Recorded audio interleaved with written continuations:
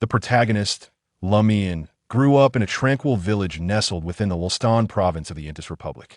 On the surface, he led an ordinary life, yet the gray mist of dreams haunted him like a phantom. This secret, akin to a key silently bestowed by fate, marked the beginning of his long journey to uncover the circle of destiny. As he ventured forth, he fortuitously encountered a diverse group of extraordinary companions. The relic of the past, Franca, resolutely delved into the perilous depths of the witch cult to unveil the enigmatic veil of the primordial witch. Alongside her was Celia, who, burdened by an intricate and indiscernible past, joined this band of adventurers. Together, they traversed a grand world imbued with mysterious powers and rich cultural nuances, confronting challenges and formidable foes at every turn. Chapter 1: The Outsider. I am a failure, scarcely aware of whether the sun shines brightly or not, for time is a luxury I cannot afford. My parents could not provide me with support, my education is lacking, and I find myself alone in the city, searching for a future. I have sought numerous jobs, yet none have deemed me worthy of employment, perhaps because no one favors a person who is reticent, uncommunicative, and fails to exhibit sufficient capability. I endured 3 days on merely 2 loaves of bread, hunger tormenting me through the night. Fortunately, I had prepaid a month's rent, allowing me to remain in that dim basement, sheltered from the biting cold winds of winter. At last, I secured a position as a night watchman in a hospital, tasked with guarding the morgue. The night within the hospital was far colder than I had anticipated. The corridor's wall lights remained unlit, casting an aura of gloom, and I could only rely on the faint glimmer of light seeping from the rooms to discern the ground beneath my feet. The stench was unbearable occasionally. Lifeless bodies would be brought in, encased in body bags, and we assisted in transferring them to the mortuary. This is not an esteemed occupation, yet affords me the means to purchase bread, and the quiet hours of the night can be devoted to study. After all, few are inclined to visit the mortuary unless there is a body to be delivered or cremated. Alas, I currently lack the funds to acquire books, and the prospect of saving money seems bleak. I owe a debt of gratitude to my former colleague. Had he not departed abruptly, I might not have secured even this position. I dream of alternating to the day shift, as I now find myself sleeping when the sun rises and waking with the onset of night, rendering my body somewhat frail, and I occasionally sue. Fur from sharp headaches. One day, a worker brought in a new corpse. I overheard others mention that it was my former colleague who had departed so unexpectedly. Curiosity piqued. After everyone had left, I discreetly opened the cabinet and unzipped the body bag. He was an elderly man, his face an unsettling shade of bluish-white, lined with deep wrinkles that appeared even more ominous under the dim light. His hair was sparse, mostly turned white, and his clothing had been entirely removed, leaving not a scrap of fabric to cover him. For deceased individuals lacking family, the workers certainly seized the opportunity to earn a little extra. I noticed a peculiar mark on his chest, a dark bluish hue, the specifics of which elude my description due to the dimness of the lighting at that moment. I reached out to touch the mark. It felt unremarkable. Observing this former colleague, I pondered whether I would find myself in a similar state in my old age if I continued down this path. I informed him that I would accompany him to the crematorium the following day, personally ensuring that his ashes would be taken to the nearest free cemetery to spare those responsible from the inconvenience of carelessly disposing of them in a river or some desolate land. Upon uttering those words, I meticulously prepared the body bag and returned it to the cabinet. The illumination in the room seemed to grow even dimmer. From that day forth, each time I closed my eyes to sleep, I was haunted by visions of dense fog. I sensed that something was imminent, an awareness that sooner or later, entities, perhaps no longer human, would seek me out. Yet, no one was willing to believe my premonitions. They thought my mind had become unhinged from working in such an environment, and that I ought to consult a physician. A male patron seated at the bar directed his gaze toward the suddenly silent storyteller. And then, this gentleman, in his 30s, donned a brown coarse woolen jacket and light yellow trousers, his hair neatly flattened, with a humble dark round hat resting beside him. He appeared utterly ordinary, much like the majority of patrons in the tavern, black-haired, with light blue eyes, neither unattractive nor striking, devoid of any distinctive feature. Yes, The narrator in his eyes is a young man of 18 or 19, tall and slender, with short black hair and striking light blue eyes, his features sharp and captivating.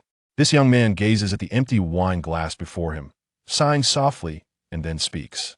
Then what?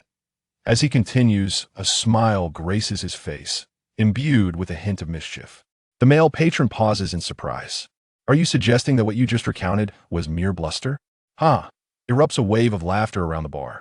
As the laughter subsides, a gaunt middle-aged man turns to the slightly embarrassed guest and remarks, "Outsider, how can you believe Lumian's tales? Each day, he spins a different yarn. Yesterday, he was a wretched soul jilted by his fiancée due to poverty, and today, he is transformed into a gravekeeper.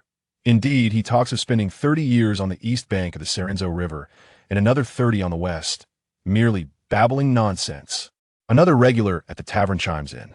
They are all farmers from the large village of Cordu, clad in short jackets of black, gray, or brown. The young man, known as Lumian, supports himself on the bar, rising slowly while smiling brightly.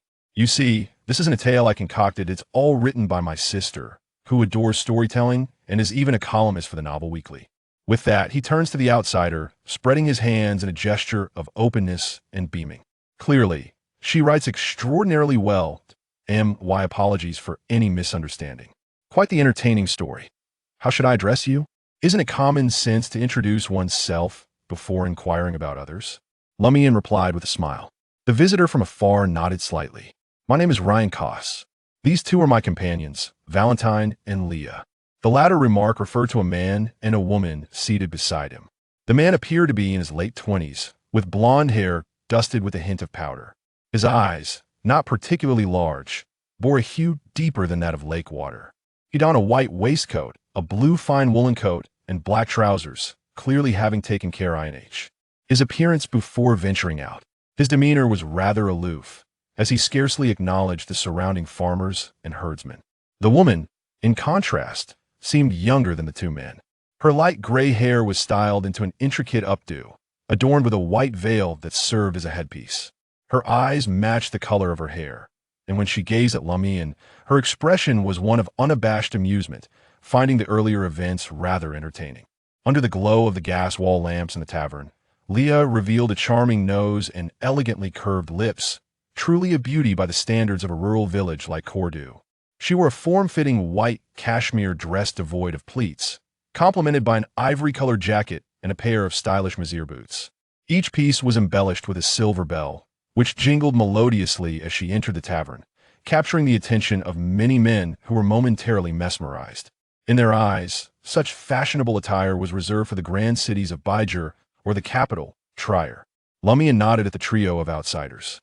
"My name is Lumian Li, but you may simply call me Lumian." "Li?" Leah blurted out. "Is there something wrong with my surname?" Lumian inquired with curiosity. Ryan Coase stepped in to elucidate for Leah. "That your surname instills fear. I nearly lost control of my voice just now." Noticing the puzzled expressions of the surrounding farmers and shepherds, he elaborated further. "Those acquainted with sailors and maritime merchants know of the saying that circulates across the 5 seas. I would rather encounter those pirate generals or even kings than cross paths with a man named Franca. That individual shares the same surname." "Is he truly fearsome?" Lumian asked. Ryan shook his head. "That I cannot say for certain, but given the existence of such legends, it must hold some truth." He then shifted the conversation back to Lumian. "Thank you for your tale. It merits a drink. What would you like?" "A glass of green fairy," Lumian replied without hesitation, settling back into his seat. Ryan Coase furrowed his brow. "Green fairy. Absinthe? I feel compelled to caution you that absinthe can be detrimental to one's health. It may induce madness and hallucinations." "I hadn't anticipated that the trends from Trier had reached here," Leah chimed in with a smile. Lumian responded with an "oh." "So, the people of Trier also enjoy the green fairy. For us, life has been sufficiently arduous. There is no need to concern ourselves with a trivial amount of additional harm. This spirit allows our minds to achieve a greater relaxation. The Spicy Heart is a renowned fruit liquor. Why not serve me a glass of green fairy as well? It was I who revealed the truth to you. I could also disclose the entirety of this fellow situation," exclaimed the gaunt middle-aged man, the first to expose Lumian's penchant for storytelling. his voice tinged with dissatisfaction. Outsider, I can discern your lingering doubts regarding the veracity of that tale. Before Ryan could render a decision, Lumian added, why can't I narrate it myself? That way, I could indulge in another glass of green fairy. Because I do not know whether to believe your account, replied a middle-aged man named Pierre, a smug smile adorning his face. Your sister's favorite story to tell the children is the boy who cried wolf. Those who constantly fabricate tales inevitably lose their credibility. Very well, Lumian shrugged, watching as the bartender slid a glass of pale green liquor towards him. Ryan turned to him, seeking his approval. Is that acceptable? Absolutely, as long as your wallet can sufficiently cover the cost of these drinks, Lumian replied nonchalantly. Then another green fairy for me, Ryan nodded. Pierre's face instantly brightened with a smile. A generous outsider. This fellow is the village's most notorious prankster. You must keep your distance from him. She slightly tilted her head, producing a melodic chime. Pierre nodded in agreement. Then he followed the surname Li from Aurore, and even the name Lumian was bestowed by Aurore. I've completely forgotten what I used to be called, Lumian said with a cheerful laugh as he sipped his absinthe. It seemed he bore no embarrassment or shame at the revelation of his past. Chapter 2. Pranked that I apologize, I had no idea the situation would unfold this way, Ryan politely expressed to Lumian. Lumian chuckled. Does this warrant yet another glass of green fairy? Outsiders, what brings you to Cordu? Are you here to acquire wool or leather? Cordu has many residents who make their living through shepherding. Ryan silently exhaled in relief and seized the opportunity to say, we came to visit the parish priest Guillaume Benet of your village's Eternal Radiance Church, but he is neither at home nor at the church. No need to specify which church Cordu has, but one, Pierre kindly reminded him after enjoying Ryan's complimentary absinthe. Lumian took a sip of his drink, pondering for a few seconds before speaking.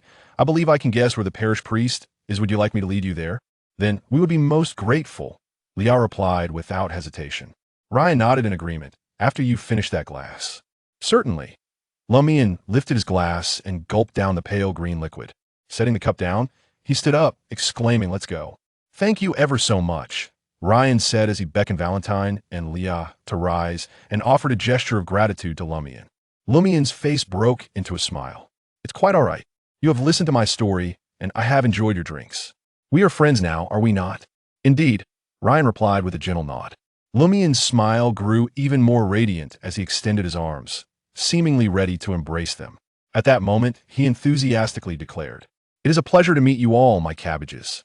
Ryan, who had been prepared for the embrace, suddenly froze. Cabbages? His expression was a mixture of confusion and embarrassment. Valentine and Leah shared the same sentiment. This is our term of endearment for friends. Everyone in the Legay region knows this. And it has been so for centuries, Lumian explained innocently. Trust me, my cabbages. Leah couldn't help but glance around, the jingling sound of her jewelry accompanying her movement. Pierre and the others nodded in agreement, indicating that Lumian was not lying this time. Yet the smiles on their faces suggested they found amusement in seeing an outsider struggle. With such an affectionate term. Lumian stroked his chin. Did he not like it? Then I shall use another term, also intended for friends. My bunnies, my chicks, my ducklings, my lambs, which you prefer. Ryan's expression grew increasingly rigid, while Valentine frowned. Let's stick with cabbages, it at least sounds somewhat normal. Ryan exhaled quietly, pressed his elbow against Valentine's, and nodded slightly. They all sound like cherished treasures from home. Let's settle the bill. .2 Falcons. The bartender glanced at the glasses on the bar. As Ryan settled the bill, Leah shifted the conversation. That name, Lumian, is quite uncommon. He pointed at the gaunt middle-aged man enjoying the complimentary drink. His full name is Pierre Guillaume. Leah chuckled in response, deftly diverting the topic from the cabbage. What is it? Leah inquired with curiosity. Today, it's not just the three of you outsiders at the tavern. There was another visitor, but I have no idea when they departed. What did they look like? Ryan's demeanor grew serious. A lady, quite elegant, unmistakably from the metropolis. I can't quite describe her appearance. Perhaps I could draw it for you. Can you draw? Leah, already wary of Lumian's nature, retorted with caution. Lumian laughed. Not all. Then perhaps we should seek out the parish priest first, Ryan interjected, halting the discussion. The night in Cordu Village lacked streetlights, Yet it was not engulfed in darkness. The twinkling stars above cast a serene glow, complemented by the warm yellow light seeping from some windows along the road. The four of them walked steadily. Before long, they arrived at the Eternal Radiance Church, situated beside the village square. In the dimness of the night, this village's grandest structure seemed to meld with the shadows, appearing somewhat ethereal. "We've been here before, and there was no one," Valentine, who had remained silent and indifferent, remarked with a frown. Lumian replied with a smile. "But the absence of people at the front door does not imply that there's no one elsewhere." As they conversed, he led Ryan and the others around the front of the church, arriving at a spot near the cemetery. There stood a deep brown wooden door. Before Ryan could knock, Lumian reached out and fiddled with the keyhole. With a creak, he opened the side door. "Isn't this rather impolite?" Ryan frowned. Leah chimed in, her voice tinkling. "We are here to visit the parish priest, not to confront him." Very well, Lumian readily accepted their valid point. He pulled the wooden door closer and gently tapped on it. A hush fell over the church. In the next moment, Lumian pushed the door open again and gestured inside. "Please, step in." Ryan initially hesitated, but after a few moments of contemplation, he exchanged glances with his companions. "All right," he said, taking a slow but resolute step forward. Leah and Valentine followed closely behind. Remarkably, neither Lia's boots nor the 4 silver bells tied at the sides of her veil made a sound. In the dim and somber ambience, the four advanced. Suddenly, Ryan halted, lowering his voice. "It seems I hear something." Indeed, Lumian concurred emphatically. No sooner had the words left his lips than he abruptly pushed aside another door, which clanged open. It appeared to be the church's confessional, where faint starlight streamed in, illuminating a simple low bed and a robust middle-aged man, stark naked, pressing against a white ski. Ned woman. In a fleeting moment, everyone was taken aback, including the robust man and the lady beneath him. Moments later, the man turned his head and bellowed angrily at Ryan and the others. "You wretched fools have disrupted the sacred mission of the church." Amidst the echoing fury, Lumian, who had already positioned himself behind Ryan and his companions, waved his hand and exclaimed with rapid laughter, "It appears we have found the paw. Rich priest, my cabbages. Until tomorrow." As he spoke, he swiftly turned and dashed towards the side door, his words dissipating into the breeze, fading into a whisper. At that instant, a singular phrase echoed in the minds of Leah, Ryan, and Valentine. The words of the middle-aged man, named Pierre Guillaume, resurfaced. "This lad is the most mischievous in the village. You must keep your distance from him." Under the sparkling starlight, Lumian whistled cheerfully. With his hands tucked into his pockets, he strolled leisurely along the country road. Indeed, the parish priest is clandestinely entangled with Madame Poalis. Those foreign individuals clearly possess some stature. The priest would undoubtedly think twice before provoking them that he must face grave consequences to prevent the scandal of his infidelity from tarnishing the church's reputation. Wouldn't he? Who asked him to covet Aurore? I have awaited this opportunity for far too long. Before him stood a semi-subterranean 2-story house, the ground floor serving as a kitchen that doubled as a living room, equipped with an oven and a sizable stove. Aurore, Lumian called out while ascending the staircase. On the second floor, there were 3 rooms and a washroom, all doors wide open. Lumian glanced around, but could not find his sister's presence. After contemplating for a moment, he made his way to the end of the corridor and ascended the ladder to the rooftop. The orange-tinted roof was enveloped by the encroaching night, where a solitary figure sat, knees drawn to her chest, quietly gazing at the starlit sky. She was an extraordinarily beautiful woman, with long, thick golden hair and pale blue eyes, her features captivating. At that moment, her gaze remained fixated on the heavens, observing the twinkling specks of brilliance, her expression serene, resembling a statue. Lumian remained silent as he settled beside her. He lifted his gaze to the distant mountains and listened to the rustling of the wind through the trees. Time slipped away unnoticed until the woman raised her arms and stretched languidly, disregarding all decorum. "Aurore, I fail to comprehend what beauty lies in this view that compels you to frequent the rooftop," Lumian finally spoke. "Call me sister." Aurore playfully tapped Lumian on the head with her finger. With a sigh, her expression turned somber as she remarked, A philosopher once said that there are only with things in this world worthy of reverence, the moral compass within and the starry sky above. Lumian cast a glance at his sister's slightly melancholic face, and, with a teasing smile, replied, "I know the answer to this. It was said by the great Rossel." Aurora burst into laughter. Then she sniffed and raised her beautifully arched golden brows. "Have you been drinking again?" "This is called socializing," Lumian remarked, recalling the earlier encounter. "I came across 3 strangers." Aurore couldn't help but chuckle. "I truly fear that our parish priest might be frightened into some ailment." In the next moment, her demeanor shifted to one of seriousness. "Lumian, do not provoke the parish priest any further. He poses no threat to me. It would be far more troublesome to replace him. But I can't stand the sight of him." Lumian's words trailed off as Aurore rose to her feet.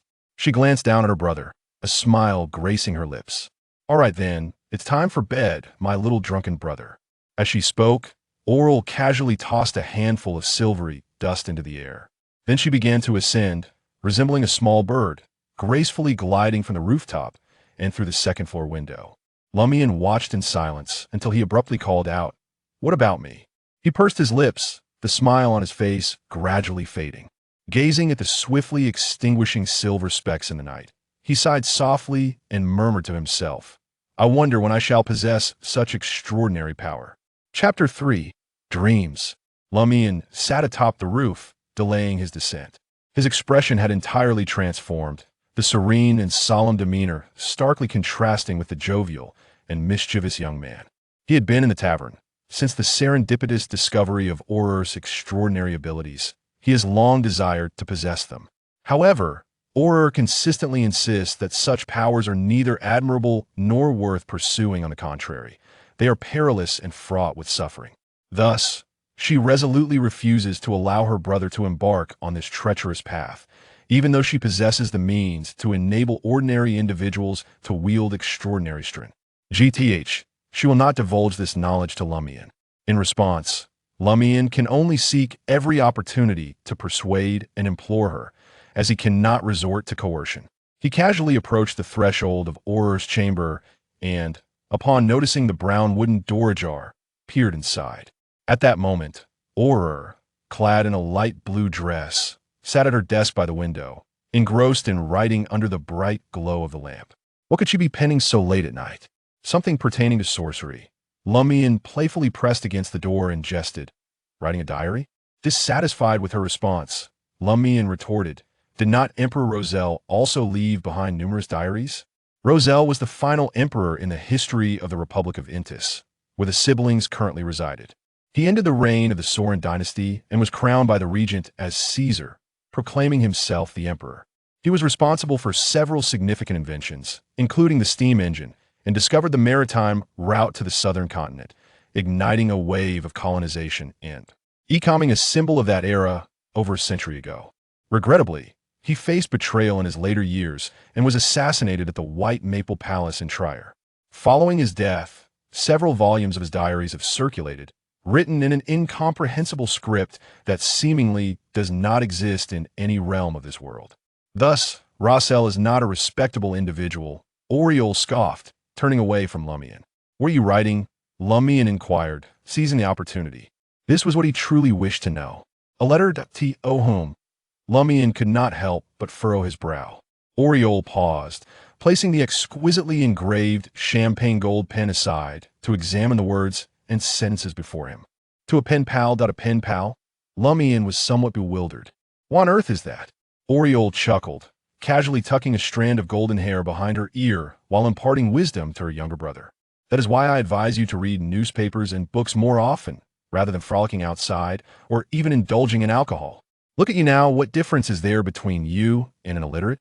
A pen pal is a friend with whom one corresponds solely through letters, having met through newspaper columns, magazines, and the like, without ever having seen each other. What significance does such a friendship hold?" Lumian was particularly concerned about this matter. Aurore had never had a boyfriend, and she certainly could not be deceived by someone she had never even met. Meaning? Aurore pondered thoughtfully. Firstly, it is the value of emotions. Well, I understand you might not grasp what emotional value entails. Humans are inherently social creatures, requiring communication. There are certain matters, certain emotions, that I would never share with the villagers, nor could I confide in you. I require a more clandestine outlet for my sentiments, and a pen pal who remains unseen serves this purpose aptly. Moreover, do not underestimate my correspondents. Several among them are exceptionally formidable and possess vast knowledge. For instance, this battery-operated lamp was a gift from pen friend. Oil lamps and candles are far too straining on the eyes, rendering them unsuitable for writing at night. Before Lumian could inquire further, Aurore raised her left hand and waved dismissively. Off to bed with you, my drunken brother. Good night. Very well, good night. Though Lumian felt a lingering reluctance, he refrained from probing further. Aurore then added, please remember to close the door for me. With both the door ajar and the window open, it's rather chilly.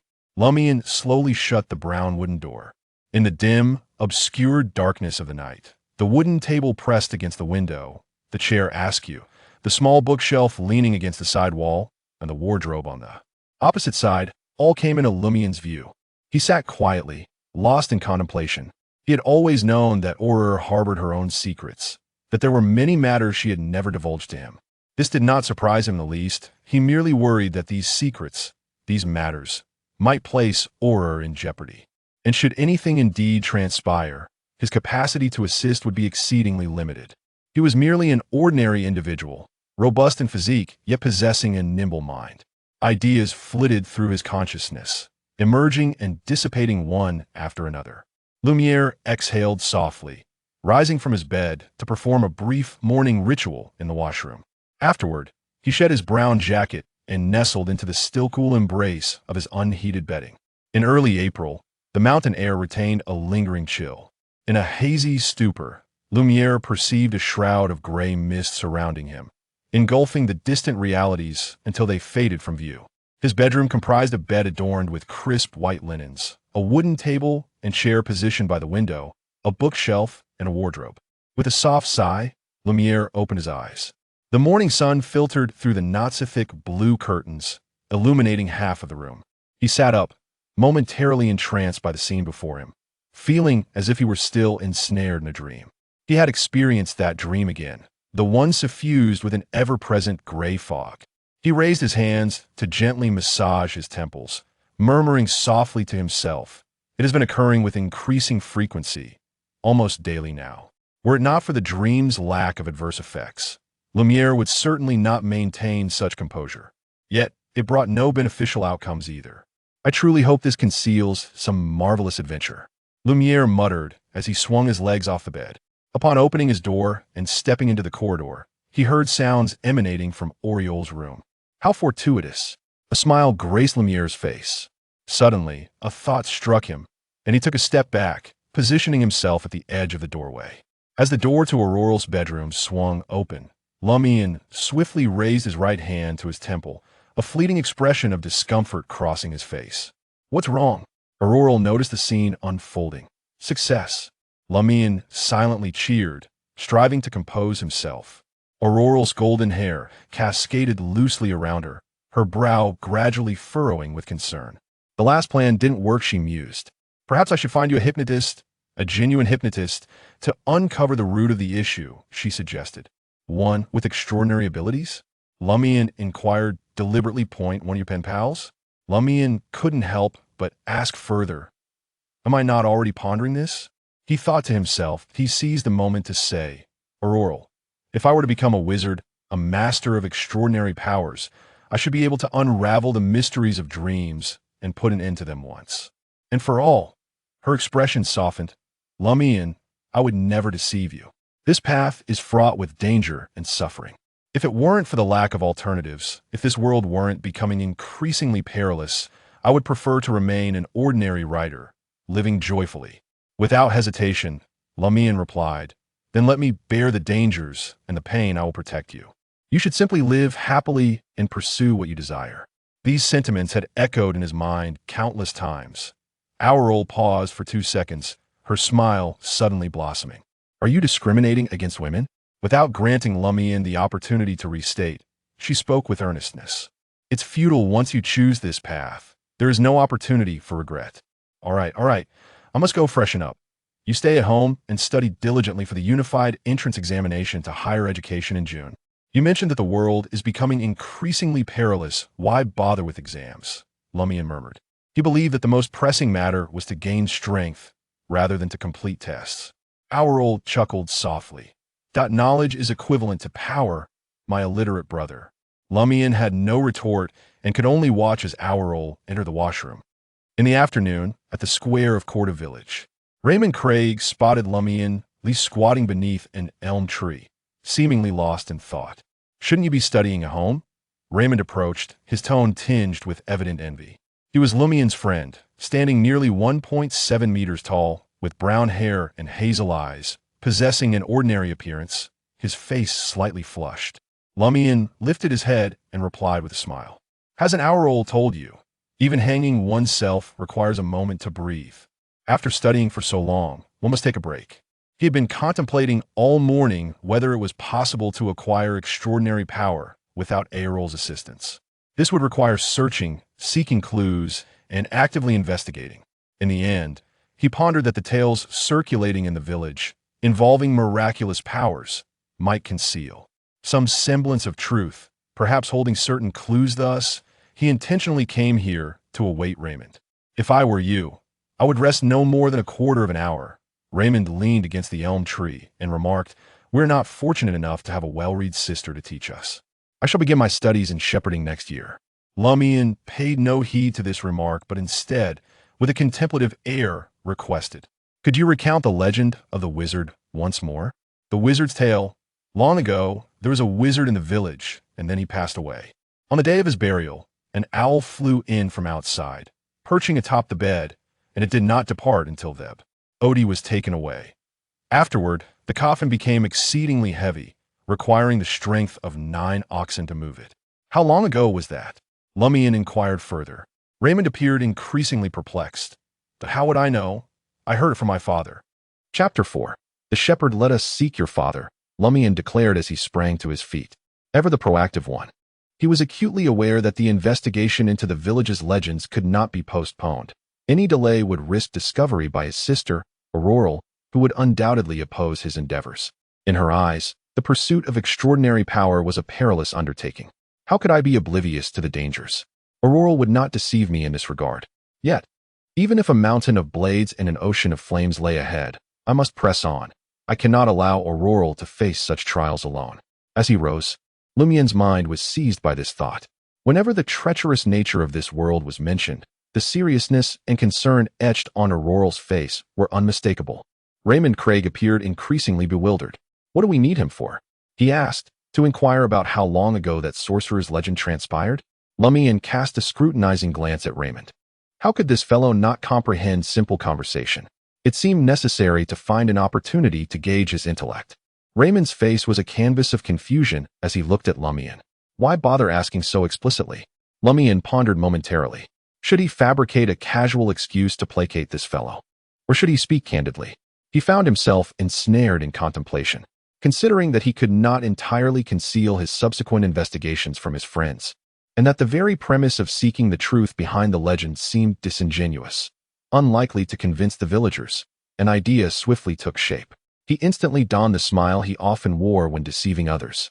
Raymond staggered back 2 steps, exclaiming, Speak clearly.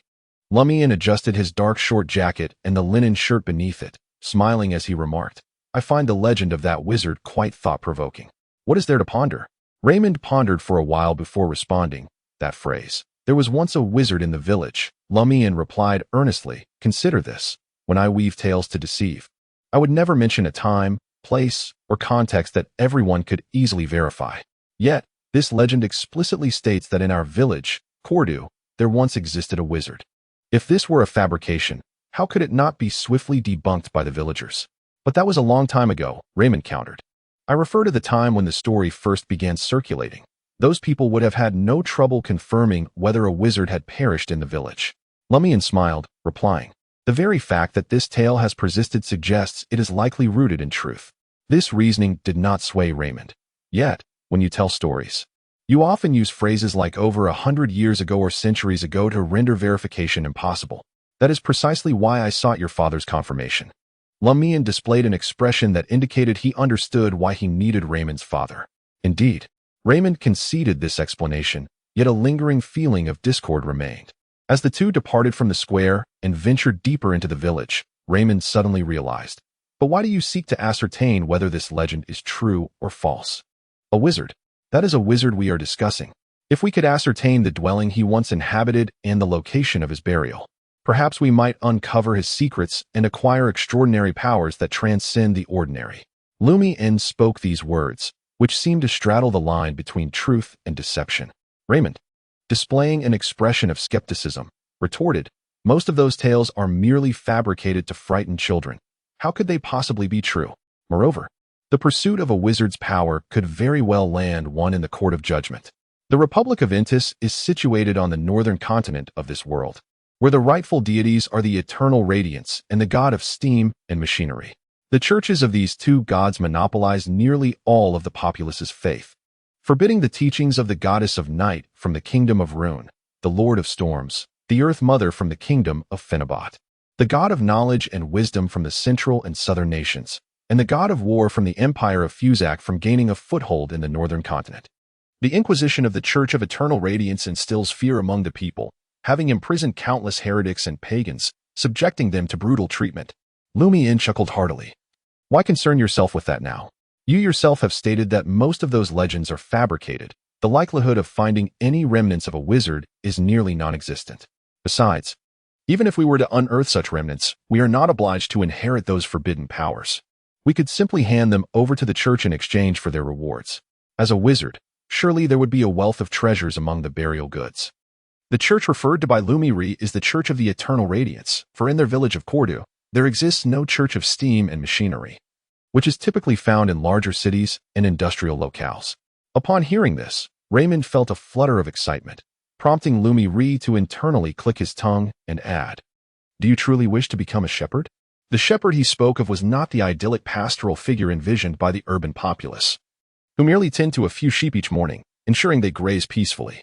In the region of Li, where Cordu Village is situated, being a shepherd is a profession, a vocation marked by toil and solitude.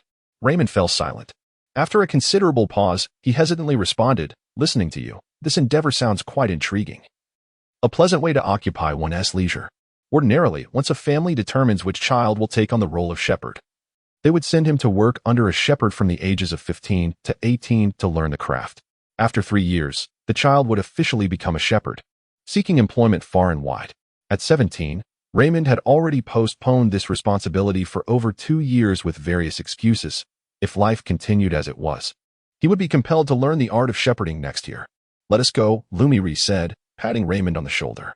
"Is your father in the fields or at home?" With his hands tucked into his pockets, Lumian Li strolled ahead, disregarding Raymond's musings. As they approached the dilapidated tavern in the village, a figure emerged from a side path. The man donned a deep brown long coat with a hood, secured at the waist with a cord, and beneath him lay a pair of pristine, seemingly supple black leather shoes. "Pierre, the Pierre from the Barry family?" Raymond exclaimed in astonishment. Lumian also paused, casting his gaze towards the side road. "It is I, Pierre Barry," he replied with a smile and a wave.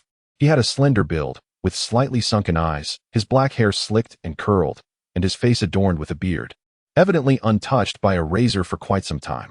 Pierre Barry was a shepherd, and given that it was early April, he ought to be tending to his flock in the pastures beyond the mountain pass. How could he possibly be in the village? Pierre possessed gentle, smiling blue eyes and cheerfully remarked, "Fear not, I have companions watching over the sheep." The beauty of being a shepherd lies in the absence of overseers. As long as one can find assistance, one can roam freely wherever one wishes. This had nothing to do with the Church of the Eternal Sun or the Church of Steam and Mechanical Deities. Yet it had evolved into a custom and did not involve the worship of pagan gods, thus earning the tacit approval of the Orthodox. "I suppose you wish to see who will be chosen as this year's spring sprite?" Lumian jested with a smile. Pierre chuckled in return. "I hope it will be your sister, Aurore, though she would surely decline, and her age is also not suitable." "Very well." He then pointed towards a tavern not far off. "I shall go to the church to offer a prayer, and later I shall treat you to drinks." "No need. You hardly have any money." "Haha, the divine teaches us. Even if one possesses but a single copper coin, one must share with one's impoverished brethren." Pierre spoke of a proverb that circulates among the shepherds of the Li region. At that moment, Lumian smiled at Raymond, jesting. With Pierre's newfound wealth, he will surely treat us to a drink. He gestured towards Pierre Barry's brand new leather shoes. Pierre Barry was quite pleased. My current employer is quite generous. He has given me several sheep, along with some wool, cheese, and leather. The remuneration for the shepherds consisted of food, a modest sum of money, and shared livestock, cheese, wool, and leather, with the specifics determined by the contract signed with the employer beforehand. For those shepherds who needed to traverse long distances, a good pair of well-fitting leather shoes was the most urgent and practical desire. As Lumian watched Pierre Barry stride towards the village square, his gaze gradually grew pensive, tinged with a hint of uncertainty. He murmured to himself, "The tavern has no name, nor does it require one. There is but this single establishment in the village, which the locals affectionately refer to as the Old Tavern." Upon entering, Lumian instinctively surveyed the surroundings. Suddenly, his gaze halted at a particular spot. He recognized the foreigner who had left prematurely the previous night.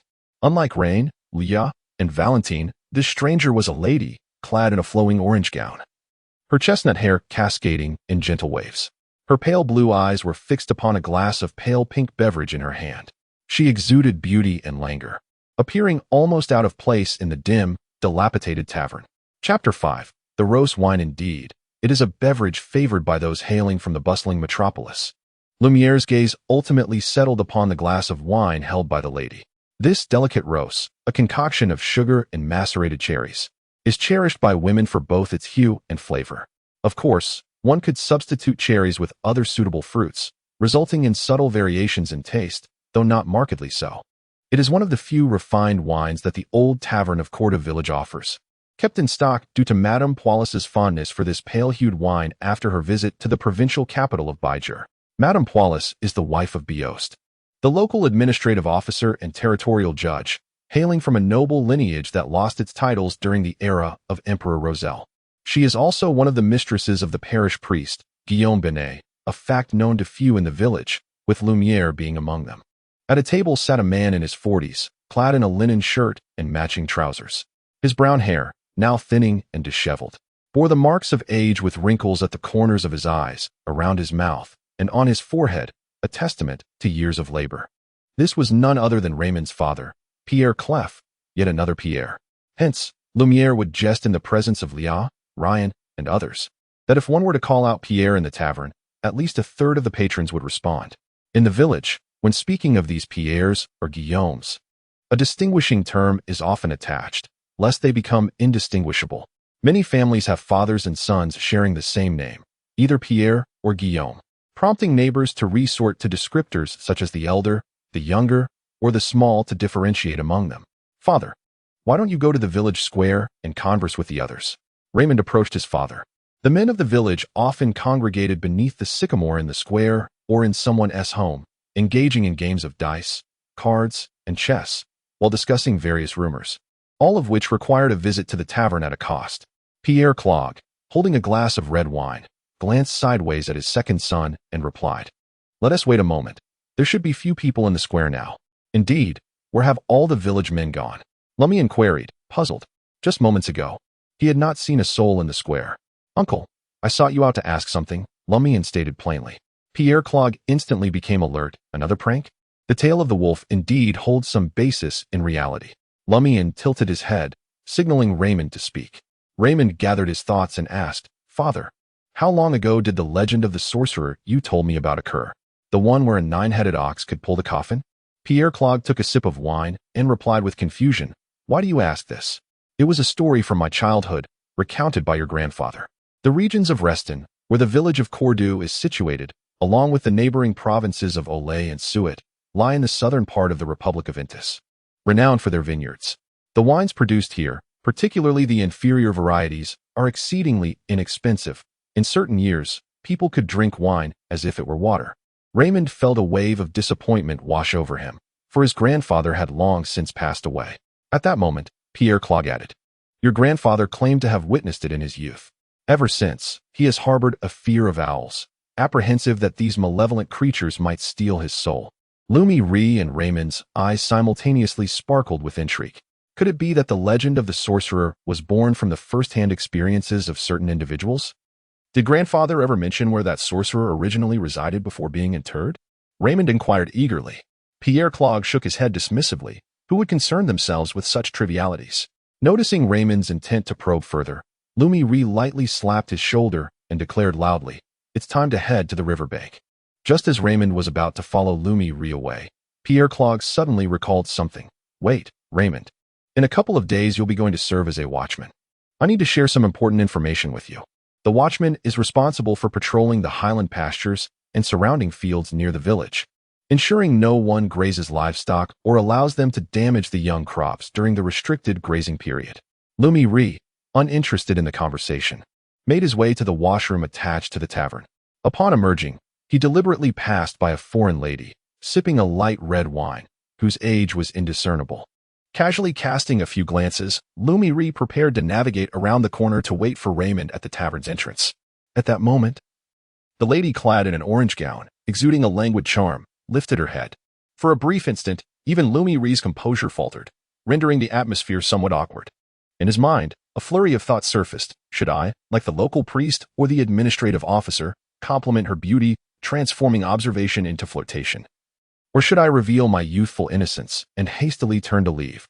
Just as he settled on a decision, the lady smiled and spoke. "Have you been dreaming frequently lately?" In an instant, Lumiere felt as though struck by lightning. His mind became numbed, and all thoughts froze in place. Within a mere second, he forced a smile and replied, "Isn't dreaming a perfectly normal occurrence?" The lady, resting her chin on one hand, scrutinized Lumiere and chuckled softly. A dream shrouded in fog. How could she possibly know? Lumiere's pupils dilated in surprise, a hint of fear creeping into his expression. Although he had encountered many experiences, his youth rendered him momentarily unable to control his demeanor. Calm, calm.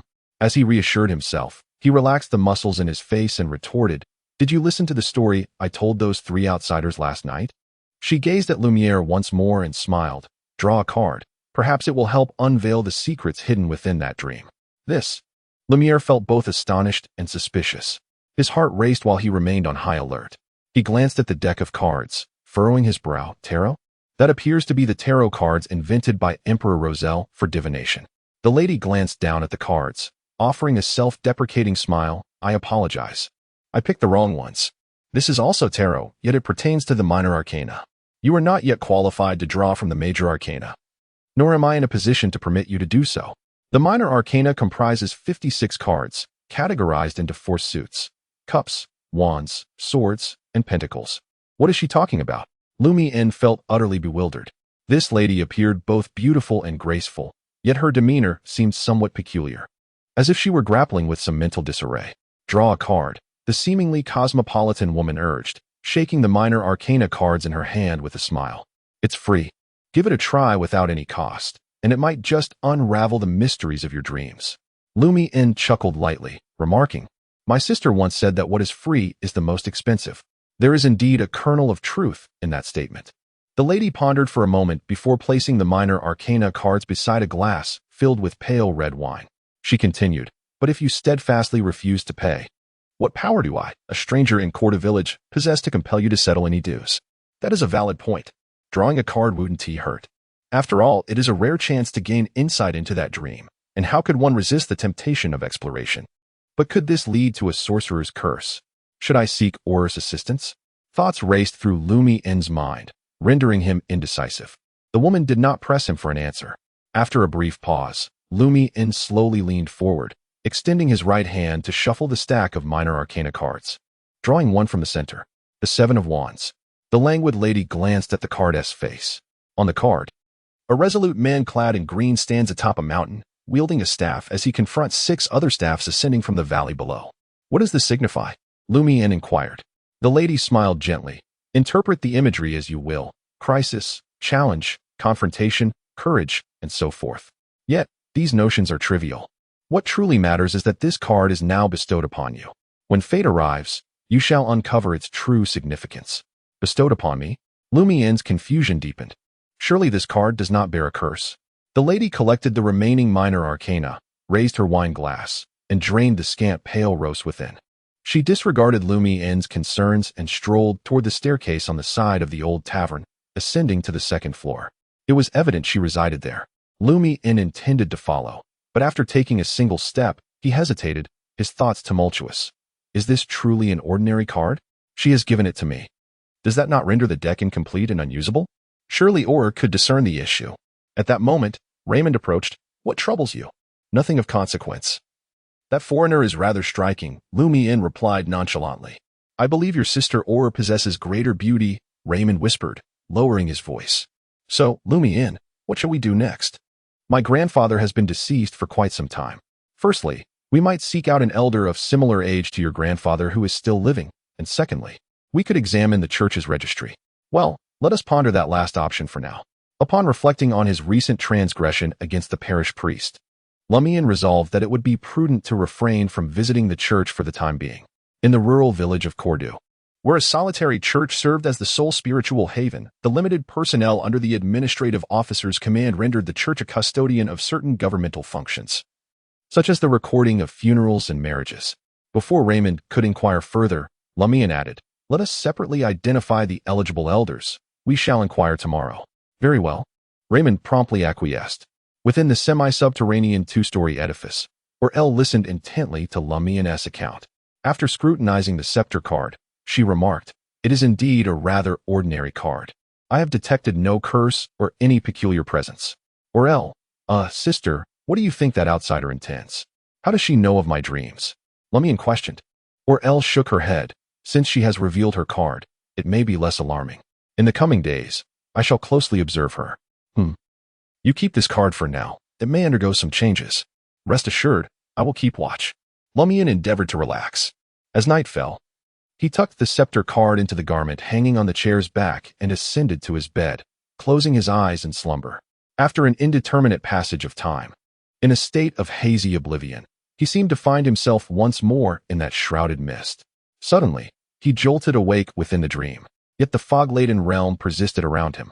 Chapter 6. The ruins. Lumian instinctively glanced around, recognizing the familiar furniture, the desk, chairs, bookshelf, wardrobe, and bed. This was his bedroom, yet it was shrouded in a faint gray mist. A lucid dream?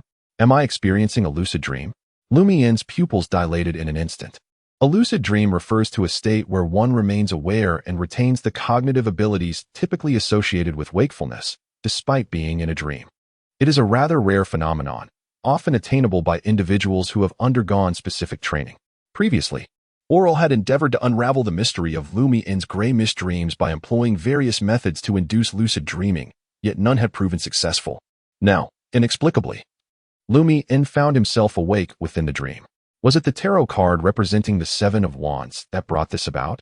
That woman had mentioned that this card could assist me in uncovering the secrets of my dreams. Thus, its purpose is to facilitate my entry into a lucid state, enabling me to genuinely explore this mist-laden realm? Compared to my earlier recollections, the gray haze appears significantly lighter, much lighter. As thoughts raced through his mind, Lumian turned his body and hurriedly approached the tilted chair, bracing himself against the desk that pressed against the wall, leaning to gaze out the window. What met his eyes was not the familiar scene he had known. This dream did not replicate the village of Cordu where he lived. Beneath the faint and sparse gray-white mist, the most striking feature was a towering peak composed entirely of reddish-brown stones and dark red earth, rising toward the sky for 20 to 30 meters. Surrounding the mountain peak lies a series of structures, some collapsed to the ground, others charred and blackened, rendering their former glory unrecognizable. From Lumian's vantage point, they resembled desecrated tombs, arranged in a somewhat haphazard circular formation. The entire area is marred with uneven terrain, strewn with debris, devoid of any semblance of vegetation. Furthermore, the haze above thickens and turns pallid, leaving Lumian uncertain of the sun's presence. All he knows is that the atmosphere is ominously dim, akin to a night illuminated solely by starlight. After a period of intense observation, he murmurs to himself, is this the entirety of the dream?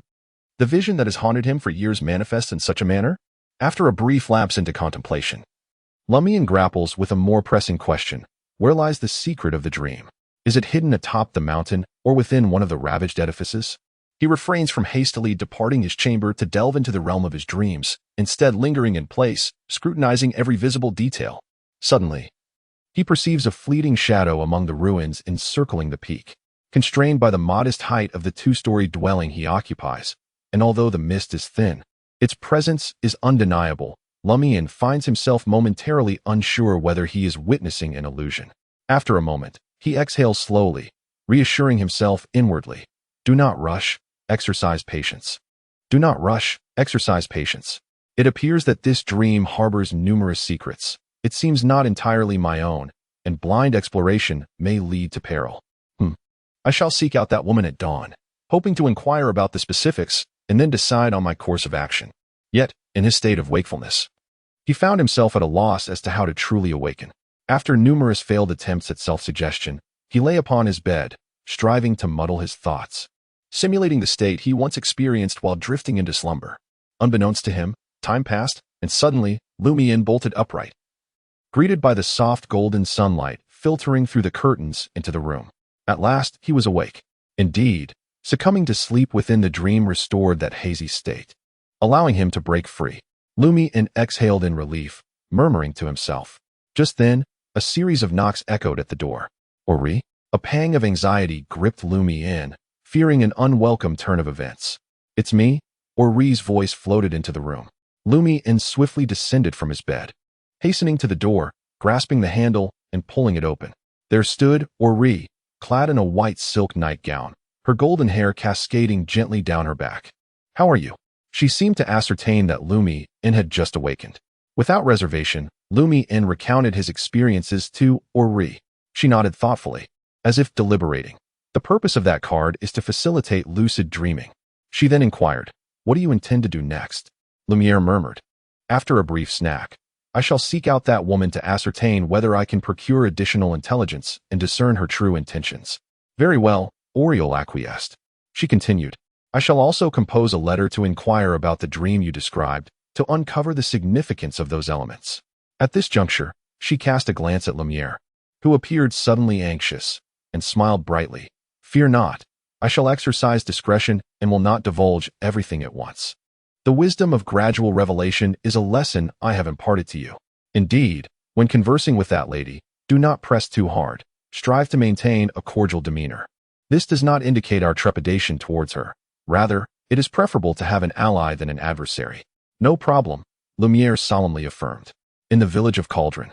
At the old tavern, Lumiere approached the bar, directing his inquiry towards the part-time bartender and tavern owner, Maurice Binet. Which room does the foreign woman occupy upstairs? The old tavern also served as the village's sole inn, with 6 rooms available on the second floor. Maurice Binet was neither stout nor imposing, sharing the common traits of the villagers with his dark hair and blue eyes. His most distinguishing feature was the perpetually reddened tip of his nose, a consequence of his frequent indulgence in drink. He was a distant cousin of the parish priest, Guillaume Binet, though their relationship was not particularly close. What do you need to know that for? Maurice Binet inquired with curiosity. What would a woman from the metropolis see in a rustic fellow like you? He wore a distinctly inquisitive expression, harboring a keen interest in the unconventional dynamics between men and women. Aren't you just a rustic bumpkin, a barefoot fellow yourself? Lumian scoffed, concocting a casual excuse. That woman lost something last night, and I found it this morning. I brought it to her. Is that so? Maurice Binet expressed skepticism regarding Lumian's credibility. This fellow spins a tale in 8 out of 10 sentences. And what of it? Do you believe she could ever take a liking to me? Lumian retorted with conviction. Fair point, Maurice Binet conceded. She is in the room near the square, across from the washroom. After watching Lumian ascend the staircase, the tavern owner resumed polishing a glass while muttering softly, It's not entirely implausible. Sometimes, people yearn to explore new tastes. His murmurs reached Lumian's ears just in time. On the tavern's second floor, Lumian discovered the sole washroom within the dimly lit corridor, where he noticed a brass handle on a dark red wooden door adorned with a white paper sign. Inscribed in Intis language, it read, Resting, please do not disturb. Lumian gazed at it for a few moments, refraining from hastily knocking on the door. Instead, he took a step back and leaned against the wall, intending to wait for the lady to emerge. His previous life as a vagabond had imparted a crucial lesson. When opportunities arise, one must seize them with unwavering decisiveness. making every effort to grasp them without a hint of hesitation, without dwelling on the past, without concern for pride, and without succumbing to timidity. Otherwise, the opportunity would inevitably slip away, plunging one into a more wretched cycle of despair. Conversely, when opportunities are absent, one must exercise patience, perseverance, and the fortitude to endure discomfort in silence. As time ticked away, Lumian stood there, devoid of any impatience. Were there onlookers present? They might have mistaken him for a statue, had it not been for his occasional movements. At last, the door creaked open. The lady appeared in a light green skirt with white trim, her brown hair elegantly gathered at the back. She cast a fleeting glance at Lumian with her pale blue eyes, then lowered her gaze to the paper sign on the doorknob, smiling as she inquired, "How long have you been waiting?" She exhibited no surprise at his presence. Lumian took a step forward, responding, "That is of no consequence." He endeavored to maintain a calm tone, striving to appear less eager. "Do you have any questions?" the lady asked quite straightforwardly. "Right here?" Lumian glanced around. "If you are unbothered, neither am I." In truth, Lumian had already observed that Ryan, Leia, and others who usually resided in this place seemed to be absent at that moment. The tavern's second floor was devoid of anyone else apart from himself and the lady before him.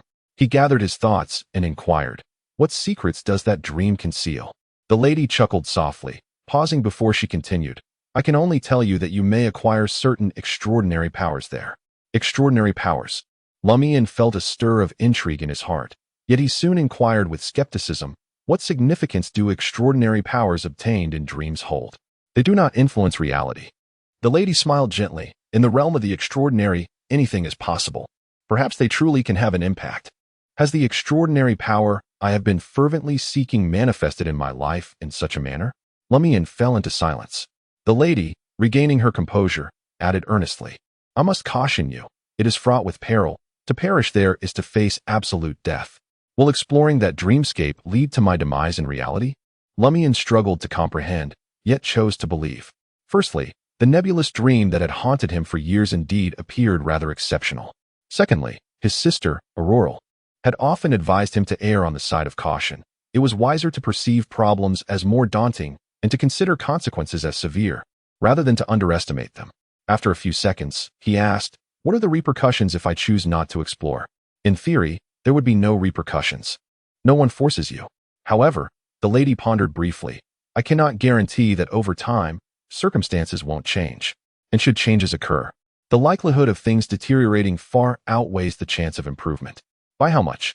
Lumian pressed further. "Is it 90 to 10? "No," she replied, "it is 99. 99 to 0. 01. The lady stated with meticulous precision, "Of course, this is merely my personal judgment. You are free to disbelieve it." In that moment, Lumian found himself engulfed in turmoil, his mind racing with thoughts. "I increasingly perceive that dream as a potential peril. Neglecting it would be the most regrettable choice. Yet, to delve into it without any knowledge would heighten the chances of unforeseen consequences. Perhaps I should wait until Aurore gathers sufficient intelligence from her correspondence before embarking on any exploration. If I do so, Aurore would undoubtedly reject my attempt to harness extraordinary powers through the exploration of dreams. Am I not seeking extraordinary powers by investigating the truth behind the legends? Such pursuits are fraught with danger and could indeed lead to demise. Alternatively, should I conduct a preliminary exploration at the periphery of the dream ruins, avoiding any treacherous depths? This would also serve as a means of gathering intelligence. I could relay the earlier conversation to Aurore, but must refrain from mentioning the possibility of acquiring extraordinary powers. As these thoughts settled within him, Lumian gazed at the lady before him and inquired solemnly, "Who are you truly? Why have you given me that tarot card? And why offer me the chance to explore that dream?" The lady smiled subtly. "Once you unravel the secrets of the dream, I shall reveal all." Chapter 7. Naroka. After departing from the old tavern, Lumian stood on the earthen path, hesitating over his next destination. The morning sun cast its rays, imbued with a slight chill. At that moment, Raymond Craig approached from the side, stating, "I was just about to seek you out. Is there something you wish to discuss?" Lumian, having regained his composure, feigned ignorance. Raymond, with a look of astonishment, retorted, "Have you forgotten? Today, we are to seek out the elderly, those of a similar age to my grandfather, to inquire about the legends of the sorcerer." Lumian pressed his hand to his forehead, a pained expression crossing his face. "Is that so? I seem to have no recollection of it. Or perhaps you are merely hallucinating. You rascal, you are up to your tricks again. Raymond could not help but curse, though his words lacked conviction. Lumian clicked his tongue in disappointment, remarking that even Ava was more adept at cursing than he was. Ava Lizier, a beautiful maiden from the village of Cordu, currently tended to the geese. Her father, Guillaume Lizier, was a cobbler renowned for crafting fine shoes from leather provided by shepherds, gaining a reputation across several neighboring villages. Upon mentioning Ava, Raymond's demeanor shifted. He turned to Lumian and inquired, "Ava is our friend, is she not?" "Indeed," Lumian replied with a smile and a nod. The three of them, along with Guillaume from the Barry family and Ava's cousin, Azema Lizier, often engaged in merriment together. "Why not involve Ava in our investigation of the truth behind the legends?" Raymond suggested. "You know, her father often laments that a dowry is required when a woman marries, and many respectable families have fallen into ruin because of it. This troubles her greatly. If she could acquire some treasure or reward through our inquiry, it would surely ease her mind." I have heard several heads of families in the village, including the village priest, express similar sentiments. They wish for their brothers to remain at home indefinitely, even after marriage, rather than establish their own households, thereby necessitating the division of the inheritance. Lumian cast a knowing glance at Raymond and casually remarked that many families prefer to have one of their children become a shepherd. This way, the child is unlikely to marry, yet can earn a modest income, sustaining themselves for the most part. Raymond's expression gradually darkened, for this was a notion he had never contemplated. This was precisely why he enjoyed Lumian's company. Although most villagers claimed that Lumian possessed a vile disposition, fond of deceit and mischief, his insights truly surpassed those of his peers. Unlike himself, who was rather ignorant and drifted aimlessly, merely complying with his family's dictates. There was no time to waste. They needed to hasten their inquiries. Tomorrow, they would seek out Ava, and afterward, they could involve little Guillaume and Azema as well. This endeavor might yield fruitful results while also serving as an enjoyable activity to hone their skills. "Are you sure about including little Guillaume and Azema?" Raymond expressed his reluctance. The more individuals who shared in the rewards, the less he would receive. Most importantly, it would diminish his chances of impressing Ava. Lumian observed him with a gaze imbued with compassion and pity, saying, "O foolish child, do you truly believe Ava would take notice of you?" Her brows were elegantly arched, as she yearned to wed into a respectable family. Despite her evident affection for me, a man of ill repute, she managed to restrain herself. In the dialect of the Daily region, the phrase high brows signifies lofty aspirations, indicative of one who looks down upon the average individual. "My sister once remarked that there is strength in numbers." Lumian Li succinctly inquired which elders required a visit. "Did you not conduct any investigation?" Raymond retorted in astonishment. "Considering the matter of that scepter card, I scarcely had the energy to inquire," Lumian Li replied with a chuckle. "I certainly conducted my investigation. Now I seek to test your capacity for gathering intelligence." Raymond, devoid of suspicion, noted, "In our village, there are 9 elders still living, all of whom are approximately the same age as my grandfather, or slightly older. They comprise 6 women and 3 men. Indeed, the ladies tend to enjoy greater longevity." After listening attentively, Lumian Li pondered for a moment and remarked, "There is no need to visit the last 2, as they hail from another village. Having married into this one, let us first consult Naroka. She is the eldest and likely came of age when the incident involving the sorceress occurred. Naroka is not her birth name but a title of respect. In the province of Leston, women of distinguished lineage or those who serve as actual matriarchs are entitled to the title Madam, which is denoted by appending an A to their names, indicating femininity, and prefixed by Na, signifying lady or mistress. Madame Pualis has long been a victim of her family's decline, and as she must heed the counsel of the administrative officer. Beist, she cannot be addressed as lady, but rather simply as Madam.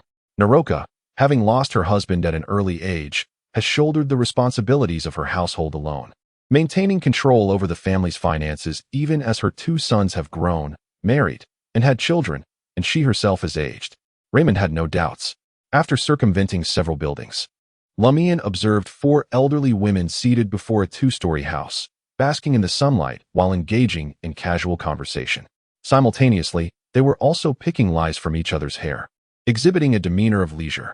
In the countryside of the Intis Republic, this act of lice-picking serves as a means to forge closer bonds and express affection. "Should we inquire now?" Raymond hesitated, fearing that their pursuit of the truth behind the legend might become public knowledge. Let us wait a little longer. Lumian replied with a nod of gravity. As far as he knew, many rumors within the village emerged and proliferated from such gatherings. After a considerable time, the other 3 elderly women departed, having domestic duties to attend to. Good morning, Naroka. Lumian approached her directly. Naroka, now with hair as white as snow and eyes slightly clouded, donned a dark, coarse fabric long skirt. Her hands bore the texture of aged skin, and her face was marked with distinct spots. When will Aurore join us for a gathering? Many in the village have been wondering about her, Naroka inquired with a smile. Her gaze fixed on Lumian. Many men, I presume? Lumian entered a state of mutual discourse. Curiosity etched upon his face as he inquired, Naroka, I have heard that you encountered a genuine sorcerer, the one whose coffin could not be moved even by 9 oxen. Naroka's expression shifted slightly. Who informed you of this? After a moment's pause, she continued, It was my father who told me. My grandfather spoke of it while he was still alive. Raymond, unable to bear the thought of Lumian deceiving the elderly, observed Naroka's subtle disappointment. After a considerable silence, she added, Before that individual passed away, none of us knew he was a sorcerer. He behaved quite normally. Her subsequent account aligned closely with the legends. Lumian pressed further. Where did that sorcerer reside? Naroka glanced at him.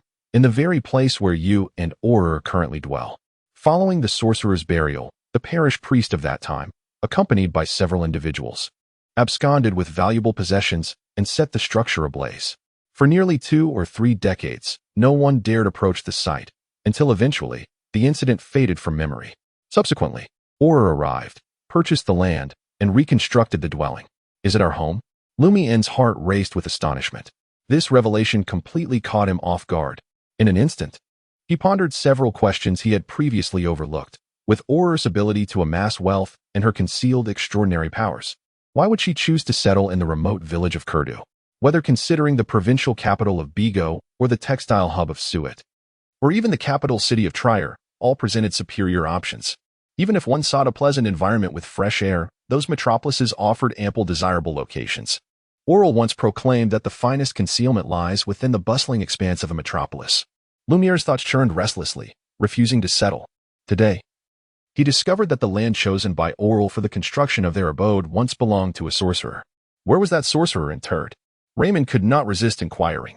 The prospects of the property within the house seemed bleak, leaving only the potential uniqueness of the sorcerer's remains to ponder. Naroka chuckled. Such a significant matter would undoubtedly attract the attention of the parish priest. At that time, the coffin was transported to the cemetery beside the church with the assistance of 9 oxen, where the priest conducted the rites, performed a purification, and ultimately reduced the body to ashes before burying it in a grave. Is that so? Raymond could hardly mask his disappointment. What are you inquiring about?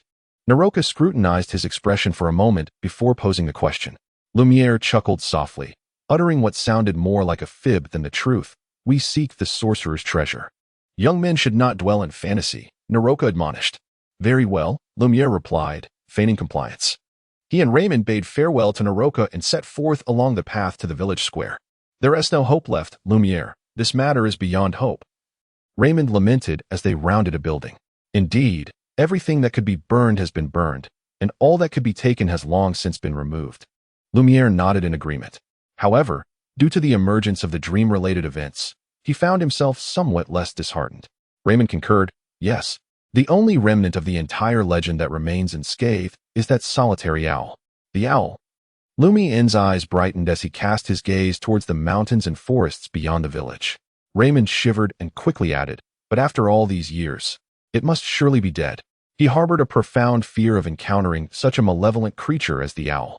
In the southern regions of Intis, owls, nightingales, and crows are regarded as ominous, wicked beings, serving the devil, often believed to carry away human souls or bring misfortune.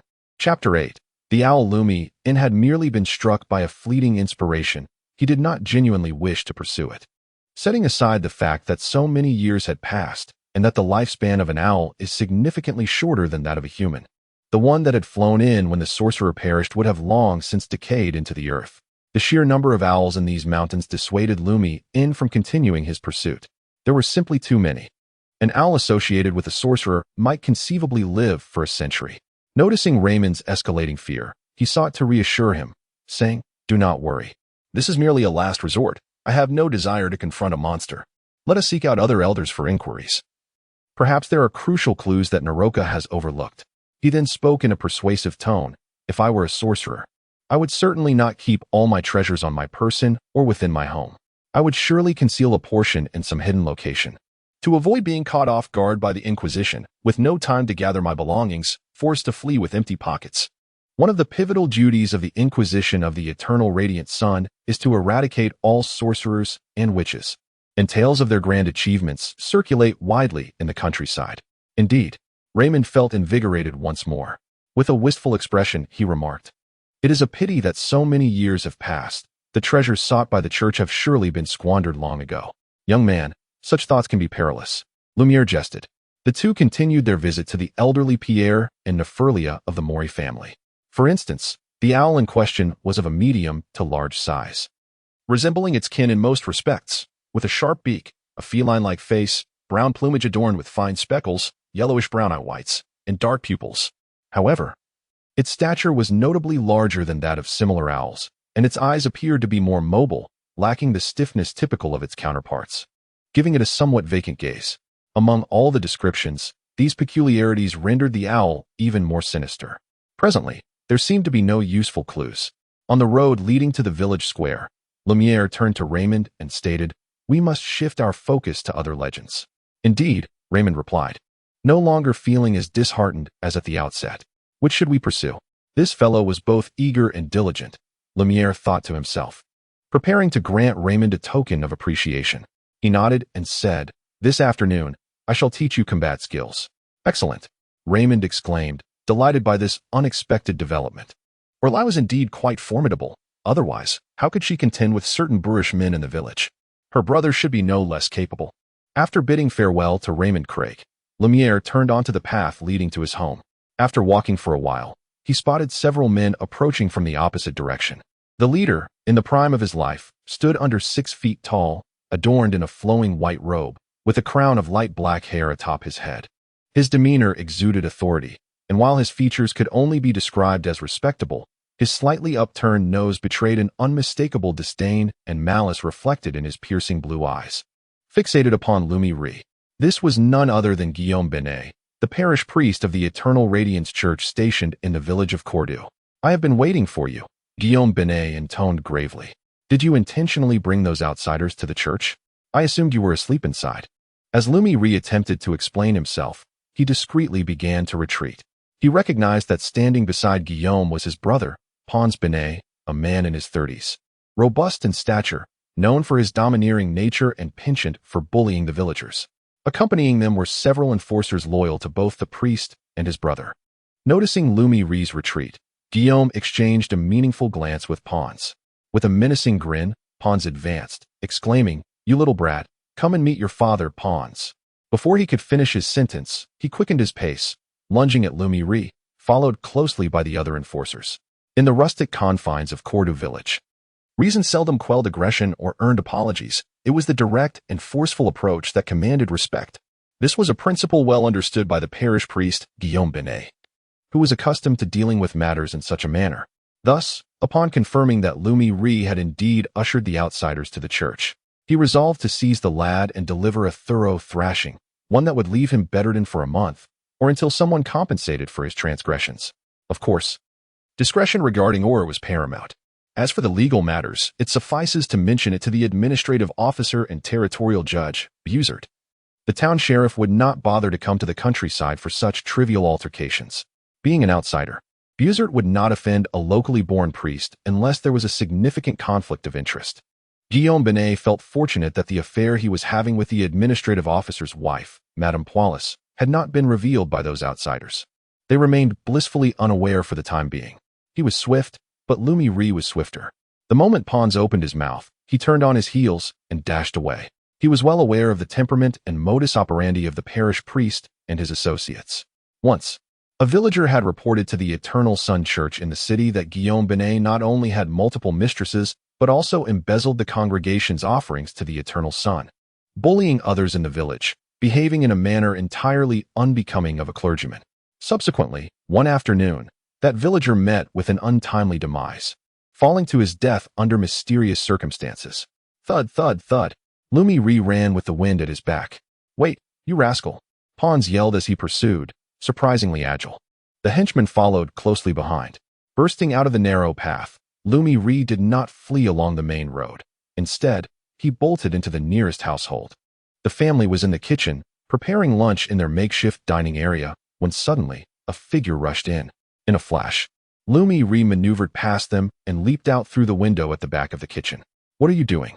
Get out of the way, old man." Pons snarled as he shoved the male head of the household aside, albeit taking a moment longer than intended. As they reached the window and leapt outside, Lumian had already dashed into another narrow alleyway. After a brief pursuit, they completely lost sight of him. "Damn wild dogs." Pons spat a mouthful of phlegm onto the roadside. Outside a half-buried two-story building, Lumian took a moment to steady his breath before nonchalantly opening the door and stepping inside. 1234, 2234. A rhythmic chant echoed in his ears. Lumian glanced towards the vacant space on the other side of the kitchen, where he spotted Aurore. Her golden hair tied back in a ponytail, clad in a linen shirt and snug white trousers, her dark short boots made of sheepskin, bounding about with beads of sweat glistening on her brow. In the customs of Cordu Village, the first floor predominantly serves as the kitchen, the heart of the home, where cooking, dining, and entertaining guests all take place. Exercising again, Lumian was already accustomed to such scenes and felt no surprise. Aurore often engaged in peculiar activities, rarely providing an explanation when questioned. At least exercising was beneficial and quite an appealing sight. Lumian approached quietly, observing her. After a while, Aurore ceased her workout, bent down to turn off the battery-operated black tape recorder, and accepted the white towel Lumian offered, wiping the sweat from her forehead as she instructed. "Remember to practice combat this afternoon." "Must I juggle both studying and combat training? Aren't your expectations a tad excessive?" Lumian lamented casually. Aurore cast a sidelong glance at him, a smile gracing her lips as she said, "You must remember, our goal is the comprehensive development of morality, intellect, physique, aesthetic appreciation, and labor capability. I have already failed in morality." Lumian muttered under his breath. He then inquired, "Which style of combat should I learn?" One of his perplexities was that the seemingly delicate Aurore was, in fact, a master of martial arts, proficient in numerous styles, often overpowering him effortlessly. Aurore pondered for a moment, leaning slightly forward, tilting her face upward to meet Lumian's gaze. She then chuckled heartily and proclaimed, "Self-defense against wolves." "Huh." Lumian responded in astonishment. "Isn't that something girls learn?"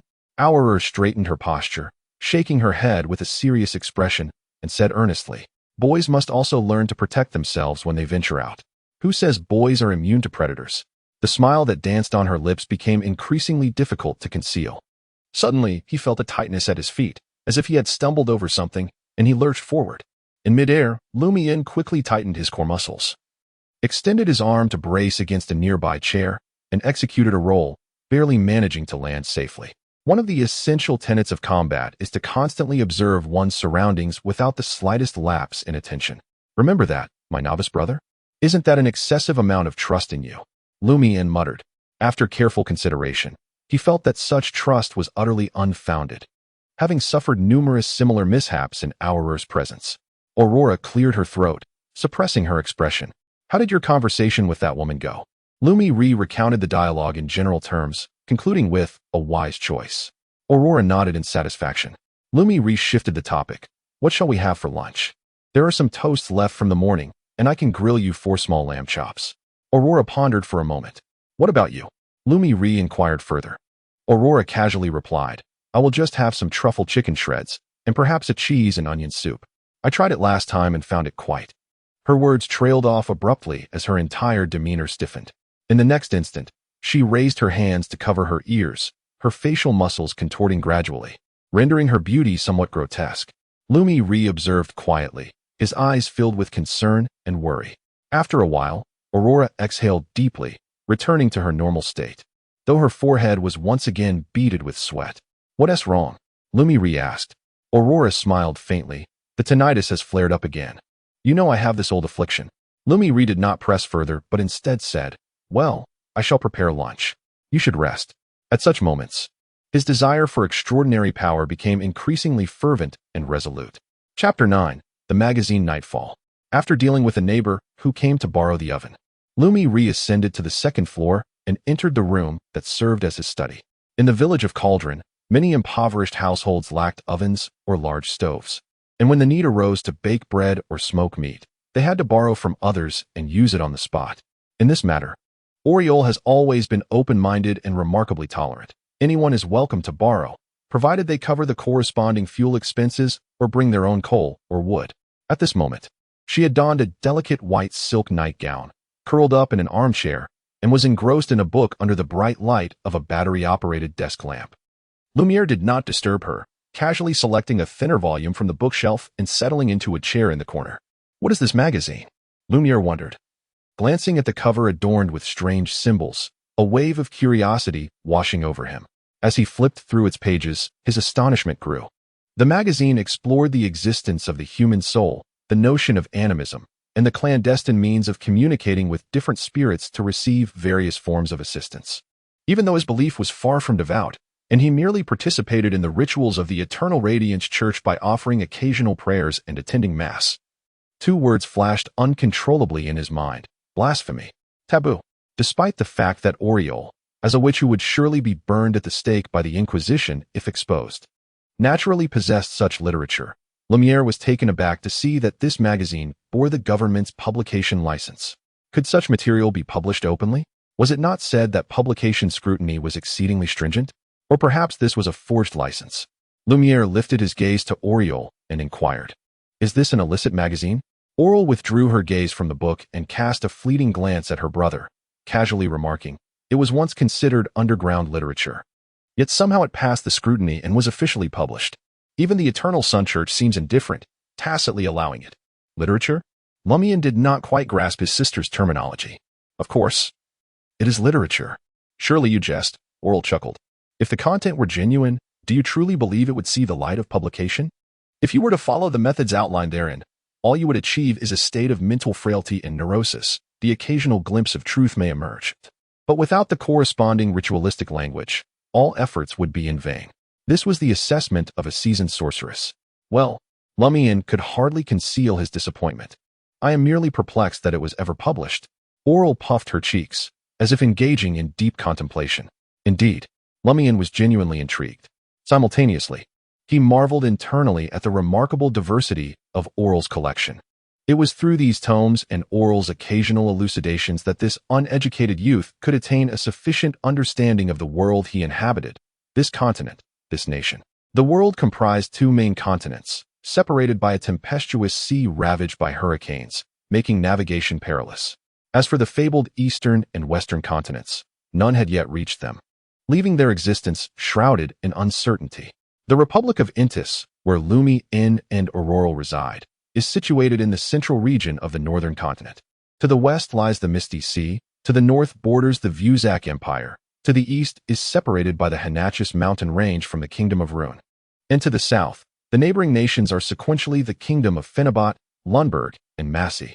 Nestled between the Kingdom of Phenobot and the Kingdom of Rune are smaller nations such as Seagull, collectively known as the Central Southern States, all of which share a common reverence for the deities of knowledge and wisdom. The southern continent has succumbed to the colonial grasp of the northern continent's nations. Be it the Bilang Empire, the Kingdom of Pa, the Haggett Kingdom, or others, they have all lost a significant degree of autonomy. Yet the tide of resistance against colonialism has never ceased. Beyond the tumultuous seas separating the northern and southern continents, the Misty Sea to the west of the Republic of Intis, the Suanya Sea to the east of the Kingdom of Rune, the Northern Sea to the north of the Vuzak Empire, and the Polar Sea to the south of the southern continent are collectively known as the Five Seas. Among the nations of the northern continent, the Kingdom of Rune boasts the most formidable comprehensive strength, followed closely by the Republic of Intis. The Vuzak Empire, having suffered defeat in the last war, now ranks fourth, while the Kingdom of Phenobot has risen to third place, with Lundberg reigning supreme among the central southern states. In contrast to the villagers of Cordu, who are only acquainted with the Republic of Intis, the Kingdom of Phenobot, and Lundberg, Lumian can be regarded as a geographer. This is largely due to the necessity for the shepherds of Cordu Village to migrate to the neighboring Kingdom of Phenobot and Lundberg, thereby gaining some familiarity with these two nations.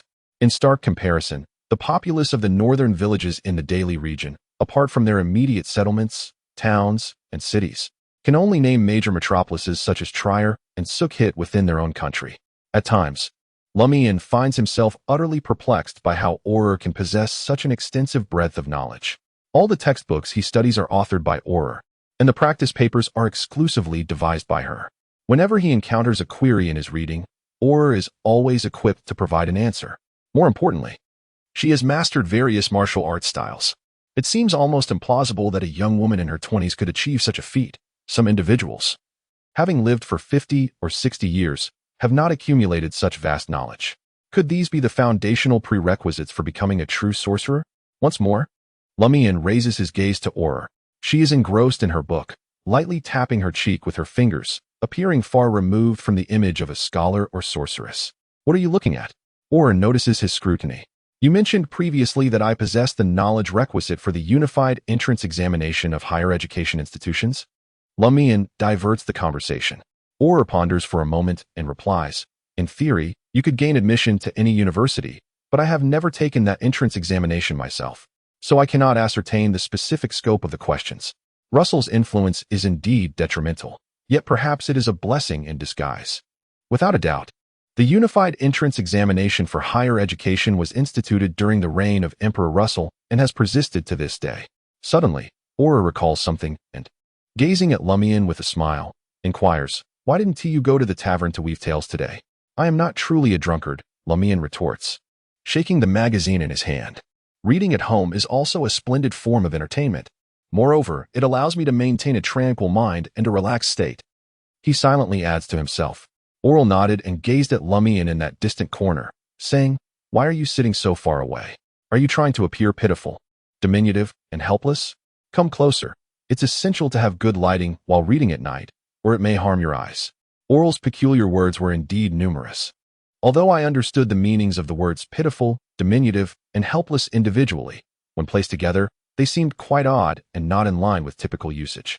Lumian was already accustomed to Aurore's mannerisms and pulled up a chair to sit beside the desk. Under the bright desk lamp, he and Aurore sat quietly on either side, engrossed in their books, occasionally exchanging a few words. The sounds of their breathing, the rustling of pages, and the gentle night breeze filtering through the window created a soothing and tranquil atmosphere. He removed his outer coat, but left it draped over the back of the chair, refraining from bringing the scepter to bed. This was to avoid arousing Aurore's suspicions. As his sister had mentioned, she would always keep an eye on him. Just as Lumian was about to step towards the bed, a sudden impulse made him halt. He shifted his gaze and adjusted the chair, which was usually askew, to face the window directly. Then, he climbed into bed and extinguished the kerosene lamp on the nearby cabinet. After falling into a normal slumber, he lost track of time until he was abruptly jolted awake. Once again, he found himself in a bedroom shrouded in a faint gray mist. Having mentally prepared himself, Lumian calmly surveyed the room and made a discovery. The chair he had deliberately positioned before sleeping was still askew in his dream, retaining its previous state. In essence, the bedroom within the dream does not strictly correspond to reality. It may stem from the deepest impressions of my subconscious. Although its significance eludes me, Lumian feels it is a crucial point to remember. Approaching the window, he leaned against the table, gazing outside. The mountain, composed of reddish-brown stones and earthy hues, along with the surrounding circle of collapsed buildings, once again came into view. The silence here was profound and oppressive. Time flowed swiftly, and after a moment of hesitation, Lumian resolutely decided. A preliminary exploration must commence tonight. His past life of wandering instilled within him a fierce determination. Rather than immediately descending into the ruins, he opened the wardrobe and began to layer clothing. It was not that he felt cold, but rather a means of enhancing his defensive capabilities. After donning a padded jacket, cotton pants, and a leather coat, Lumian moved his body, realizing he could add no more without significantly hindering his agility, which was paramount. Embracing his current state, a sudden thought flashed through Lumian's mind. This is my dream. Whatever I desire will manifest. With a mindset of experimentation, he began to murmur softly, I want a breastplate, a handgun. I want a breastplate, a handgun. The room, shrouded in a faint gray mist, remained unchanged. It appeared that this dream was indeed exceptional. Calming his disappointment, Lumian opened the bedroom door and stepped into the corridor. The absence of light rendered the space dim and shadowy. Lumiere sequentially opened the doors to Aurore's bedroom and study. The arrangement within was slightly different from reality, yet fundamentally consistent. The most significant difference was the absence of Aurore in both scenes, as if they were frozen in a realm of gray. The first floor presented a similar sight. Lumiere began to search for a weapon for self-defense, and due to his familiarity with the home, he quickly identified two options. The first was a nearly 2-meter-long fork crafted from steel, which, in Aurore's words, would prove exceptionally effective as long as the target lacked ranged weaponry. The second was a sharp, black iron hand axe. The adult's answer would be to take both. A fleeting thought of Aurore's frequent saying crossed Lumiere's mind, but he ultimately refrained from such an action. Today, he was engaged in a preliminary exploration requiring stealth, caution, and a near-silent approach. Carrying such a lengthy weapon would surely hinder his movements and render him easily detectable. Lumiere slowly exhaled, bent down, and grasped the axe. He then straightened his posture and, shrouded in a faint gray mist, stepped toward the doorway. Silently, he pulled open the grand door. Chapter 10. Blood. Upon exiting the door, Lumiere felt as though he had entered another world. Before him lay not the familiar village of Cordu, but rather ominous crimson peaks surrounded by circles of crumbling structures, collectively forming an eerie ruin. The high sky was thick with a pallid fog, allowing little light to penetrate, while the ground was fragmented and strewn with debris. Holding the axe, Lumiere moved cautiously forward, unable to find a single place to conceal himself along the way. Here, no grass grew, and trees were nowhere to be seen. Lumiere proceeded with a sense of trepidation, his back slightly hunched, reassuring himself that at least this expanse, if fraught with peril, would reveal its dangers clearly and in advance. At last, he arrived at the desolate ruins, standing before a structure partially collapsed and charred by fire. After a moment of careful observation, he tentatively concluded that no other creatures resided within, and thus ventured inside, skillfully avoiding the charred timber that dangled precariously overhead as he commenced his search. His gaze swept across the interior, landing upon a shattered ceramic jar nestled in the corner, from which a glimmer of gold emanated. Drawing closer, Lumiere discovered it to be a coin. Could it truly be? Was there treasure amidst the ruins of his dream? He muttered to himself as he picked up the coin, rubbing it against his clothing. The intricate designs on its surface became apparent. The obverse bore the likeness of a gaunt man, his hair styled in a side part, adorned with a pair of mustaches above a resolute gaze, while the reverse featured a cluster of fragrant irises encircling the numeral 20. Lumiere recognized the man. He was Levanx, the first president of the Republic of Indies. To find a gold louis here was indeed astonishing. Not only did he fail to anticipate that the surreal ruins of his dream would harbor currency from the real-world Republic of Indies, but he also marveled at the serendipity of stumbling upon such a valuable item as a gold louis. The current legal tender of the Republic of Indies comprises the firlkin and the cope, with one firlkin equating to 100 cope. The cope exists in both copper and silver coinage, with copper coins available in denominations of 1, 5, and 10 cope, while the silver coins include 20 and 50 cope. The firkins can manifest as silver coins, gold coins, or banknotes. Silver coins are available in denominations of 1, 5, and 10 firkins, while gold coins come in 5 varieties: 5, 10, 20, 40, and 50 firkins. The banknotes exhibit even greater diversity, with denominations of 5, 20, 50, 100, 200, 500, and 1,000 firkins. In everyday life, however, the people of Intis still adhere to certain legacy currency units. For instance, the widely used 5 kopek copper coin is colloquially referred to as a lick. Similarly, the gold coin valued at 20 firkins is known as a louis. Notably, during the era of the old currency, this coin was originally called a rosser, but following the establishment of the Republic, it was renamed to louis to diminish the influence of Emperor Rosser. As Lumiere is aware, while such transactions may not be feasible in urban settings, in the rural locale of Cordu, a single louis could enable a modest farming family to live comfortably for an entire month. Were it not for Aurore's decent income, he might never have glimpsed the visage of a louis. In all of Cordu, apart from the siblings, only the parish priest's family and the local administrator's household have seen or possessed a louis. For any villager, this louis is a treasured windfall. Alas, it is but a dream. Lumiere sighed inwardly, feeling a tinge of disappointment. This does not pertain to the extraordinary. It should be impossible to extract from a dream. Nevertheless, Lumiere solemnly stowed away the louis. for his past life of wandering had imbued him with a profound appreciation for every single kopeck. A single gold louis is equivalent to approximately 2,000 kopecks, slightly less than 1 gold pound of the ruined kingdom. According to the newspaper, it takes 24 fair gold coins to exchange for 1 gold pound. Lumian continued his search, eager to uncover textual materials that could confirm the specifics of the ruins, to ascertain whether they corresponded to any real location, or if the village of the Intis Republic had been wholly transported into a dream. The appearance of that gold louis sparked these conjectures within him. As he moved cautiously, Lumian noticed what was once a hearth now tinged with a faint dark red hue. Blood? His pupils dilated as a swift suspicion took root. He quickly assessed that, although the blood was not fresh, it was also not aged. It had not turned black and appeared to have dripped only 2 or 3 days prior, perhaps even less. As a sense of foreboding gripped him, Lumian felt the surrounding light dim abruptly. It was as if something had silently approached from the partially collapsed roof, obscuring the scant rays of light that struggled to penetrate the dense fog. His experiences of ambush during his wanderings surged into Lumian's mind like a tidal wave, prompting an instinctive response. He lunged forward, then curled his body midair, landing with a roll. Thud! Something heavy fell behind him. Lumian rolled to the left side of the shattered hearth, pressed a hand against a stone for leverage, and pivoted his body. He raised his axe and beheld an additional figure where he had once stood, under the dim light. He could not discern whether it was a human or a humanoid creature. He hunched over, without clothing or shoes, his skin seemingly flayed, revealing a vivid tapestry of red muscle, veins, and yellowed fascia.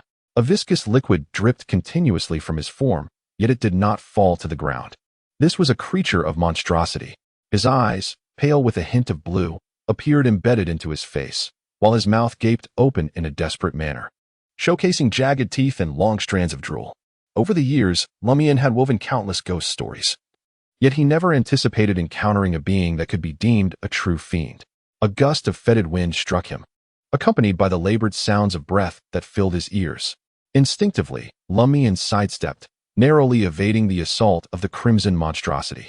Had it not been for his frequent training under Aurore, or the years of combat education and street fighting experience, he might have been rendered paralyzed by the shock. Regaining his composure, Lumian pursued the creature that had lunged past him, raising his axe with determination and striking fiercely at its back. Thud!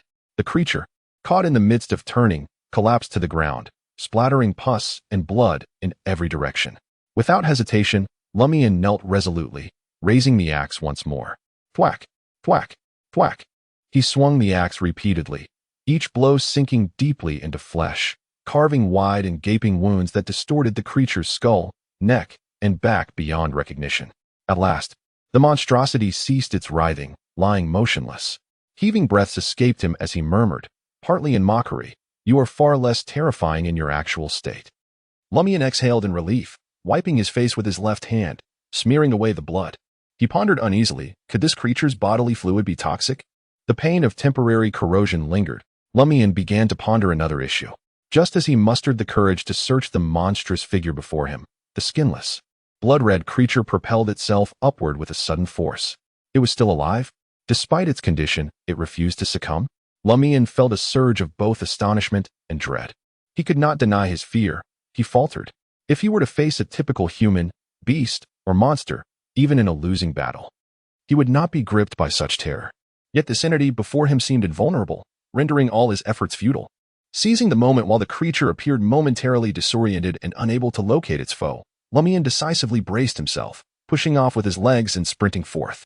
Thud, thud, thud. The creature pursued him relentlessly. Gritting his teeth, Lumian felt an inexplicable surge of strength fueled by his fear. He ran faster than ever before, surpassing his previous limits. To his delight, he noticed that the distance between him and the monster had ceased to close. Thud, thud, thud. He flung open the unlatched door and darted inside, slamming it shut behind him with a resounding bang. Without a moment to rest, Lumian rushed toward the stove, seizing the steel pitchfork propped against the wall. He then fixated his gaze upon the entrance. The sounds of the creature's pursuit faded into the distance, yet after several seconds, it made no attempt to breach the door. Could it be aware of his ambush? Lumian struggled to believe the creature possessed such intelligence. He cautiously shifted closer to the window adjacent to the door, peering outside with trepidation. Suddenly, a face materialized on the glass. skinless, grotesque, with uneven teeth. Lumian's heart nearly seized, and he momentarily froze in shock. The creature did not seize the opportunity to shatter the glass and launch an attack, but instead locked eyes with Lumian before retreating from the window area. Lumian remained exceptionally vigilant, observing his surroundings, yet he felt a profound sense of confusion. He had prepared himself to devise a means of trapping the creature and hastily escaping the dream, only to find that it simply departed. After pondering for a moment, a possibility dawned upon him. Could it be that the creature dared not enter his home? Indeed, there were no signs of destruction within. In this dream, was it an utterly safe haven? With this speculation, Lumian felt a wave of relief wash over him. However, the next moment, an overwhelming fatigue enveloped him. The brief chase had proven more exhausting than an entire afternoon of combat training. Armed with a pitchfork and an axe, Lumian ascended to the second floor and retreated to his bedroom, attempting to fall asleep. In a hazy state, Lumian opened his eyes. Outside the curtains, the darkness persisted, and the room remained dim. Were it not for the faint gray mist and the fact that he had changed into his pajamas, he would have struggled to discern whether this was reality or a dream. Had he awakened prematurely from fright? Instinctively, he reached into the pocket of his pajamas but found no trace of the gold Louis coin. This disappointment reaffirmed a harsh truth. Money could not be extracted from the realm of dreams.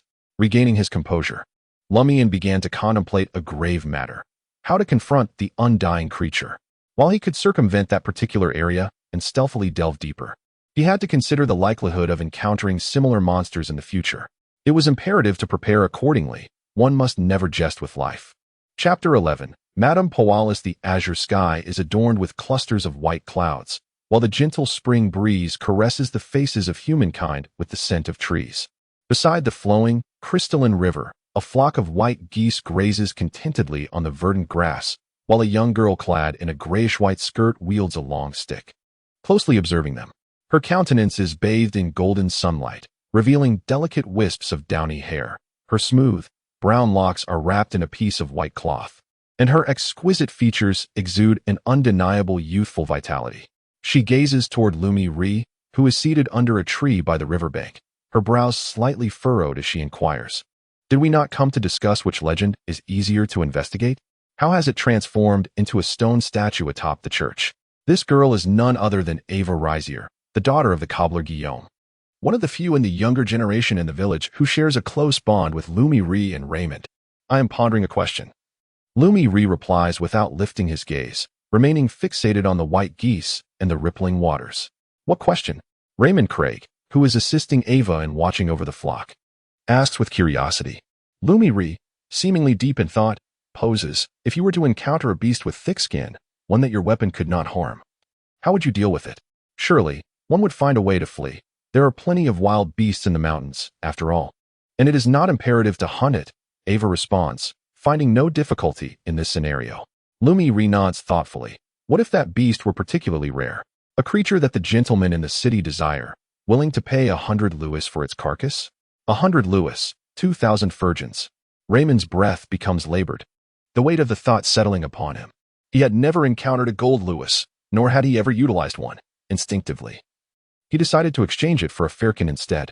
With such a sum of money, he could venture to Liege and engage in small business. Forsaking the need to learn shepherding, he pondered rapidly.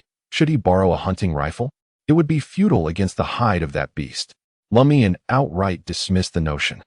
Although he understood that the prey existed solely in the realm of imagination and that acquiring such wealth was improbable, Ava couldn't resist contributing to the conversation. "Is it formidable, ferocious?" Lumian contemplated for a moment and replied, "Comparable to myself." This was one of the reasons he had not given up. He recognized Lumian's skill in combat, yet was aware that it was limited. Thus, one could only procure 10 gold louis, perhaps even fewer. Lumian cautioned. It was indeed a strategy. Lumian nodded in agreement. "Which legend do you believe is suitable as the next target?" None of them fit. Ava shook her head. Those tales either dated back centuries or were witnessed by a solitary individual who had long since passed away. Raymond echoed Ava's sentiment. "Indeed. How can we ascertain there are no leads without consulting those knowledgeable?" Lumian chuckled derisively. "You lack perseverance. At the first sign of adversity, you wish to surrender, destined to remain mere goose herds, mere shepherds for all eternity." This remark ignited a surge of indignation in both Ava and Raymond. In provoking ire, Lumian undoubtedly ranked among the foremost in Cordu Village. Ava retorted vehemently, "My belief that none of them are suitable stems from the existence of a more fitting option." "What is it?" Lumian's eyes sparkled with intrigue. As soon as Ava finished speaking, a pang of regret washed over her. Yet, she had intended to discuss such matters. She simply did not wish to divulge them so casually to Lumian and Raymond. After a brief silence, she shot a glance at Lumian and whispered, "There is a genuine witch in the village." "Who?" Lumian's heart raced. Could it be Aurore? If even Ava knew that Aurore was a witch, he and Aurore must hastily flee from Cordu Village to avoid an unwelcome visit from the Inquisition. Ava instinctively glanced around and lowered her voice. "Madame Pualis. The wife of the magistrate, the mistress of the parish priest, Madame Pualis?" Lumian found it hard to believe. "Is that true? If Madame Pualis is indeed a witch, how could the parish priest remain oblivious to her infidelity?" Raymond was astounded. Ava stood on tiptoe, peering towards the village entrance. "I'm not certain. It was a slip of the tongue from the magistrate's servant, Charlie, who let it slip to me." Lumian listened intently, still uncertain of the truth behind the revelation. In a world where magazines like Spiritualism, Lotus, and The Veil of Secrets could be published legitimately, it was not altogether implausible for the magistrate's wife to grasp certain terminology and pretend, thus deceiving the servant and the villagers. "Shall we report this to the church?" "Surely. There would be ample rewards in doing so," Raymond suggested, a mixture of fear and anticipation in his voice. After contemplating for a few moments, Lumian replied, "If the magistrate's servant knows that Madame Pualis is a witch, then surely the magistrate himself must be aware as well." "Indeed." Ava provided an affirmative response. Lumian continued, "Madame Pualis is still the paramour of the parish priest. If we were to report this to the church, we might find ourselves directly delivered to the residence of the local magistrate." "What? Madame Pualis is the priest's mistress?" Both Ava and Raymond were taken aback. "I have witnessed it with my own eyes," Lumian chuckled.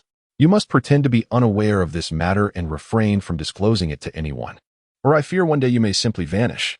Ava and Raymond solemnly acquiesced, their expressions exceedingly grave. They held a profound apprehension towards the parish priest. And this affair also involved a witch. If we can indeed ascertain that Madame Pualis is a witch, we shall seize the opportunity to travel to Li and inform the bishop during the Grand Mass, Lumian reassured them. "Indeed," Raymond nodded vigorously. "This must be corroborated before we proceed to report it. Otherwise, should the investigation conclude that Madame Pualis is innocent, we would find ourselves in dire straits." Having exchanged these thoughts, Lumian, unwilling to squander time, rose and addressed Ava and Raymond. "You two tend to the geese diligently." Ava appeared somewhat displeased. As they neared the village of Cordu, Lumian began to conceal his presence, ever vigilant for any signs of nearby individuals. He was apprehensive that the parish priest's associates would not relent and were still awaiting their chance. From his observations, he knew that the parish priest, Guillaume Benet, was a man of great perseverance, one who would surely seek retribution for any grievances. Stealthily, Lumian made his way towards the old tavern. Suddenly, he heard a tinkling sound. Lumian turned his head and saw the three outsiders, Ryan, Lia, and Valentina, approaching Naroka and others who were engaged in picking lice on the left fork of the path. The melodious chime emanated from the 4 small silver bells adorning Lia's veil and boots. For the past couple of days, they had been wandering about the village, engaging in conversations and asking various questions, leaving Lumian puzzled and slightly on guard. What events might unfold in the village? He resolved to inform Aurore of these observations, trusting this knowledgeable and wise sister to make a judgment. Before long, he successfully entered the old tavern and spotted the woman who had read his tarot cards sitting in her usual corner, enjoying her meal. Lumian approached, glancing at her plate. Fried fatty meat with eggs? Might it be too rich?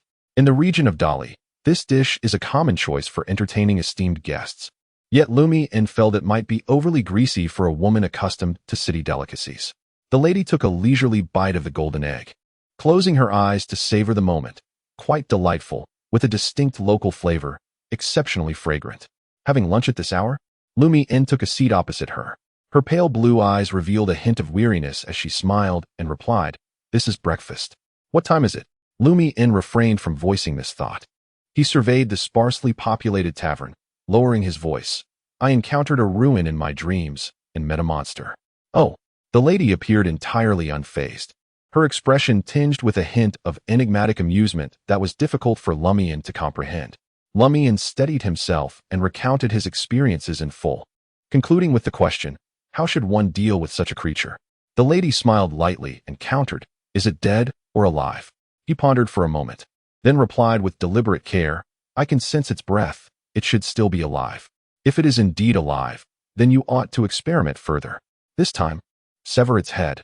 Next, douse it in oil and set it ablaze, and the time after, bury it alive. Perhaps that will bring about its demise. She casually suggested while enjoying her breakfast. Come back to me only when you have exhausted all these methods. I am not your caretaker to offer assistance at every trivial matter. You must learn to devise solutions on your own. Her demeanor was surprisingly amiable. Lumian felt neither despondent nor disheartened, for her implication seemed to be that should he encounter a truly grave danger, she would extend some measure of aid. While this particular creature was hardly worthy of concern, yet her dismissal of its significance was, in his eyes, a genuine predicament. Lumian thus found himself with a headache. He resolved to heed the lady's advice and first attempt the methods of decapitation, incineration, and burial to see if they bore any fruit.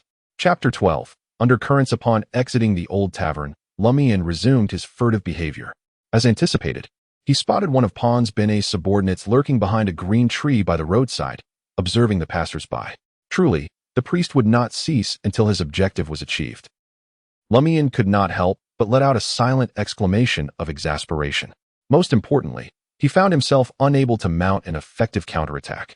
This was due in part to his personal limitations, and also because should any misfortune befall the parish priest, it would inevitably draw the attention of the Eternal Sun Church in the De-Lyre region. When that moment arrived, it was certain that agents of the Inquisition would come to investigate a perilous situation for Aurore. Unless he was driven to a point of no return and resolved to abandon this place for another, Lumian could only attempt to pry into the priest's private affairs, hoping that the exposure of a scandal might lead to his reassignment to a monastery for a quiet retirement. Moreover, unveiling a scandal required a certain finesse. Much like the earlier incident where a stranger inadvertently discovered the affair between the parish priest and Madame Poalis, Lumian refrained from widely disseminating this information, as he did not wish to place himself in a conspicuous position. From his observations, the official and territorial judge, Beast, was exceedingly concerned with appearances. Should he expose the affair involving Madame Poalis, gratitude from Beast would be far from guaranteed. In all likelihood, he would elicit animosity and hostility instead. Should that occur, Lumian would undoubtedly have to flee from the village of Cordu. He cautiously made his way along a narrow path wedged between several buildings. Along the way, Lumian continuously utilized walls, doors, and trees to conceal his presence. As he neared the exit, he suddenly overheard a conversation. Guillaume, why not simply go to Aurele's house at night to apprehend that scoundrel? The incessant pursuit of him serves no purpose. It is merely a waste of our time. He is as cunning as a wild wolf in the mountains. The familiar rugged voice of Pons Benet reached Lumian's ears. I am aware that Aurole possesses formidable skills. Yet with our numbers, we could seek assistance from the town. Guillaume Benet's voice carried a certain magnetism. Surely, you do not believe Aurole possesses only the abilities she displays? She may very well possess extraordinary powers beyond my own. Pons Benet appeared somewhat taken aback. Is she a witch? Guillaume, why not go to Liege and enlist the help of the magistrates? Capturing a true which would surely earn you accolades from the church, and you might finally attain the extraordinary power you have long desired. Fool, Guillaume Benet retorted sharply at his brother. Are you still oblivious to the current state of affairs in the village? The magistrates are as keen as hounds. They will not overlook any anomalies. And it would spell great trouble for us. Even if Aurole were intent on confronting us, I have other means at my disposal. Until the last moment, we must not alert the magistrates. Thus, what is truly happening in the village? Lumian regarded this matter with great concern and curiosity. Coupled with certain irregularities he had previously observed, he suspected that something sinister was brewing beneath the seemingly tranquil surface, akin to the tumultuous undercurrents beneath a calm sea. Disappointingly, Pons Benet chose not to delve into this topic, instead focusing on another point. Do you have a method to confront a witch? You need not know.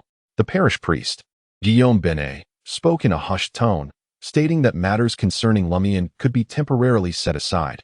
However, it was vital to maintain a faude, concealing any hint of vengeful intent. lest it provoke unwarranted speculation among the outsiders and lead to undesirable repercussions. Your immediate task is to discreetly caution those involved, instilling a sense of fear in the rural folk who might be observant, preventing them from inadvertently revealing anything in the presence of the outsiders. Are you suggesting that those outsiders have come to investigate that matter? Pons Bene inquired, his voice tinged with anxiety. Look at you, all brawn and no brains. Unlike your brother, who possesses a calm demeanor and natural leadership qualities, Lumian silently mocked Pons Bene, despite his disdain for the parish priest, whom he deemed a crude and avaricious brute. Far from the ideals of a clergyman, he could not deny that in rural settings, such a forceful and straightforward approach commanded respect.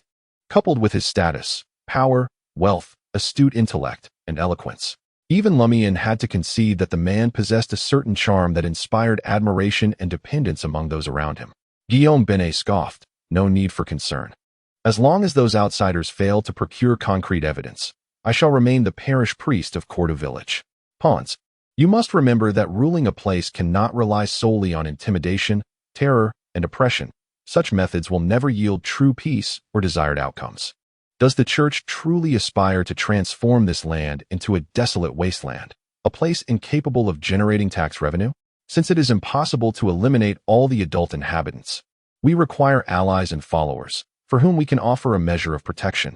The church allows us to oversee local affairs rather than dispatch outsiders because we are natives, possessing relatives, friends, and supporters who can assist in maintaining order here, preventing chaos. Thus, in the absence of substantial evidence, the higher authorities will undoubtedly choose to continue placing their trust in me. This reasoning indeed sounds plausible and can be quite persuasive. However, my dear priest, your insights and perspectives seem confined to the Dalier region. I have heard from Aurore that in other locales, when faced with villages severely tainted by malevolent deities, the church opts for total destruction, reducing such places to ruins, resulting in the demise of all adults, and even children. Lumian was nearly swayed by Guillaume Bene just now. Fortunately, Aurore often recounts the horrors of the Eternal Sun Church and the Church of Steam and Machinery. By the furnace, Aurore, adorned in a white apron, was busy at work. What are you doing? Lumian inquired with curiosity. There are still more than 2 hours until lunch, he added. Aurore tucked her flowing golden locks behind her ear and replied with a smile. I am attempting to create a new flavor of toast, rice toast. You needn't make such a fuss, Lumian said, feeling a twinge of gratitude. He believed that Aurore was merely concerned about his well-being. Aurore chuckled lightly. Where are your thoughts wandering? Do not indulge in such narcissism. Why do you refrain from venturing outside, where myriad entertainments await? Lumian had always thought that Aurore's tendency to seclude herself stemmed from a deep-seated fear of the dangers her identity as a sorceress might entail. Aurore tilted her head, gazing at him intently, drinking and playing cards. Remember, I am the world. I seek not from external sources. Lumian grasped the first half of her statement, yet found himself perplexed by the latter. Could you elaborate on that? Aurore shot him a sidelong glance. To put it simply, your sister is, for the most part, a sufferer of social anxiety. What does for the most part mean? Lumian questioned, bemused. In such moments, you shine like a rose bathed in morning dew. Alluring yet capable of inflicting pain, he mused silently. As the mention of Madame Puali surfaced, Lumian swiftly altered the topic. Aurore, sister. I've just heard a rumor regarding Madame Puali's. What is it? Aurore's curiosity was unmistakable. She is a sorceress capable of communicating with the souls of the deceased. Lumian recounted Ava's words to his sister, along with the peculiarities he had observed and the words of Father Guillaume Bene. Aurore paused her work, listening intently to her brother's account, her expression growing notably solemn. As Lumian Li concluded his words, Aurore unveiled a reassuring smile. Comforting her younger brother, there is no need for excessive concern. Those 3 outsiders are likely here due to some clandestine dealings involving our parish priest, which may very well pertain to Madame Pualis. For the time being, it would be wise to avoid provoking Madame Pualis. I shall keep a vigilant eye on them. Should the situation indeed deteriorate, we must contemplate departing from the village of Cordu. For now, we can begin making preparations. Very well. Lumian Li expressed his profound agreement with his sister's approach. After a brief pause, curiosity flickered in his eyes as he inquired, Aurore, if we truly must leave Cordu, where do you intend to settle? To Trier. Aurore responded without hesitation. Trier stands as the capital of the Intis Republic, a veritable epicenter of culture and the arts across the continent. Why is that? Although Lumian Li had also contemplated Trier, he couldn't resist asking. Every citizen of Intis dreams of journeying to Trier. In the eyes of the Trierians, there exist only two kinds of people, those from Trier and the provincial outsiders. Aurore mused dreamily. A prophet once proclaimed, "As long as Trier endures, joy shall persist in the world." As the night deepened and silence enveloped all, Lumian Li found himself awakening once more from a dream. The first sight that greeted him was a delicate veil of gray mist. Instinctively, he raised his hand and slipped it into the pocket of his garment. The cold, hard texture of metal soon registered in his mind. He retrieved the object he had touched, and a glimmer of gold illuminated his eyes. It was a gold coin, a gold louis. It remains. Lumian sat up, lowering his gaze to inspect himself. He was still clad in the cotton attire, trousers, and leather jacket from his last expedition, with a nearly 2-meter-long steel fork and a sharp, iron-black axe conveniently within reach. This mirrored his state upon awakening from the dream, suggesting that this dreamscape was evolving, not beginning anew each time. Lumian toyed with the gold louis, stowing it in the pocket of his cotton jacket. Although it could not be taken into reality, merely gazing upon it brought a sense of delight. Lumian rolled out of bed and gazed out the window for a moment, confirming that the crimson peak amidst the ruins showed no apparent changes. He grasped the axe and steel fork, exiting his room into the dim corridor. Aurore's bedroom and study remained ajar. A fleeting thought crossed Lumian's mind. In this dream, my room corresponds closely to reality. Everything that should be present is indeed here, and Aurore's space appears similarly. Might I discover her spellbook, potion recipes, or methods to become a sorcerer within this chamber? This notion whispered like a devil's temptation, igniting Lumian's heart with a desire to explore, compared to the daunting, perilous, and enigmatic ruins. Rummaging through Aurore's room seemed a far easier and safer endeavor. No. Lumian shook his head vigorously, casting the thought aside. He would rather take risks than invade Aurore's privacy. He would not rummage through her bedroom without her consent. This was a mark of respect for Aurore. Without her, he would have perished 5 years ago, a mere vagabond. Had the owner of that bedroom been anyone other than Aurore, he would have already delved into the search for valuable information. Descending the stairs, Lumian did not hasten to leave, but instead inspected the kitchen supplies. Aurore had neatly stored olive oil, corn oil, and animal fat in barrels and cans, mirroring the order of reality. Almost instinctively, Lumian first reached for the barrel of corn oil and placed it beside the stove. His sole rationale for this choice was that animal fat and olive oil were more expensive. He then skillfully ignited a fire in the stove using coal and wood, crafting several torches ready to be lit. This was preparation for incinerating that monster. Of course, it would be preferable to resolve the matter by other means. This was merely the last resort. Having accomplished these tasks, he took up his axe and stepped outside. Lumian immediately noticed a subtle difference. The faint gray mist enveloping the dreamscape was tinged with a greater sense of moisture than before, and the ground beneath his feet appeared somewhat muddy. It had rained? Even in my absence, even when I was not dreaming, does this place persist, evolving naturally according to certain patterns? Lumian felt both astonished and oddly convinced that it was only right. Reflecting on the peculiar tales spun by Aurore, a sudden hypothesis struck him. Could this not be the real world? My dreams are intertwined with a tangible reality. And the purpose of that tarot card awakening me is to transcend the barrier between dream and ruin. Lumian glanced around, discovering that on either side of the ruins, at the very edge of the dream, lay an endless expanse of gray mist. Subsequently, one could verify whether stepping beyond the ruins and traversing through the mist leads to a bizarre, illogical dreamscape, or to the authenticity of the earth, sky, villages, and towns. If it is the former, it would indicate that this place still belongs to the realm of dreams. If not, Lumian must ascertain which world this truly is.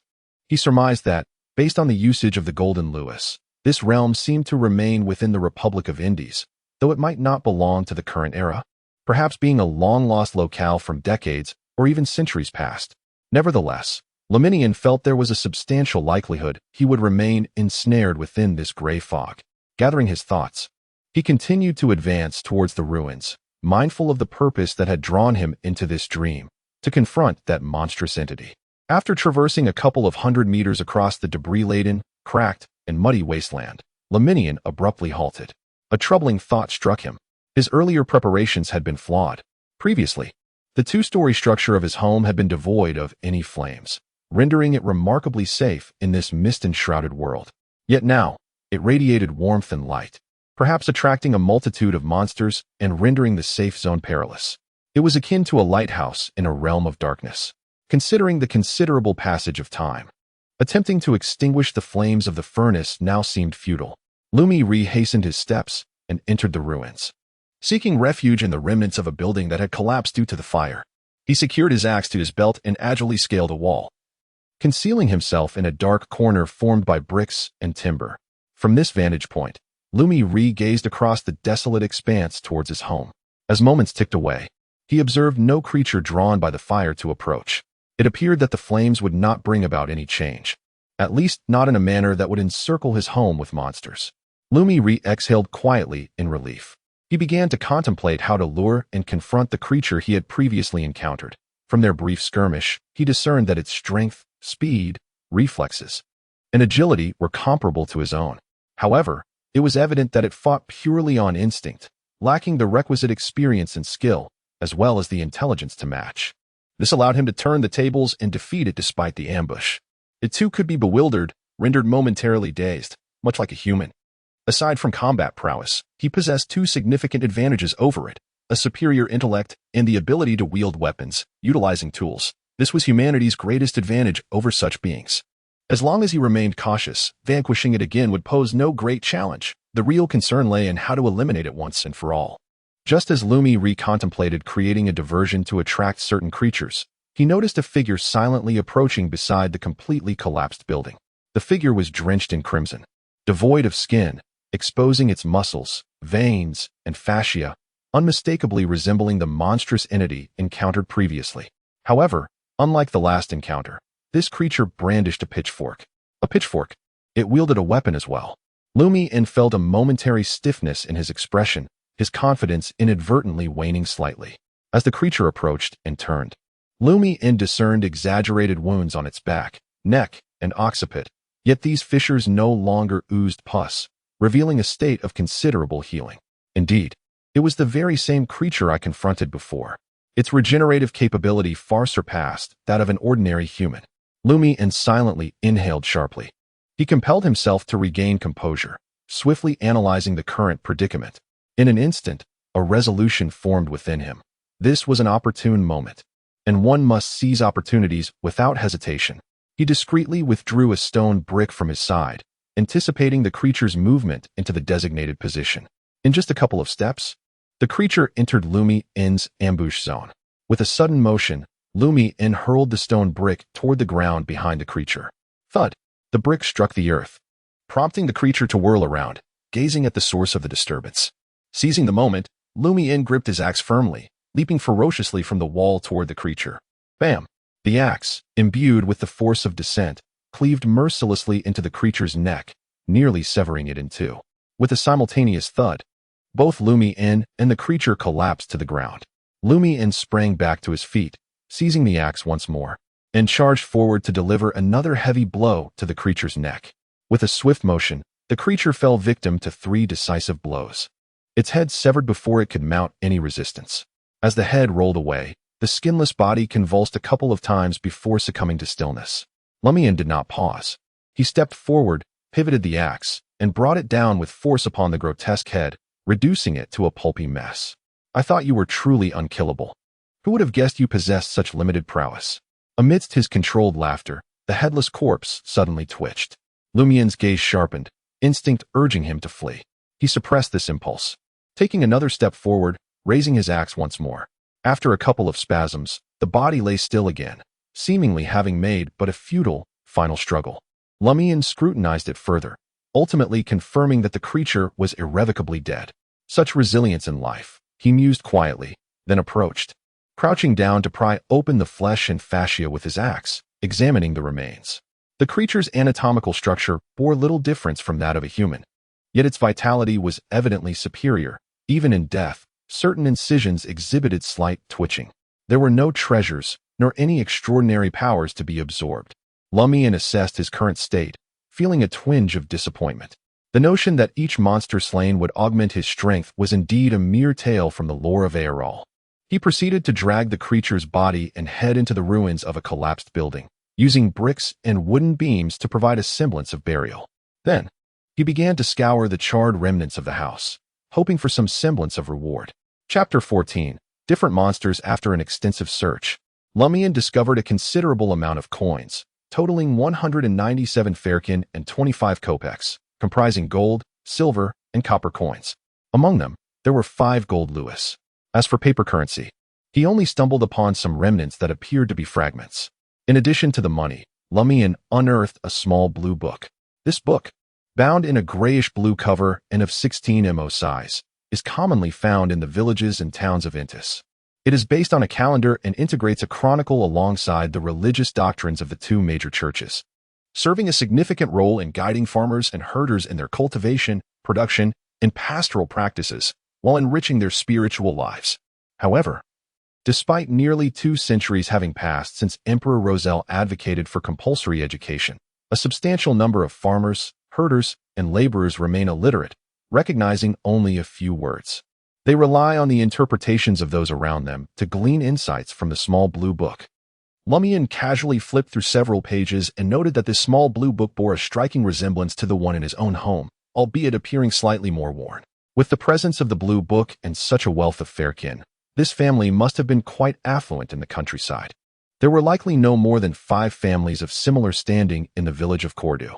Lumian discarded the small blue book and meticulously categorized the gold, silver, and copper coins into different pockets, some hidden deep within the pockets of his cotton jacket, others placed in his trousers, and some casually stuffed into the pockets of his leather jacket.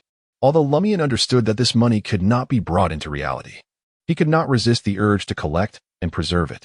These gleaming coins, whether gold, silver, or copper, always captivated his gaze. In the past, during his wandering life, he cherished even the smallest coins, such as a single copper piece or a mere copper penny, often engaging in fierce altercations with others over their worth, risking much for their acquisition. Surveying his surroundings, Lumian brandished his axe and stealthily approached the crumbling edifice that lay closer to the reddish-brown peak. He ventured deeper, his heart racing with trepidation each time he traversed the vacant circular area, fearing an abrupt onslaught of monstrous beings that might encircle him in this unprotected expanse. Amidst the faint gray mist, Lumian hunched his back and sought refuge behind a partially collapsed stone wall, crouching low to conceal his form. Cautiously, he peered out, gazing ahead. Before him lay a narrow strip between 2 rows of devastated buildings, devoid of trees and weeds, only strewn with rubble, fissures, and dirt. Suddenly, a figure caught Lumian's eye. It stood within the opposite structure, seemingly fixated on something unseen. Clad in a black robe with a hood, the figure appeared unremarkable from behind, resembling an ordinary human. Lumian's heart tightened, his vigilance heightened. In such a nightmarish wasteland, the presence of a normal person was far more terrifying than that of a monster. As if sensing the scrutiny upon it, the figure slowly turned. In that fleeting glance, Lumian was struck by a disorienting feeling, as if he had descended into hell or an abyss. Indeed, the figure was human, yet it bore 3 faces and 6 eyes. The visage before him bore a countenance of murky eyes, sparse eyebrows, and a plethora of wrinkles, reminiscent of an elderly figure. To the left, sharp angles framed vibrant blue eyes, complemented by a thick, dark beard, evoking the image of a robust man. To the right, the skin appeared smooth and delicate, akin to a peeled egg, with a pair of azure eyes radiating unmistakable innocence and bewilderment, unmistakably belonging to one not exceeding 5 years of age. What manner of creature is this? Lumian struggled to steady his breath, attempting to quell the tumultuous beating of his heart. Even in the terrifying tales of Aurore, such a monstrosity had never been encountered. Only within the depths of the most profound and absurd nightmares could one hope to confront it. Although judging a person by their appearance is ill-advised, Lumian instinctively felt that this 3-faced creature was manifold more formidable than the previous faceless abomination. Furthermore, it was highly probable that it possessed extraordinary powers. Eternal burning sun, great father, I implore you to shield me from its gaze. In this moment, the devout Lumian could not help but offer a prayer to the eternal burning Sunday. Were it not for the axe he clutched in one hand and the perilous environment surrounding him, he would have stretched out his arms in a gesture of adoration towards the sun. At this instant, time seemed to come to a standstill. Lumian believed he might be experiencing a hallucination. It felt as if a gaze penetrated the walls and settled upon his back. Instantly, his back stiffened, a faint warmth creeping over him. In merely a second or two, the illusion dissipated and the heavy footsteps receded into the distance. Lumian waited a moment longer, until the sound of the footsteps had completely vanished, before he slowly straightened his knees, turned his body, and cautiously peered ahead. The creature had moved further away, now concealed behind a building with intact sides and a collapsed center, revealing half of its form amidst the faint gray mist. It remained turned away from Lumian, resembling a statue.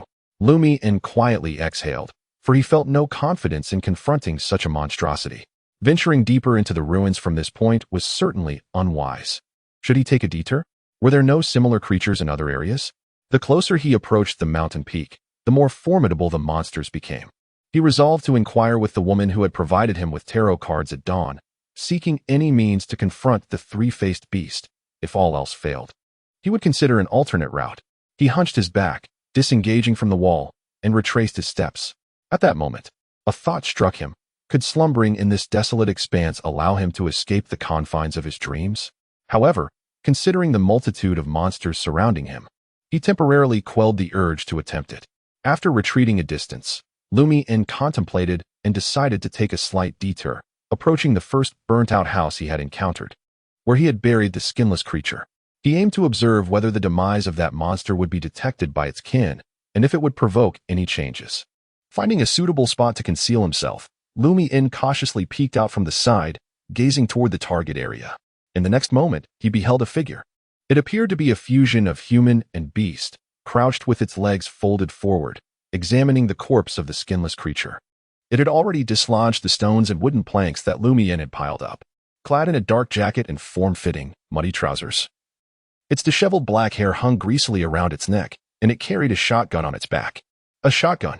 These creatures are truly absurd. They can even wield shotguns.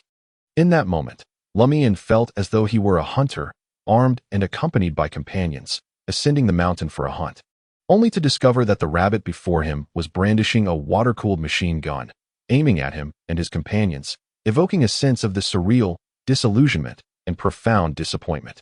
Time ticked away, and he patiently awaited the departure of the creature with the shotgun. At last, he heard a faint rustling sound gradually receding. Cautiously, Lumian peered out again, gazing at the half-human, half-beast entity. It moved with the grace of a feline, heading towards the rear of the building. Initially, Lumian's heart sank, but then his eyes widened in realization. He discovered that the path the creature had taken perfectly coincided with the route he had traversed when he ventured deep into the ruins. It is tracking me. It possesses an extraordinary, almost supernatural ability to follow. Lumian instinctively made this assessment. As the creature's silhouette vanished, he swiftly rose to his feet and sprinted towards his home. The crimson glow of the hearth visible through the glass windows of the ground floor seemed to dispel the encroaching darkness. Lumian dashed to the exterior of his two-story dwelling, flung open the ajar door, and rushed inside. Once he had securely locked the door, he turned to the window to gaze out at the ruins.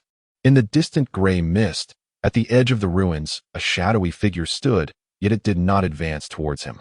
With a sigh of relief, Lumian exhaled, prepared to extinguish the hearth's flame, ascend the stairs, and retreat into slumber, leaving the realm of dreams behind. He cast a glance at the still-burning hearth, his mind awash with uncertainty.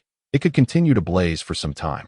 Perhaps it would be prudent to experiment and observe whether it would persist in its fiery state until extinguished, or freeze in the moment of my departure from the dream. Previously, Lumian had confirmed, through the occurrence of rain, that the ruins lay in a state of natural development, independent of his dreaming or waking state. However, the situation within his own home, in the so-called safe haven, remained to be ascertained.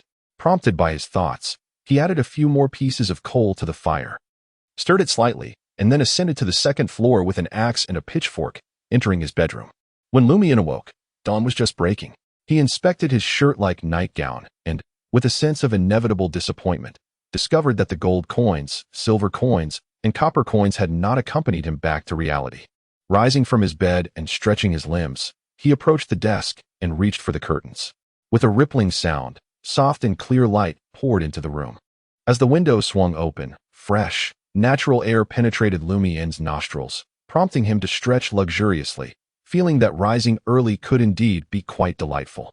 Of course, This was also a nod to the vigorous patriotic health movement championed by Emperor Aurore, which, although its impact on the countryside was modest, ultimately led to certain improvements. At least the excrement had been transformed into a resource, no longer scattered indiscriminately, and gratitude was owed to subsequent rulers who preserved it, albeit under a different name.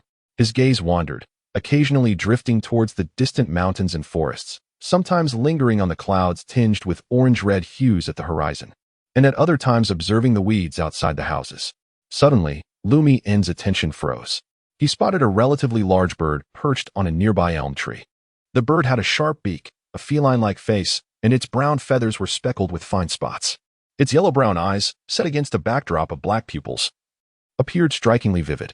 It was an owl, seemingly gazing directly at Lumian. Chapter 15. Euphemisms. Was that the owl from the wizard's legend? A flash of thought raced through Lumian's mind like lightning, and he felt as if his blood had turned to ice in an instant. At that moment, he was more terrified than when confronted by the three-faced monstrosity. After all, this was reality. The ruins were mere dreams. Even if one perished in a dream, reality would inevitably follow suit. Yet psychologically, there remained a veil of separation. What should he do? Would this endanger Aurore? As Lumian strained to devise a strategy, the owl made no other movements, merely observing him with an air of scrutiny. After a few moments, the owl spread its wings and took flight, soaring towards the distant mountains. During its descent, it glided downwards, disappearing into an obscured part of Cordu Village. Only when the owl was no longer visible did Lumian finally exhale. He sank into a chair, raising a hand to his forehead, which was drenched in sweat. Could it truly be the owl from the wizard's legend? Had it really survived all these years? It is indeed unlike other owls. Its gaze is not vacant, but rather reminiscent of human expression. If it is truly that owl, what compelled it to perch outside my window? Merely because I wished to investigate the legend of the sorcerer? Yet, we had already relinquished that pursuit. After casting a few glances at me, it departed. I wonder if it shall return, and whether it might affect Aurore. As nothing has transpired for the moment, Lumian initially intended to observe for a few more days. However, considering the potential consequences for Aurore, he felt it prudent not to conceal matters from his sister.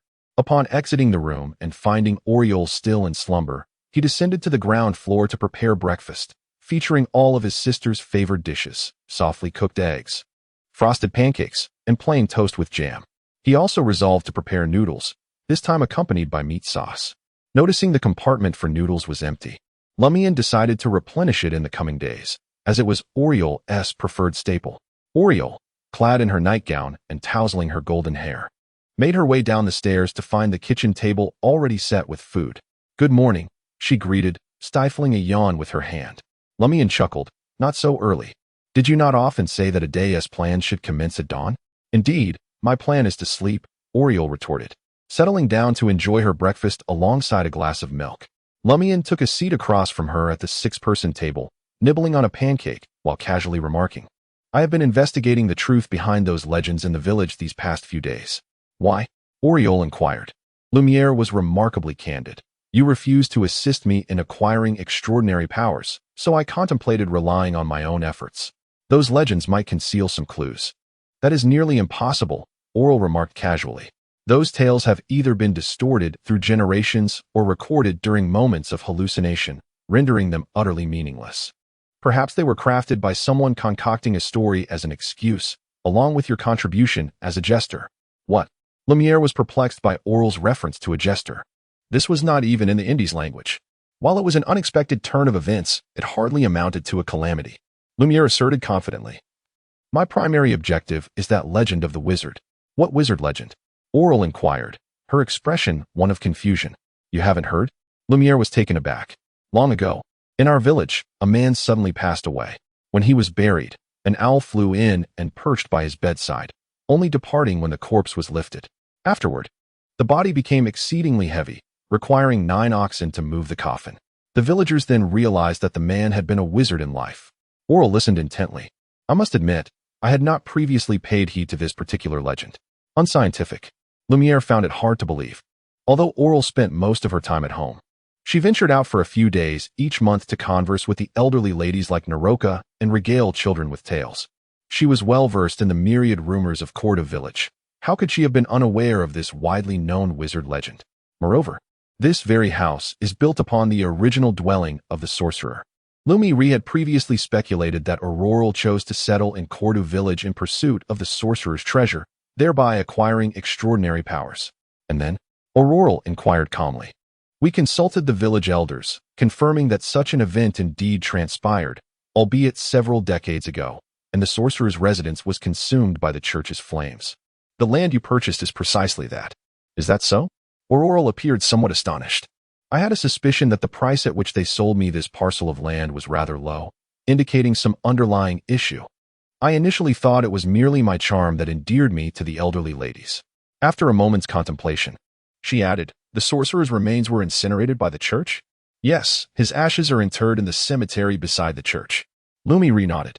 He continued, due to the complete cessation of leads, we had abandoned this matter, but who could have anticipated that this morning when I awoke, I beheld an owl outside my window, resembling the one from the legend. Are you certain? Aurore's demeanor turned serious. Aurore pondered for a moment before slowly articulating. Speaking of which, she chuckled wryly, I have warned you that pursuing extraordinary power is a perilous endeavor. See, trouble has arrived. Fortunately, it seems that, for now, there is no malice on their part, and the issue should be resolvable.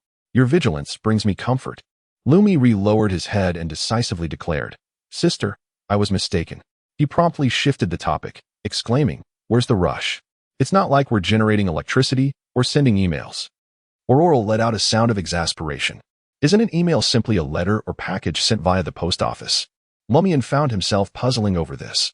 Yet he paid it little mind, as Aurore often conjured up peculiar phrases. At the entrance of the old tavern, Lumian stood for a moment, gazing inside. He was aware that the lady who had read his tarot cards had likely not yet risen. This time, he sought out the trio of outsiders, Ryan, Leah, and Valentine. As he anticipated, the three of them occupied a table within the tavern, enjoying their breakfast of trout rolls, wine, and mayonnaise sandwiches, seemingly quite content with their meal. After observing them for a few moments, Lumian withdrew from the old tavern, opting not to disturb Leah and the others. After a while, Ryan and his companions emerged, ready to continue their stroll through the village of Cordu and engage in idle conversation. Lumian approached them with open arms and a radiant smile, greeting them warmly, Good morning. My little cabbages. He noticed the indifferent Valentine's facial muscles twitch slightly, while Ryan and Leah displayed a hint of awkwardness and amusement, respectively. It struck Lumian that they were dressed exactly as they had been a few days prior. Had they ventured out without bringing a change of clothes? He observed Leah still donned in her unwrinkled cashmere-fitted dress, a white jacket, and Marseille's boots, with two tiny silver bells adorning both her veil and footwear. Ryan retained his brown woolen coat and light yellow trousers, topped with a modest dark round hat. Similarly, Valentine's appearance remained unchanged, with his hair dusted and a touch of makeup on his face. Good morning, Lumian. Is there something on your mind? Ryan inquired calmly. You are my friends. I would come to visit you even if I had nothing to discuss, Lumian replied with a look of feigned grievance. He then asked, I have noticed you both have been searching for someone to converse with in the village these past few days. Is there something you wish to inquire about? Feel free to approach me, my dear cabbages. I am your friend, and you may ask me anything. Ryan glanced at him sideways, signaling him to remain composed. Lumian chuckled, while Leah momentarily found herself at a loss for words. After a moment of contemplation, Ryan spoke. Ryan fell silent for a moment, instinctively glancing around. In the early morning of Cordu Village, many were heading towards the fields, but few were near the old tavern. It is like this, Ryan articulated carefully. We have come here in search of an individual. The parish priest? Lumian responded with a playful query. Ryan shook his head. No, we are visiting the parish priest to find that person. Who? Lumian's interest was piqued, as he remarked, I know everyone in the village. I should be able to assist. Ryan, however, did not share his enthusiasm. In truth, we do not know who that person is, their age, or what they look like. A whistleblower? Lumian instinctively entertained the notion. He feigned confusion as he asked, Since you arrived in the village after that letter, has that person not sought you out? Perhaps they lack a sense of security and do not fully trust you? Lumian eagerly engaged in speculation, suggesting, Can't you deduce their identity from the contents of the letter? He was more curious about the content of that letter. If it was directed at the parish priest and his cohort, he would welcome it. However, if it involved Aurore, he would have to hasten to urge his sister to relocate. After all, Aurore frequently corresponded with her pen pals, And should any of those friends be apprehended, she could very well be implicated, with the evidence lying within those letters. Chapter 16. The letter. Ryan shook his head. The letter contains merely 2 sentences. Its content exceedingly simple. It appears to be a plea for help from someone deeply ensnared in a predicament. Did it specify the nature of the predicament? Lumian silently exhaled in relief. No. Ryan sighed softly. And you all came here for such a vague cry for help? Aren't you concerned this might merely be a prank? The judges are not nearly as zealous as you are. This seems excessively benevolent, too kind-hearted, and replete with an exaggerated sense of duty. Lumian inwardly scoffed. Normally, he would have voiced these sentiments aloud, but considering the necessity of extracting information from them without inciting their ire and risking the interruption of the dialogue, he restrained himself. Nevertheless, Lumian understood that Ryan would not divulge the entirety of the situation. Their journey to Cordu Village for a letter that lacked clarity surely concealed other motives or reasons. Lumian stroked his chin, proposing with a mindset of nothing ventured, nothing gained. How about you let me see that letter? Perhaps I could discern the handwriting's origin. Valentine, her hair dusted with pink, displayed an expression that suggested, "Do you take us for fools?" Walia chuckled and remarked, "You can analyze handwriting?" Reluctantly, one might concede to the notion. Lumiere wore a sincere expression as he silently added in his mind that being able to identify both Aurore's and his own handwriting could also be deemed a skill. Futile, however, was Ryan's resolute shake of the head, for every word in that letter stemmed from the little blue book, and the entire sentence was crafted from snippets cut from its pages. Quite cautious indeed, this method seemed oddly familiar, perhaps due to the numerous tales of Aurore he had heard. If assistance was sought, why then cloak one's identity in such a manner? Was it fear of interception and subsequent retaliation? Or perhaps the writer harbored some issue they wished to keep hidden from prying eyes? Lumiere endeavored to analyze the mindset of the correspondent. Deliberately adopting a look of epiphany, he remarked, "Most families in the village possess a little blue book. Are you hoping to converse with them to ascertain whether their copies have suffered similar damage? Yet, that individual could very well purchase another little blue book in secrecy and dispose of it after use. This merely represents one possible avenue," Ryan replied calmly. "Are there other directions to consider?" Lumiere did not regard himself as an outsider.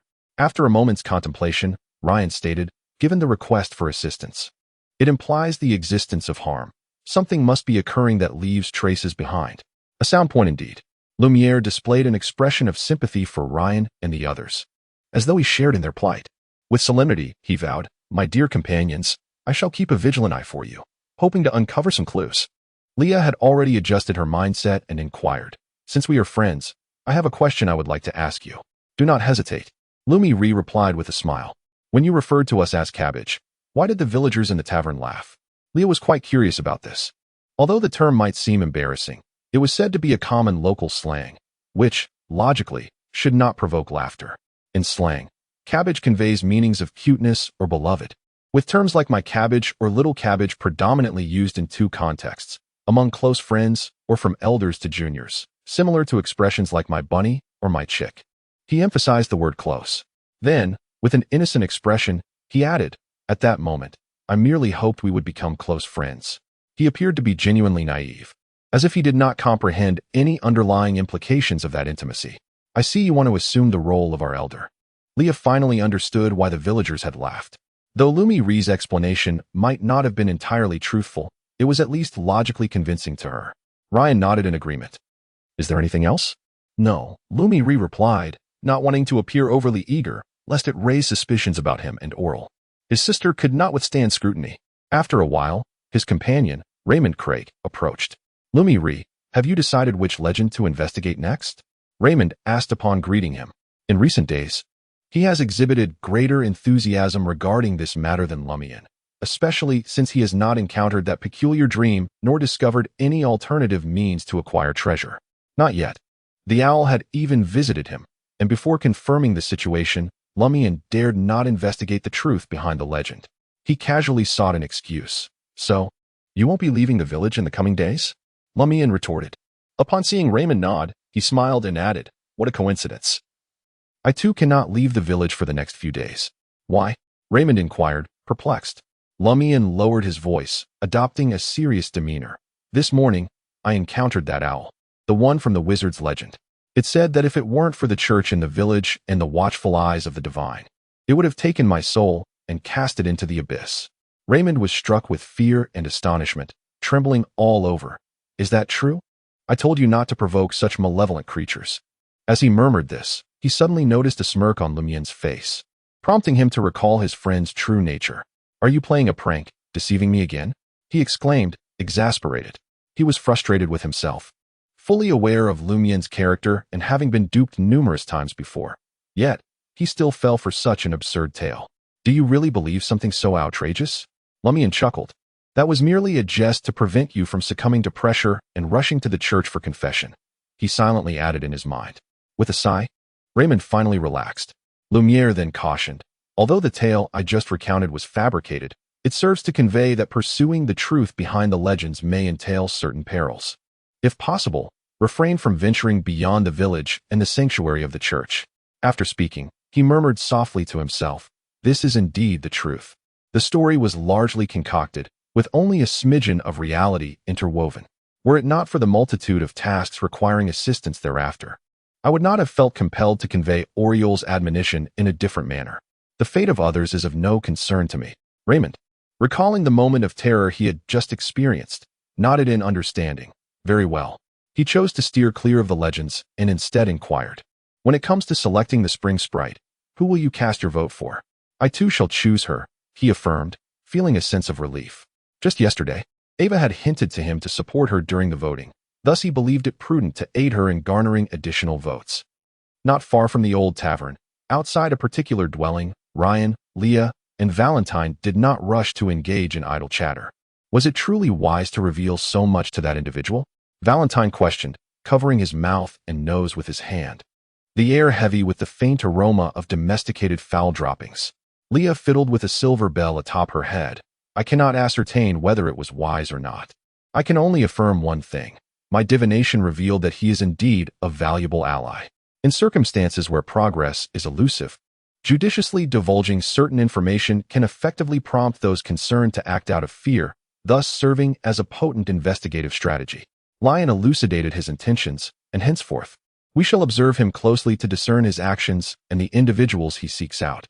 After Raymond's departure, Lumian entered the old tavern and noticed the lady who had previously read his tarot cards occupying her familiar spot once more. Today, she donned a white blouse paired with loose-fitting, light-colored trousers, and beside her lay a round straw hat adorned with several yellow flowers. Her suitcase must be brimming with clothes, for she changes daily, unlike the rather modest attire of Leah and her companions. Lumian mused as he approached, taking a seat opposite her. During this process, he casually glanced at her breakfast, a hearty meat pie filled with a thin sauce, several creamy donuts, diced seasonal fruits, and a glass of a pale, somewhat cloudy beverage. None of these items seemed to be on offer at the old tavern. Lumian pointed to the drink and, with an air of familiarity, inquired, what is this? It doesn't resemble any liquor. The term Venus, as mentioned by Emperor Roselle in a certain tale, refers to a lady of unparalleled beauty. Where did you procure it? Did you concoct it yourself? Lumian harbored doubts that even the recent city of Li could furnish such a beverage. The lady chuckled lightly and replied, as a traveler, it is instinctual to acquire the right things at the right moments. Lumian, in his honesty, admitted, I do not comprehend. He then remarked, I have dealt with that previous monster, but this time I have encountered two even more perilous ones. He described the creature with 3 faces and the one wielding a shotgun, concluding with, I sense that they possess strength beyond that of normal humans, and they are not foes I can confront. Is there any way to handle them? The lady took a bite of a cream-filled pastry, her gaze shifting slightly as she smiled and said, I cannot speak for the 3-faced monster, but the one with the shotgun is entirely within your capability to tackle, provided you adeptly utilize your own unique attributes. Unique attributes? What could I possibly possess? Lumian was both astonished and bewildered. I do not even know. The lady smiled at him and replied, that pertains to your dreams. As the master of your dreams, you inherently enjoy special privileges. You simply have yet to uncover them. Chapter 17, The Suspect. What exactly are they? Lumian felt a mix of exhilaration and trepidation. That is something you must inquire of yourself. With that, she slightly lowered her head, focusing intently on her breakfast and adopting a posture that signified the end of their conversation. He regulated his breathing, smiled, and took his leave. For the entirety of the following day, Lumian remained quietly at home, refraining from venturing outside. This was not due to fear of the owl that kept him indoors during the day, nor was it because he lacked obligations. Rather, it was a performance for the sake of certain onlookers. He was intrigued by the letter of distress held by Laia and the others, eager to uncover its specific contents and the identity of its author. The most effective approach to his investigation would be to seize the opportunity to peruse every little blue book in the village, in search of that particular volume with certain words excised. As a resident of the village, Lumian was undoubtedly better suited for such undertakings than Ryan, Laia, and Valentine. However, he harbored concerns that initiating an inquiry immediately after conversing with those three outsiders might attract unwarranted attention and lead to unnecessary repercussions. This matter was likely intertwined with life and death, existence and annihilation. Even with Aurore's protection, Lumian could not guarantee that others would refrain from taking reckless actions against him. Over the past 2 years, he had become increasingly adept at gauging the appropriate boundaries concerning pranks, a skill honed through rich experience. Lumian then entered the study, intending to seek out books related to dreams, hoping to glean any special insights about his experiences within the dreamscape. With only a battery-operated desk lamp at home, currently commandeered by Aurore, he was left with no choice but to illuminate the room with a kerosene lamp that emitted a rather strong odor and provided inadequate lighting. Holding the kerosene lamp, which cast a dim yellow glow, Lumian swiftly glided his other hand along the spines of various books, occasionally extracting one to tuck beneath his arm. Just as he placed the last of his finds down, Lumian's gaze fell upon the familiar little blue book resting quietly in the corner of his desk, its gray-blue cover seemingly dust-laden. The sight of this little blue book instantly reminded Lumian of the one he had discovered amidst the ruins of his dreams, the same book from which words had been clipped to form a letter of plea. He promptly extended his palm, grasping the small blue book before him, intending to peruse its contents and ascertain which words might be appropriated to construct meaningful sentences. After merely flipping through a few pages, Lumiere's gaze became fixated. On the current page, an evident void resided among the explanatory phrases accompanying the calendar. A certain word had been excised. Could it be? Lumiere was utterly astonished. He rapidly leafed through the small blue book, uncovering traces of a dozen or so words that had been removed. No way, Lumiere murmured once more, his reaction almost identical to before. The very small blue book that Ryan, Leah, and Valentine were searching for, which contained the constructed plea for help, was indeed the one in his own home. Not only had they not anticipated this, but even Lumiere himself had never envisioned such a development. He had not even considered it. Amidst a whirlwind of indescribable emotions, Lumiere furrowed his brow. Could it be that Aurore wrote the plea for help? Why did she seek assistance from the authorities? Why did she not confide in me? Lumiere hesitated, his expression shifting continuously. At last, he resolved to take action. Clutching the small blue book, and stepped out of the study, approaching Aurore's bedroom door. He intended to inquire directly. He chose to place his trust in Aurore. Knock, knock, knock. Lumiere curled his fingers, rapping gently on the door. Come in, Aurore's voice called from within. Lumiere turned the handle and entered, discovering Aurore clad in a two-piece cotton pajama set, her golden hair secured with a headband, engrossed in pinning a story beneath the warm glow of the desk lamp. Did you cut this out? Without waiting for his sister to ask, Lumiere walked straight over. Huh. Aurore turned around in confusion, her gaze a blend of bewilderment and detachment, as if she were still lost in the narrative. Lumian handed her the little blue book, opened to the relevant page, and fixed his eyes on hers, asking, Isn't this your handiwork? Aurore scrutinized the page for a few seconds before laughing and raising her head. Am I truly so dull and childish? Your sister is composed, mature, and generous, unlike you. Her reaction was entirely natural. There was no sudden shock or panic at having her secret exposed, not even a hint of it. Lumian did not conceal his curiosity and inquired, But who would cut out words from the little blue book? Was it not you? Aurore studied her brother, considering whether he had read my novel and intended to mimic its content by cutting words from books and newspapers to craft a ransom note for a grand prank in the village, all while testing if he could deceive me first. Are you challenging my deductive skills? This is not typical behavior for Aurore. Lumien's gaze remained fixed on Aurore's face, not missing even the slightest change in her expression, yet she displayed no hint of concern. It wasn't me.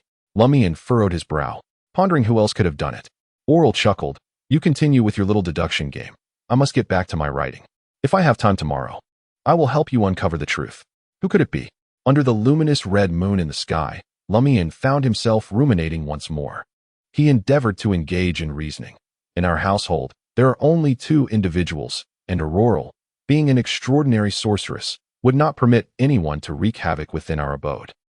If it indeed was not she, as per her assertions, eliminating all impossibilities would lead to the conclusion that the remaining option, no matter how implausible, must be the truth. Thus, in this binary situation, could it be that I am the perpetrator? For a fleeting moment, Lumian found the notion both absurd and amusing. So, it turns out the criminal is none other than myself? How could I have been unaware? He could not help but turn his body, gazing into the full-length mirror attached to the wardrobe. Bathed in the crimson moonlight, the reflection of Lumian revealed him clad in a linen shirt and brown trousers. His handsome features devoid of any smile, his expression exceptionally grave. He was certain he had not engaged in the act of editing the contents of the little blue book. As he soaked in the red moonlight filtering through the window, Lumian murmured to himself, "Could it be that I acted while in a state of unawareness? Might my waking self have been sleepwalking during that dream? No, that is implausible. Aurore had mentioned she would keep an eye on me. If I had indeed sleepwalked to alter the little blue book, she would have pointed it out just now, and sending the letter must have occurred during the day, during which I was fully conscious." Thus, Lumian dismissed himself from suspicion and began to contemplate other possibilities. Perhaps it was someone else who had visited their home? Although their household rarely entertained guests, it did not imply that visitors were entirely absent. Firstly, there are neighbors from the surrounding impoverished areas who come to borrow the stove, roast meat, or bake bread. Secondly, Lumian Li's friends occasionally visit his home to peruse simple novels in the study or to listen to his captivating tales. Lastly, a few ladies, including Liza and Madame Poulard, sometimes drop by for a chat with Aurore. Among them, Madame Poulard visits most frequently and even lends her pony to Aurore, allowing him to gallop freely in the hills, which fosters a rather amiable relationship between them. After all, in the rustic village of Cordu, Aurore is the only rider worthy of Madame Poulard's company. However, while Madame Poulard presents a friendly facade, she often sits with the women of Naroka, basking in the sun and engaging in idle chatter, even assisting them in ridding themselves of lice, thus earning a considerable reputation in the village. Although Madame Poulard and Aurore are barely friends, Lumian Li harbors a dislike for her due to her incessant attempts to introduce him to her relatives, urging him to marry and procreate at an early age. It would be tolerable if her relatives were of good character, but each time Lumian Li inquires in Li, he discovers that the prospects are either morally deficient or lacking in capability, nearly descending into poverty, with not a single commendable candidate among them. While one such occurrence might be deemed coincidental, the repetitive nature of it has led Lumian Li to harbor a grudge against Madame Poulard. Come for the cured meat. The toasted bread is certainly out of the question, as there are always watchful eyes, and they would never allow anyone to ascend to the second floor. Raymond and Ava are also unlikely to be involved, as I am with them the entire time. However, Mrs. Poualis, along with Miss Liza, seems to have a certain opportunity. Each time they visit, Aurore always allows them to remain in the study with a book while she prepares some refreshments. If Mrs. Poualis truly is a sorceress, her need to conceal her identity while seeking assistance from the authorities becomes understandable, especially since she cautiously employs the small blue book belonging to another, to avoid being traced back to herself. Did she discover something while engaging in a clandestine affair with the parish priest, necessitating such self-preservation? The more Lumiere pondered, the more exhilarated he became, feeling as though he was on the verge of identifying a suspect. He rose to his feet, took a few steps, and suddenly descended the stairs. His intention was not to confront Mrs. Poualis nor to spy on her actions at that moment. Rather, he aimed to find Raymond or little Guillaume from the Barry family, to borrow their small blue book for comparison, in order to reconstruct which words had been excised and what sentences could be formed. In doing so, Lumiere stood a significant chance of restoring the precise content of that plea for help. He hurried down the stairs, crossed the kitchen, and opened the front door. A crimson-tinged darkness surged in, instantly calming him. His sister had warned him not to venture outside after dark until the matter of the owl was clarified. Lumiere muttered to himself, stepping back a couple of paces to close the door. There was no rush to borrow the small blue book. It could wait until tomorrow for a more natural approach. Stretching his limbs, Lumiere made his way to the staircase. Ding ding, ding ding. A soft, somewhat magnetic female voice resonated from outside the door. "It is I, Poualis de Rochefort." Chapter 18. Directness. The mention of Madame Pualis startled Lumian, evoking a sense of being cornered as if someone had come to silence him. However, the thought of his sister being upstairs and possessing extraordinary abilities calmed him considerably. Slowly exhaling, Lumian approached and opened the door. Standing outside were two women. The one in front donned an exquisite, form-fitting black gown, complemented by a matching shawl draped over her shoulders. Her hands were adorned with delicate, sheer gloves, and perched atop her head was a slightly askew, yet charming little hat. Clad entirely in black, she wore a diamond necklace embedded with gold, which glimmered at her chest. This lady's eyebrows were slightly sparse, but her bright brown eyes sparkled with mirth. Her chestnut hair was elegantly styled into a high bun. Individually, her features might not have been remarkable, yet together they formed a clean and alluring beauty. Coupled with her graceful demeanor and poised stance, she rendered the night, tinged with a hint of crimson at Lumian's doorstep, all the more refreshing, emanating a faint, delicate fragrance. This was none other than Madame Pualis, the wife of Beast, the administrator of Cordu Village and the territorial judge. Of course, in Lumian's mind, he also associated her with the various unflattering descriptors of the parish priest's mistress and the suspected which linked to the church's scandal. But such thoughts were best left unvoiced. Uttering them could provoke a change in Madame Pualis's countenance, inciting her wrath and potentially inviting calamity. Madame Pualis, what brings you here? Lumian Li deliberately cast a glance at the sky outside, subtly indicating that it might not be the most appropriate time for a visit. Madame Pualis, her crimson lips glistening with a hint of moisture, elegantly articulated, I have come to discuss certain matters with your sister, Aurore. Judging solely by her appearance, one would hardly deduce that she was a woman over 30 with 2 children. She appeared no older than 27 or 28. After a moment's consideration, Lumian Li stepped aside to allow her passage. He informed Madame Pualis, Aurore is upstairs, composing an article for a newspaper column. Madame Pualis nodded and instructed her maid, Kathy, please wait for me downstairs. Yes, madam, replied Kathy, clad in her black and white maid's attire, as she moved a few steps towards the warm hearth. Lumian Li then guided Madame Pualis through the kitchen and up the staircase. As they reached the corner, Madame Pualis halted. Is something amiss? Lumian Li turned, feigning ignorance. With a smile, Madame Pualis inquired, did you intentionally lead those 3 outsiders to the church to confront me? Rather than displaying panic, Lumian Li appeared composed. Though he acknowledged that circumstances could dictate otherwise, fleeing was certainly a viable option. Lumian Li quickly adopted an expression of indignation, gazing at Madame Pualis. How could you engage in such indiscretions within the house of God? He then spread his arms wide, assuming a posture of embracing the Son. My God, my Father, forgive these sinful souls for their sacrilege. Madame Pualis listened in silence, a remarkably beautiful smile curving her lips as she replied, I believe God will grant us his forgiveness. I once perused a book that conveyed the following. A lady, sharing a bed with her true lover, can absolve all sins, for love renders joy innocent, akin to the essence of the purest soul. My companionship with Guillaume Benet brings me immense joy. Thus eternal radiance should not take offense. This is no transgression. What manner of literature do you indulge in, dear lady? Lumian Li could not help but internally scoff. Madame Pualis continued, however, this indeed constitutes a slight against Saint Cisis. Each region of Intis is graced with one or more patron angels or saints, hailing either from the scriptures of the Church of Eternal Radiance or the Church of Steam and Machinery, or belonging to those who have made significant contributions to the annals of Intis, recognized by both great churches.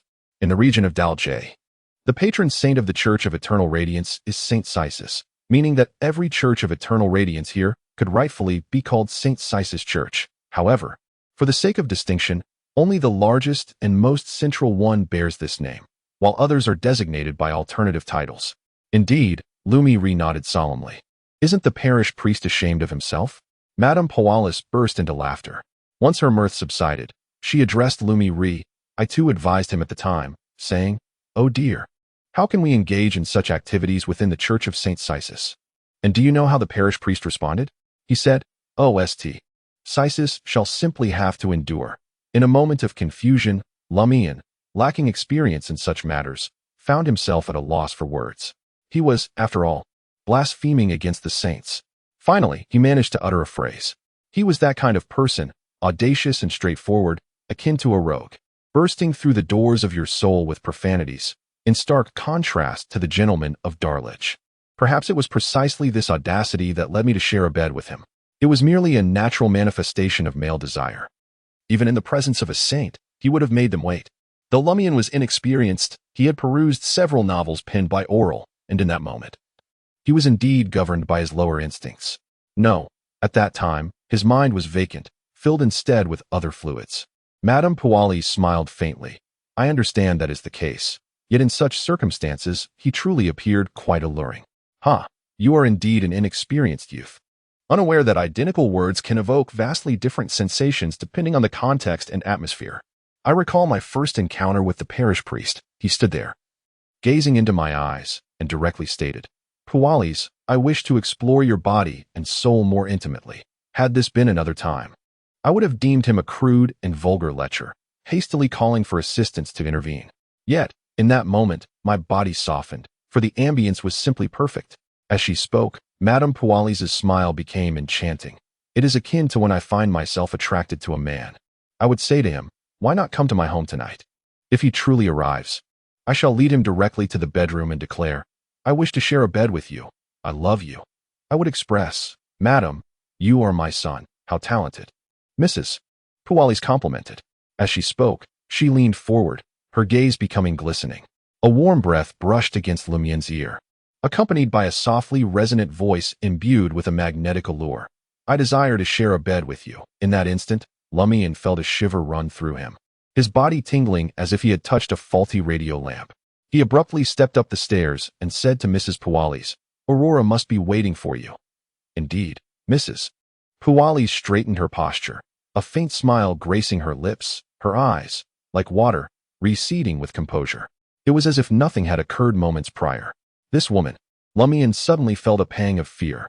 He hurriedly turned and ascended to the second floor, with Mrs. Pualis leisurely following in her usual gait.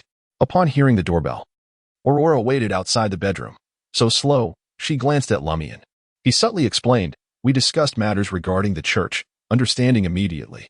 Aurora cast her brother a look that conveyed her own supplication for fortune to the eternal Sunday. She turned to Mrs. Pualis, who had just arrived on the second floor, and inquired with a smile, is there something amiss?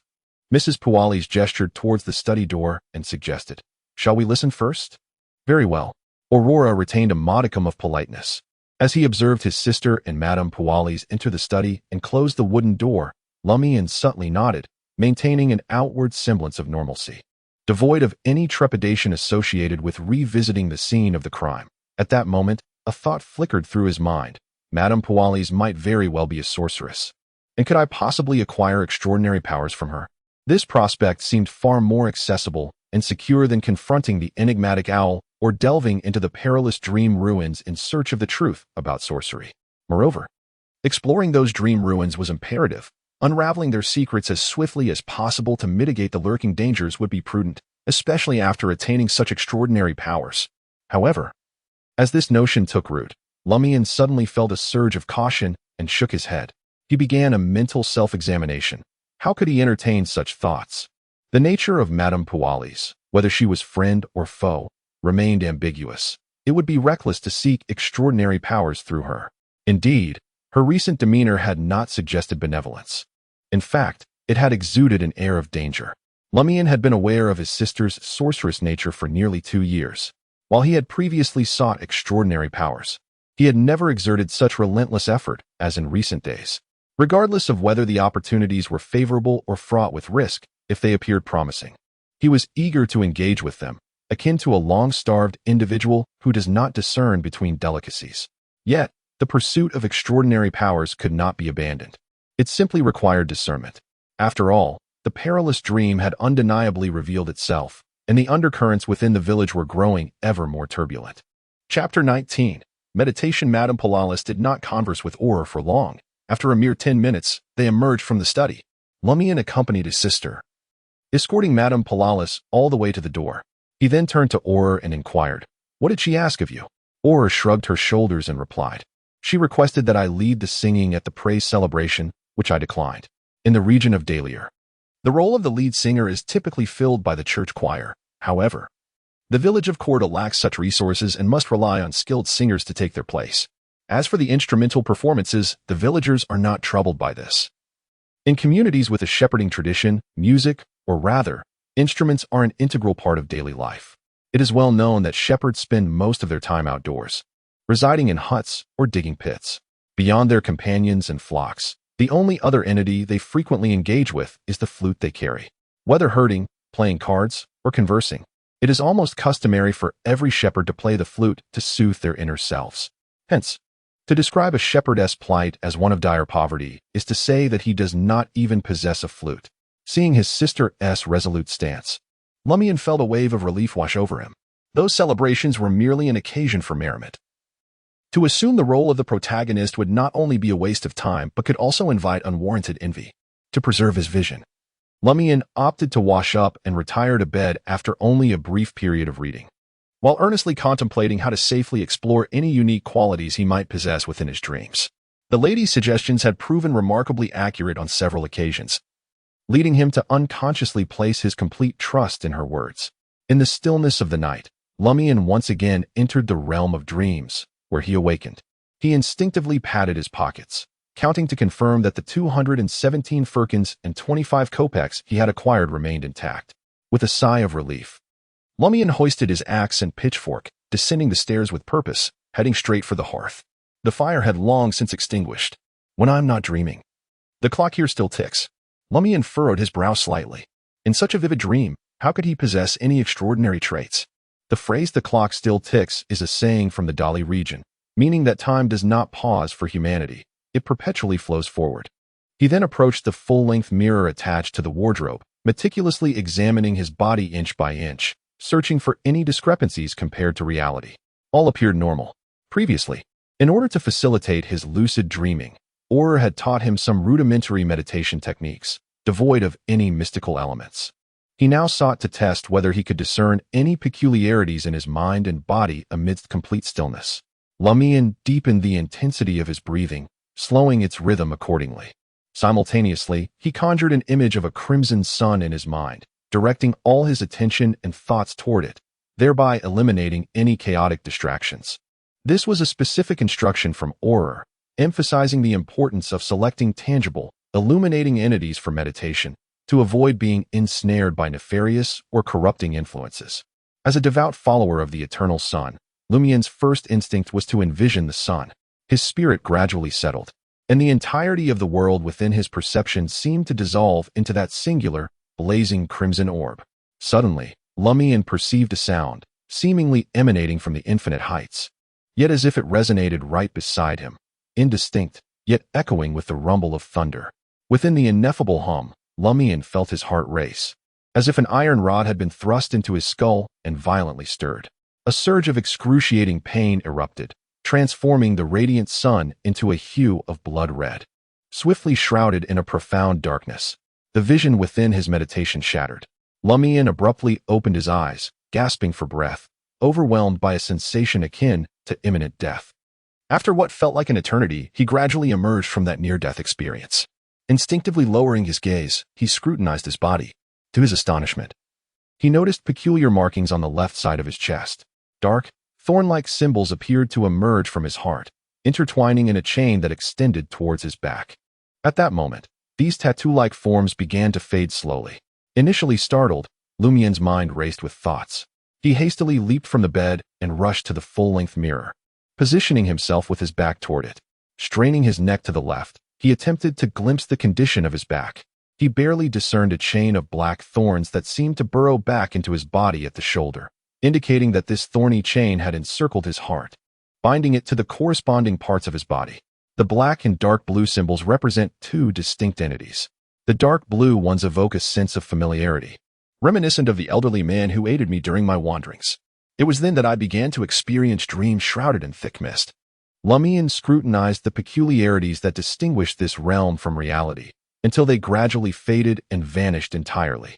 Witnessing this scene left Lumian feeling quite disheartened.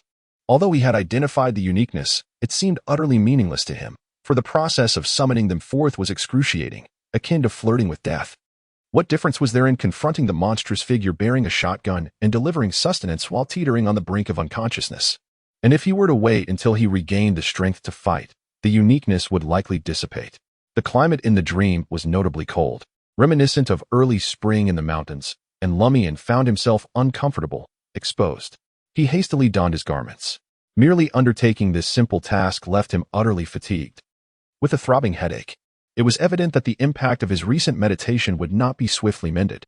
In such a state, Lumian resolved to forego exploration that night, opting instead for rest and recuperation. Upon awakening, the dawn had yet to break. In reality, he had meditated numerous times without encountering that strange voice or feeling any pain. Was the uniqueness confined solely to that dream? Lumian sat up in perplexity, intending to seek confirmation. He once more followed the procedure, attempting meditation anew. The crimson sun swiftly emerged in his mind, and the turmoil within his spirit gradually settled. This is a meditation experience familiar to Lumian, devoid of strange sounds, intense pain, or near-death sensations. After a while, he concluded his meditation, unfastened his buttons, and lowered his gaze to examine the position of his heart. There was no symbol there. Indeed, it belonged to the realm of dreams, impervious to reality. Lumian found himself at a loss, uncertain whether to feel joy or disappointment. He lifted his head and gazed at the window shrouded by curtains, his thoughts branching out as he pondered whether the peculiar essence of dreams could be harnessed and how it might be utilized. At that moment, he noticed a small shadow outside the window. Lumian's pupils dilated, and a wave of tension coursed through him. His instinctual reaction was to call for his sister. But he quickly remembered that he was at home. Aurore had mentioned she would keep an eye on things, so she must have sensed it. Cautiously, he descended from his bed and approached the window with deliberate slowness. Throughout this process, Lumian remained vigilant, anticipating his sister's call to halt his actions. Aurore did not appear. Lumian reached the window, grasped the curtain, and carefully parted it to create a small opening. Outside lay the tranquil and profound darkness of night, with a crimson moon hanging distantly in the sky. Not far away, on a gently swaying elm tree, an owl stood silently, facing Lumian's window. It was larger than most of its kind, its eyes neither dull nor lifeless, but instead gazing at Lumian with an indescribable air of condescension. The owl. It had returned. Lumian's heart immediately raced with trepidation.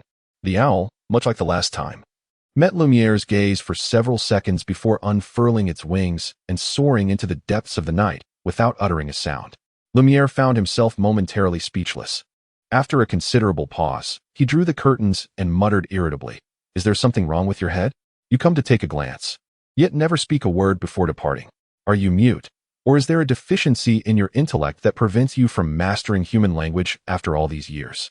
In truth, Lumiere harbored his own conjectures regarding the owl's behavior, suspecting that his sister's presence rendered it hesitant to act. After all, Aurore had mentioned that as long as one remained within the confines of the building during the night, safety was assured.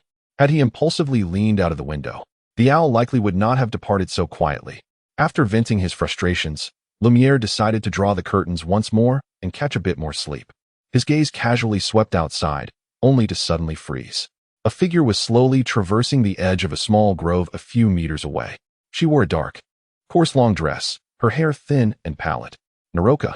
Lumiere recognized her silhouette. This was indeed Naroka, the one he had previously inquired about regarding the tales of the sorceress. Her face seemed to meld into the shadows, her eyes reflecting an eerie glow under the faint crimson moonlight, her movements unnaturally stiff, akin to a wandering specter. Chapter 20. Customs unconsciously. Lumiere held his breath, instinctively recoiling slightly. Naroka was not approaching this way. Instead, she moved slowly into the grove, disappearing into the profound darkness of the night. Her demeanor seems rather off. Is something amiss? Lumian felt a twinge of concern. He gazed out once more. The night had grown tranquil, with only the rustling leaves attesting to the wind's presence. What are you looking at?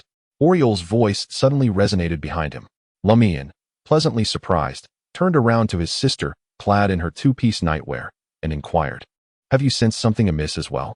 "No," Aurore replied, her golden hair slightly disheveled and tousled, clearly indicating she had just risen. She continued, somewhat irately, "I haven't noticed anything unusual. I only know that someone is wandering by the window in the middle of the night. With only an hour left until dawn, how can it be considered the middle of the night?" Lumian muttered under his breath before asking, "Is it because that owl flew back outside again? Did you not see Naroka out there?" "Naroka?" Oriole's expression momentarily displayed confusion. Lumian did not conceal anything. recounting from the moment he awoke and spotted a shadow outside to the peculiar state of Naroka as she ventured into the thicket. Auriole's lovely golden brows furrowed. Naroka may be in trouble. After dawn, you should check on her family. What trouble? Lumian instinctively probed. Did you truly not see? He assumed his sister had been monitoring the situation closely. Aurore scoffed lightly. Do you think one can simply see whatever they wish? If you happen upon something you shouldn't, you might need to ponder which grave I should be laid to rest in. I do not frequently gaze outside. I merely monitor your condition and will awaken only if something amiss occurs. My sister is risking so much to look after me. Lumian paused, unable to resist blinking. Aurore earnestly added, thus, I advise you, do not look at what you should not, do not listen to what is not meant for you. The pursuit of extraordinary power is an exceedingly perilous endeavor. Indeed, Lumian nodded solemnly. Meanwhile, he silently resolved. It is precisely because of the danger that I cannot allow you to wander alone. After breakfast, Lumian, bearing his sister's request, made his way to Naroka's home. As he approached, he noticed a throng of villagers gathered outside, including several of his companions and Ava's father, Guillaume. Also present were Lizzie, Raymond's father, Pierre, and Pons Benet, the brother of the parish priest. What has transpired? Lumian cautiously maneuvered around Pons Benet and his rowdy associates, reaching Raymond's side. Naroka has passed away. What? Although Lumian had prepared himself for the possibility of something happening to Naroka, he was unprepared for the news of her death. Raymond continued to ramble. Before dawn this morning, the parish priest came to offer her last rites. Just a couple of days ago, when we sought her out regarding the wizard legends, she seemed perfectly well and full of vitality. How could she have suddenly departed? Before dawn, you say? A shock coursed through Lumian's mind. At that precise moment, he beheld the apparition of Naroka, and the final consolation from the parish priest would either arrive a tad earlier or slightly later, but not by much. Thus, what I witnessed was, in fact, the spirit of Naroka. This transpired after that owl had flown over to observe me. Can it truly seize the souls of humans? Ah, Naroka was indeed one of the witnesses still alive during the sorcerer incident. Had I not heeded my sister's counsel and ventured out after dusk, perhaps I would have been the one to receive the priest's last rites. His farewell to me would likely have consisted of a mere spit. Lumian's mind was besieged by a flurry of thoughts. Raymond remained silent, standing outside that two-story house, quietly mourning Naroka. Once Lumian had quelled his musings, he noticed the approach of three strangers, Leah, Ryan, and Valentine. What has transpired here? Leah inquired, preempting Lumian's greeting. They had observed a throng gathering on the road. With a sigh, Lumian replied, My dear cabbages, a respected elderly lady has passed away. Then why do you all stand outside? Leah refrained from expressing her condolences, as Lumian's words seemed rather incredulous. She was still clad in her previous attire. Lumian immediately conducted an overt appraisal of her, causing Leah to feel a twinge of anxiety. What is it? Ryan asked. Lumian chuckled softly. You are certainly not from Dali, are you? Bijur serves as the capital of the Reston province in the Republic of Intis, while Dali is a city on the southern border of Reston province, governing a vast area that includes the village of Cordu. It is not surprising that you are unaware of the customs of the Li region. Lumian nodded. He had initially assumed that these three outsiders were official representatives from Li, only to discover they hailed from the provincial capital of Vigor. Their status appeared to be significantly higher than he had anticipated. Lumian silently revised his assessment of Leah and her companions. What kind of customs? Leah inquired with considerable interest. Could you enlighten us? Lumian, eager to foster a good relationship with them, smiled and replied, You are my dear ones. How could I possibly withhold such information from you? As you may know, everyone has their corresponding zodiac sign, and in the Li region, we also believe that each family possesses its own sign, which governs their fortune. The death and funeral of a family member, particularly that of the head of the household, can take away this good fortune. To preserve the zodiac's influence and retain luck, we place the deceased at the heart of the home, specifically in the kitchen. Prior to burial, we then cut a portion of their hair and nails and conceal them within the home, ensuring they remain hidden from guests. During this time, if mourners enter the house, they risk disturbing the corresponding zodiac and diminishing a portion of the family's luck. Therefore, we mourn from outside during funerals, at most peering in from the threshold, before proceeding to the cemetery beside the church to wait. I see, Ryan nodded gently, likening it to the presence of relics in every region's cathedral. Wherever there are sacred remains, there shall forever be a saint. He turned to face Naroka's home, removed his hat, placed it over his heart, and began to pay his respects. Leah and Valentine followed suit, expressing their condolences. As they concluded their conversation, Lumian addressed them. "Very well." Ryan nodded gently. Lumian lowered his voice and added, "I shall assist you in locating that little blue book. Why do you wear the same clothes every day?" After bidding farewell to Valentine and the others, Lumian made his way to Naroka's doorstep. After waiting for a while, his turn finally arrived. He stood by the door, gazing into the kitchen ahead. Naroka's body had yet to be placed in the coffin, lying quietly on a makeshift bed made of several long benches. Her nails had been clipped, and her sparse white hair appeared somewhat tidier than before. Her face bore a pallid hue, accentuated by the presence of wrinkles, which deterred even a bold youth like Lumian from gazing for too long. Compared to her appearance before dawn, her complexion had grown even more ashen. Lumian whispered to himself, performing a slight bow before departing from the doorway. As he walked towards the cemetery with Raymond, he suddenly slapped his forehead, exclaiming, "Oh dear, I forgot to inform Aurore." "Then you should hurry," Raymond replied with understanding.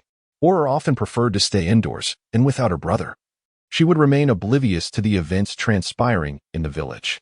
Lumian continued, "Since it's not far from here, could you lend me the little blue book for a couple of days? Mine has been gnawed at by mice and requires transcribing."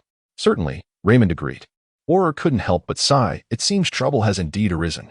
I wonder if that owl is to blame." "I suspect the same," Lumian concurred with his sister. Aurore nodded. "After nightfall, you must not leave the house. Those who accompany you in the pursuit of the wizard's legend must also be warned. Naroka is a good person. I shall change my clothes to attend her funeral." As Aurore made her way to the staircase, she inquired, "Will you accompany me? Or will you linger to read and complete an assignment first? What is the point of doing assignments at such a time?" At times, Lumian found it challenging to comprehend his sister's reasoning. Considering the need to compare the little blue book, he replied to Aurore, "I will complete an assignment before I go." "Very well," Aurore responded with a sense of relief. After bidding farewell to his sister, Lumian's expression grew somber. He ascended to the second floor, entered the study, and retrieved the little blue book borrowed from the Raymond family, contrasting it with the version from his own home, which had certain words excised. Time passed slowly as he meticulously identified the corresponding words, inscribing them on a blank sheet of paper.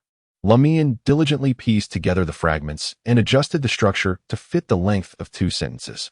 Soon, the potential content of the plea for help materialized before him. "We urgently require assistance. The people around us are becoming increasingly peculiar." Chapter 21. A strategy. Gazing at the reconstructed plea for help, Lumian fell into a prolonged silence. Although this did not necessarily represent the exact content of the letter, after all, with a disregard for grammar, those words could form alternative sentences such as "the people around us need urgent assistance. We are becoming increasingly strange."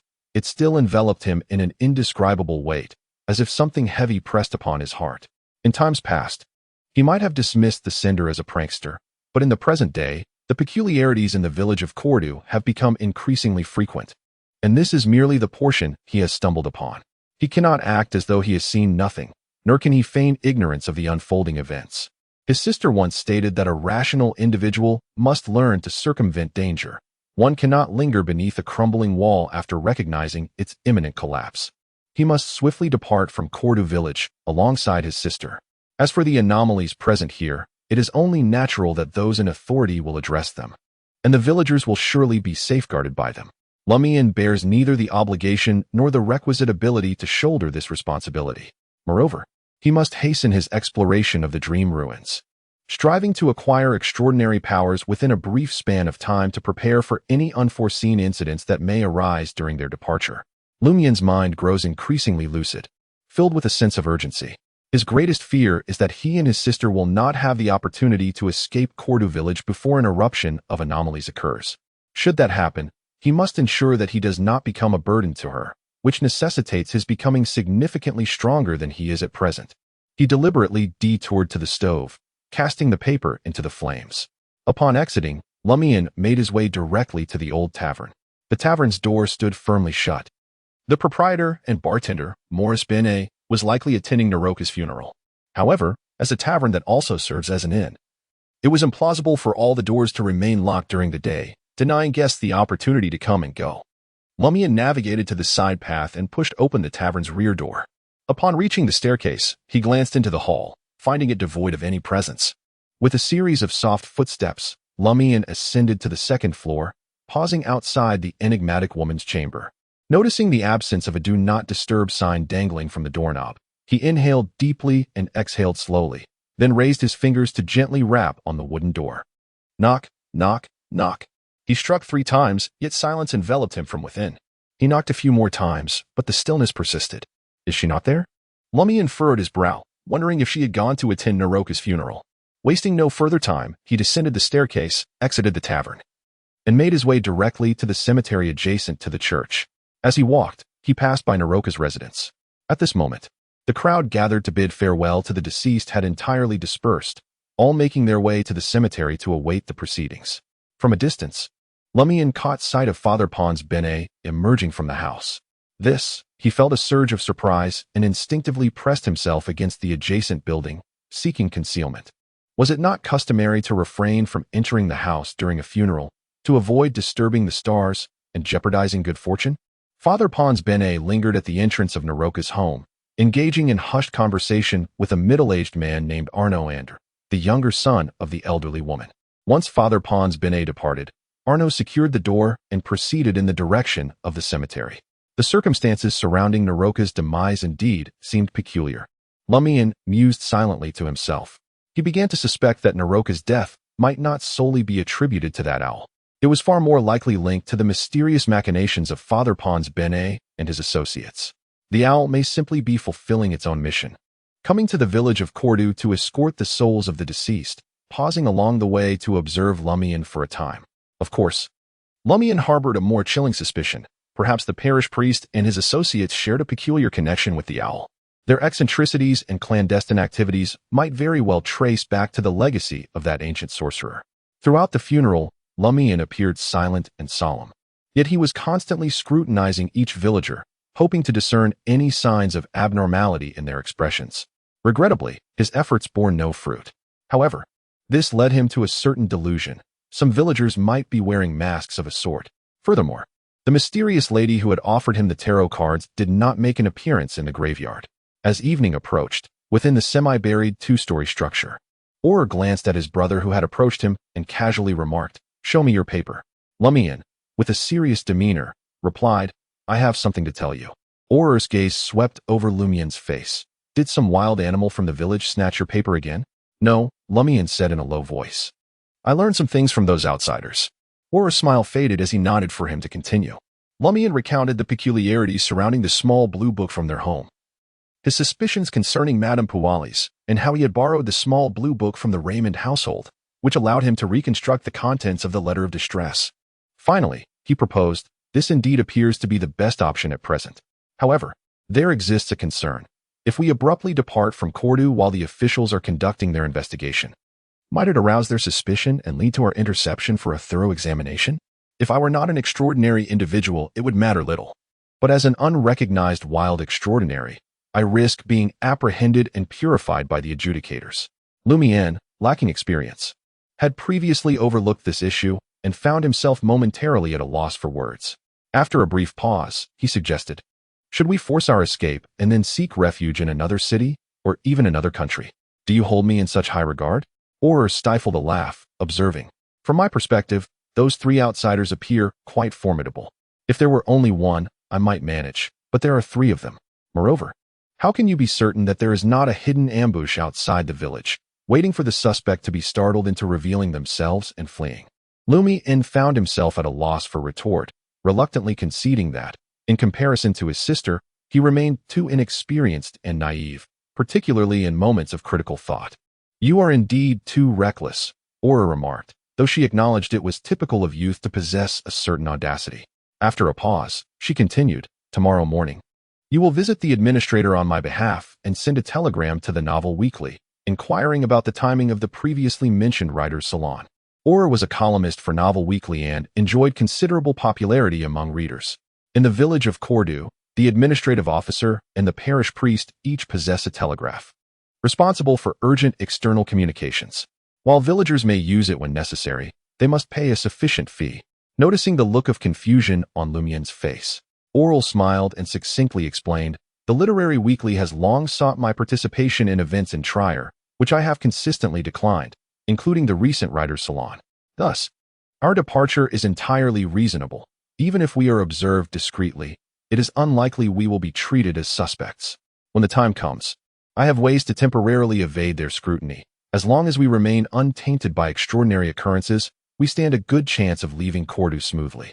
Lumian exhaled in relief. But curiosity soon got the better of him. Aurore, sister, is extraordinary ones the term used for those endowed with exceptional powers?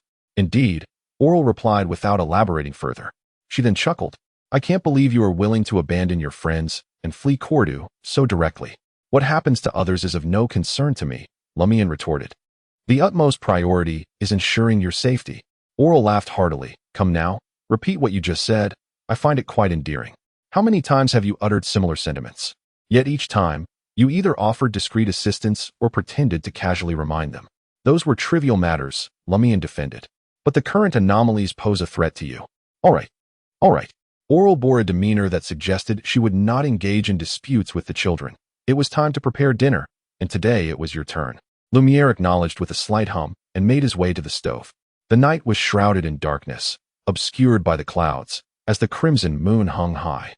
After completing his ablutions, Lumiere reclined upon his bed, a palpable sense of anxiety gradually manifesting upon his countenance. This drove him to fervently desire the enhancement of his abilities. And acquiring extraordinary power within the dream ruins seemed to be the most accessible path at present. Regrettably, he had spent the entire day without encountering that lady, thus missing the opportunity for valuable counsel, leaving him with no choice but to embark on his own exploration. For him, the situation had reached a critical juncture, akin to an arrow nocked on a bowstring, ready to be loosed. Without hesitation, Lumiere focused his mind and gradually descended into slumber. Chapter 22. Arrangement amidst the faint gray mist, Lumiere awakened. He promptly rolled out of bed and hurried to the window, gazing outside. The mountain, constructed of reddish-brown stones and tawny earth, stood as it always did, quietly dominating the desolate landscape. Although it rose merely 20 to 30 meters high, it evoked a sensation of piercing the clouds and connecting with the heavens, compelling Lumiere to instinctively refer to it as a mountain. At its base, a series of collapsed buildings, in varying states of disrepair, formed concentric rings across the wilderness, extending outward layer by layer. The creature, bearing a hunting rifle, undoubtedly possesses a physique well suited for running and leaping, coupled with a certain level of intelligence that enables it to wield such a relatively complex weapon. Its remarkable tracking abilities are evident, and one cannot ascertain whether it harbors supernatural powers akin to those of Aurore. Initial assessments suggest that should a direct confrontation with this rifle-wielding beast occur, the probability of being fatally struck reaches a staggering 90%. If an attempt is made to exploit his unique capabilities, the outcome would likely be even more dire, for once he enters a meditative state, he risks descending into a near-death condition, allowing the adversary to conclude the encounter with a mere strike. Moreover, direct confrontation or stealthy assassination is not within Lumian Li's realm of consideration. First, the creature's exhibited tracking prowess renders true concealment nearly impossible, thus thwarting any chances of ambush. Secondly, he lacks ranged weaponry. Even a simple revolver would alleviate his current predicament. Over the past few days, Lumian Li has pondered ways to counter this monstrous entity and has ultimately devised a singular plan: to employ traps. He once ventured deep into the mountains with local hunters, acquiring knowledge on how to set rudimentary snares, which he later refined through a handful of mischievous endeavors. Initially, Lumian Li contemplated utilizing household oils, envisioning a large, uncovered barrel positioned discreetly at a height, tethered with a rope. The plan entailed yanking the rope as the target approached, causing the barrel to topple and drench the adversary in oil, followed by the strategic toss of a lit torch. However, upon further reflection, he abandoned this notion. On the premise that the creature exhibits formidable tracking capabilities, one must greatly overestimate its olfactory senses. The scent of oil is rather pronounced. Should one attempt to mask it with another potent aroma, Lumian is uncertain whether the creature would alter its strategy, discerning even the slightest discrepancies akin to a wild dog. Ultimately, he resolved to dig a deep pit to conceal sharp stakes. This approach, however, is not without its challenges. Given the creature's demonstrated tracking prowess, it possesses a significant likelihood of detecting anomalies and seeing through the trap. Lumian's countermeasure involves finding ways to lower its guard and exploit the fallacies of thought. In simpler terms, he can only place his hopes on outsmarting the creature, leveraging the greatest advantage of being human in a situation where his weaponry pales in comparison to the target. At least, based on his last observation. The creature possesses a measure of intelligence, though it is unlikely to be exceedingly high. Lumian reassured himself internally. Naturally, he would not underestimate this creature. He intended to regard its intellect as comparable to that of an average human for his strategic planning. The benchmark character was Pons Bene. No, that fellow is far too foolish. Were it not for his multitude of henchmen, I would have long since compelled him to kneel and call me father. Lumian pondered this, cautiously adjusting his expectations for the creature upwards, treating it as if it were an uneducated cleric. He gazed once more out the window, his eyes resting upon the wilderness between his home and the ruins. This location, being closer to the safe zone, offers him the greatest security, yet it lacks cover, rendering it entirely exposed and unsuitable for ambush. There is no issue with digging traps, but should one use oneself as bait, the adversary could easily spot you from afar and shoot you down without approaching. Lumian murmured to himself, contemplating the risky venture into the ruins to seek a suitable location for setting the trap. A preliminary plan swiftly took shape in his mind. Leaving only one final detail to ascertain, digging a deep pit and burying stakes would require considerable time. And Lumian could not command the opponent to wait until he was prepared.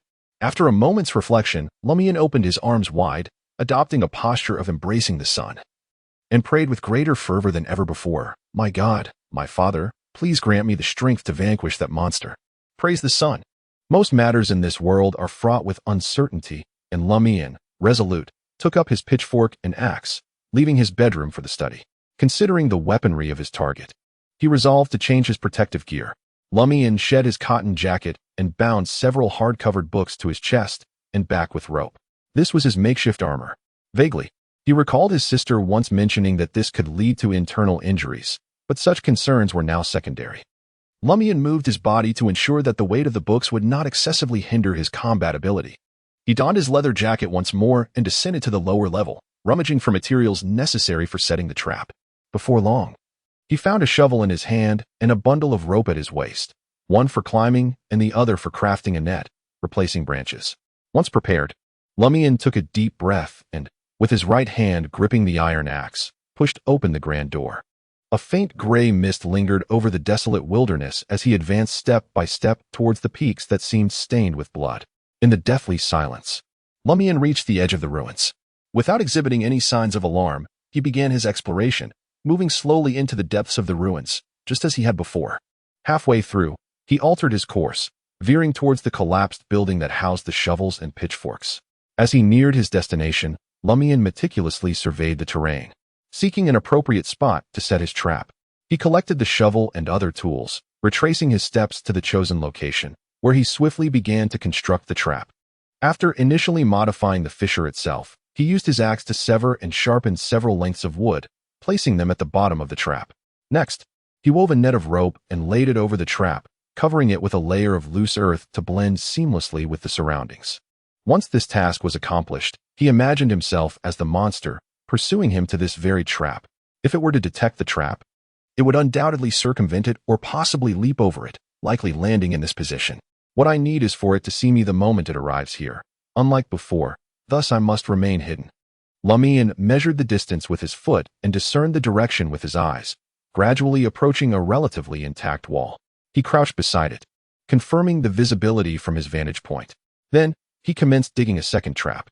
This is a scenario designed for ordinary humans, when an individual is tracking a target and discovers that the target has set a trap for them.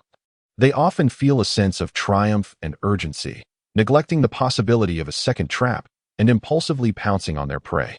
This cognitive misstep or blind spot is prevalent among those of average intelligence. The anomalies in the village of Cordu compelled him to risk his life. As time ticked away, Lumian finally managed to prepare the second trap, while the creature wielding a hunting rifle remained absent, as did other monsters. He could finally breathe a little easier. After concealing his shovel and other tools, he straightened his posture and spread his arms wide. He praised the sun. This time, his sincerity was deeper. Lumian then crouched beside the wall, focusing intently on the first trap. From the direction he had come, this side was obscured by a completely collapsed building. He patiently awaited. Thump! Thump, thump. Lumian distinctly felt his heartbeat quickening. For him, this was an unprecedented experience. During his wanderings, he had faced adversaries older and physically stronger than himself, yet neither aimed to kill the other. Their primary goal was to seize food, money, and suitable places to rest. Even if someone perished in the process, it was merely an accident. Now, he is about to face an adversary who disregards the laws and morals of humanity. A creature far more formidable, perhaps even possessing a modicum of extraordinary abilities. Should any flaw arise in his plans, the consequences are all too predictable. Thump, thump, thump. Lumian is inevitably engulfed in a profound tension. No one wishes to live in fear, and he is no exception. Inhale, exhale. Inhale, exhale. Lumian engages in deep breathing to alleviate his taut nerves. However, the effect appears to be minimal. For a fleeting moment, he yearns for the arrival of that monster, while simultaneously dreading its imminent presence. The former desire stems from a wish to expedite the conclusion of events, regardless of the outcome, whether favorable or adverse. Lumian would be spared the overwhelming anxiety he currently endures, teetering on the brink of collapse. The latter is simply a manifestation of fear. Aware that his condition is deteriorating, he reassures himself that this is to avoid burdening Aurore and attempts to meditate. The crimson sun seems more elusive than ever, yet through Lumian's perseverance, it eventually materializes. This brings him a measure of tranquility, though his body still quivers slightly. At that moment, he perceives a faint rustling sound, as if in a hidden meadow, where a shepherd approaches stealthily. Chapter 23. The wisdom of combat. Lumian's focus sharpens entirely. When the moment of confrontation draws near, fear diminishes, although his body continues to tremble. The overwhelming sense of impending collapse dissipates. 5 years ago, I should have perished, yet thanks to Aurore, I have survived until now, reaping the fruits of life for 5 years. What is there to fear? Lumian clenched his teeth, rallying his spirits within. In the next moment, he beheld the surface of the first trap, where the loose soil lay, and the already dim light grew ever fainter. A figure approached, casting a shadow that obscured the meager rays filtering through the dense fog above. This figure, a grotesque fusion of man and beast, bore a hunting rifle slung across its back, its blood-red eyes scanning the ground, its forward-bent knees flexing. In but a heartbeat, this creature, draped in a dark jacket and caked in muddy trousers, removed its rifle, leaping high into the air, deftly navigating over the trap and landing on the solid yet cracked earth below. Almost simultaneously, it twisted its greasy black-haired head towards a source of slight commotion. There, it spotted Lumian, panic-stricken, hastily rising and attempting to conceal himself behind the wall. With a low growl, the creature launched itself once more, targeting Lumian's previous position, ensuring that the prey would not turn in time to deliver a fatal blow while it was still regaining its footing. In a flurry of movement, Lumian vanished behind the wall. As the beast landed, the ground beneath it could scarcely withstand its weight, collapsing into a void below. Without a means to regain its balance, it plummeted alongside the soil and netting into the suddenly revealed abyss. With a resounding splash, Lumian, having taken refuge behind the wall, could hardly contain the surge of elation that welled within him. The first step had been triumphantly achieved. This alleviated much of the lingering fear within him. He seized the nearby pitchfork and rushed toward the edge of the pit. The tenacious vitality of the previous skinless monstrosity had left a profound impression on him, coupled with the fact that the current target possessed a shotgun. Thus, he did not allow his body to hover directly above the abyss. Instead, he halted at a safe distance and began to jab into the depths with the pitchfork. Suddenly, he felt a heavy resistance, and the fork came to an abrupt stop.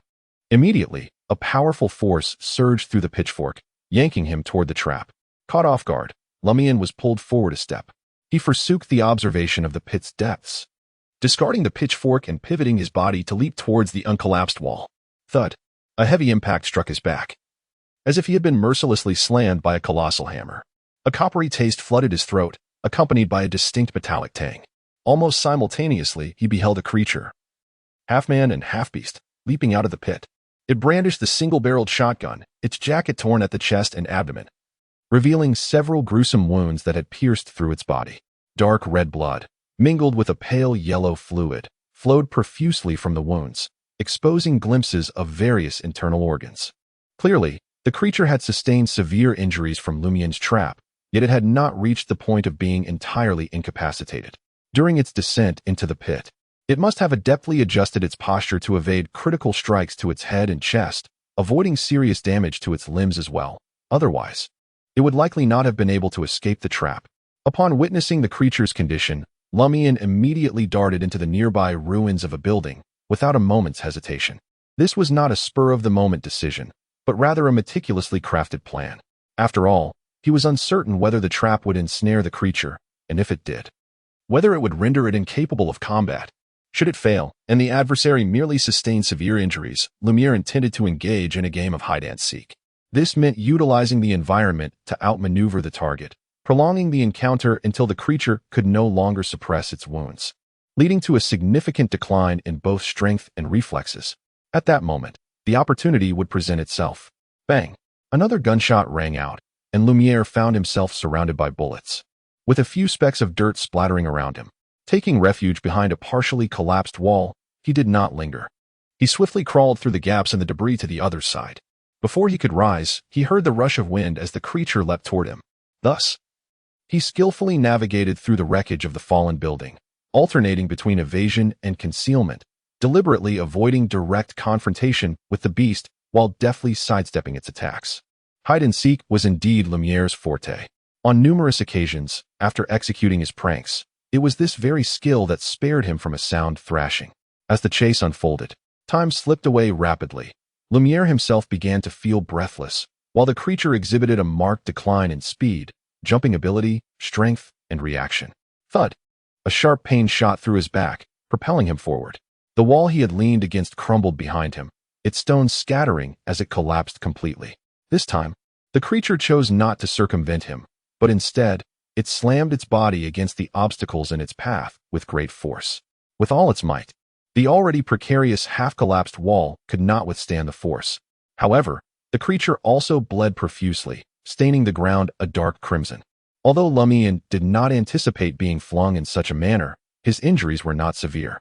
He reacted swiftly, rolling to safety behind the remains of a stone structure. Bang! The shotgun bullet that followed was a fraction too late. After crashing into the wall, the creature took considerably longer to regain its composure. It rummaged through the pouch hanging at its waist, found it empty of bullets, and discarded the shotgun, lunging toward Lumien's position. Having already relocated, Lumian continued his game of hide and seek. Naturally, he was cautious not to prolong the encounter too much. The fear of the creature's injuries prompting it to flee and the dread of attracting other monsters with the commotion loomed over him. After maneuvering a few more times, Lumian keenly observed that the creature's movements seemed increasingly labored. An opportunity, an idea sparked in his mind as he feigned a retreat toward the side of a crumbling building. He paused, drawing another axe from his back, and steadied his breath.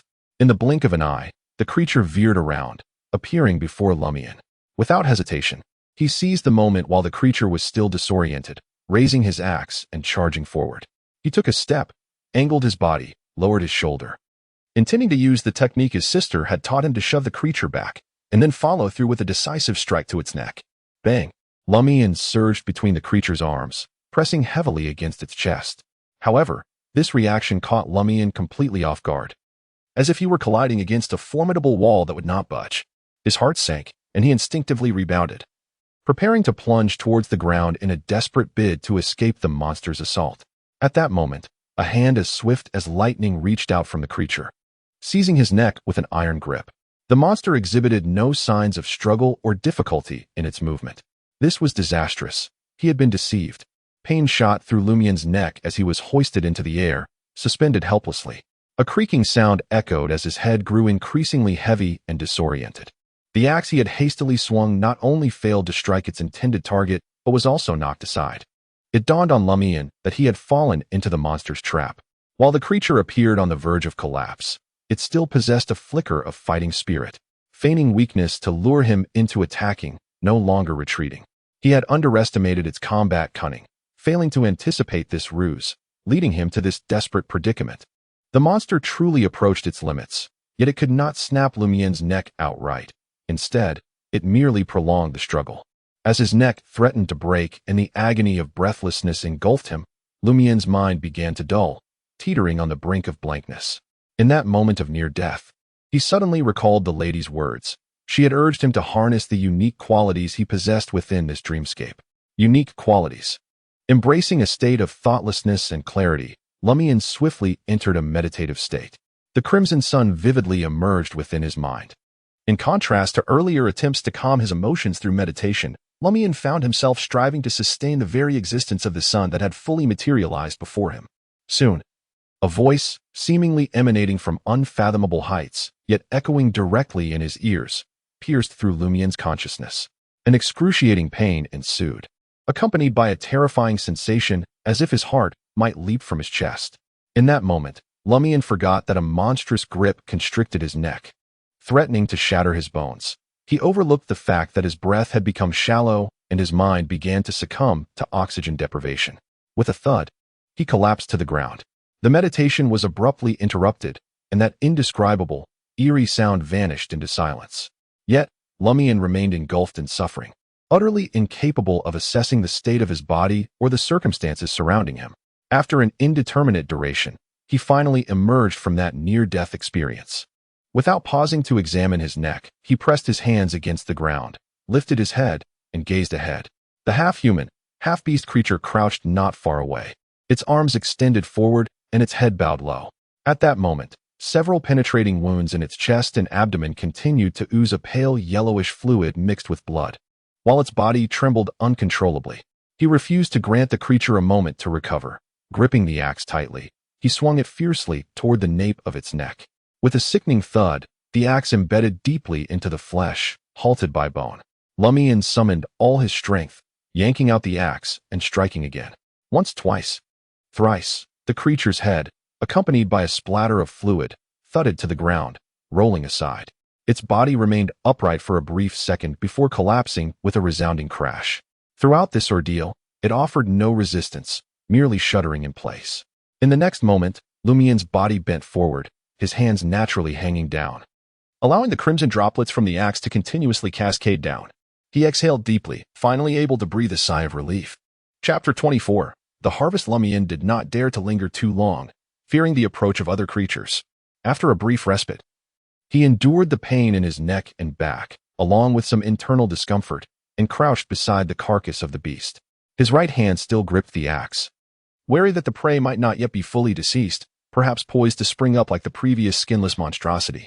With only his left hand, he began to explore the creature's body, discovering 3 coins known as Rick worth 5 kopecks each, along with an empty cloth pouch. Is that all? Lumian's disappointment stemmed not from the meager amount of money found, but from the absence of any items related to extraordinary powers. Had it not been for the latter, would he have engaged in such a life-and-death struggle with this creature? If not for the unique abilities he possessed within this dream realm, he would have already become the other's meal.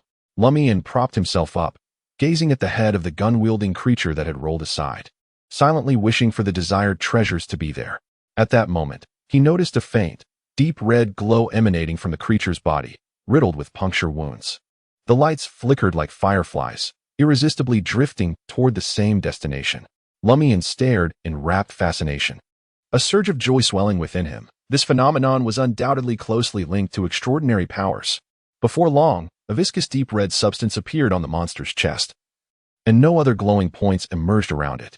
Lumian cautiously bent down, reaching out to grasp that intriguing mass. The object was exceedingly slick. It slipped from his grasp twice before he successfully lifted it, weighing it in the palm of his hand. It was remarkably light, possessing a certain texture and elasticity, with an exceptionally smooth surface. What on earth could this be? Lumian Li once again recognized his profound ignorance in the realm of mysticism. In the silence of his thoughts, he faintly detected the peculiar deep crimson object exuding a metallic scent akin to blood, while a sense of restlessness rapidly grew within him, nurturing an indescribable malevolence. For a fleeting moment, Lumian Li contemplated seizing the axe and hacking at the creature's corpse multiple times to vent his inner fury. Fortunately, Aurore had consistently emphasized that the pursuit of extraordinary power was fraught with peril. He remained vigilant, monitoring his own state and refraining from lowering his guard in elation, thus detecting the anomaly in advance. Could it affect my mental state? Lumian Li cast the deep crimson object into a bag he had procured from the monster's remains. His body still trembled slightly. Indeed, once he regained his composure, Lumian Li whispered in delight. He promptly secured the bag and attached it to his belt loop. After a moment's contemplation, he removed the bag again and tucked it into the inner pocket of his leather jacket. This would render it less likely to be lost, providing him with a greater sense of security. As he loosened his garments, a book fell from his back, having lost its support, landing with a thud. Its surface was pitted and the entirety was in tatters. This was the workbook Aurore had compiled for Lumian Li, titled Unified Entrance Exam Simulation Training Collection, with a soft cover and an oversized format, intended for outer protection and to fill in gaps. Today, at a critical moment, it shielded Lumian Li from a shotgun blast. Of course, this was not solely due to the merits of a tome. Behold, knowledge truly equates to power. Upon uttering this phrase, he initially intended to hurl the exercise book at the creature's face, but upon realizing the effort his sister had invested in crafting it, he hesitated. Instead, he tucked the exercise book into the belt at his waist, bent down, and dragged the monster's carcass to the edge of the pit, discarding it within. He then kicked the severed head into the abyss as well. After hastily clearing the battlefield, Lumian Li endured the pain and discomfort, securing his axe, grasping the now empty shotgun, and taking up his steel pitchfork and shovel, retreating towards the wilderness. He walked cautiously, ever mindful of what lay behind him, unwilling to let his guard down for even a moment. Only at this juncture did Lumian Li truly relax, as the physical agony, pronounced discomfort, and overwhelming fatigue surged forth simultaneously.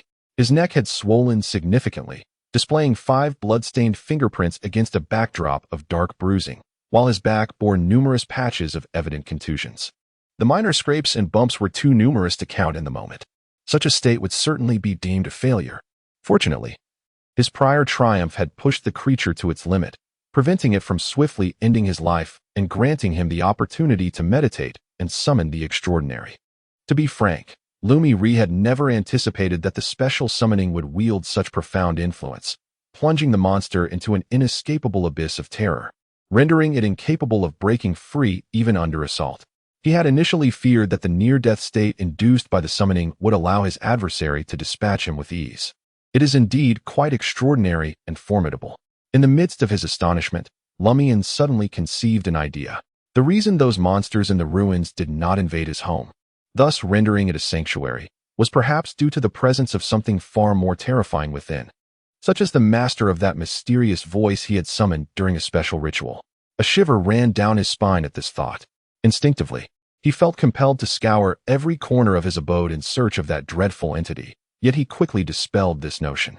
After all, someone who could barely contend with a shotgun-wielding monster should refrain from provoking a being capable of instilling such fear in it. Given the prevailing tranquility of his home, it would be prudent not to unveil the shroud of safety that enveloped it, striving to maintain the current state of refuge. Each day lived in this manner was a day gained. As for the perils that lay ahead, they could be confronted at a later time. No, not simply later, but rather once he had ascended to a level of extraordinary prowess.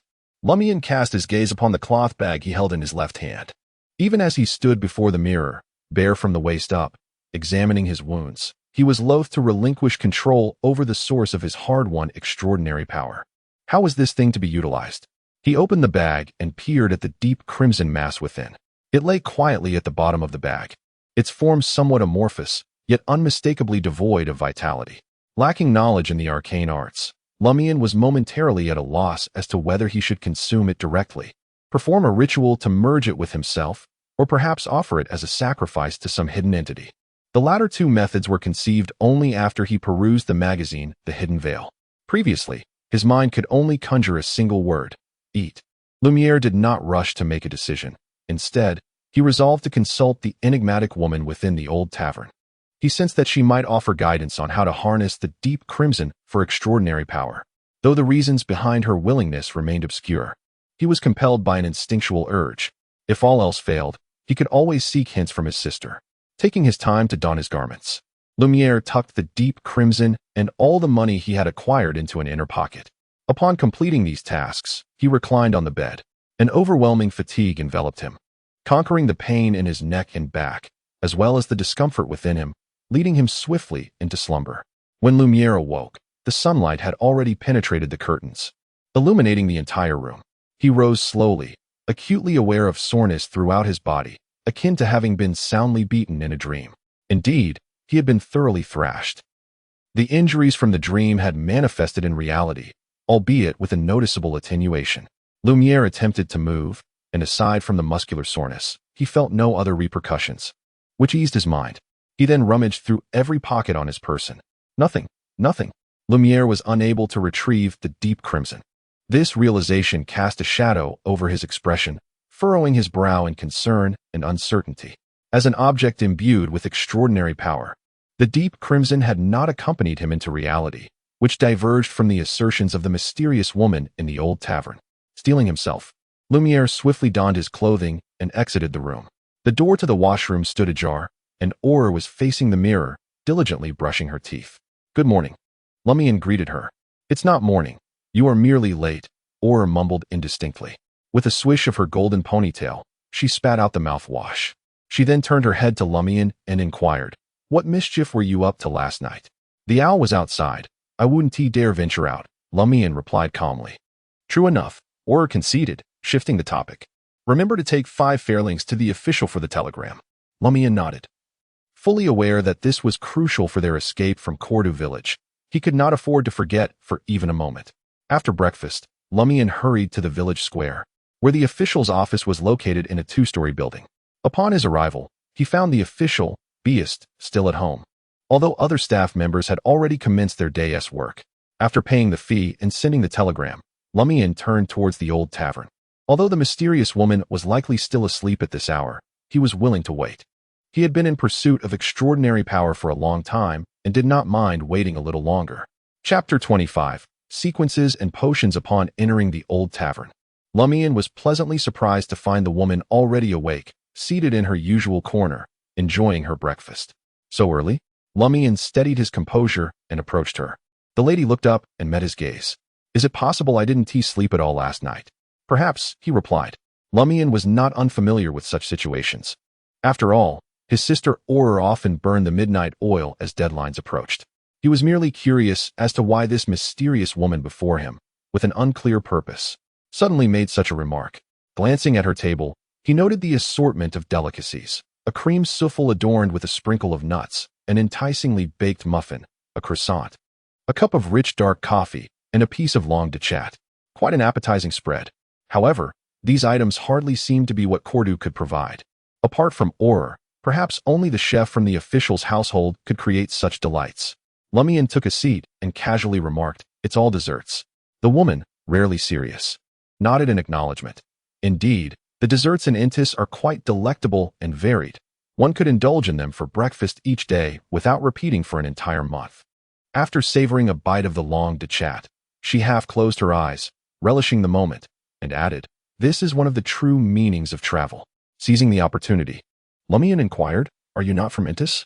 The lady chuckled softly, "I hail from Ruin, but given the current circumstances, that is inconsequential." "Ah, that Ruin. A land known for its steam machinery, factories, vast armies, and little else besides armchairs, mint sauce, fried fish with potatoes, and pure snake fruit ale." As a true Intisian, Lumian immediately recalled the jests often directed at the kingdom of Ruin. He nodded thoughtfully and responded, "I have dealt with that creature wielding a hunting rifle." The lady took a sip of her coffee and remarked rather blandly, "Not bad." For some inexplicable reason, Lumiere always sensed an odd emotion in her gaze. During their previous exchanges, he had felt similarly, believing that she was relishing the moment, possessing a hidden sentiment that he could not quite decipher. He continued, "I acquired an abnormal crimson entity from that monster. Possessing it renders me irritable and filled with malice. I am convinced it pertains to extraordinary powers, yet it did not accompany me into reality." The lady chuckled lightly. "After all these instances of entering and exiting, have you not discerned that aside from your own state, nothing else can be brought over? Did you not mention the exception of extraordinary entities?" Lumiere's words trailed off. After a moment of contemplation, he carefully articulated, "Are you suggesting that by obtaining extraordinary powers through this crimson entity, one could transform into an extraordinary being, thereby allowing a state distinct from that of an ordinary person to be transported into reality?" "Quite astute," she replied, not lifting her head as she indulged in her creamy souffle. "But would not the corresponding power diminish as a result?" Lumiere inquired, frowning. "The injuries I sustained in the dream lessened significantly in reality. The transformation brought about by extraordinary traits remains intact." The lady raised her head and gazed at Lumiere. This is precisely why I said, with the exception of extraordinary entities, extraordinary traits. Lumiere pondered this term. He recalled what his sister had said about the extraordinary beings. If one were to acquire extraordinary traits, could they indeed become extraordinary themselves? Lumian began to grasp the concept. Furthermore, based on the lady's explanation before him, he ventured a deeper speculation regarding dreams, that desolate ruin might truly exist, or perhaps it once resided in a certain place in reality, only to descend into the depths of some prominent figure's dream, thus continuing to evolve naturally. His dream, in essence, constituted a unique passage influenced by the symbols upon his chest, connecting to that very ruin. Following this line of thought, the appearance of his home within that realm represented a mark left by his subconscious during their interaction, a reflection of the place he deemed safest. Consequently, it diverged from the surrounding wilderness and the ruin, akin to existing in an entirely different world. The monsters refrained from entering because they genuinely could not.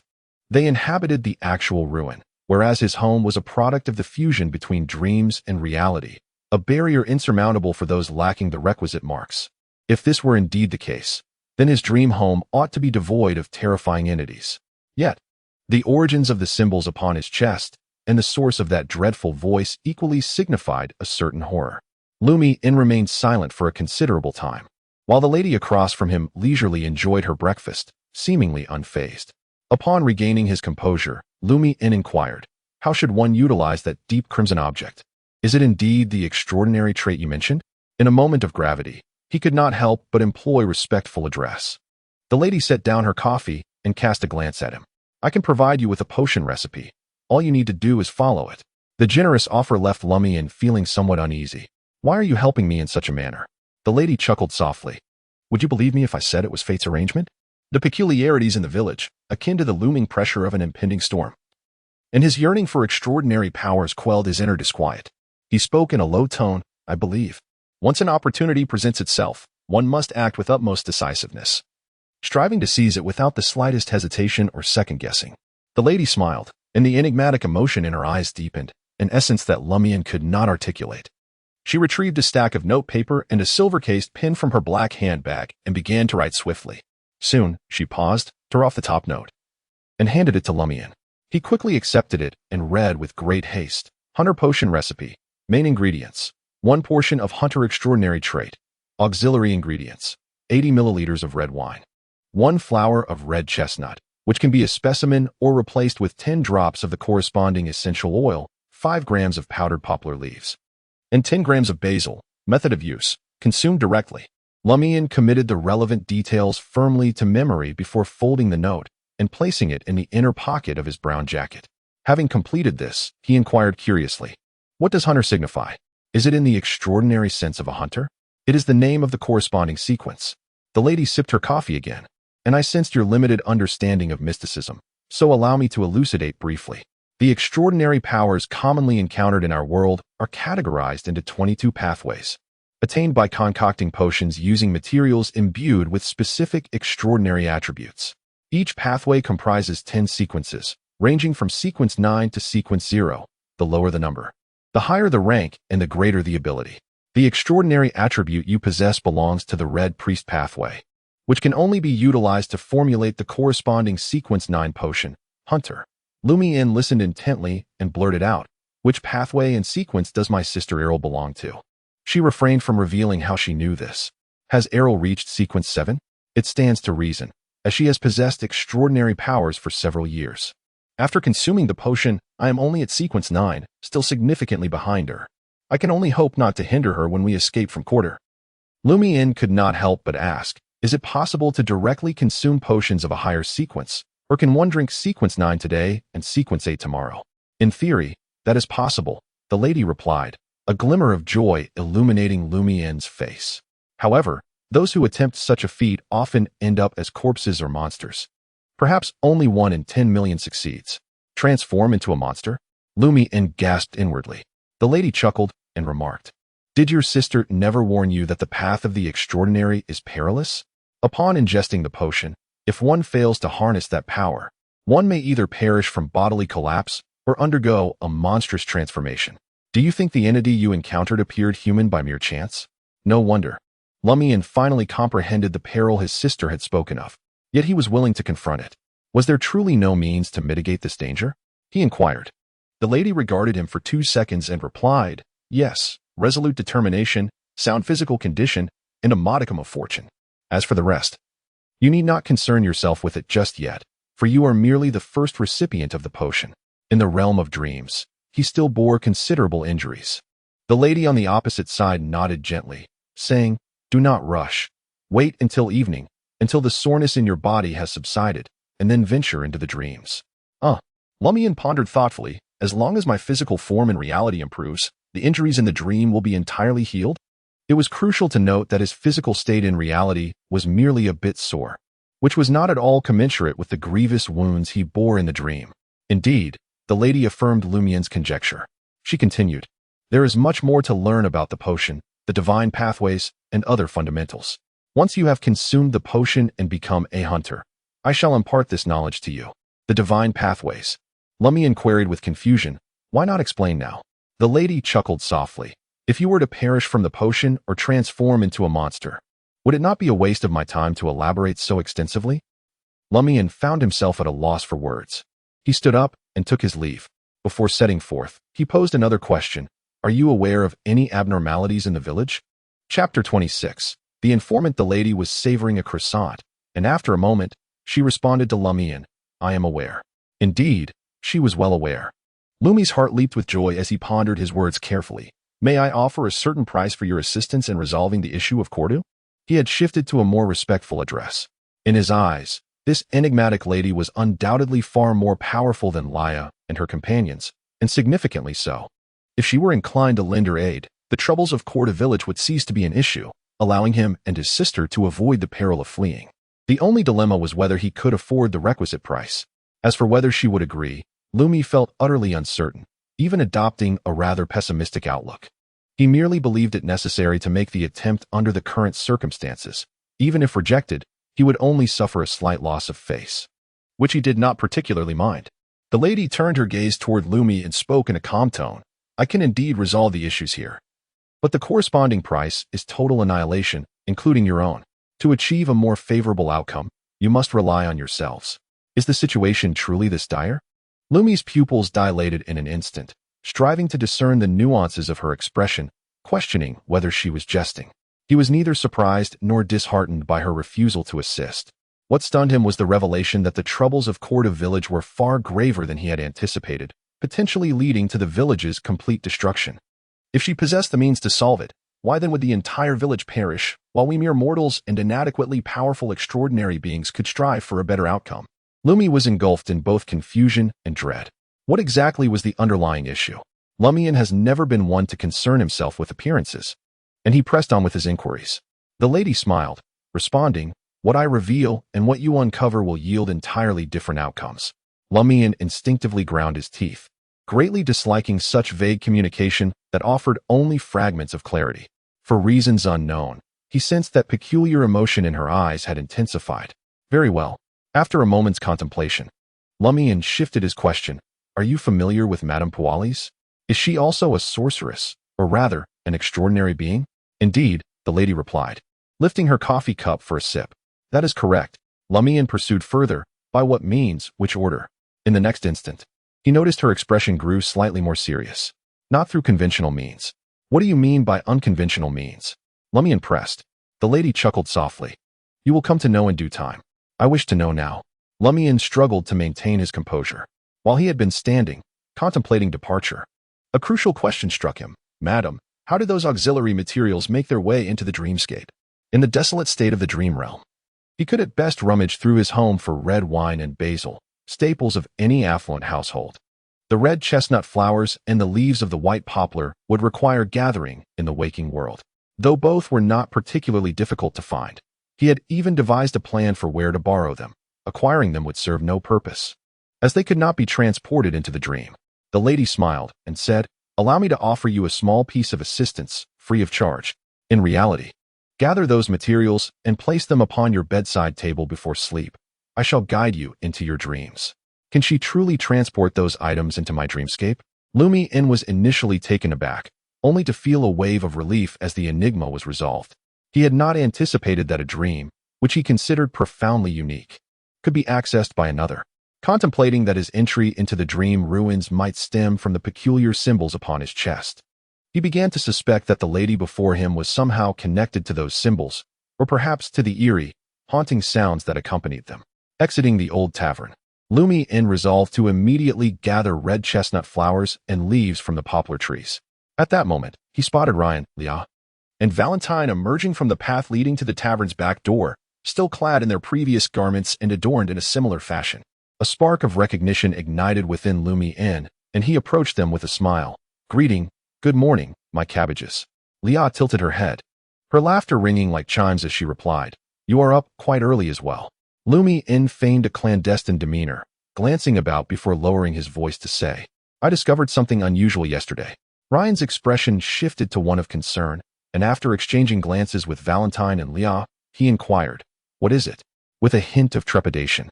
Lumian responded, "I suspect that Naroka's death was not natural. She was the one you observed at the funeral yesterday." Ryan offered an encouraging look, prompting Lumian to exhale deeply. "Have I not shared with you the funeral customs of the Dali region?" Later, after everyone had gone to the cemetery, Pons Bene entered Naroka's home, and the host did not object. Was this not a disruption of their family's astrological influence, thus jeopardizing their good fortune? Surely, something was amiss. Is Pons Bene the brother of the parish priest?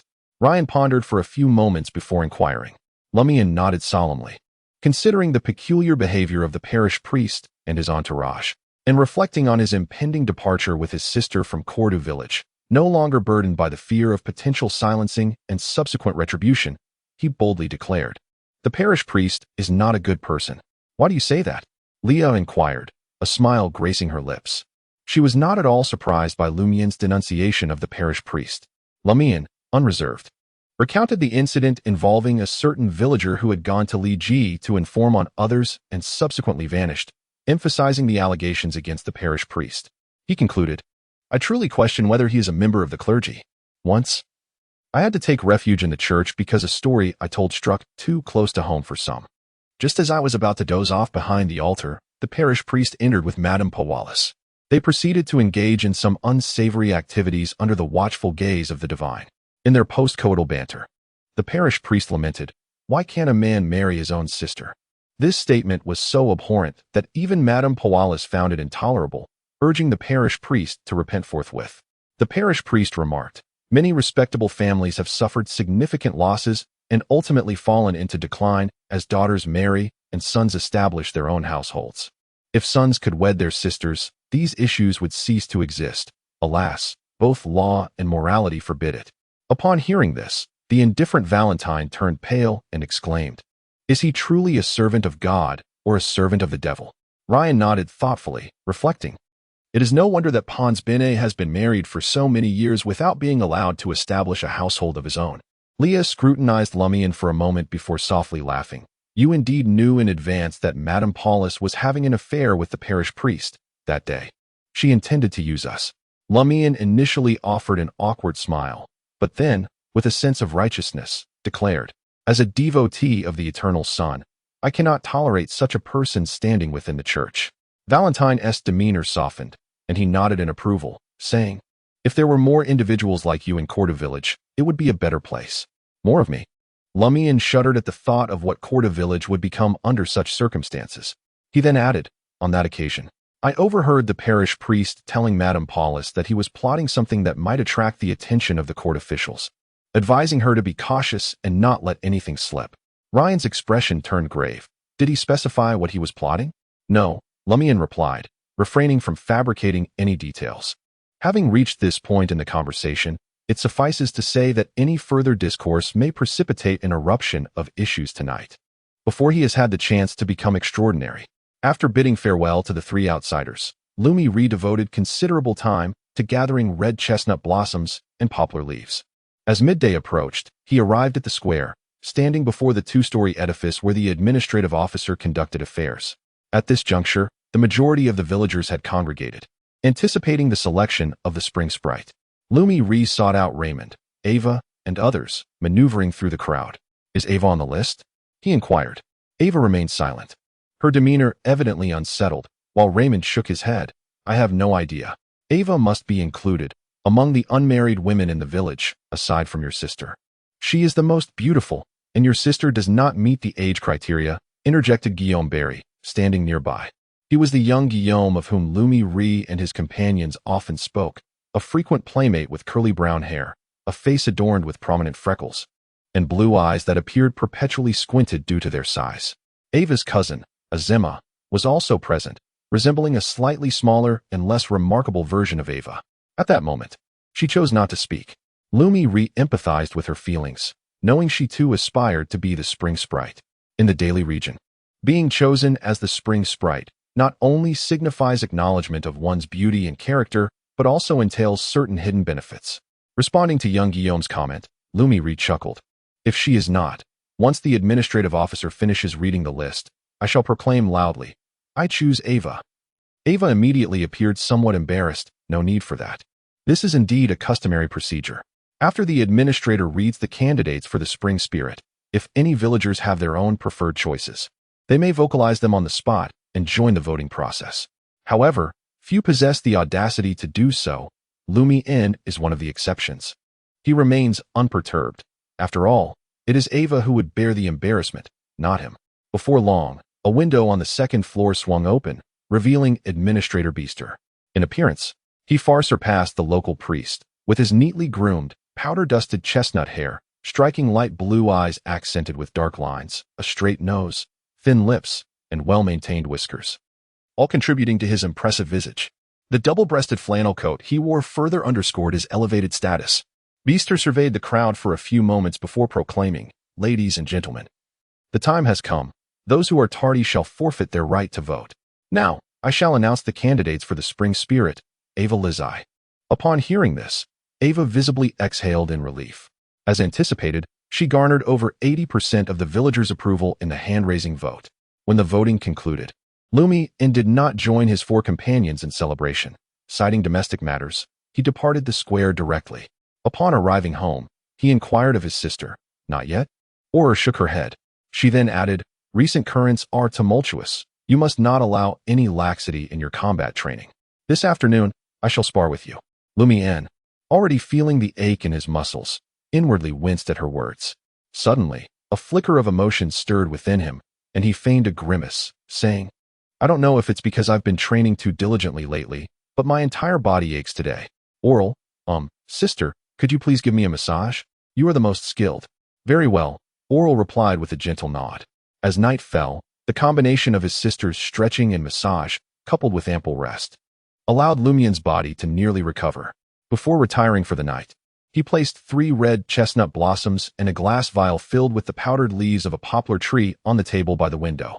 Casting a deep gaze upon them, Lumian nestled into his bed, filled with both anticipation and a tinge of anxiety. Chapter 27. 5 Transformations Upon Awakening in the Gray Mist. Lumian's first instinct was not to assess his physical condition, but rather to spring upright and gaze towards the table by the window. The 3 red chestnut blossoms and the glass vial containing the powdered poplar leaves rested quietly there, receiving the faint rays of light that pierced through the dense fog above. She truly delivered the auxiliary materials. Lumian sighed in relief, swung his legs over the side of the bed, and began to stretch his body. To his delight, he discovered that the pain in his neck and back had completely vanished, and the discomfort within him had similarly dissipated. Indeed, as reality improved, so too did the dreamscape. Although the injuries on both sides were far from equal, Lumian hurried to the wardrobe, which was accompanied by a full-length mirror, stripped off his upper garments, and scrutinized himself thoroughly. The 5 crimson fingerprints, the swollen bruises, and the patches of contusions had all mysteriously disappeared. This led Lumian to momentarily ponder whether the previous night's hunt for the extraordinary creature had merely been a figment of his imagination. Fortunately, the deep crimson substance contained within the fabric pouch, accompanied by a few additional copper coins and the hunting rifle resting nearby, attested to the authenticity of his recent experiences.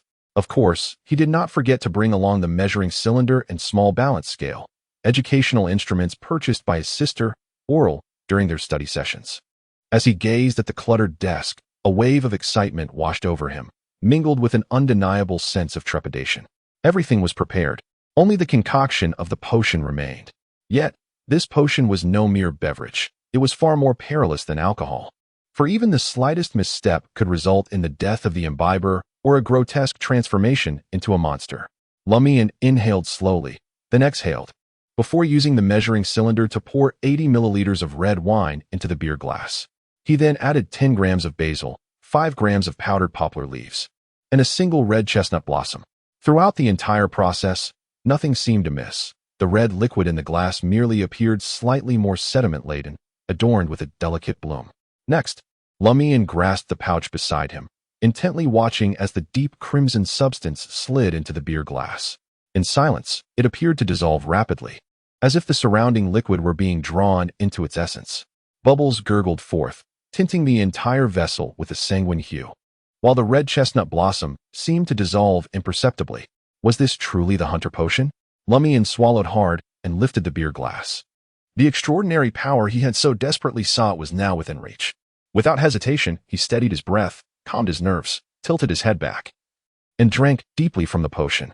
With each gulp, a sharp, metallic scent reminiscent of blood invaded his nostrils, while faint whispers danced at the edges of his hearing.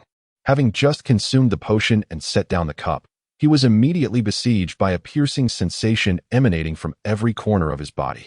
The intensity was so overwhelming that Lumian began to question whether he had swallowed a conflagration, one that was incinerating his esophagus, stomach, heart, lungs, small intestine, large intestine, and every vein within. Simultaneously, a potent metallic tang spread through his throat. Remembering the words of that lady, he exerted every effort to maintain his composure, resisting the urge to succumb to unconsciousness, for such a fate would surely signify his defeat by the potion, with dire consequences to follow. In a daze, Lumian lowered his head and beheld the veins on the back of his hands, all standing out in stark relief, intertwining and densely packed, of vivid crimson hue. The sharp pain and burning sensation surged and receded with equal swiftness. However, after just 2 or 3 seconds, Lumian sensed that they were on the verge of vanishing. At that moment, a ringing echoed in his head, and a mysterious voice, seemingly emanating from the infinite heights yet close at hand, resonated in his ears. This voice pierced his mind like steel needles, stirring tumultuously. The near-death experience assailed Lumian once more, the previously fading sensations of burning and pain intensifying anew. In that instant, his eyes widened in alarm, his hands clenched tightly, as he felt an unseen force attempting to breach his skin and emerge from within his flesh. The surrounding gray mist seemed to thicken. The incomprehensible, terrifying voice subsided, and the writhing of his very being faded like a mirage. The dreadful sting and searing heat, along with the overwhelming taste of iron and the scent of blood, dissipated as well. Unable to restrain himself, he bent at the waist, resting his hands on his knees.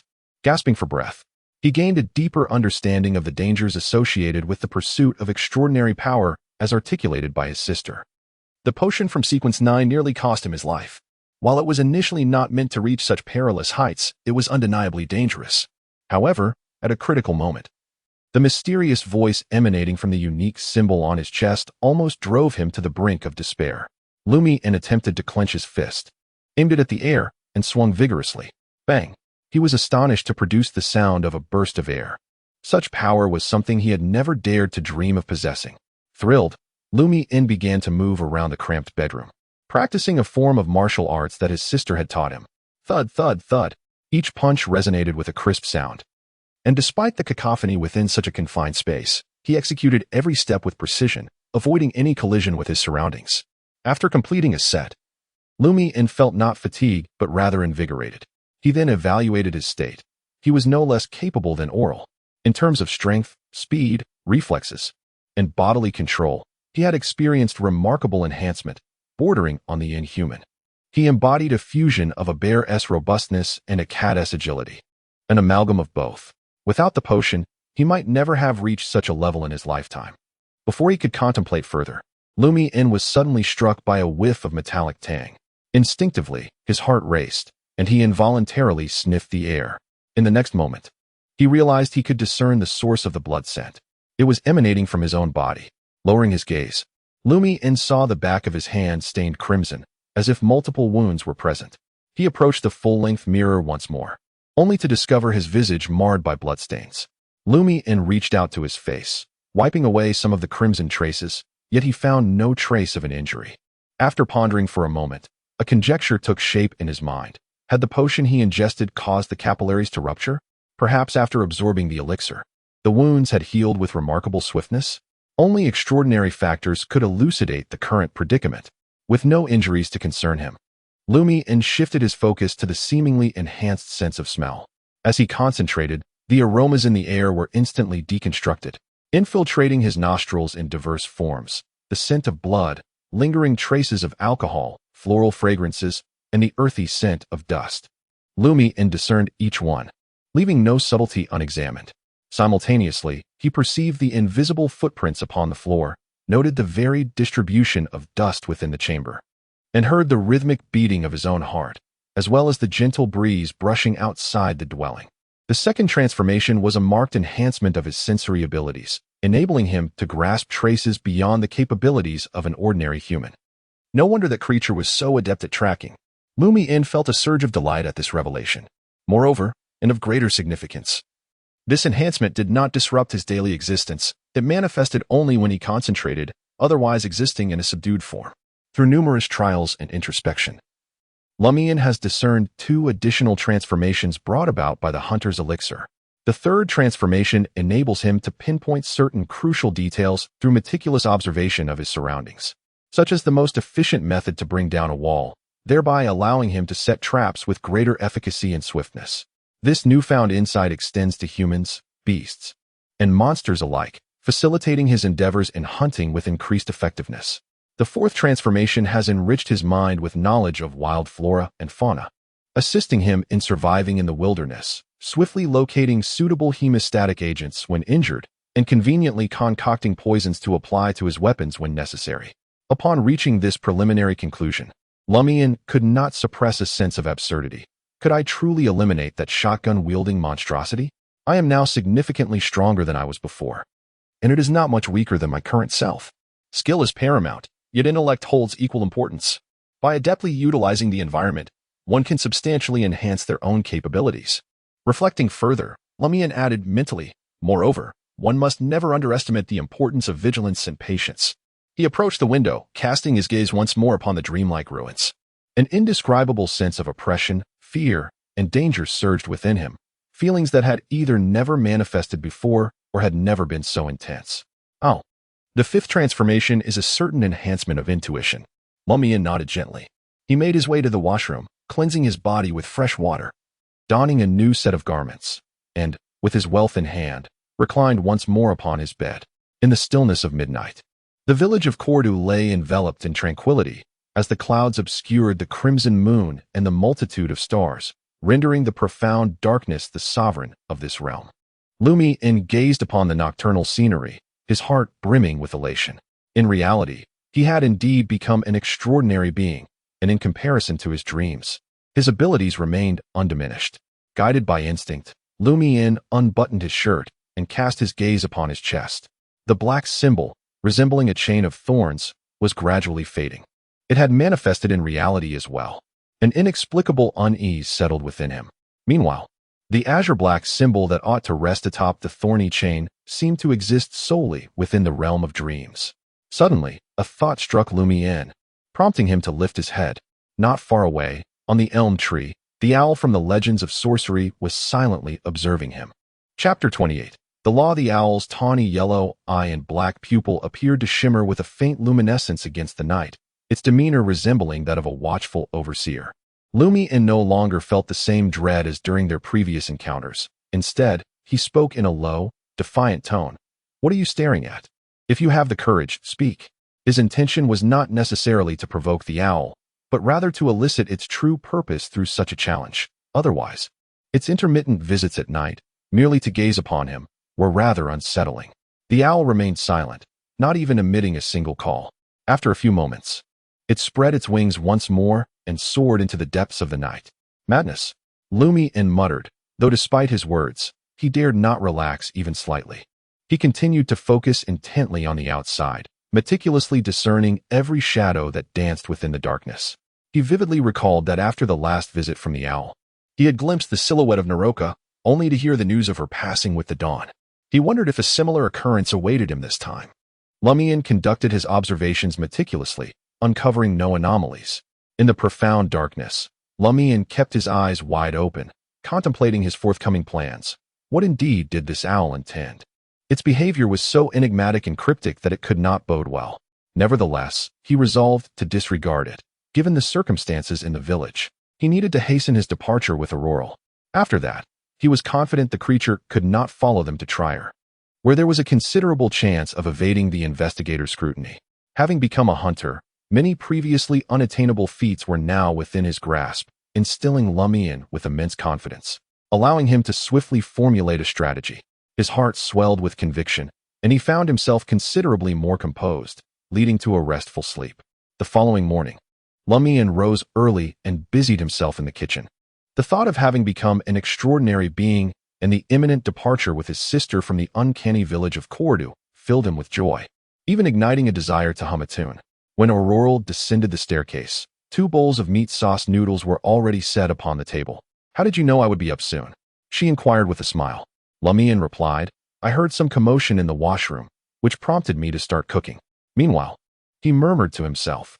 Aurore nodded as she took a seat at the dining table, casually inquiring, "Did that owl come again last night?" Indeed, Lumian was aware that his sister had discovered his midnight vigils by the window. Fortunately, the appearance of that owl had spared him from crafting an explanation. After all, he could hardly admit that he was overly exhilarated by becoming an extraordinary being. Such an admission would undoubtedly lead to a round of re-education from his sister. Nevertheless, Lumian did not intend to keep this matter from Aurore for long, as it could affect her decision-making in various aspects. He planned to reveal the truth to her the day after tomorrow when he would make his escape from Cordu, thereby preventing her from being distracted by his affairs. In a moment of urgency, Aurore would have no time to lecture him. The peculiar owl.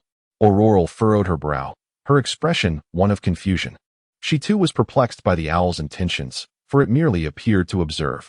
Lumian slurped his noodles, and once he had nearly finished his meal, he addressed Aurore. She played with a strand of hair, deep in contemplation.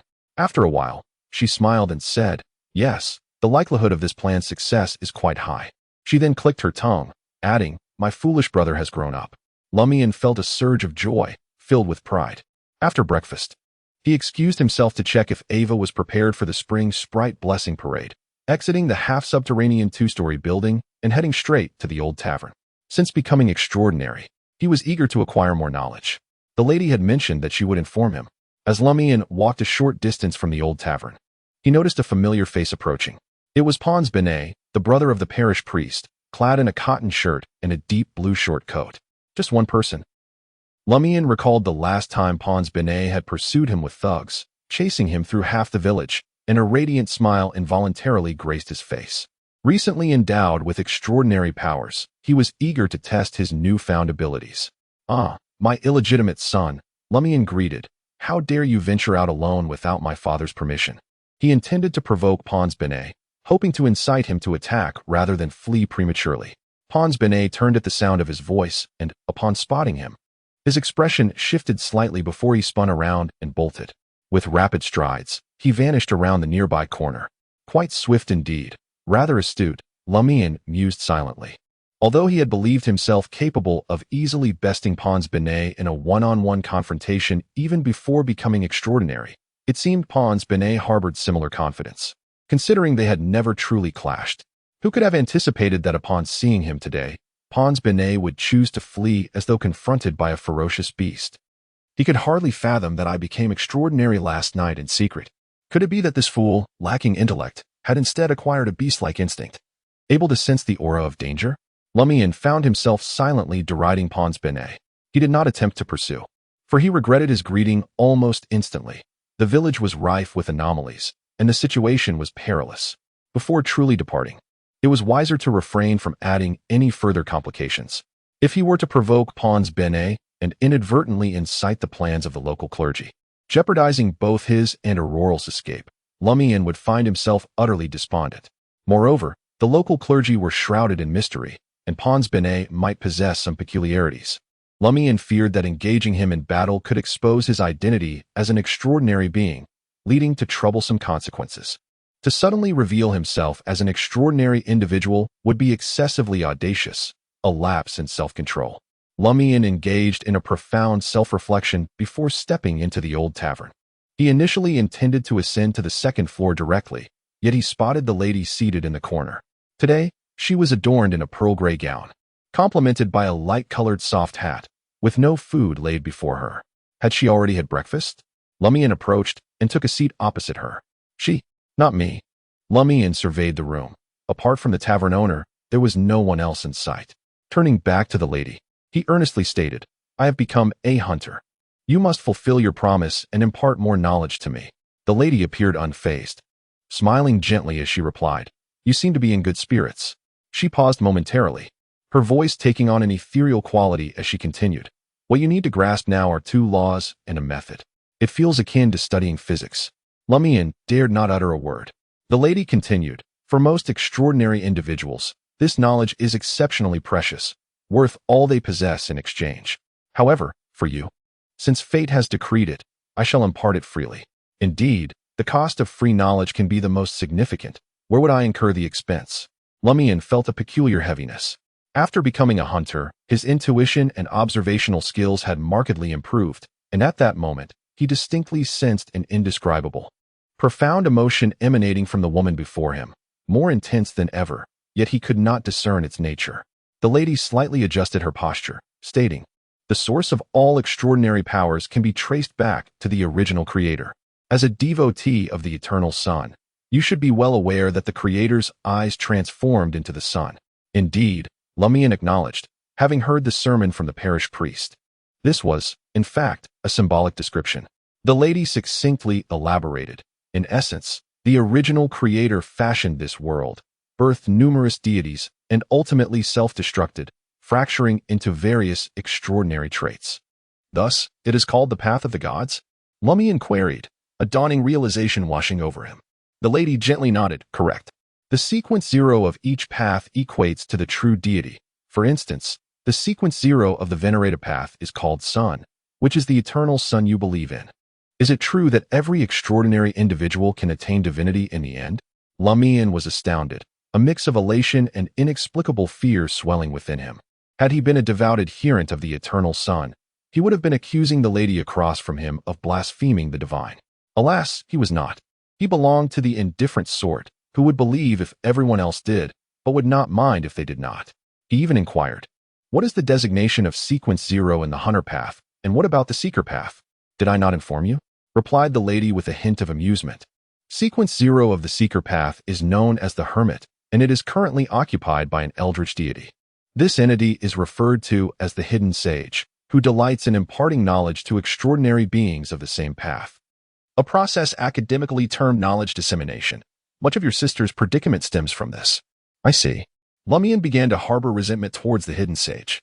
It is precisely because the extraordinary traits originate from the primordial creator that they neither vanish nor increase. They merely transform from one form to another, transferring from one object to another. This is known as the law of the immutability of extraordinary traits. Chapter 29.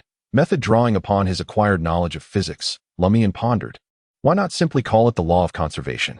That is a distinct principle, though you need not delve into its complexities at present. The lady nodded approvingly. In essence, it is akin to the law of immutability, albeit with additional prerequisites and specific expositions.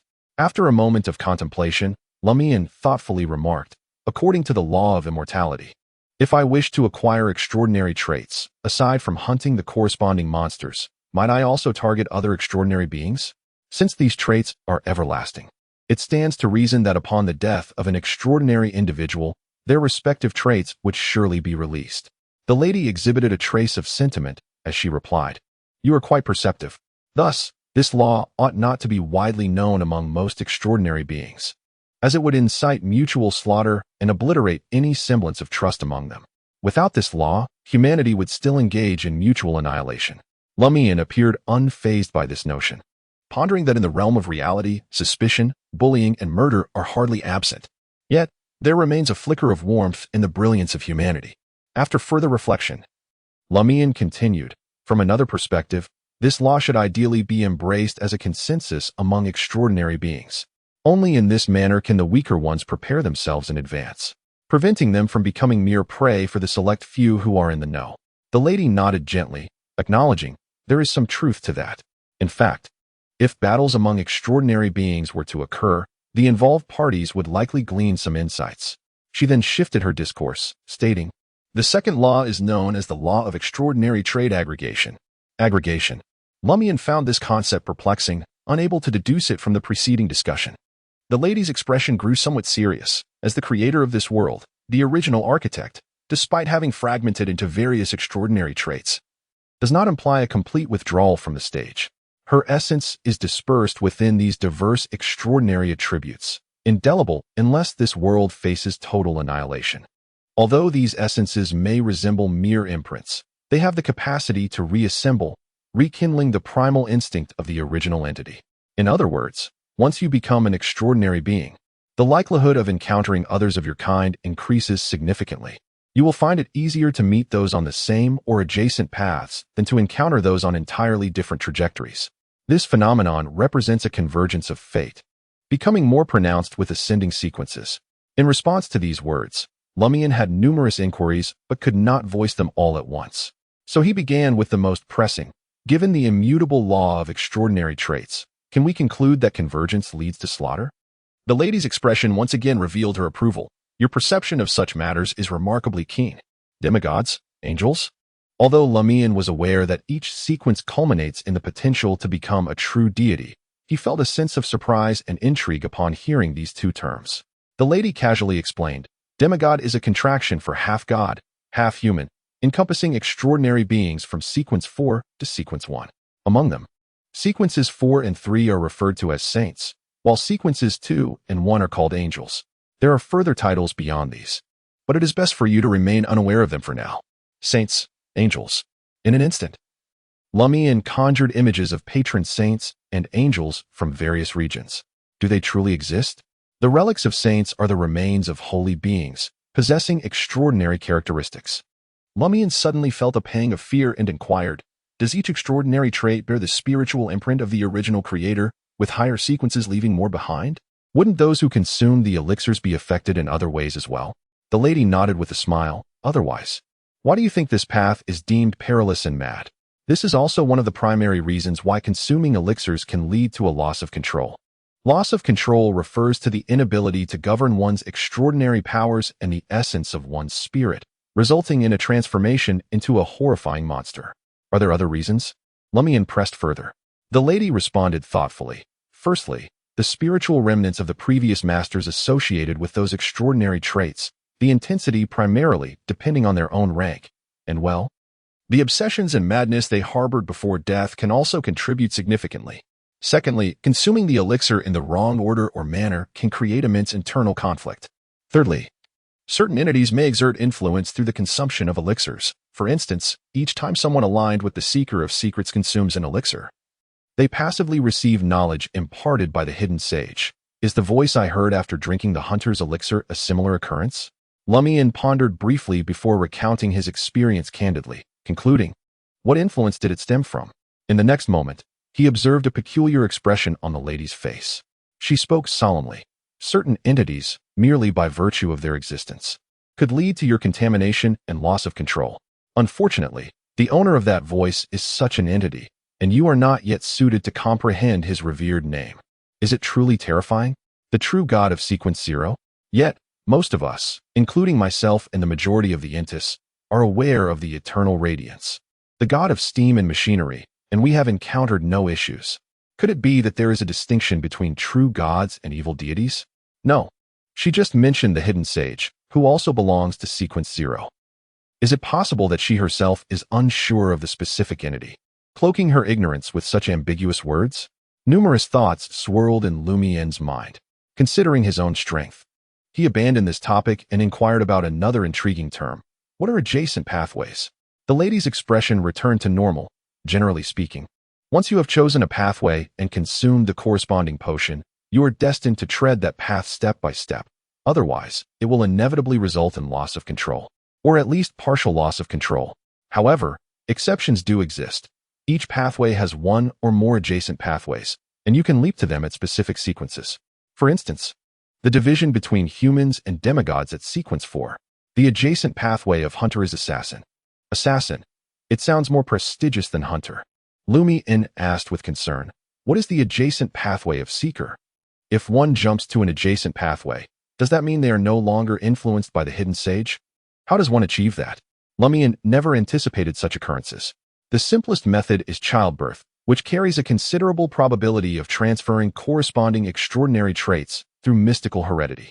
The lady merely mentioned this briefly, adding that there are certain special abilities that could be harnessed through specific avenues, though this entails certain risks and demands a substantial price.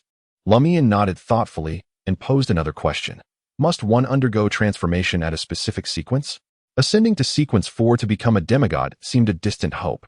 The lady regarded him for a moment and replied, theoretically, it is possible to transform at a lower sequence, but the risks of losing control are significantly heightened.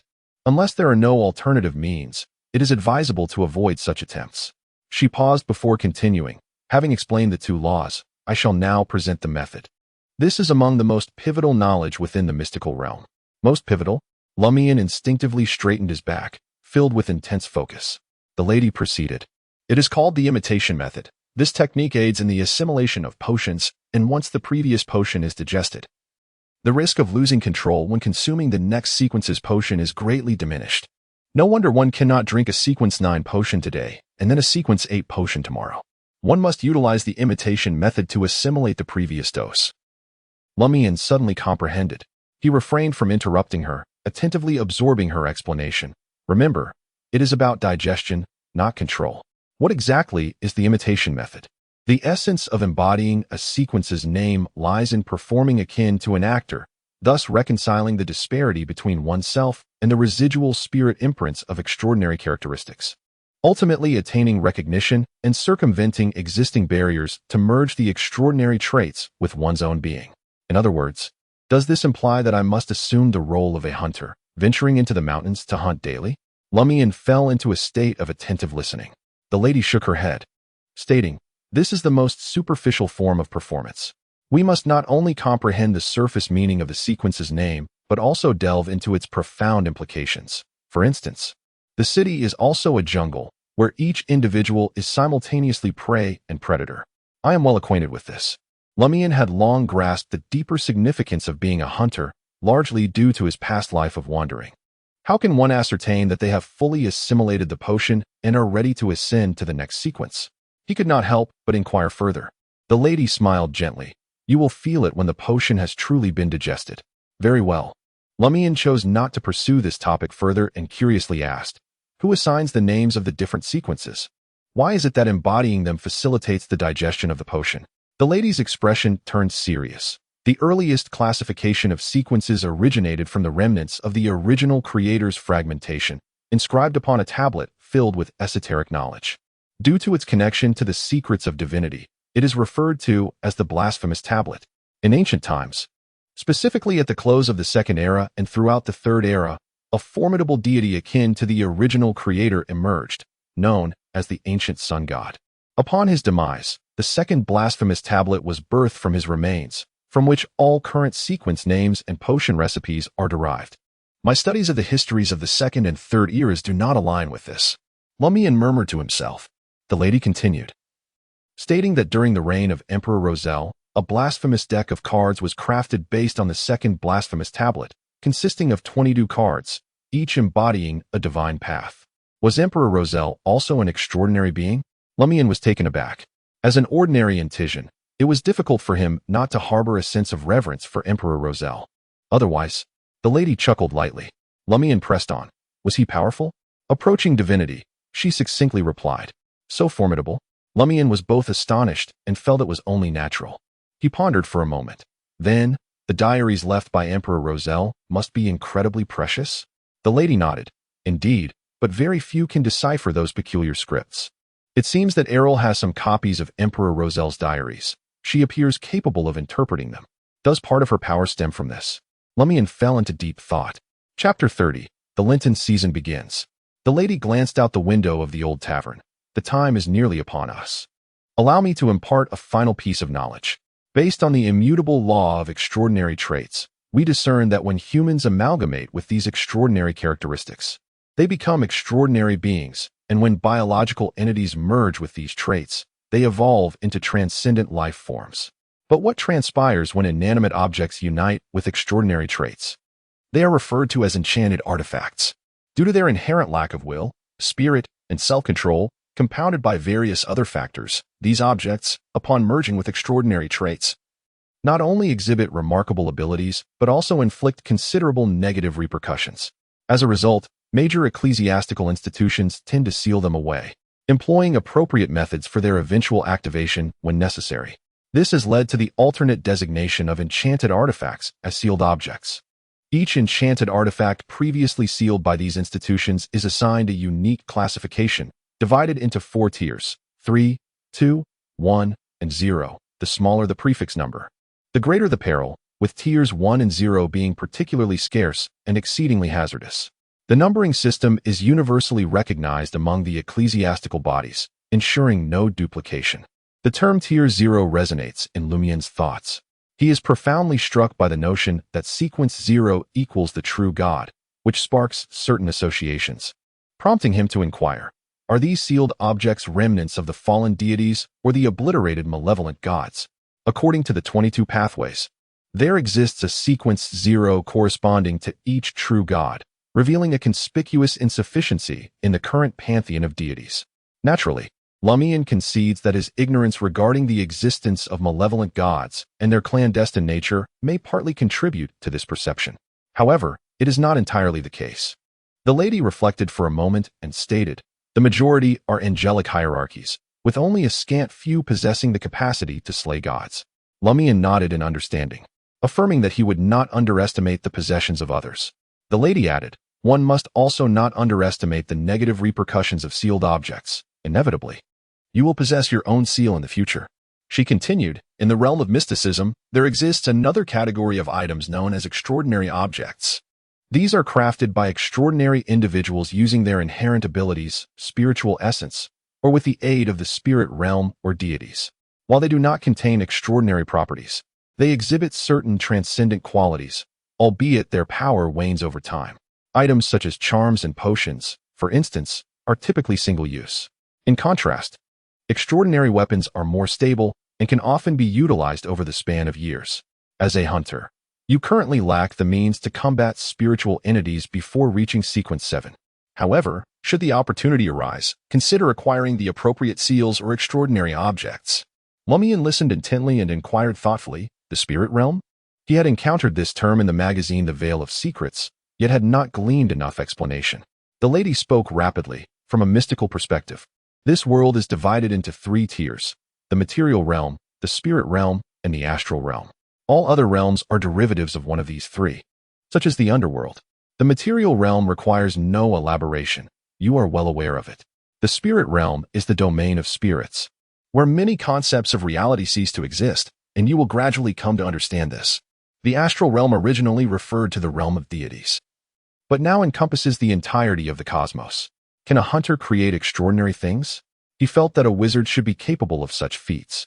The lady first shook her head, then remarked, in simple terms, it is entirely impossible for a hunter to produce extraordinary items. Lumian felt a twinge of disappointment. The lady continued with a smile, not entirely.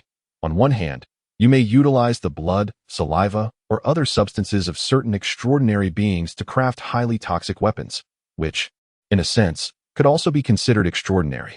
On the other hand, once you unravel the secrets of dreams, I shall reveal to you the name of a great entity to whom you may offer your prayers. A great entity? This was the first time she had used the term great as an adjective. She had not employed it even for the eternal sun or the hidden sage. Who could it be? Would praying to this entity pose no danger? Lumian's gaze sharpened, filled with both awe and doubt. The more he learned, the more he felt the inadequacy of his knowledge in the arcane. With a thoughtful hum, Lumian asked, what is the sequence corresponding to Hunter for Sequence 8 and Sequence 7? The Sequence 8 of the Hunter path is known as the Provoker, while Sequence 7 is the Arsonist. Well then, that shall be all for today. She promptly stood and walked towards the entrance to the 2nd floor. I almost forgot to remind you. Remember, you are merely playing a role. Just playing a role. Lumian pondered this statement thoughtfully and asked, what if one begins to take the role seriously? You will gradually become less like yourself, until one day. The lady smiled and fell silent. She turned her body and walked to the staircase, vanishing from sight. And yet, the words remained unspoken. Lumian Li murmured softly. He could sense that if he failed to remember he was merely playing a role, the consequences could be dire. The more he contemplated, the more he grasped the significance of the two laws and a method. They served as the main framework of this edifice of mysticism, with everything else deriving from them. He wondered if Aurore understood. Once he departed from Cordu, he would discuss this matter with her. Oh. He also questioned whether that lady would permit him to confide directly in Aurore. As he pondered, he made his way to the village square. Ava had donned a flowing white gown, adorned with a crown woven from branches and flowers, and a similarly grand necklace hung around her neck. Brown branches and green leaves embellished her back, arms, waist, and legs, making her appear like a fairy of the forest. Raymond and the other young men gathered around Ava, each carrying a basket intricately crafted from twigs, filled with grasses, soil, stones, leaves, and other natural treasures. Lumian Li, the blessing procession is about to commence. Ava's azure eyes sparkled as she spotted Lumian Li, her face radiating joy. Raymond and the others shared the same elation. Hurry, let us gather our offerings. The group of youths began to sing joyfully, encircling Ava as they exited the square. In just a few meters, they halted before the first building. Lumian Li approached the door and knocked with fervor. The spring spirit has arrived. The door creaked open, revealing Eliza before the gathered crowd. She was another matriarch of the village. In her 40s, with her dark hair elegantly styled and her blue eyes sparkling with mirth. Upon seeing the door ajar, Ava stepped forward, arms outstretched, and began to sing.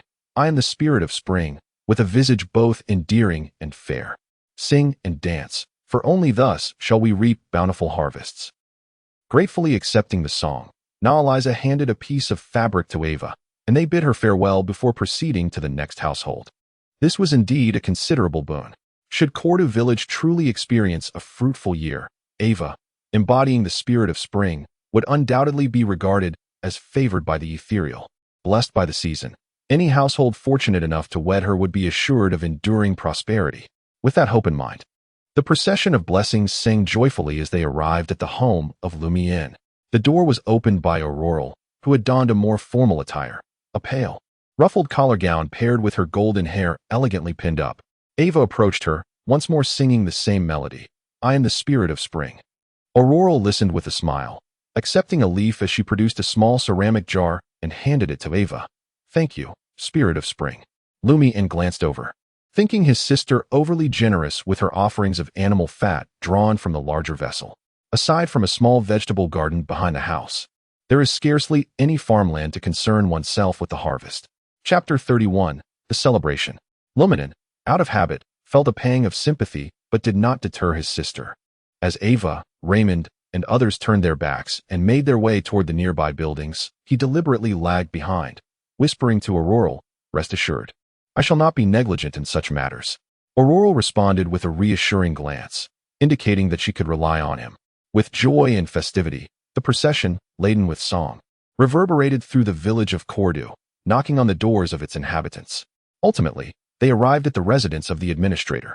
This edifice, a transformation of a fortress from the era of the Sorin royal family, perched upon a hill at the village's edge, stood tall with its two towering spires, cloaked in deep black hues. The outer walls surrounding the structure had long been dismantled, and Lumian and his companions traversed the garden specifically cultivated by the beast couple. Approaching the entrance, the grand doors, towering 4 to 5 meters, bore a deep green reminiscent of aged wood, exuding an air of weightiness. However, they were divided into 2 segments, designed to welcome esteemed guests without the necessity of fully opening. Only the lower 2-meter section needed to be unveiled. The spring elves, embodiments of the season and harbingers of bounty, undoubtedly deserved the highest honors. At that moment, the imposing doors swung wide open, revealing Lady Puwali's, elegantly adorned in a light green, corseted gown. Her maid, Cassie, stood slightly behind her, holding a basket woven from twigs. Ava approached and began to sing a song of blessing. Madame Puwali's bore a subtle smile at the corners of her lips, listening intently with an air of nobility and restraint, causing the youthful followers of the spring spirit to gaze in admiration, yet with a hint of trepidation. Lumian, having overheard the unsavory exchanges between the other party and the village priest, scoffed silently to himself. Thus concluded the blessing parade, as as Lumian, Raymond, and their companions surrounded the spring spirit, Ava, making their way to the river nestled among the hills just beyond the village. Upon reaching the customary spot for grazing geese, Ava approached the crystalline waters and began a simple dance, repeating the song from earlier. Meanwhile, Lumian and the other young people remained motionless, keeping a distance of 7 to 8 meters from the spring spirit. After completing her dance, Ava retrieved some diced turnips from a basket at her feet, a gift from a villager, and tossed them into the river. As she threw, she sang, "Abundance, abundance." Once Ava had finished, Lumian sprang forward, swiftly bending down to scoop turnip pieces from the basket and hurling them into the water, exclaiming loudly, "Abundance, abundance." The remaining youths, slower to react, hurriedly jostled one another, eager not to be left behind, as they too rushed towards Ava, retrieving bits of turnips and other modest offerings from the basket to cast into various spots of the river, shouting abundance. In unison, Raymond, having missed the initial opportunity and unable to outpace the others, was the last to partake in the ritual. In the next moment, he caught sight of Lumian and young Guillaume's mischievous grins. The group surged forward, hoisting Raymond into the air, shouting abundance, as they tossed him into the water. With a splash, Raymond fell into the water, his clothes and hair instantly drenched. Meanwhile, the onlookers on the shore began to hurl mud and branches in his direction. Wiping the droplets from his face, Raymond floundered for a few moments before swimming downstream. The procession of well-wishers then encircled Ava as they made their way to the Eternal Sun Church, perched on the edge of the village square in Cordu. As noon approached, the majority of the villagers had gathered, including Lumian's sister, Aurore. Compared to the urban churches, this one was rather modest, standing at a height of merely 11 or 12 meters. Its dome, shaped like a gentle arc, resembled an onion from the outside, while inside, one would behold the resplendent mural of the sun. The entire church was adorned in golden hues, radiating brightness, a signature style of all the churches belonging to the eternal sun. The altar, situated to the east, was surrounded by a myriad of sunflowers encircling a grand emblem, the symbol of the eternal sun. Behind the altar, high upon the wall, 2 pure glass windows, embellished with hints of gold leaf, awaited the dawn. Each morning, sunlight streamed through these panes to illuminate the emblem. Correspondingly, on the west side of the church, 2 similar glass windows captured the brilliance of the setting sun. As this was not a formal church ceremony but rather a traditional folk celebration, the parish priest, Guillaume Benet, was absent, replaced by the administrator, Biost. Ava, still dressed as a spring sprite, stood beside him as the sounds of flutes and lyres filled the air, and the villagers began to sing hymns in praise of spring, praying for a bountiful harvest. They had not rehearsed, and their singing was far from harmonious. Some even danced while they sang, creating a lively atmosphere.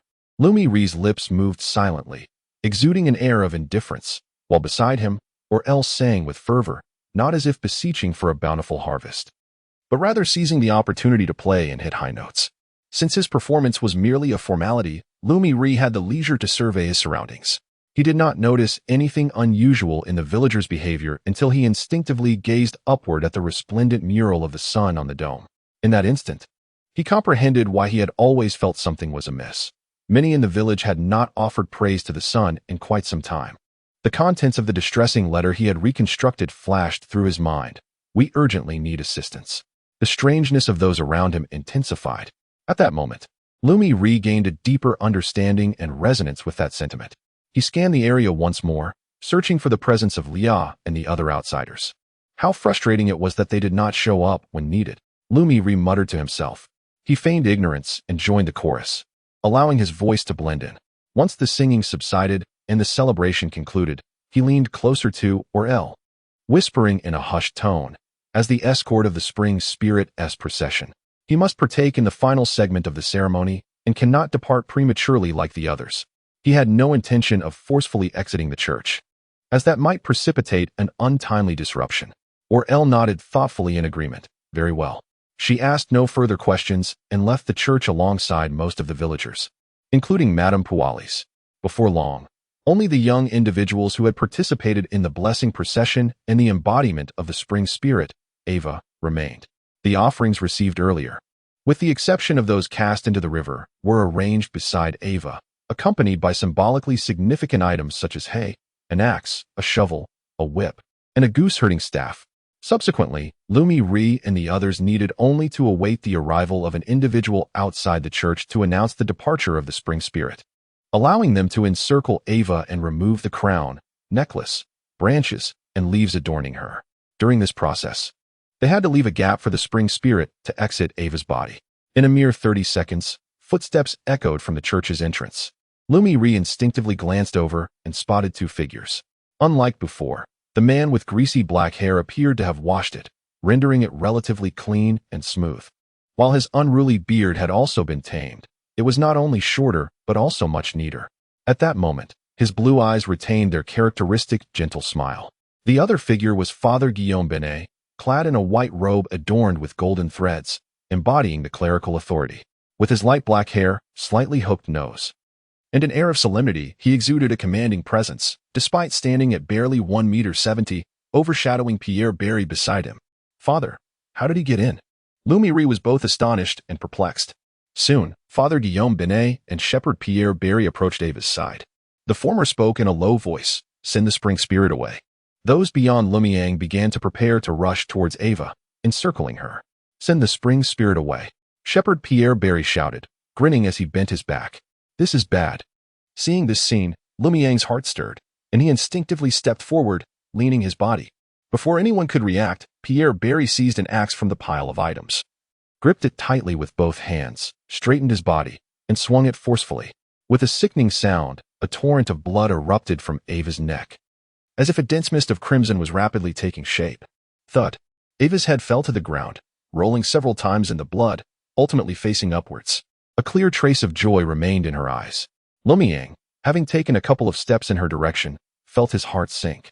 He immediately turned and dashed towards the stained glass on the side. Chapter 32. The Mutation. The blood-soaked fabric, jars, eggs, and the overwhelming stench did not alter the expression of Father Guillaume Benet in the slightest. He turned his body, gazing towards a certain part of the church, and in his blue eyes reflected the figure of Lumian sprinting. The color of the priest's eyes lightened, becoming almost translucent. In his vision, a series of mercury-like intricate symbols appeared around Lumian, intertwining like winding rivers, while Lumian himself seemed to be running through this shimmering, illusory river composed of these symbols, with a series of increasingly indistinct tributaries ahead. Guillaume Benet extended his right hand, reaching out towards a silvery symbol encircling his target. Lumian pressed his right foot firmly down, preparing to propel himself forward into the stained glass, intending to crash through the church. At that moment, however, his foot slipped, preventing him from exerting his full strength. His body ascended in a clumsy manner. With a cacophony of sounds, bang, crash, and snap, Lumian shattered the stained glass depicting Saint Cis, yet failed to breach the barrier. Coming to a halt within the church, multiple gashes appeared on his body, crimson blood swiftly oozing forth. At that juncture, the shepherd Pierre Barry, who had decapitated Ava with an axe, locked his gaze onto Lumian. His face retained a gentle smile, yet his blue eyes were filled with a fierce malevolence, as if a seal within him had been inadvertently broken, revealing a hidden, true self. Pierre Barry, gripping his axe, strode purposefully towards Lumian.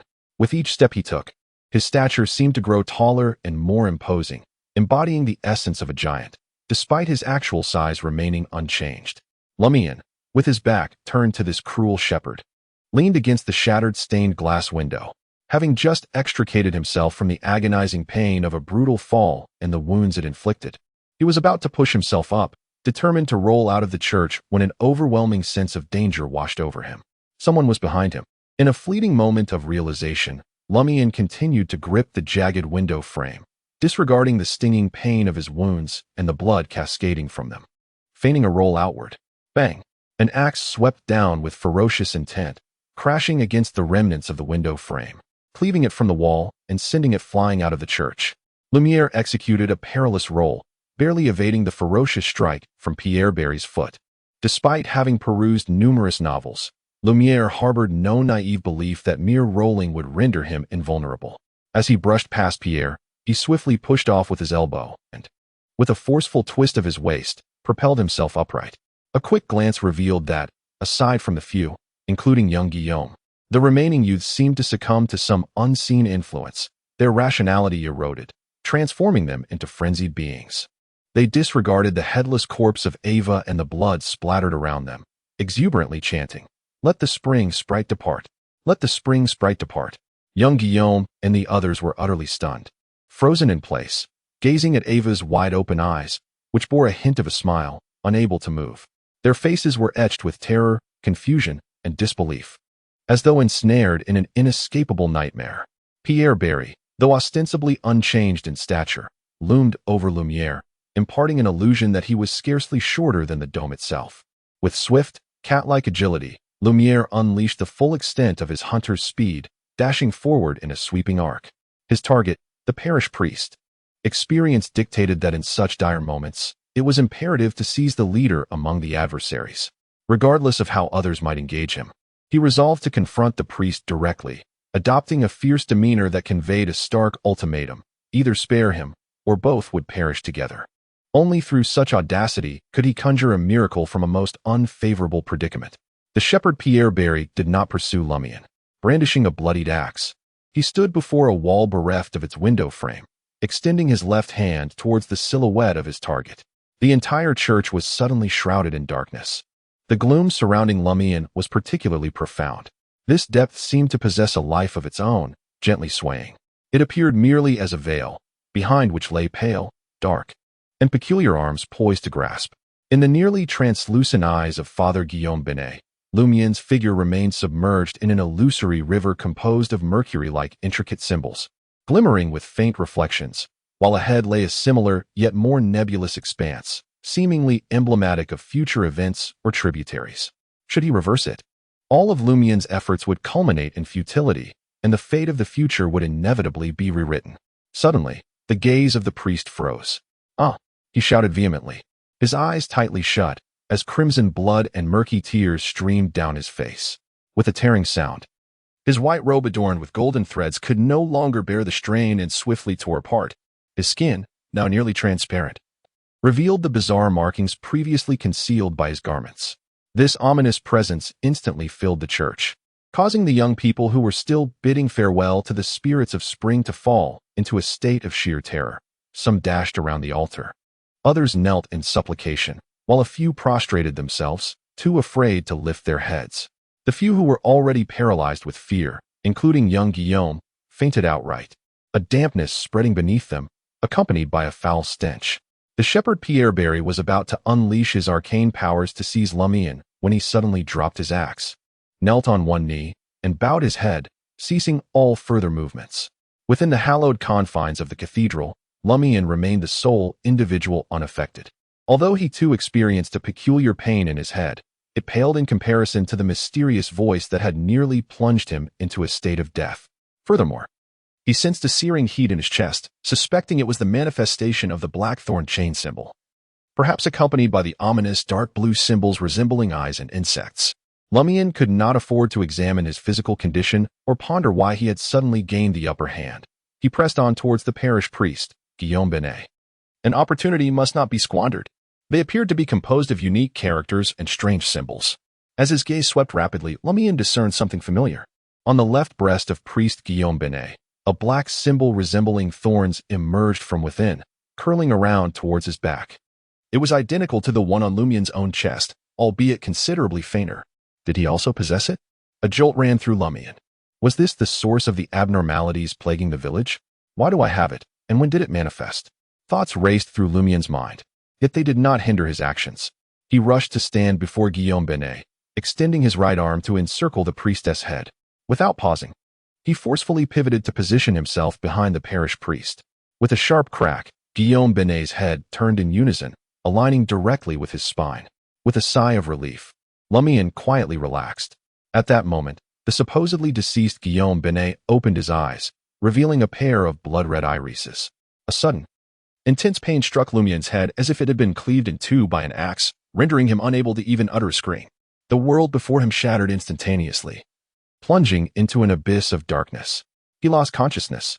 Pain. Excruciating pain. Lumian jolted upright, eyes wide open, rubbing his aching head. He quickly recognized the wooden table by the window, the slanted chair, and the wardrobes and bookshelves flanking either side. This was his bedroom. Soon, he descended to the kitchen on the first floor, where he found Aurore, clad in a light blue gown, diligently preparing dinner. Aurore, sister, we must flee, Lumian shouted urgently. The priest and many villagers have gone mad. They killed Ava during the celebration. He was unsure if his sister was aware of the unfolding chaos, as there were myriad ways to save someone, not necessarily requiring one to be present. Thus, he opted to convey the essence of the matter directly to avoid wasting time. The celebration? He affirmed with a vigorous nod. Aurore chuckled. That story you just concocted was quite impressive. In just 2 brief sentences, you painted a vivid picture of an eerie event that instills fear in the heart. Lumian was momentarily taken aback. Chapter 33. Confirmation. After a few moments, Lumian gazed into Aurore's eyes and spoke slowly, expressing his suspicion that his sister had just played a reverse prank. Yet, throughout the years, he had never witnessed her exhibiting a frivolous demeanor regarding matters of great significance, especially at this critical juncture that concerned the existence of their entire village, including their own lives. Aurore scrutinized her brother for a moment before inquiring, "Did you just take a nap and wake up dazed?" March 29th. Lumian pondered this date, suddenly engulfed by an uncanny sensation of whether he was currently dreaming or if it had been a previous dream, regardless of which was an illusion. Both felt astonishingly vivid. Lumian could discern no signs of deceit on his sister's face. Of course, one might attribute this to Aurore's exceptional acting skills, but Lumian firmly believed she was not that type of person. The only 2 possibilities for Aurore to deceive him regarding the date were, either she was under the influence of the local priest or some clandestine figure, or the matter had been flawlessly resolved, allowing her the leisure to jest and play tricks. If neither of these scenarios held true, then her words were likely to be the truth. Based on Lumian's understanding, this was evidently an occurrence that should not transpire in reality, yet his sister's demeanor left him utterly bewildered. "What is it?" Aurore asked, waving her right hand in front of her seemingly entranced brother. "Aurore, I just remembered something. I need to step outside." If she were still alive, Lumian would have to seriously contemplate whether to accept this incredible transformation. Without waiting for Aurore's consent, Lumian hurriedly bypassed her and dashed towards the door. "Sister, don't miss dinner," Aurore called out, her voice rising in urgency. Once outside his home, Lumian sprinted towards Ava Lizier's residence, fearing that even a moment's delay could lead to an ineffable nightmare that would completely engulf him. Along the way, he attracted the attention of several villagers, yet none dared to stop him to inquire about his haste, apprehensive that this might be a prank of his own making, designed to catch them off guard. At last, Lumian arrived at his destination. Ava's father, Guillaume Lizier, was a renowned shoemaker in Cordu Village and the surrounding mountains, living a modest yet comfortable life. Their home was a half-subterranean, gray-blue 2-story building, accompanied by a patch of land behind it, cluttered with hay, firewood, and a makeshift goose shelter. As dinner time approached, the kitchen of the Lizier household bustled with activity. Lumian stepped through the open door and immediately spotted Ava.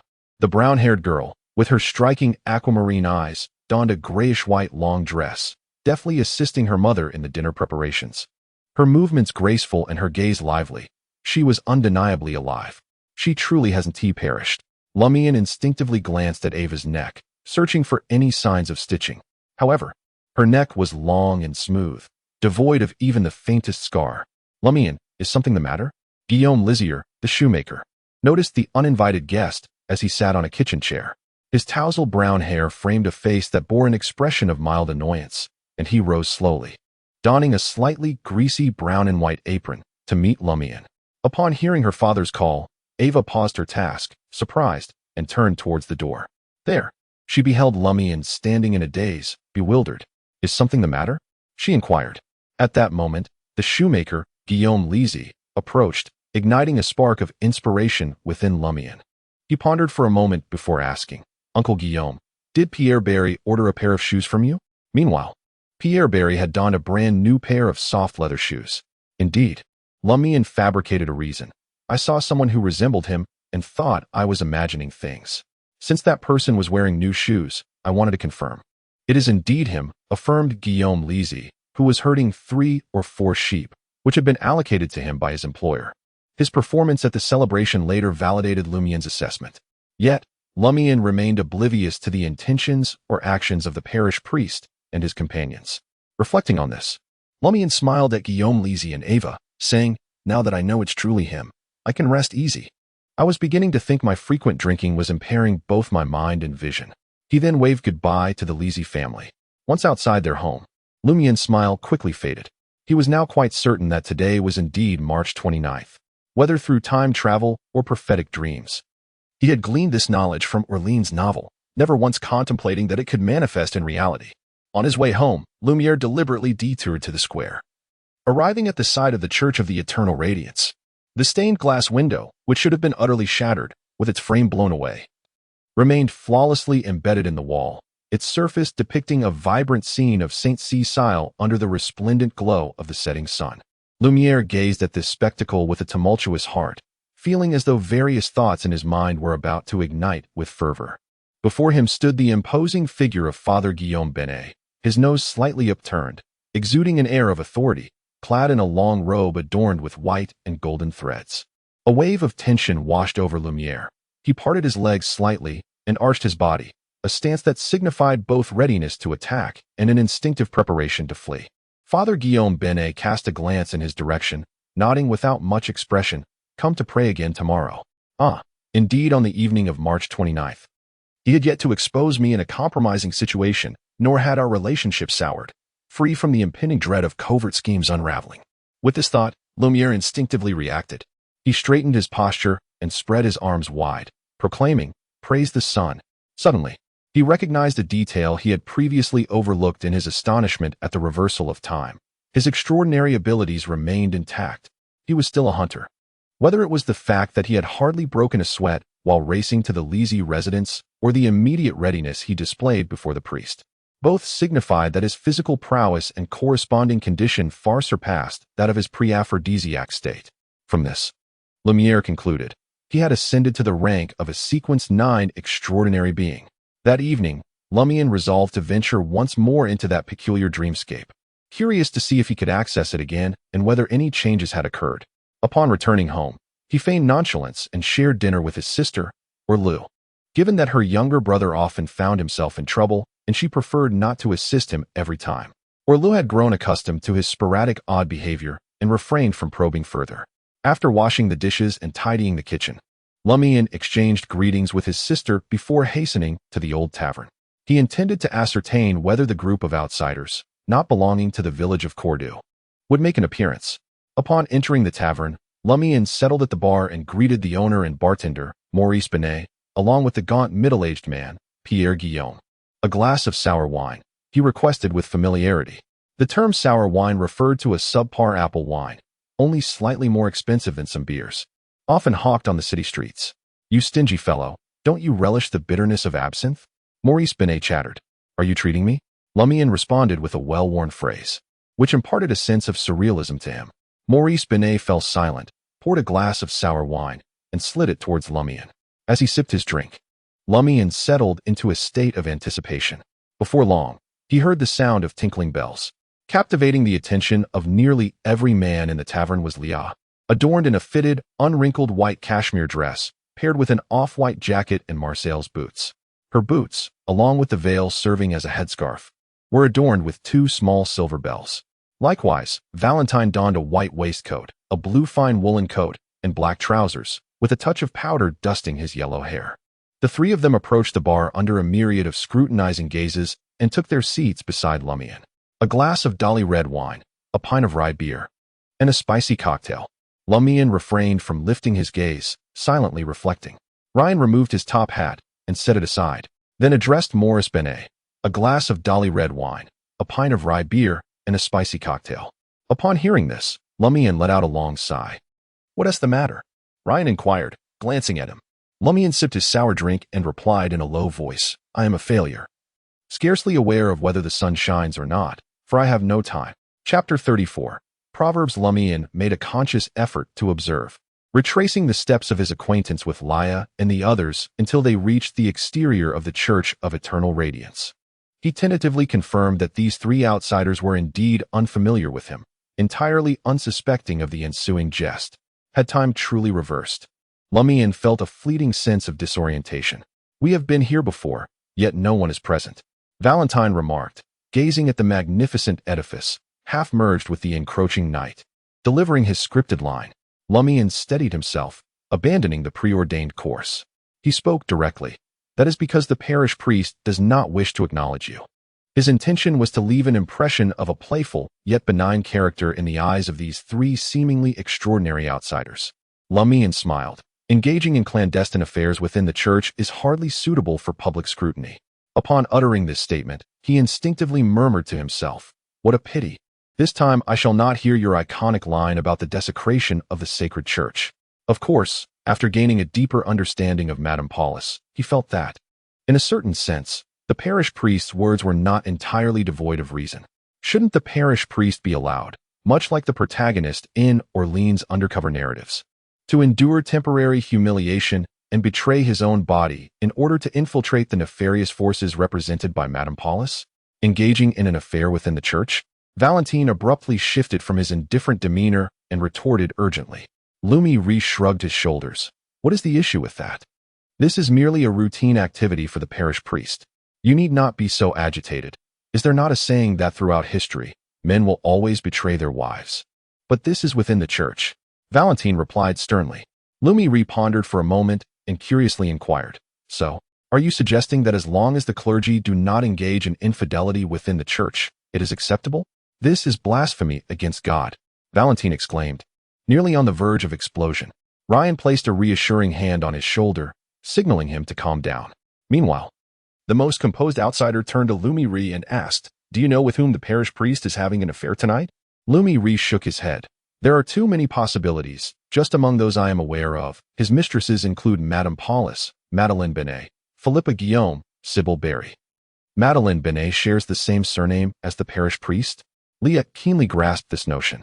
Lumian nodded. She and the parish priest were 2 generations apart as cousins.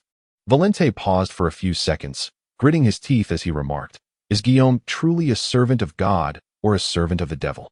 Is that the only line you know? I haven't seen you attempt to smash his skull." Lumian deliberately took up the defense for the parish priest. "It is not a matter of great concern. There is a saying in the region of Li, distant cousins may share a bed. Why do you have so many proverbs?" Leah couldn't help but chuckle, the silver bells atop her head chiming melodiously. Lumian shrugged once more. "That's just how it is in the countryside." At that moment, Ryan pondered aloud. "How do you know we are not from the Li region? Otherwise, you wouldn't say, 'There is a saying in the region of Li.' You told me yourselves." Lumian, momentarily careless, had inadvertently revealed knowledge he should not have possessed. He hastily concocted an excuse. "Your demeanor does not resemble that of the local people from Li." He then pointed towards the road leading into the village. "I assumed you would accompany us inside." Leah shot him a glance and replied with a light smile. "I dare not offend the parish priest." Lumian casually mentioned that the last villager who had informed on them had been missing for quite some time. "Remember to keep this under wraps, my cabbages." The crimson moon was obscured by clouds as Lumian walked along the starlit country road. With his hands tucked into his pockets, he pondered the recent events. As he neared home, Lumian paused, lifting his gaze to the roof of the half-buried 2-story building. Sure enough, Aurore was perched there in her flowing blue dress, hugging her knees and quietly gazing at the starry sky. In the night's embrace, her silhouette appeared solitary and distant. Had it truly repeated itself? Could it be that the previous occurrences were genuine, and he was merely dreaming now? Just as Lumian began to entertain this new hypothesis, he suddenly noted 2 distinct March 29 THS, today. He had not encountered the woman in the old tavern who had gifted him the staff card and imparted her esoteric knowledge. This left him in a state of uncertainty, questioning whether he was indeed dreaming. He resolved to seek confirmation the following day. Steeling himself, Lumian approached his home, pushing the door open. As before, he ascended to the roof by the ladder on the 2nd floor, his steps light as he approached Aurore and settled beside her. "What is so captivating?" Lumian remarked deliberately. Aurore turned her head, sighed, and was about to respond when Lumian added, "What does stargazing truly signify for you?" Aurore scrutinized him momentarily, her tone laced with curiosity. "Direct today, aren't we?" She then returned her gaze to the heavens, speaking softly. "You know, I am neither of the quarter nor the dailier." Lumian, forsaking jest, followed her gaze to the stars. As he beheld the bed adorned with white linens, a sudden thought struck him, compelling him to approach and lift the pillow. Beneath it lay a card, quietly resting, a representation of the 7 of Wands from the Tarot's minor arcana.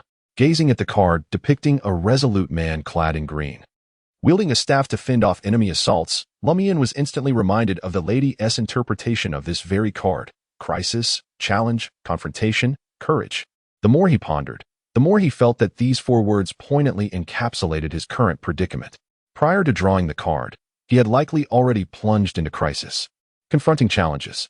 What remained was to muster the courage to face the issues at hand. Yet, wait, hadn't time already reversed? He had not yet encountered the lady, nor had he drawn any cards. Why then did it manifest here? A wave of apprehension washed over Lumian, casting doubt upon his earlier conjectures. A flurry of thoughts and deductions surged in his mind like bubbles rising in boiling water, leaving him with a throbbing headache and a sense of impending madness. Ultimately, he decided to set the lady and her bestowed item as exceptions, allowing his thoughts to refrain from spiraling into chaos. Given the mystery and uniqueness she had exhibited, it seemed rather normal for her to remain unaffected by the temporal reversal. If he could locate her tomorrow and she still recognized him, it would affirm that his deductions held merit. Lumian exhaled, a wave of mental fatigue washing over him. He briefly freshened up in the washroom and retired early to bed. In the familiar, faint gray mist, Lumian awoke, turning to sit up, whereupon he beheld the wooden table and the slanted chair by the window. He had once again entered this extraordinary dreamscape. Upon discovering that the staff card still existed, he knew he could certainly enter. Lumian instinctively reached into the inner pocket of his clothing, his expression suddenly freezing. The coins were gone. All of those coins had vanished.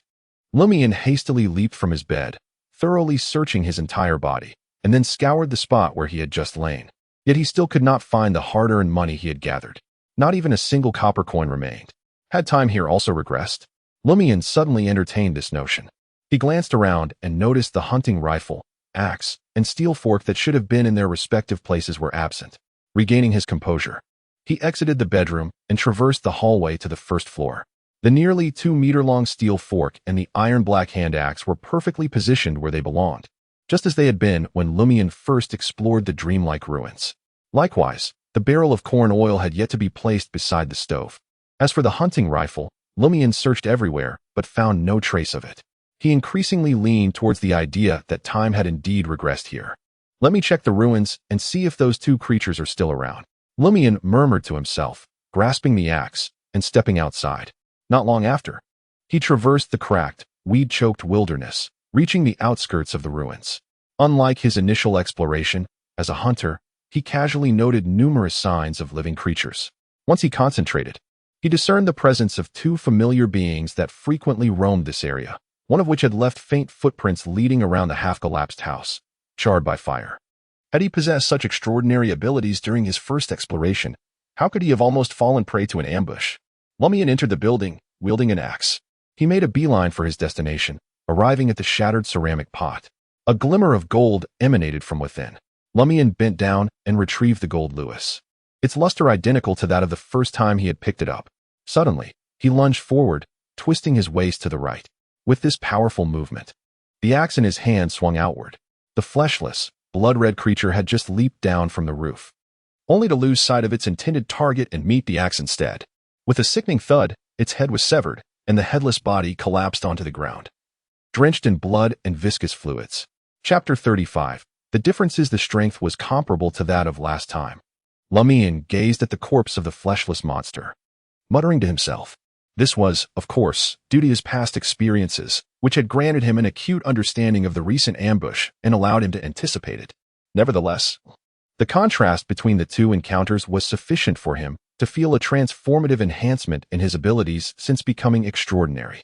After pondering for a moment, Lumian disposed of the monster's body and head in a corner, opting not to cover them with stones, wood, or earth, leaving them exposed alongside the pool of blood.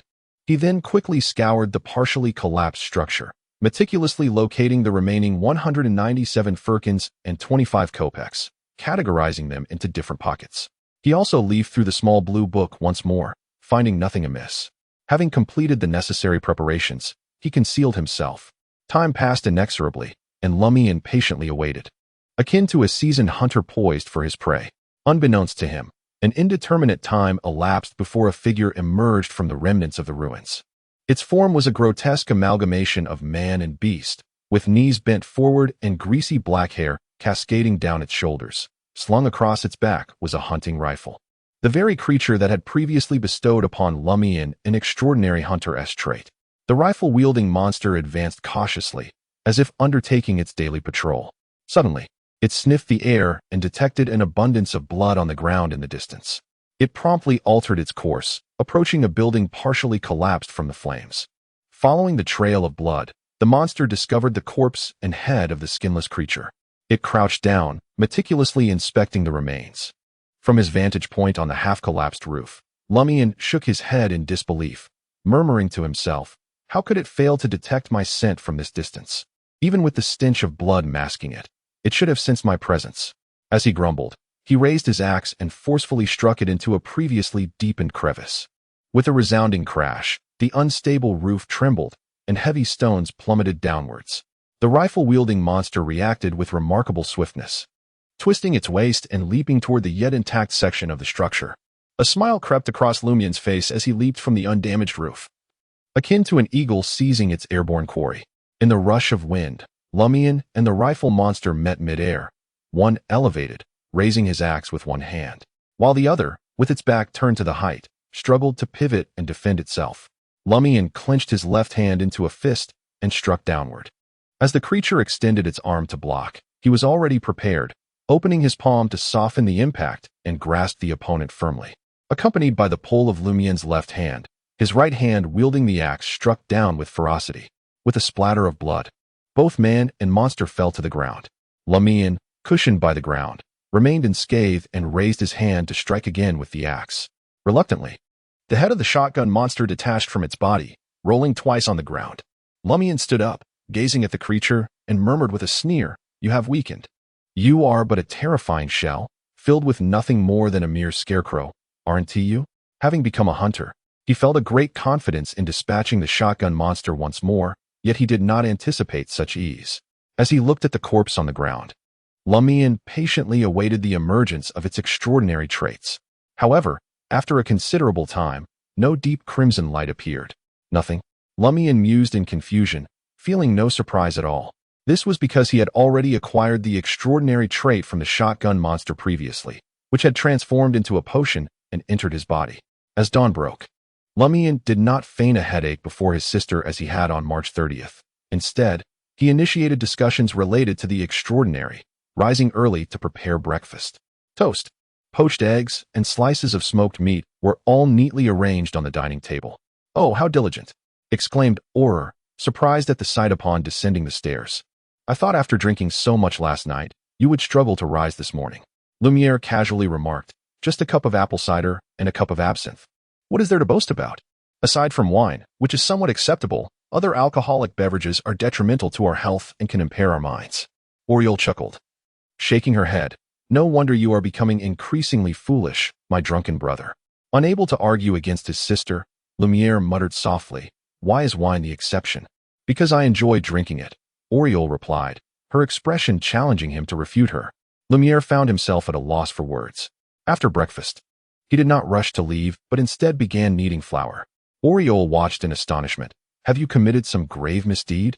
You seem so obedient. Speak up. Sister won't punish you.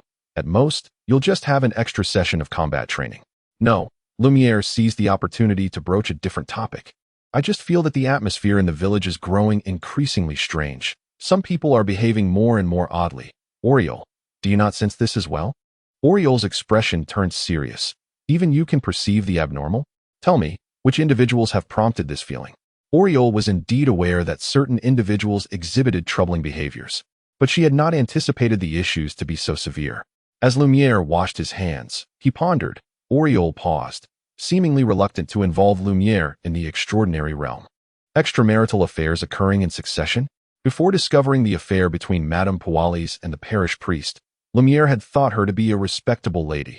Little did he know, the parish priest was not her first lover.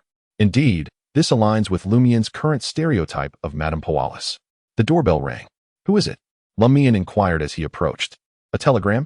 Orlu, looking puzzled, asked, "Who sent me a telegram? There hasn't been anything urgent lately." Lumian was equally perplexed. On March 30th, prior to the time reversal, they hadn't received any telegrams at home. "No, on that day, I had gone to the village square early to await Raymond. Perhaps my sister received a telegram, but didn't inform me." Lumian swiftly concocted a possibility and opened the door. Outside stood Bertrand, an aide of the telegram officer, who handed a piece of paper to Lumian, saying, "One Furlkin." Bertrand, with his chestnut hair and brown eyes, was not a native of Cordu Village. He had accompanied the officer from Li and was a young man whose outward warmth concealed his greed. Lumian tossed a silver coin of 1 Furlkin to Bertrand and lowered his gaze to the telegram. The content was not particularly complex, and he quickly skimmed through the gist. The signature was from the editorial department of the novel weekly. This Lumian's eyes widened in astonishment. When did I ever express a desire to join the writer's salon? Orlo leaned closer, glancing at the telegram, exclaiming, "What madness is the editorial department of the novel weekly up to? To summon so many people at once is quite bothersome."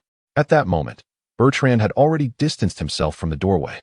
Upon hearing Aurore's words and reflecting on the contents of the telegram, the stunned Lumian suddenly conceived a bold hypothesis. Chapter 36, Reunion. With this thought, Lumian reached a conclusion. If his earlier speculation were indeed true, it would imply that the flow of time had only reversed in the vicinity of Cordu Village, leaving other areas unaffected. This telegram, well, I actually concocted it. You? Aurore, both exasperated and amused, was predominantly bewildered.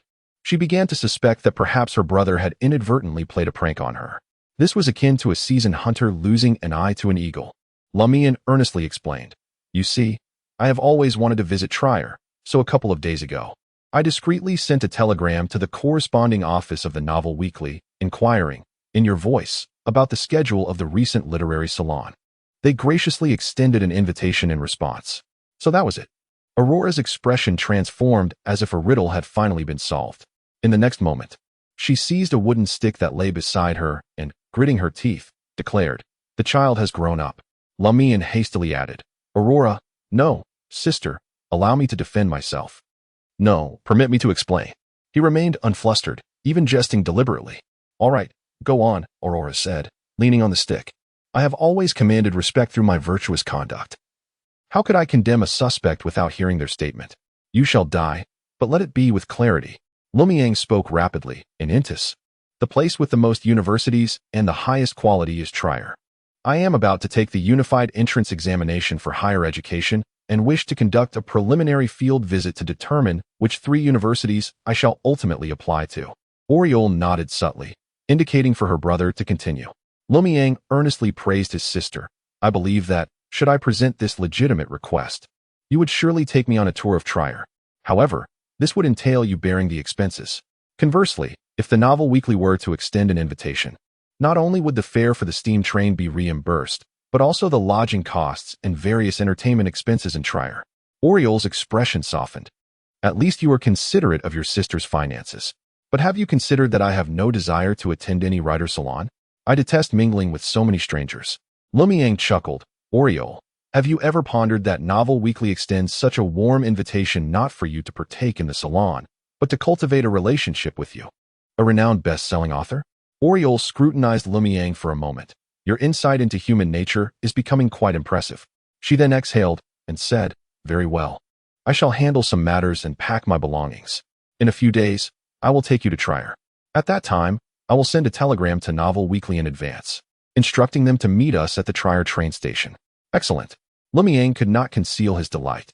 Although he harbored doubts about the feasibility of simply departing from Cordu Village with Aurore, especially before unraveling the enigma of time reversal and identifying its corresponding origin, an act that might provoke unpredictable changes, he felt compelled to make an attempt, lest he confine himself indefinitely to his current predicament. With this mindset, he had just endeavored to persuade Aurore. Lumian had no intention of disclosing the matter of time reversal to his sister at this moment, for Aurore had lost the pertinent memories and was unlikely to believe such a nearly fantastical hypothesis unless Lumian inconsistently made prophecies that were subsequently validated. Moreover, he wished to maintain the pretense of being oblivious to the concept of time reversal, temporarily refraining from making predictions in hopes of uncovering some clues. He sat down, casually picked up a book, and flipped it open to ensure he had not taken it upside down. As his gaze wandered aimlessly, Lumian's eyes fell upon a small blue book on the table. Pages with missing words, revealing corresponding voids, caught his attention. That letter. Lumian whispered silently to himself. Perhaps that letter was indeed penned by me. I am the so-called culprit. Time reversal may have transpired more than once, according to Aurore's narrative. This phenomenon should be termed a time loop. Now, a question arose. Why does this small blue book still retain the appearance of having certain words excised? There are two possibilities. One is that an anomaly prompted a plea for assistance before the time began to loop. However, in such a scenario, the related memories should not have been reset. Could it be that some other reason led to my loss of certain memories? The situation grew increasingly intricate. Furthermore, within that cycle, I discovered a method to render something impervious to the effects of the loop. What could this method be? If it truly exists, why not simply procure a piece of paper and document the findings? Lumian felt as though he had pierced through a veil of fog, revealing a semblance of clarity. Yet he found himself ensnared in a web of deeper uncertainties. He believed he must have undergone numerous time loops, yet in those previous instances, once the cycle reset, both his memories and physical state returned to a blank slate, leaving him entirely oblivious. The reason he retained memories and the extraordinary traits of a hunter this time was due to encountering that lady, acquiring the staff card, entering the dream ruins, which triggered something unique within him. Given that the peculiarities bestowed by those two symbols allowed Lumian to transpose his extraordinary state from the dream realm into reality, it was entirely plausible that they could preserve the entirety of his physical condition at the cycle's inception. He chuckled self-deprecatingly. Just as he had become extraordinary, he was confronted with such an unconventional predicament, leaving no time for his development. The letter of appeal cannot be definitively attributed to me. It may well have been penned by Aurore or Lady Pualis, both of whom are equally suspect. As extraordinary beings, they might have sensed something amiss during a prior loop and undertaken efforts for their own salvation. Moreover, with their mastery of esoteric knowledge, they could more easily devise a means to leave behind some trace. Nevertheless, the occurrence of time loops indeed appears to be the most plausible hypothesis given the current circumstances.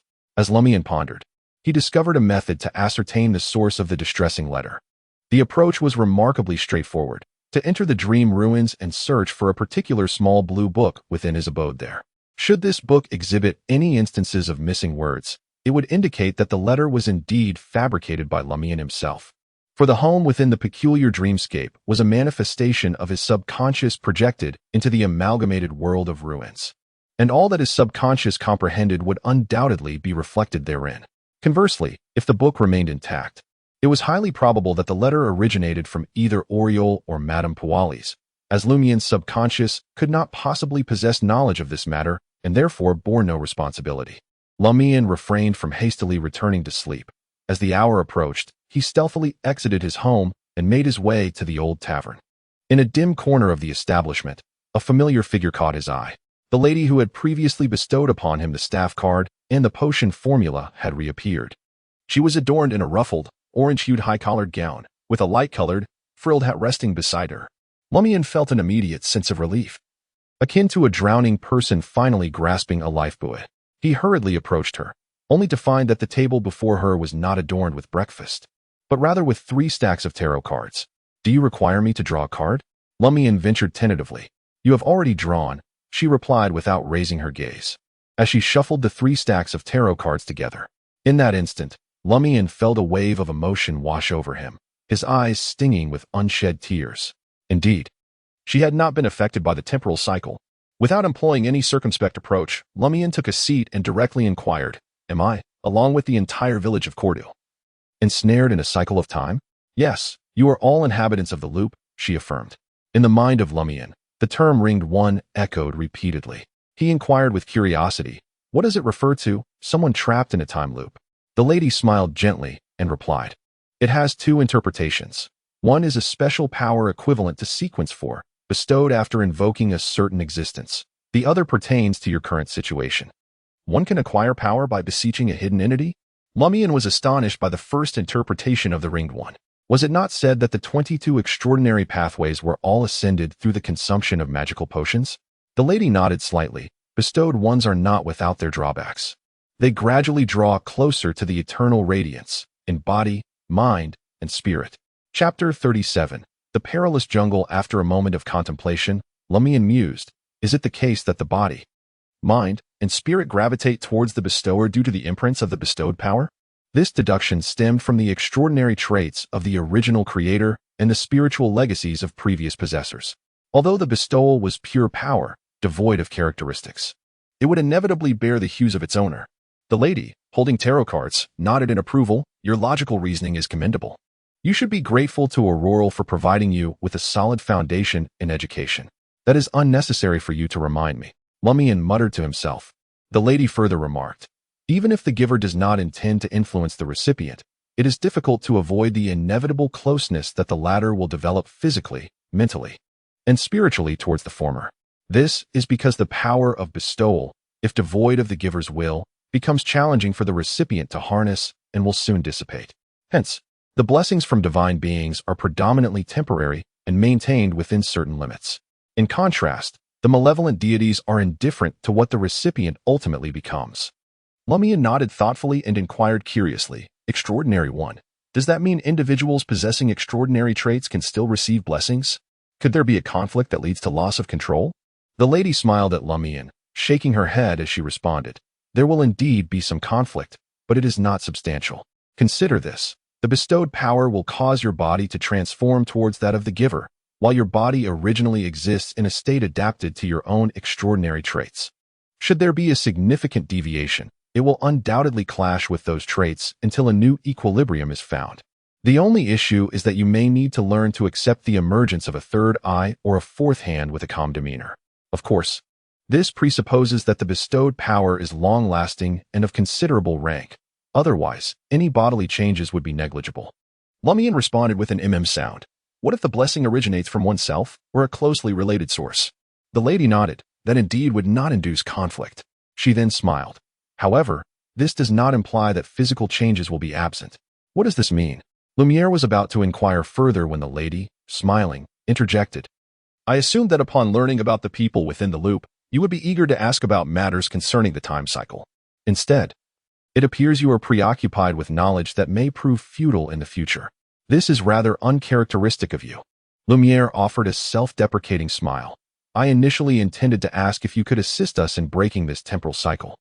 But then I recalled some of your previous remarks. You mentioned that the cost of your assistance in resolving such issues would entail the destruction of the entire village of Cordu, resulting in the demise of all its inhabitants. To attain a more favorable outcome, one must rely on their own exploration. Previously, I found it difficult to comprehend, but now I have surmised the reason. Is it not true that for someone outside the loop, the only means to shatter this cycle is through outright destruction? The lady nodded with evident satisfaction. Indeed, that is the case. Then why did you not clarify this earlier? Lumiere could not help but retort. This is not something that would inevitably lead to destruction if spoken of.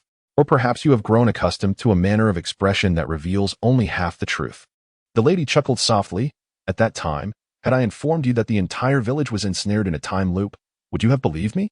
After a moment of contemplation, Lumiere replied, No. Precisely, the lady responded with a smile. And thus, why should I elaborate?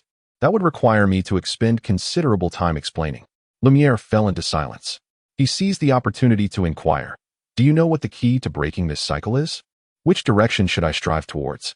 The lady shook her head once more, stating, Here, divining certain matters is perilous.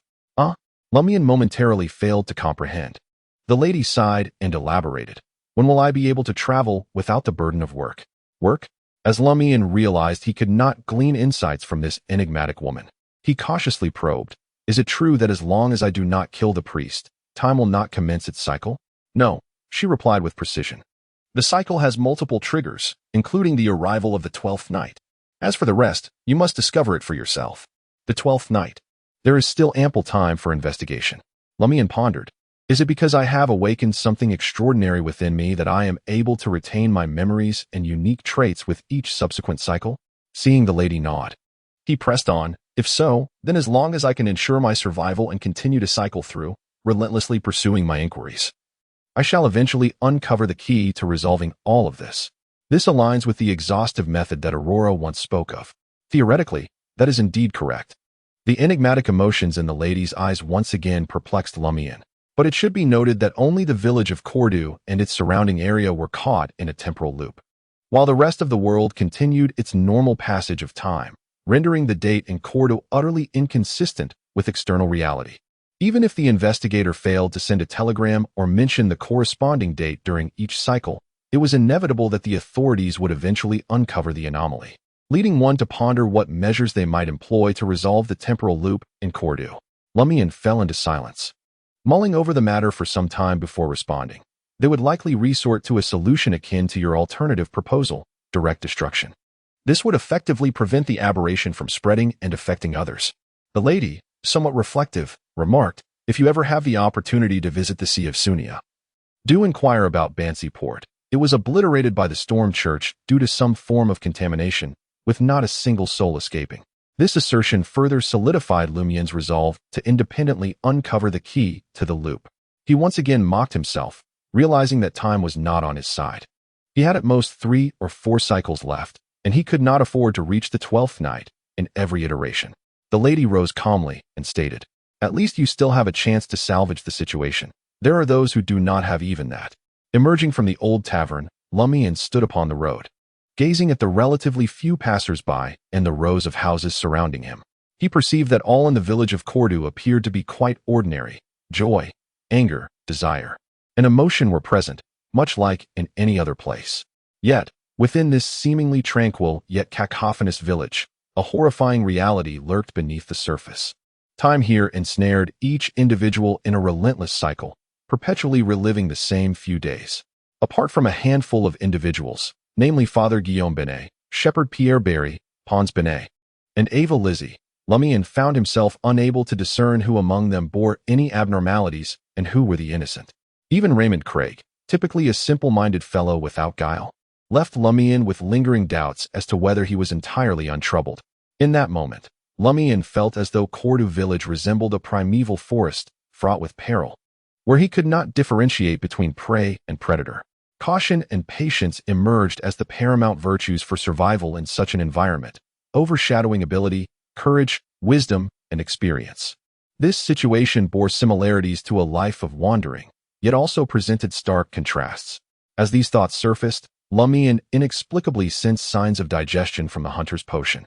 Is this the first step of role-playing? Quite swift indeed. I had anticipated it would take a month or 2 to grasp the fundamentals. With this thought, Lumian suddenly felt a surge of excitement. Could it be possible to fully digest the hunter's potion within just 1 or 2 cycles? At that moment, accompanied by the hunting in the dreamscape ruins, Lumiere pondered that he might swiftly ascend to the rank of Challenger of Sequence 8, thereby acquiring greater power and enhancing the probability of resolving the time loop conundrum. As he contemplated, he advanced and soon arrived at the village square. His current intention was to engage in conversation with the local priest, hoping to probe him for any anomalies that might yield clues. Just then, he spotted a figure making its way towards the church. The figure donned a deep brown long coat with a hood, a rope cinched at the waist, and stepped lightly in a pair of soft, brand-new leather shoes. It was the shepherd, Pierre Barry. Lumiere hastened towards him, deliberately inquiring, "Has fortune smiled upon you?" Pierre Barry, with his dark hair still greasy and curled, bore a beard that was evidently long overdue for a trim. His blue eyes sparkled with gentle mirth, starkly contrasting the impression, almost shadowy, that the shepherd had left on Lumiere previously. "Fortune? Not quite. I can only say that this time. My employer was generous and shared quite a bit with me." Pierre replied cheerfully, "I'll treat you to drinks tonight." "Very well," Lumiere agreed, gesturing towards the church. "Are you going to pray?" "Indeed, it has been far too long since I last prayed within the church," Pierre sighed. This remark seemed innocuous at first. Yet with each passing moment, Lumiere felt an unsettling discord in it. Of course, if Pierre Barry had indeed relocated to Phenobot or Lundberg, it would be impossible to find the Church of Eternal Radiance. However, Lumiere's preconceived notions led him to suspect that every word spoken by Pierre Barry was laden with implications. Pierre Barry turned and inquired, "Do you also attend church?" "No," Lumian shook his head in denial. "I thought there would be people chatting in the square, but it seems no one showed up." He then waved his hand dismissively. "See you in the evening." Pierre Barry reciprocated the gesture. He altered his intention to converse with the parish priest, redirecting his destination to the abode of the shepherd, Pierre Barry. Chapter 38. Sheep. The Barry household, comprising a dozen or so individuals, was crammed into a dilapidated 2-story residence. Lumian, familiar with the surroundings, cast a glance at the open door and cautiously circumnavigated to the rear, arriving at a fenced area adjacent to the house. In the section beneath these lay heaps of hay and firewood, where 3 dirty, beige-hued sheep ambled about, although he had never tended sheep. Residing in a village like Cordu, close to the highland pastures, he had encountered no fewer than 70 or 80 sheep, rendering them far from unfamiliar. After observing intently for a spell, Lumian discerned no peculiarities among the 3 sheep compared to their counterparts, prompting him to murmur softly, "It cannot be detected by mere observation. Perhaps it requires a supernatural ability?" Yet, the hunter possessed no such extraordinary powers. Lumian had already employed his significantly enhanced vision, olfactory senses, and adeptness at tracking various signs. Yet he still found no anomalies. The only aspect that struck him as odd was that the droppings of the 3 sheep were all clustered in a corner rather than scattered about. Naturally, this was likely a result of the Berry family's efforts to efficiently utilize the manure, regularly maintaining cleanliness. After observing for several seconds, Lumian murmured softly, "It seems that merely watching and sniffing won't suffice. I must take a hands-on approach." The 3 sheep simultaneously tilted their heads, gazing at Lumian, who promptly responded with a beaming smile. "Come, allow me to examine your health." He felt no trepidation about being discovered by his master, for he had engaged in similar antics on numerous occasions. Every household in the village was well aware of his penchant for mischief, and using the sheep as props was merely par for the course. As Lumian himself would say, when one's reputation is already tarnished, there are certain advantages to that notoriety. With the title of the village prankster, he was free to act without attracting undue suspicion in Cordu Village. Even if he were to be caught red-handed by those who sensed something amiss, they would struggle to conclusively prove his wrongdoing. Nonetheless, in such scenarios, the village priest, Guillaume, and the shepherd, Pierre, might adopt a philosophy of better to kill an innocent than to let a guilty one slip away, thus necessitating a degree of caution. Bah, bah, bah. Sensing Lumian's ill intentions, the 3 sheep scuttled behind a haystack, their bleats barely audible. Yet, how could they evade a hunter? Lumian seized one sheep, patting its side as he forcibly examined its teeth. "No issues here," he whispered. Noticing the sheep looking at him, he maliciously added with a grin, "You're in excellent health. A mutton stew with peas would be delightful." He deliberately made this remark to gauge the intelligence of the 3 sheep. When there are no issues with the target's body, he can only approach the matter from this angle. The gaze of the sheep momentarily dulled. Lumian chuckled, quite perceptive. "Aren't you? You understand what I am saying?" The sheep's eyes returned to normal as it tilted its head and began to munch on hay. It showed no further reaction. It grasped a portion of the hay and tugged at it forcefully. The haystack suddenly collapsed, and Lumian, with the keen eyes of a hunter, spotted something unusual. His expression darkened as he approached and crouched down for a closer inspection. There, entangled in black strands of hair, were several clippings of nails, the kind that had been cut away. How could this be outside the house? Lumian murmured in astonishment. As a member of the Cordu people, he was well aware of the funerary customs in the Delier region, which dictated that following a death in the household, certain hair and nails of the deceased were to be cut and secretly hidden away within the home to avoid disturbing the stars and preserve good fortune. How could such items be found in a haystack outside the house? Lumian picked up the nail clippings entwined with the hair, weighing them as he examined them. They appeared quite fresh, as if just recently cut. A quick conclusion formed in his mind. Yet, there had been no deaths in the entire Cordu village recently. To avoid arousing suspicion, he carefully restored the disordered scene, tucking the clippings and hair back into the haystack. With everything completed, he made his way toward the wooden fence. Had he committed a crime outside? As a faithful citizen of Intis and a devout believer in the divine, should he not pay a visit to Delier to inquire further? The 3 sheep merely gazed at him, showing no other signs of movement or change in their expressions. Intellectually, there was nothing particularly remarkable about him. Lumiere sighed inwardly, a wave of disappointment washing over him. He then raised his hands, thumbs pointing upwards and index fingers downwards, making a gesture of disdain. What harm was there in mocking the sheep when one was in a foul mood? In the next moment, the sheep that Lumiere had examined suddenly took a few steps forward, its eyes seemingly illuminated by a glimmer of hope. It lifted its front hooves and began to draw in the mud. Lumiere, both bewildered and puzzled, found himself momentarily stunned. The sheep appeared to be inscribing letters on the ground, which struck Lumiere as somewhat familiar, yet entirely unrecognizable. Furrowing his brow, he conjectured, this script must share a common origin with the Innis language, but I only possess knowledge of Innis and a smattering of ancient Farsak. At that moment, Lumiere gained a newfound understanding of Aurore's assertion that knowledge equates to power. The sheep soon completed its drawing, stepped back, and gazed at Lumiere with a sincere expression, while the other 2 sheep exhibited similar emotional shifts, softly bleating in response. Lumiere contemplated the word etched in the dirt, lost in thought. Within the span of a second or two, an idea struck him, and he solemnly nodded at the 3 sheep. Simultaneously, he extended his right foot and erased the word from the earth. Though he could not comprehend it, he could at least feign understanding. "Sister," he exclaimed eagerly, "there is something I must discuss." Addressing her as sister immediately heightened Aurore's vigilance. What trouble had he stirred this time? Lumiere composed himself, gathering his thoughts. "Did you not mention that Pierre Barry's 3 sheep were troubled? While Pierre was at church praying, I took the liberty to sneak behind his house to inspect those sheep. Can you guess what I discovered?" Aurore's expression instantly turned grave. "You ought to inform me prior to undertaking such ventures. It is perilous as there is no one to provide you protection. Had I informed you beforehand, you would likely have forbidden me from going," Lumiere retorted, touched by his sister's concern yet internally lamenting. "I shall remember this for next time," he pledged earnestly, having made similar promises countless times before. Aurore was adept at discerning between urgent intelligence and matters that could be postponed, and she nodded, indicating Lumiere could share his findings. Lumiere swiftly recounted his entire experience in the sheepfold, and Aurore's demeanor grew increasingly solemn with each detail. "Write that word down," she commanded, rising from her armchair to fetch paper and a pen, which she handed to Lumiere. He had made a deliberate effort to memorize it and promptly reproduced the word. Aurore cast a brief glance at it before gravely stating, "This is a significant issue." Moreover, he believed the problem was far more serious than his sister realized. "What issue?" he inquired. Aurore pointed to the word. "This is the language of the plateau, the official tongue of the kingdom of Phenobot, akin to Indus, and it shares its roots with ancient Fursak. Its meaning is—" Aurore paused, her voice dropping to a whisper. "Help! Help!" Lumiere exclaimed in astonishment. "Are those 3 sheep calling for our aid?" Aurore murmured, "I suspect they are not sheep. They were originally human." "Human?" Lumian replied in astonishment. His comprehension stretched to its limits.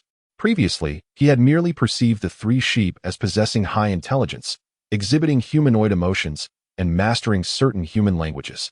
He had never equated them with humanity. To him, the notion of humans transforming into sheep resided solely within the realm of imaginative tales.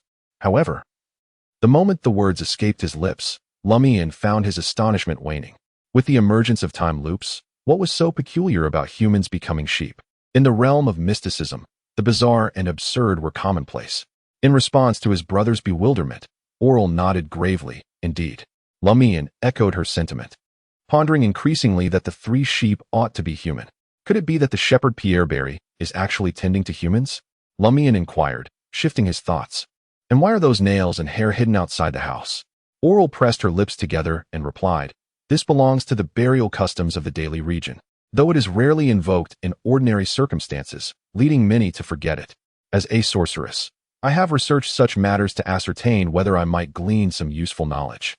She then elaborated, "When a family member commits suicide, or is murdered by a relative, or possesses a nature so vile that it brings considerable shame upon the entire family, the hair and nails cut posthumously must be concealed outside the home to prevent disturbing the family's constellation and inviting misfortune. Suicide, or murder by a relative."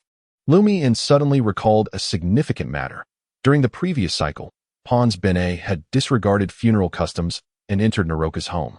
Could it be that he intended to take Naroka's hair and nails? Chapter 39, Illness. If Pons Benet did indeed enter Naroka's abode with the purpose of collecting her hair and nails, it would suggest that Naroka was likely a victim of a relative's murder. This is particularly plausible given Naroka's stellar reputation as the pillar of her family, coupled with her robust physical and mental health, making suicide an unlikely scenario. Lumian swiftly formulated a series of deductions.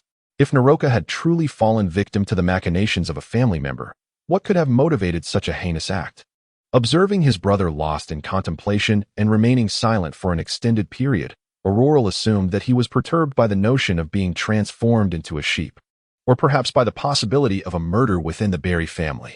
Thus, he gently offered some words of comfort, although the situation is grave. "It currently does not affect us. It seems I must reflect on my actions.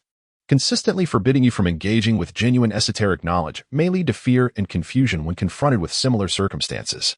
In recent years, the frequency of extraordinary events has escalated, and I cannot always be by your side. You will inevitably grow up and carve out your own path in life. It is not said that growing up necessitates leaving one's family behind. Lumian silently countered this notion in his mind.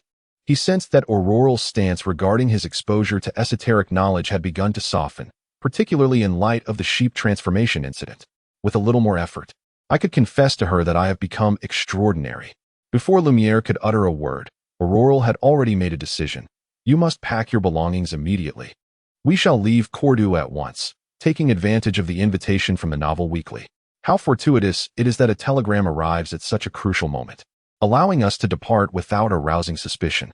During our journey, when we are alone, I shall share with you some genuine esoteric knowledge.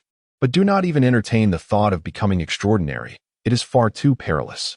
Although he harbored doubts about whether he and his sister could successfully escape Cordu Village, or indeed break free from the cycle, he felt compelled to try.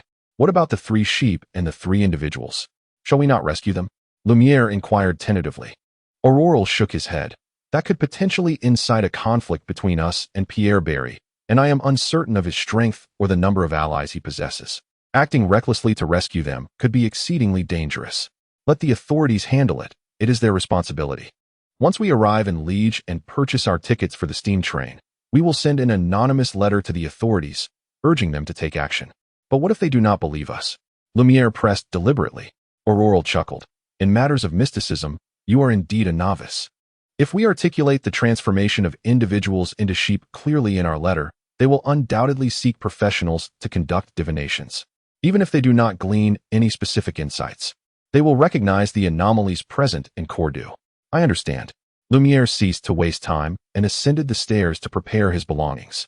Not long after, the siblings each descended with a brown suitcase in hand. Aurore glanced outside the door and said, "Let us seek Mrs. Puwali's for a carriage," aiming to reach Liege as swiftly as possible. The journey from Cordu Village to Liege typically requires an afternoon for ordinary folk. However, as a hunter, Lumian would undoubtedly fare better. Yet, in Aurore's eyes, he was still not extraordinary. Hesitating whether to confess to his sister, he ultimately decided it was unlikely they could escape Cordu Village. Instead, he thought it prudent to visit Mrs. Puwali's residence to seek clues. Lumian nodded. Very well. He extended his hand to take his sister's suitcase, and with both in tow, he made his way to the door. Aurore first felt a sense of satisfaction and comfort. Then, with a hint of puzzlement, remarked, "Your strength has increased. You carry them so effortlessly." She instinctively raised her right hand to rub her eyes, but by then, Lumian had already exited, leaving her no choice but to abandon the attempt and hasten after him. On their way to the official's residence, several villagers, noticing Aurore with her suitcase, approached with curiosity. Aurore, possessing justifiable reasons, remained completely unperturbed. Shortly thereafter, the siblings arrived at the imposing black structure, a transformed ancient castle. Lumian looked up at the towering twin spires and remarked with a smile, "I wonder what lies within, Aurore. Have you ever ventured inside? How could I simply wander about in someone else's home?" Aurore retorted, casting her brother a disapproving glance.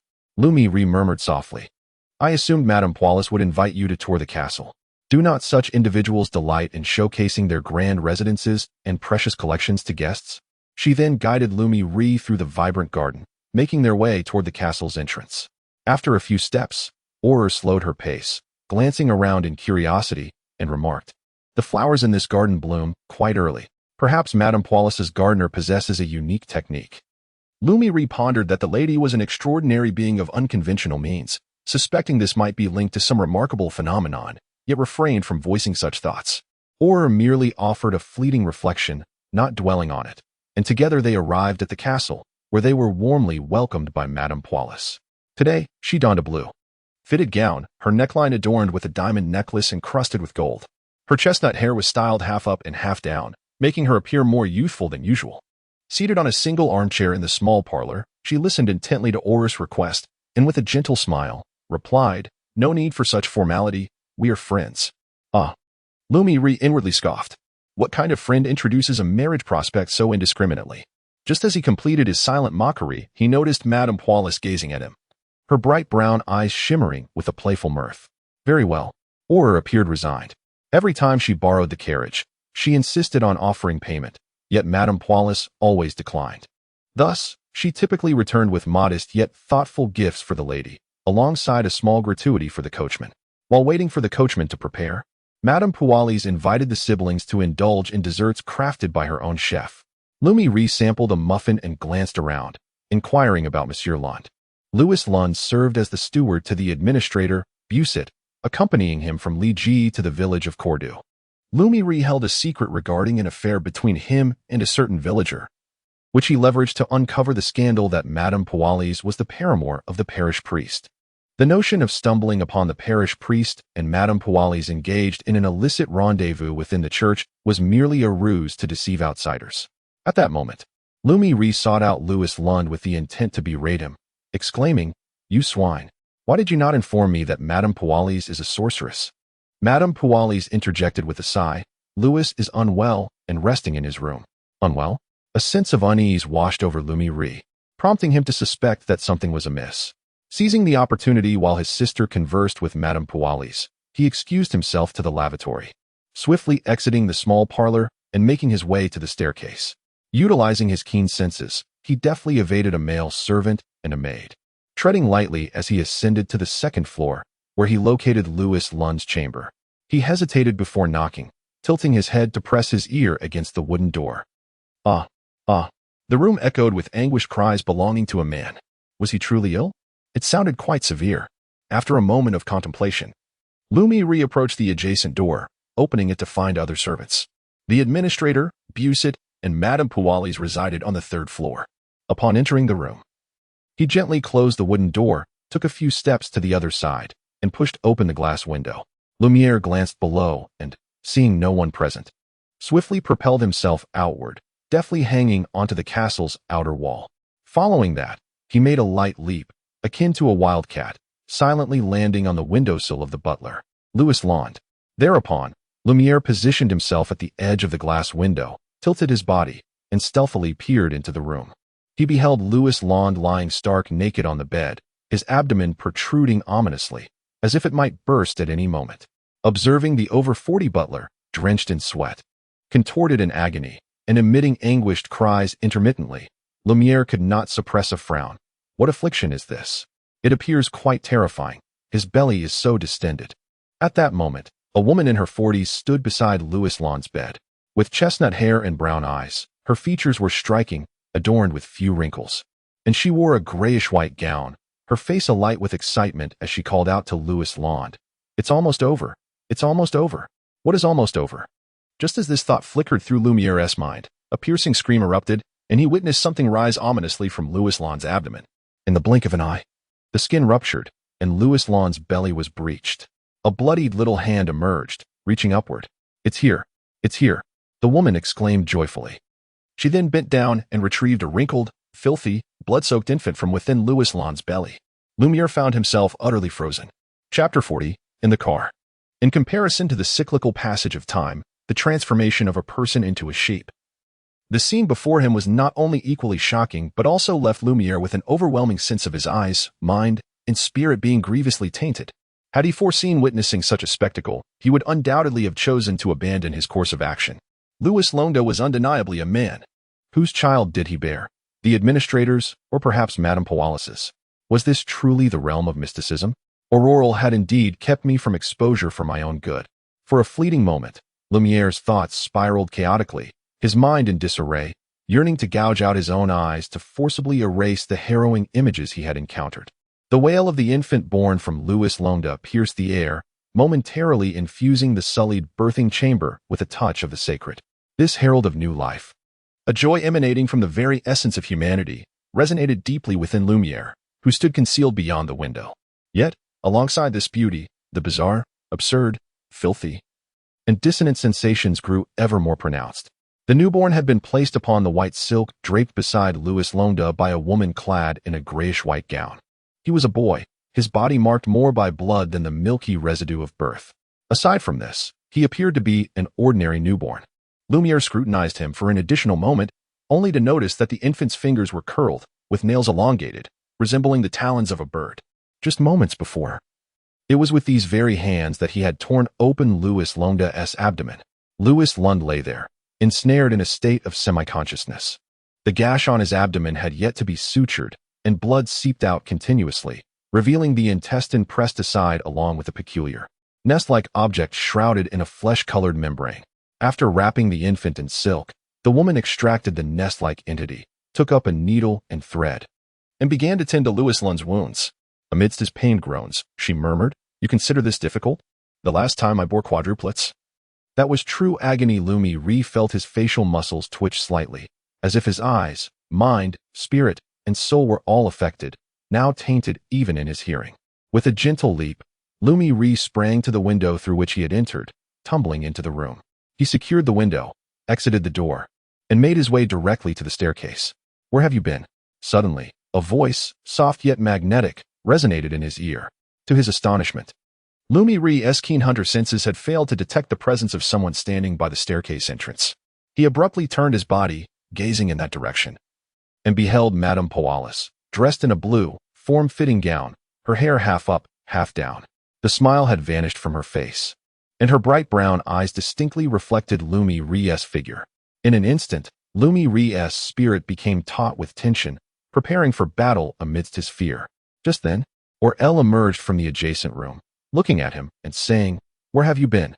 The carriage is already waiting at the door." In a similar scenario, Lumian, with his wealth of experience, half-jokingly remarked, "Did not Madame Poalis just mention that Mr. Lund is unwell? I have shared a drink with him on several occasions and thought to pay him a visit, yet this castle is so vast, and I am unaware of his whereabouts. I searched for quite some time without success." Aurore nodded, advising, "You may directly request Madame Poalis' assistance. There is no need to conceal it from us, for it is not a matter of shame." "My apologies, it is my fault." Lumian sincerely gazed at Madame Poalis. After witnessing the scene upstairs, his apprehension towards the lady outweighed any feelings of disdain. At last, Madame Poalis revealed a smile, her demeanor softening. "I appreciate your kind intentions towards Mr. Lund, but he is in a rather poor state during this illness and is reluctant to present himself in a disheveled manner before others. Indeed, it is rather undignified." Lumian quietly concurred. Aurore then addressed Madame Poalis. "Shall we take our leave in the carriage? I am truly grateful for your assistance." Lumian discreetly observed Madame Poalis, apprehensive that she might concoct an excuse to prolong the stay of the siblings. If that were the case, it would suggest she had sensed something amiss and needed to ascertain whether there was an issue with Louis Lund. Although Lumian felt that he and his sister could hold their own against Madame Poalis, this was her castle, and surrounded by her servants, it presented a most unfavorable hunting ground for a hunter. Madame Poalis gently nodded, smiling at Aurore, accompanied by her devoted maid, Cassie. Madame Poalis escorted the siblings to the entrance, watching as they boarded the enclosed four-seater carriage. The driver, a robust man with a deep brown beard, donned a crimson outfit and yellow trousers, topped with a polished hat. Apart from the absence of a tie, he bore a striking resemblance to the professional coachman of the town. This was a mandatory requirement imposed by Administrator Beester. "Thank you for your trouble," Aurore politely addressed the driver before he closed the carriage door. The driver, known as Saywell, possessed the most common blue eyes of the Intis Republic. He felt a sense of delight at the respect shown by the beautiful Lady Aurore and eagerly anticipated the tips he would receive upon their arrival in Li. Responding with warmth, "Ladies and gentlemen, please make yourselves comfortable." With a flick of the whip, he urged the horses to transition from a slow trot to a brisk pace. As the carriage traversed the village of Cordu, it suddenly halted. Although Lumian was aware that the journey would undoubtedly be fraught with challenges, he could not suppress a sense of unease. "What is it?" he inquired of the driver from within the carriage. Saywell replied, "Chronicles village is closer to Li than Cordu. Heading there first will not significantly affect Aurore and Lumian's arrival time, since it was someone else's carriage." Aurore chose not to contest this. Lumian, however, was more concerned about Naroka, who had met an untimely demise in the previous cycle, allegedly at the hands of relatives, with connections to the local priest and his associates. Saywell dismounted the carriage, entered Naroka's home, and then emerged escorting the lady. Naroka, adorned in an exquisite black gown embellished with intricate patterns, donned a dark soft hat favored by older women. Her sparse, pallid hair was evidently well combed. "Oh, my little cabbage, where are you off to?" Upon entering the carriage and spotting Aurore, she was filled with delight. Her face, marked by numerous blemishes and wrinkles, radiated an unmistakable joy, and her previously dull eyes sparkled with newfound vitality. "I am attending a writer's salon in Trier and will also accompany Lumian to explore the university there," Aurore stated, speaking an undeniable truth. She then inquired, "Naroka, are you visiting someone?" Naroka's expression brightened with anticipation. Yes, I am going to meet a few people. Lumian remained silent, quietly observing Naroka, hoping to discern something from her demeanor.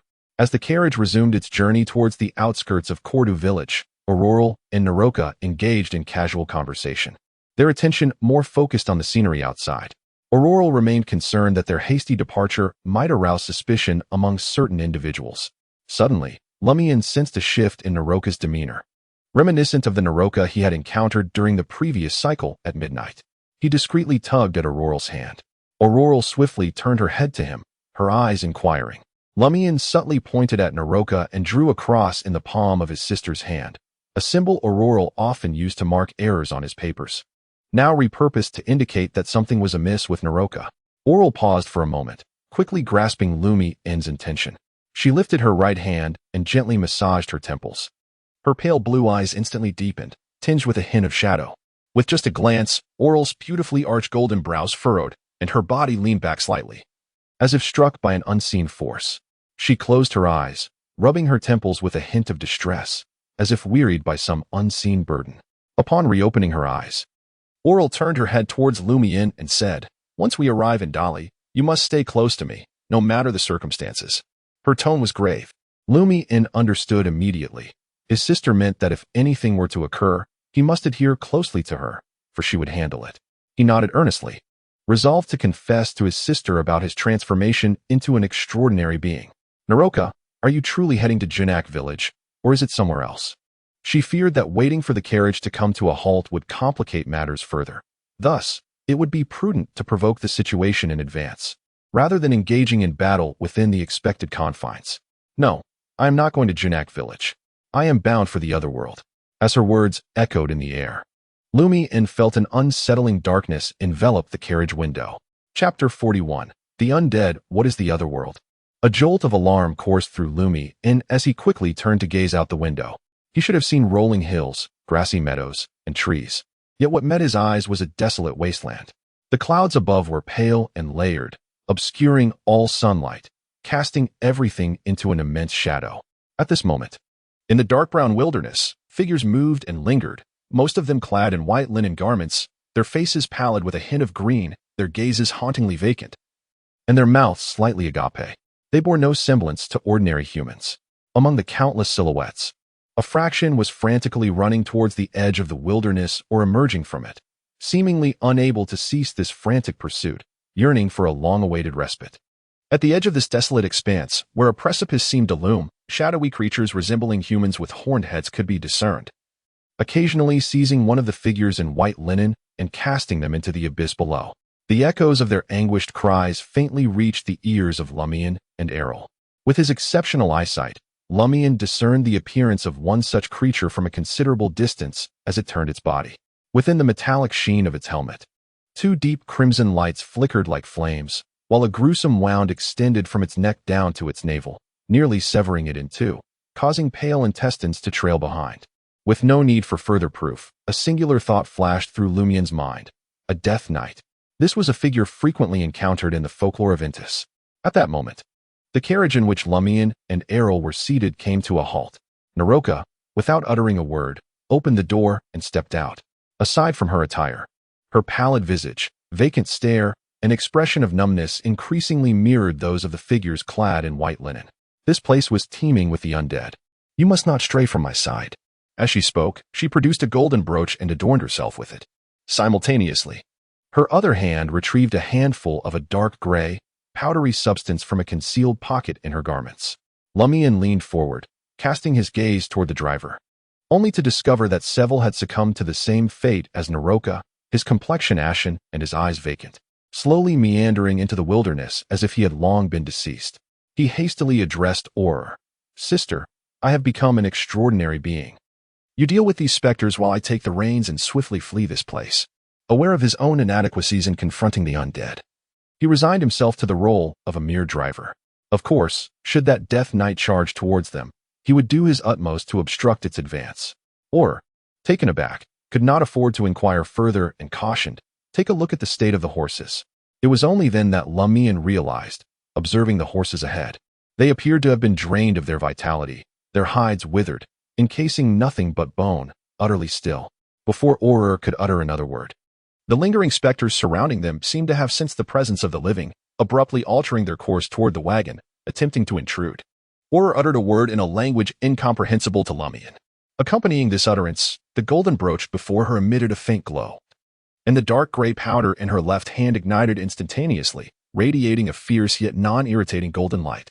This luminescence flowed like water, cascading outward, upon contact with the specters. They instinctively shrieked, their forms enveloped in wisps of blue smoke. They wished to retreat, yet an increasing multitude of specters surged forward, forcing countless figures to crowd around the carriage, where individuals continuously evaporated and vanished. Lumian observed this scene with a mixture of envy and heaviness. He was incensed by his inability to offer any assistance, and yearned more fervently to elevate his rank and acquire greater powers. Noticing that the powder in Aurore's hand was nearly consumed while the undead continued to advance, entirely disregarding the fact that those ahead had been dissolved by the radiance, Lumian urgently cautioned, "We cannot remain here indefinitely. We must break through. Even if my sister is well prepared with materials, she cannot contend with this many undead. Moreover, the Death Knights and the creatures resembling demons lurking at the edge of the wilderness have yet to arrive." The most prudent course of action was to exploit the remaining materials to force their escape from this desolate realm known as the Other Side.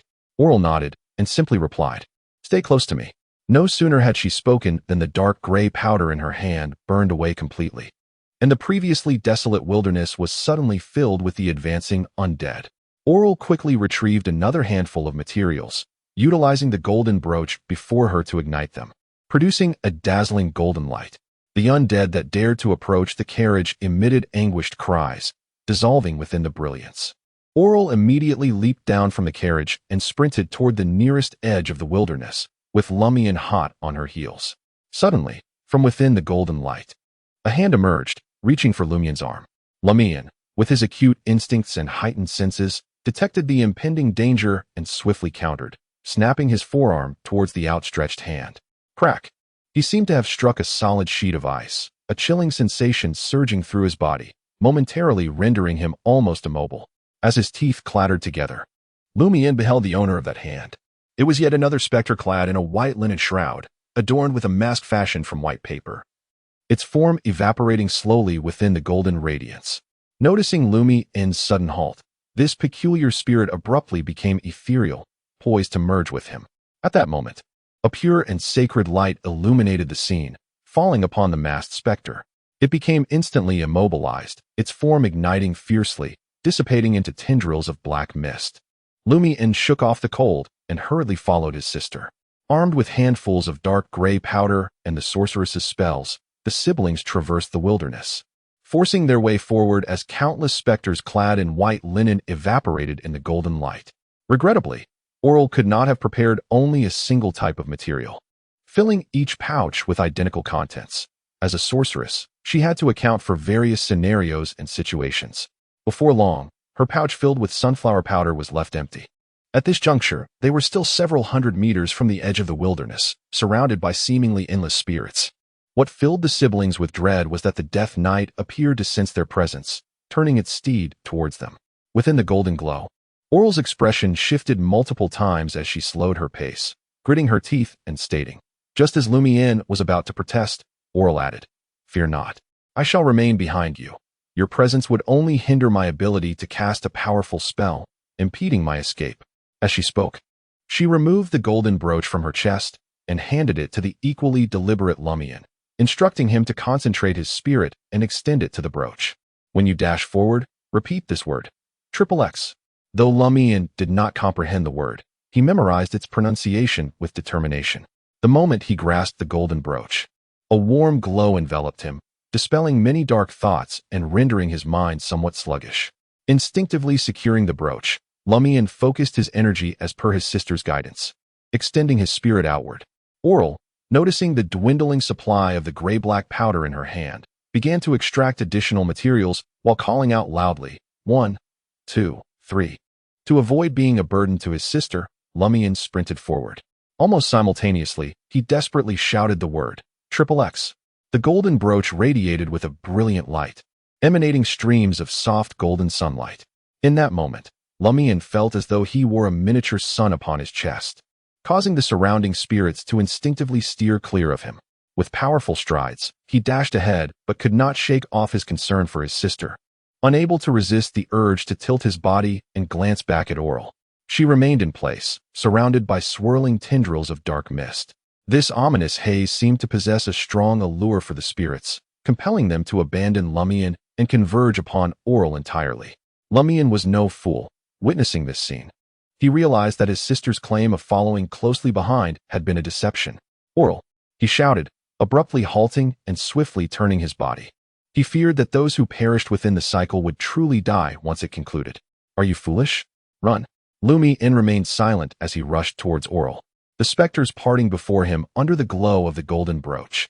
Observing this, Aurore lowered her head slightly, muttering under her breath, "What a fool." She then produced another substance, scattering its iron-black particles towards Lumian.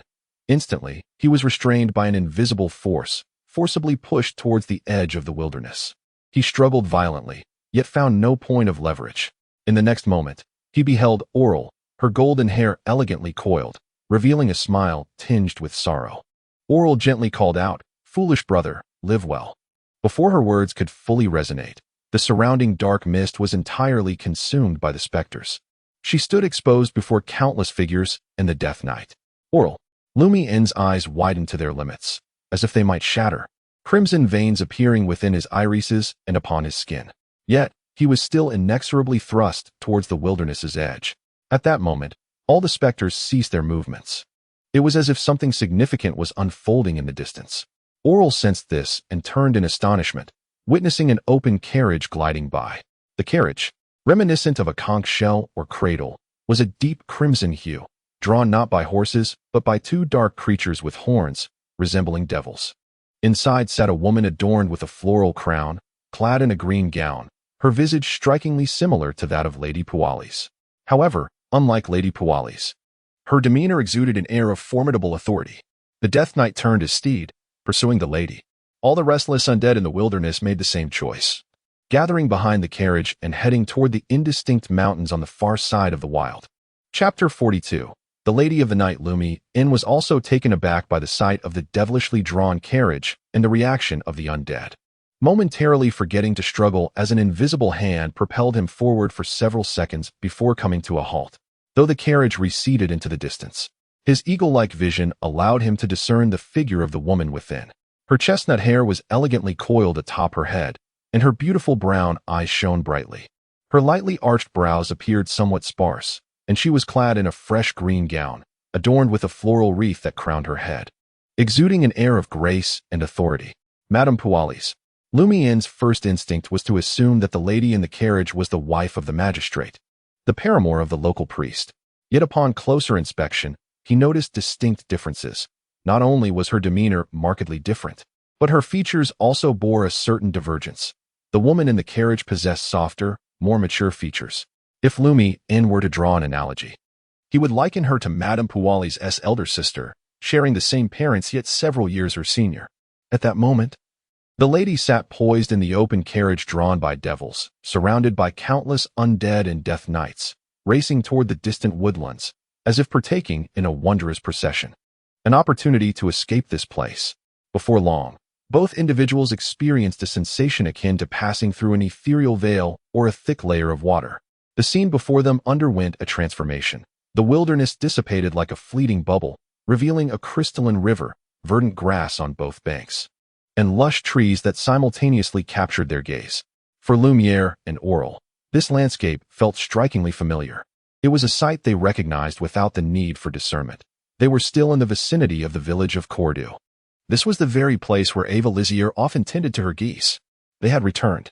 Lumiere felt neither disappointment nor surprise. Rather, he surveyed his surroundings with a sense of inevitability. Aurore gasped, urging, "Let us continue to Dalish." Without hesitation, Lumiere proposed, "Then let us head to the nearest pasture. There lies a perilous path that leads down the mountain, and with our capabilities, we shall manage it without issue." "Very well," Aurore replied, pivoting her body and sprinting forth. Familiar with the highland pastures surrounding Cordu, she occasionally borrowed a pony from Madame Puali's. Observing this, Lumiere swiftly kept pace beside his sister. Regarding their recent encounter, he felt a mixture of relief and trepidation. He had not anticipated Madame Puali's formidable strength, nor that she could command such a multitude of specters, demons, and death knights. Of course, it might not have been Madame Puali's herself. As they ran, Aurore gradually slowed, her breath growing labored and her throat more pronounced. "What is the matter?"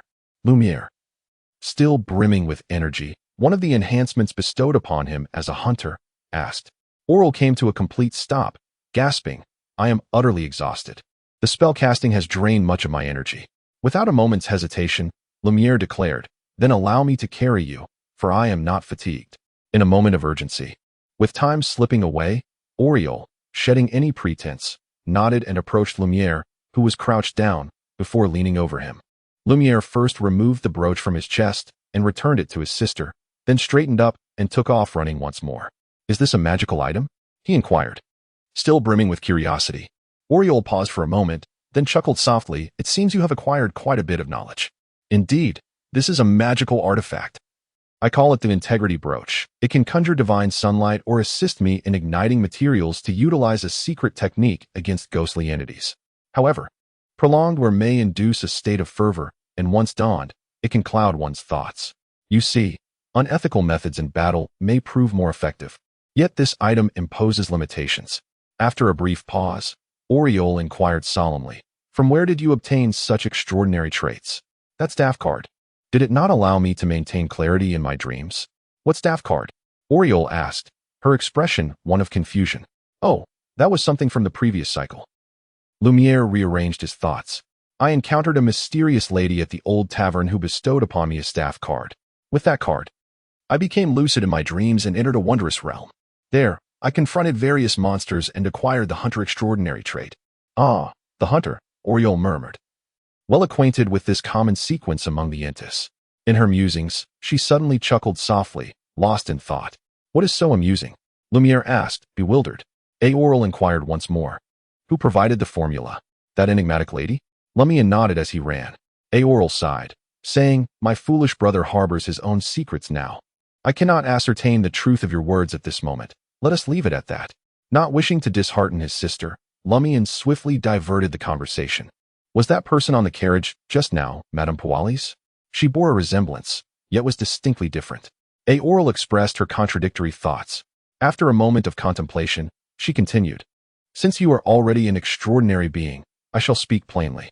My companion, well, those pen pals of mine have mentioned certain matters.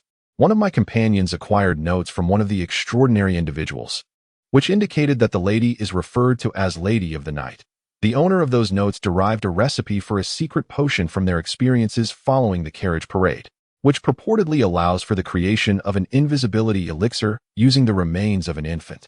Investigations have revealed that while the ladies in similar phenomena across different locations may vary, such events consistently occur under the cover of night." Lumian, taken aback, remarked, "But it is daytime now. Could the anomalies of Cordu Village have instigated such a change?" Lacking knowledge in the realm of mysticism, he instinctively felt that his sister's suspicions were justified. "Why must you sacrifice yourself to save me? I would prefer you to be a bit more selfish." "I am indeed selfish," she replied. Aurore chuckled, reflecting on her past contemplation of abandoning him to escape alone, intending to return stronger for vengeance. However, upon deeper reflection, she realized that even if she were to bestow upon him the integrity brooch and instruct him in its usage, he would still be incapable of drawing the majority of the undead, thus granting her an opportunity to flee. Only she, as a sorceress, possessed the ability to accomplish such a feat. Faced with the choice between the demise of both, or at least his survival, the answer was evident. Such a decision was not as effortless as he currently suggested. Lumian could rationally accept it, yet emotionally, he struggled. He muttered, "It would be better to perish together. If you were to die, who would avenge me? Who would resurrect me?" In the realm of mysticism, anything is possible, Aurore admonished her brother, asserting that her dramatic words were intended to ensure he would always remember to strive for her revival. Indeed, Lumian gradually began to understand his sister's reasoning. After running for a while longer, the nearby highland pastures came into view, yet Lumian, bearing Aurore on his back, felt an unmistakable weariness. He did not pause to rest. Instead, he summoned his remaining strength and charged up the slope adorned with lush green grass. Here lie numerous animal pens and shelters, the former constructed from stones and branches, with the ground composed of compacted earth and flattened dung, featuring a narrow exit barely wide enough for a single sheep. The latter resembles a primitive tent. A low stone wall encircles it, leaving an entrance and a vent for smoke, with a series of grates built against this wall. The lower parts of the grates are buried in the earth, while the upper sections support a wooden framework, crowned with a roof of thatch and mud. This is the abode of the shepherds, a realm of considerable hardship. Lumian no longer bore Aurore, guiding her across to the opposite slope. Below lay a treacherous path, hidden from view. Gazing at the road that required a leap of 7 or 8 meters down the cliff, Aurore addressed Lumian. Though you may now climb, it would be wise not to squander time. Allow me to take you down directly. Very well, Lumian acquiesced, eager to discover what transformations awaited beyond the village of Cordu. Aurore grasped Lumian's arm with one hand, while scattering silvery dust with the other. The two ascended simultaneously, slowly gliding towards the cliff below. In midair, a sudden jolt of pain struck Lumian's head, as though it had been struck by a heavy hammer. Aurore exhibited a similar response. Darkness swiftly enveloped Lumian's vision, and he felt reality fracturing into disarray. With a sudden jolt, Lumian sat upright, greeted by the familiar sight of a wooden table, chairs, bookshelves, and a wardrobe. Aurore, what is today's date? Lumian inquired tentatively. Aurore shot him a glare. Address me as sister. Have you lost your wits? Today is the 29th. Chapter 43, Confession. Thus far, this has been the third cycle he can recall, drawing from his own experiences and the insights offered by the enigmatic lady. He has formed a preliminary conclusion. The temporal limitation of the cycle extends to the 12th night. The spatial confines encompass the village of Cordu and its surrounding areas, and the character constraint prohibits the death of the parish priest. These are the three pivotal aspects of the cycle. With this in mind, Lumian turned to Aurore, contemplatively inquiring, Sister, if you were to pen a novel about time loops, where would you place the key to breaking the cycle? Such an unexpected question, coupled with the affectionate address of sister, left Aurore perplexed as she scrutinized Lumian, pondering whether he was concocting a new tale. Furrowing her brow, she reflected for a moment before responding, from the perspective of a novelist, or rather, through the lens of conventional logic. The most crucial segment of the loop undoubtedly resides in the final scene.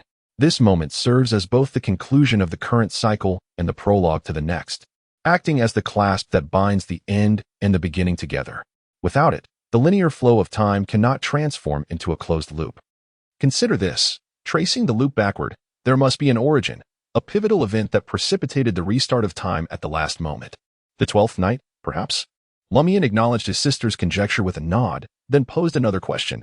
But why must the most critical element not be the first day of the cycle? Surely, we ought to question why the loop commences from this specific point in time. Aurore chuckled, remarking that crafting a brief tale to temporarily deceive a few individuals was indeed his forte. However, when it came to matters requiring stringent logic and a wealth of knowledge, he fell short. The reason the first day of the cycle is deemed the first day may simply be attributed to the force, or energy, that instigates the cycle, which can only trace back to this day from the final day. It is akin to the notion that the cycle's probability does not encompass the entire world, but rather a specific locale. It is not a matter of desire, but rather an impossibility. Lumian had indeed contemplated this notion, yet he believed that his erudite and worldly sister should be capable of conjuring a different interpretation.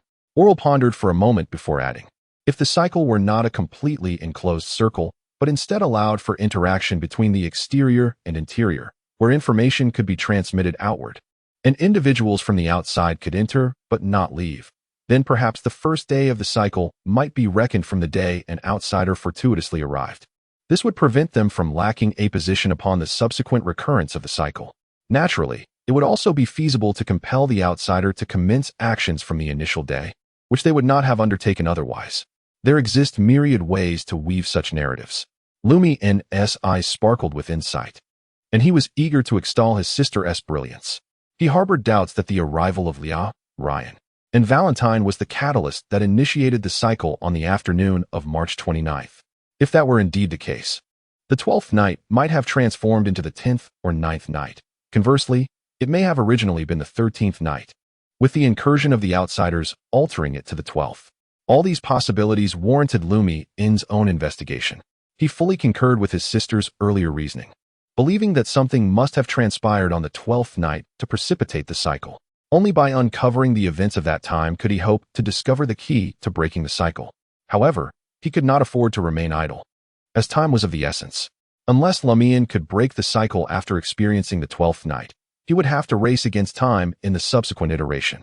A complete cycle spanned a full 12 days, and by the time this cycle concluded, the likelihood of the outside world detecting anomalies in Cordu Village would escalate dramatically. Lumian would have at most one complete cycle to resolve the issue, perhaps even less. To halt the anomalies within a single cycle, he needed to gather ample intelligence and possess a thorough understanding of the village's dynamics. He had to avoid triggering any anomalies while simultaneously investigating the source of the problem. Lumian could not help but inwardly mock himself. What was the difference between this and a jester walking a tightrope on the edge of a cliff? The demands of the situation were far from favorable. Noticing his prolonged silence, Aurore waved her hand and said, "I almost forgot to prepare dinner. Just a moment." Lumian turned to Aurore with a serious and solemn expression. Aurore clicked her tongue in response. "I sense the sin of mischief." Lumian replied candidly, "Oh, you've just learned it and already used it on your sister?" Aurore found herself both exasperated and amused. Sometimes, a modicum of trust was essential. With a silent sigh of reflection, Lumian chuckled. "At least can you listen to the story I concocted first? How about giving it a score afterward?" Aurore glanced out at the still bright sky and remarked, "That seems acceptable." Lumian began recounting his encounter with L.A. and other outsiders, outlining his experience of maintaining lucidity within a dream, where he ventured into a unique ruin. Through hunting monsters, he acquired extraordinary traits and transformed into a hunter. He did not conceal the thorny circular pattern that was locked upon his chest, as it might pertain to the crucial aspect of a time loop. He had witnessed the same symbol with the parish priest, and the death of that priest precipitated a premature reset of time. Initially, Aurore smiled, finding her brother's tale quite imaginative, but as he spoke further, her expression grew serious, for much of the knowledge he possessed should not have been accessible to Lumian. When he declared himself an extraordinary being, she finally stirred, raising her right hand to gently massage her temples. Her pale blue eyes deepened in intensity, yet reflected no presence. She studied Lumian for a moment before nodding lightly. "Your etheric form has undergone significant transformation. Your life, energy, and physical condition surpass those of an ordinary person. The star-spirit aspect has changed somewhat, but not to a great extent. Indeed, you are more adept at physical combat than at casting spells, a true hunter. As for that symbol and the associated changes, I cannot discern them, nor do I dare to probe deeper." At this juncture, Aurore puffed her cheeks slightly, still somewhat perplexed, and retorted, "You wouldn't be fabricating such an outrageous story merely to persuade me of your extraordinary status, would you?" This is quintessentially Lumian. Lumian chose not to clarify, instead delving into the esoteric knowledge imparted to him by that enigmatic lady.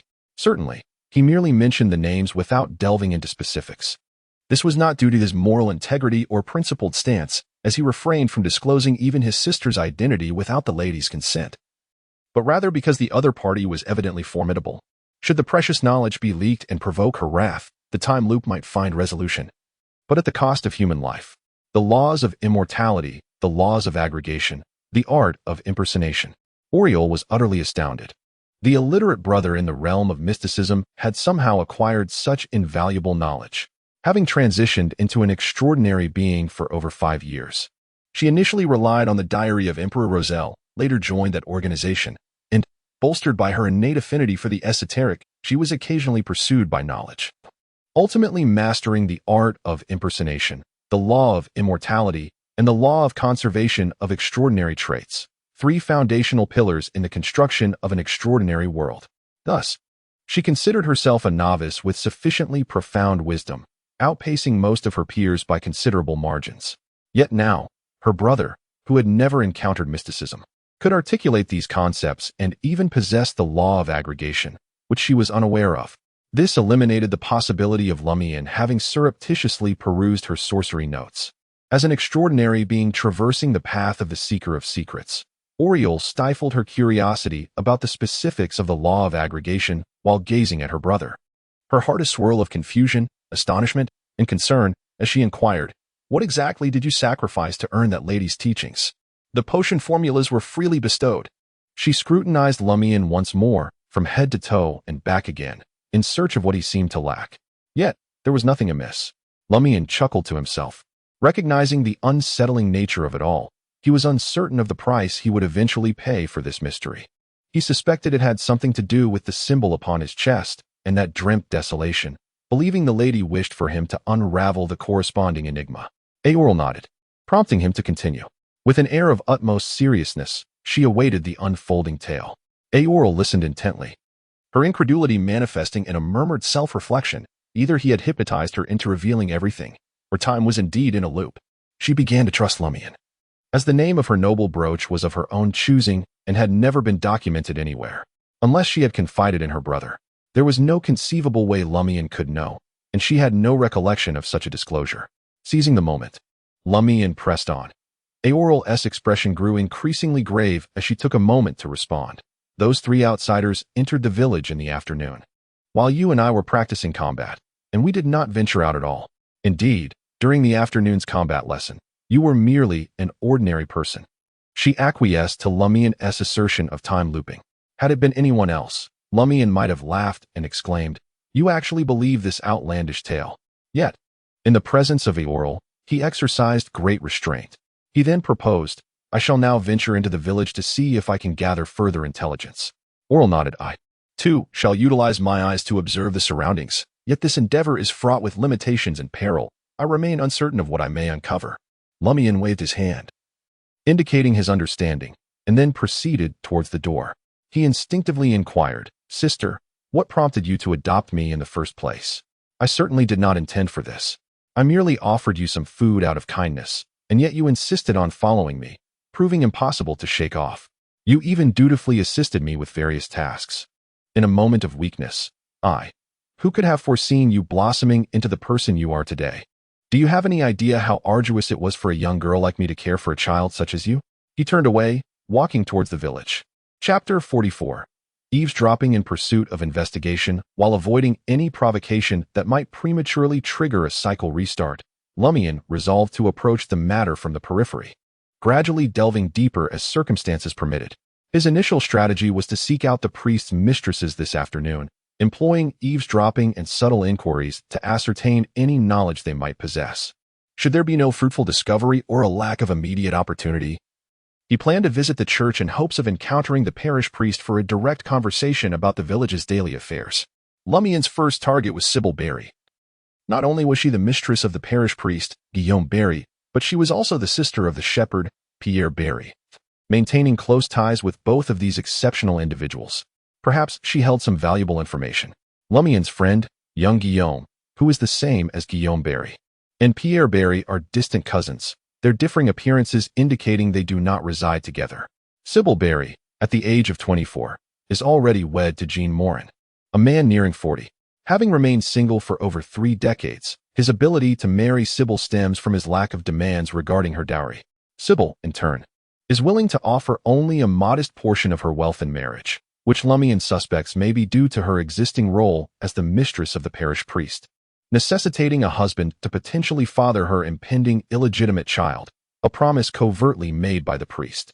Although the society of Intis is relatively open-minded, making the occurrence of illegitimacy commonplace, many husbands and wives, upon learning of such matters, may express their anger yet still choose to keep their spouse's illegitimate offspring within the household, as this equates to acquiring additional unpaid servants with no claims to inheritance. However, members of the Eternal Radiance Church are forbidden from marrying or procreating, often seeking an inexpensive father for their illegitimate children. Lumian made his way to Jean Morin's residence, a modest, grayish-white single-story house situated on the outskirts of Cordu Village.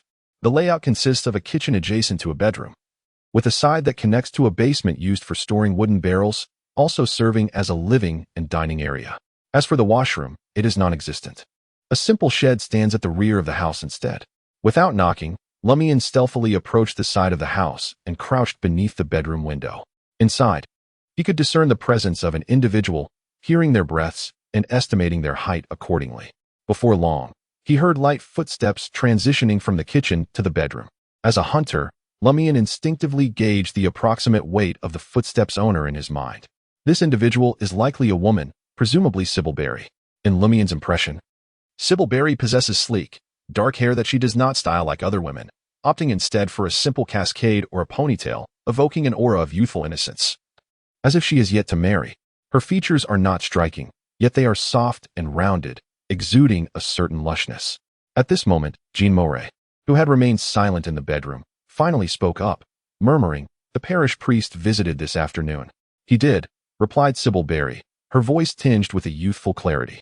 She was inherently like this. After a brief silence, Jean Moray inquired, "Did you engage in such activities?" He fell silent again, and only when Sybil moved toward the kitchen did he add, "I have little to say about the priest, but you should be wary of other men, especially Potto Russell." Potto Russell is the husband of Medina Benet, whose wife is also the mistress of the parish priest. Lumian, lurking beneath the window, was taken aback by the tangled web of relationships. How chaotic it truly is. He cast a new glance at the parish priest's desires. Having visited Sybil Berry in the afternoon and now scheduled to rendezvous with Madame Pualis in the evening, exemplifying the archetype of infidelity.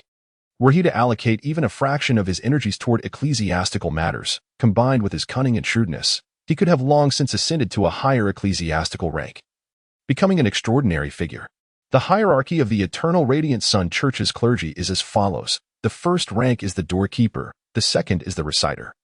The third is the praiser, the fourth is the ceremony assistant, also known as the subdeacon, the fifth rank is the deacon, the sixth is the assistant priest, who may also be referred to as a pastor, cleric, or minister.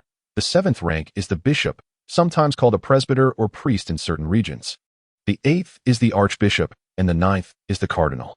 The pope does not fall within this ecclesiastical hierarchy. From the sixth rank onward, individuals are classified as senior clergy, possessing a high likelihood of extraordinary abilities, according to Oriel's perspective.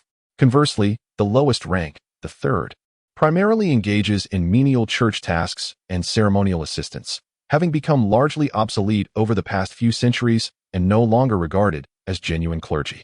The fourth rank, the ceremony assistant, typically comprises recent graduates from theological seminaries, while the fifth rank, the deacon, may represent a true pastor in presiding over a church in rural areas.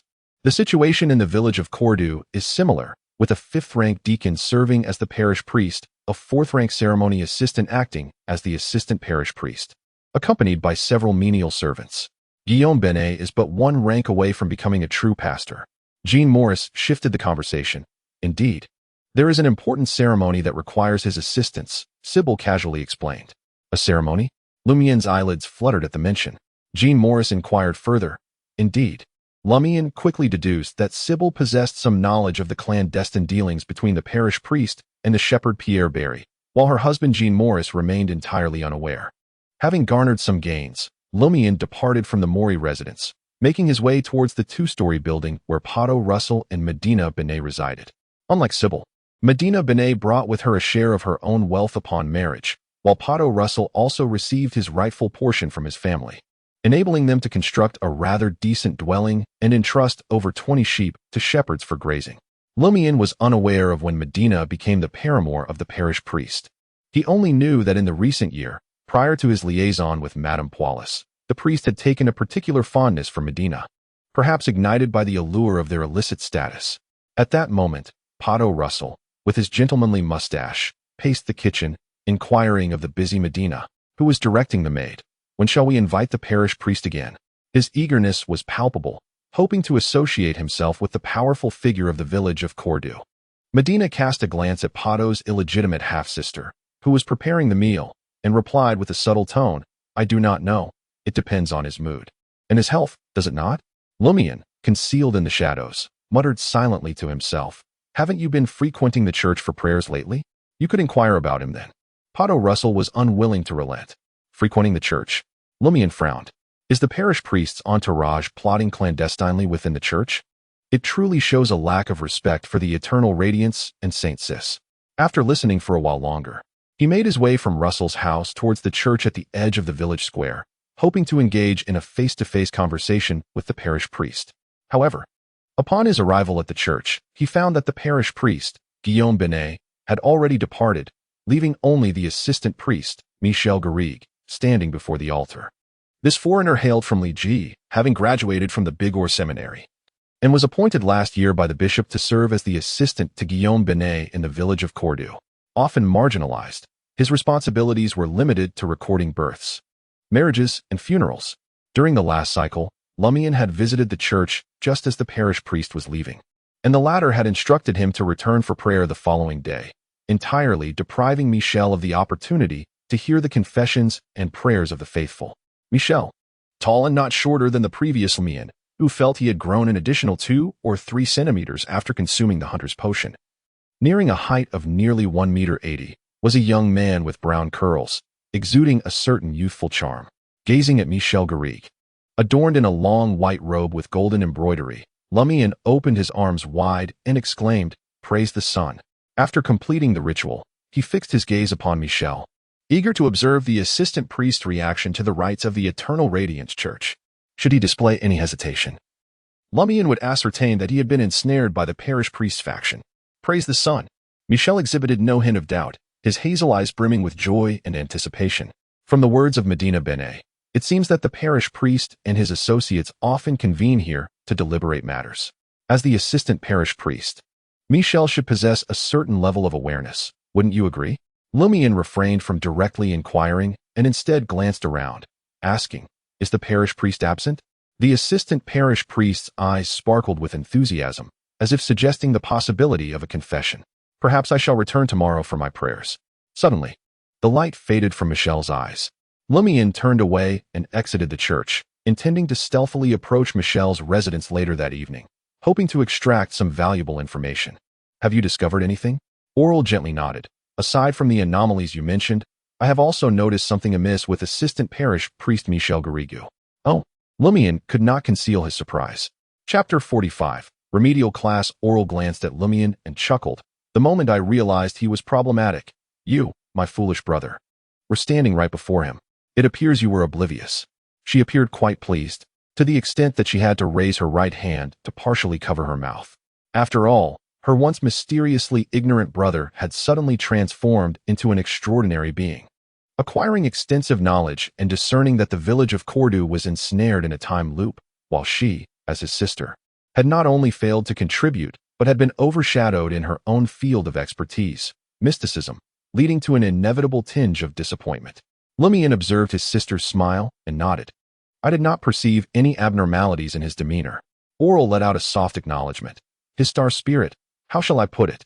In essence, it simply possesses a radiance that surpasses that of ordinary individuals, despite his lack of extraordinary abilities or prolonged, systematic physical training. Perhaps it is a matter of innate vigor?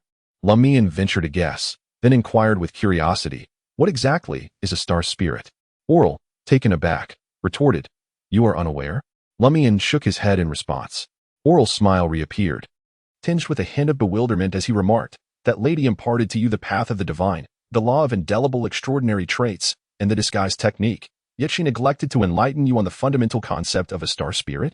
She was pressed for time and could only focus on the essentials, Lumian offered as a justification for the enigmatic lady. Aurore's amusement deepened. It could also be that such foundational knowledge of mysticism holds little relevance for a wild hunter. Your sole tasks are to track, set traps, and engage in combat. She struggled to articulate her brother's current state. To label him as a novice in mysticism seemed inaccurate, for he possessed a considerable amount of knowledge, each piece more astonishing than the last. To assert that his understanding surpassed that of the majority of extraordinary beings would be true, yet he remained oblivious to the very essence of a star spirit. Aurore exhaled, adopting a serious demeanor as he declared, It seems the responsibility of initiating your understanding of mysticism falls solely upon me. In the realm of mysticism, the human existence beyond the physical form is divided into 4 layers. The innermost and most fundamental layer is the spiritual body, which closely aligns with the concept of the spirit.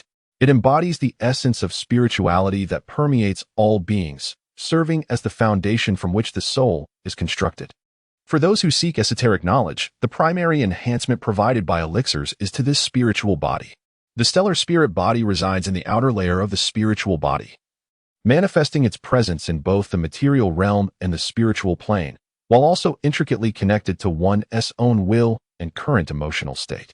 Thus, you comprehend my point when I mention that the stellar spirit body of the cleric from the replica hall shines more brightly than that of an ordinary person.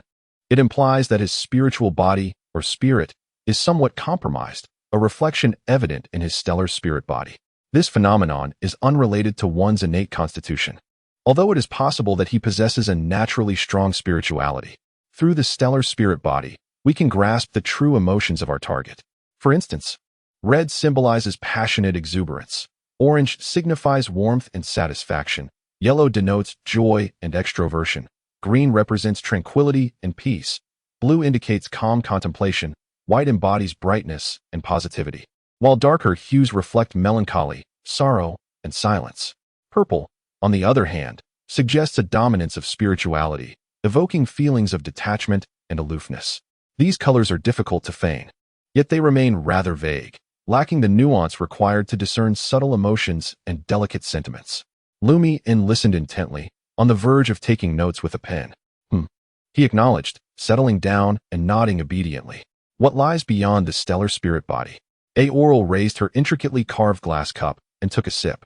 It is the mental body. From it, the union of spirit and flesh begins. The mental body pertains to the intellect, encompassing reasoning abilities, cognitive functions, insights, and the capacity to comprehend phenomena. Some potions primarily enhance this aspect, while numerous spells are directed towards it.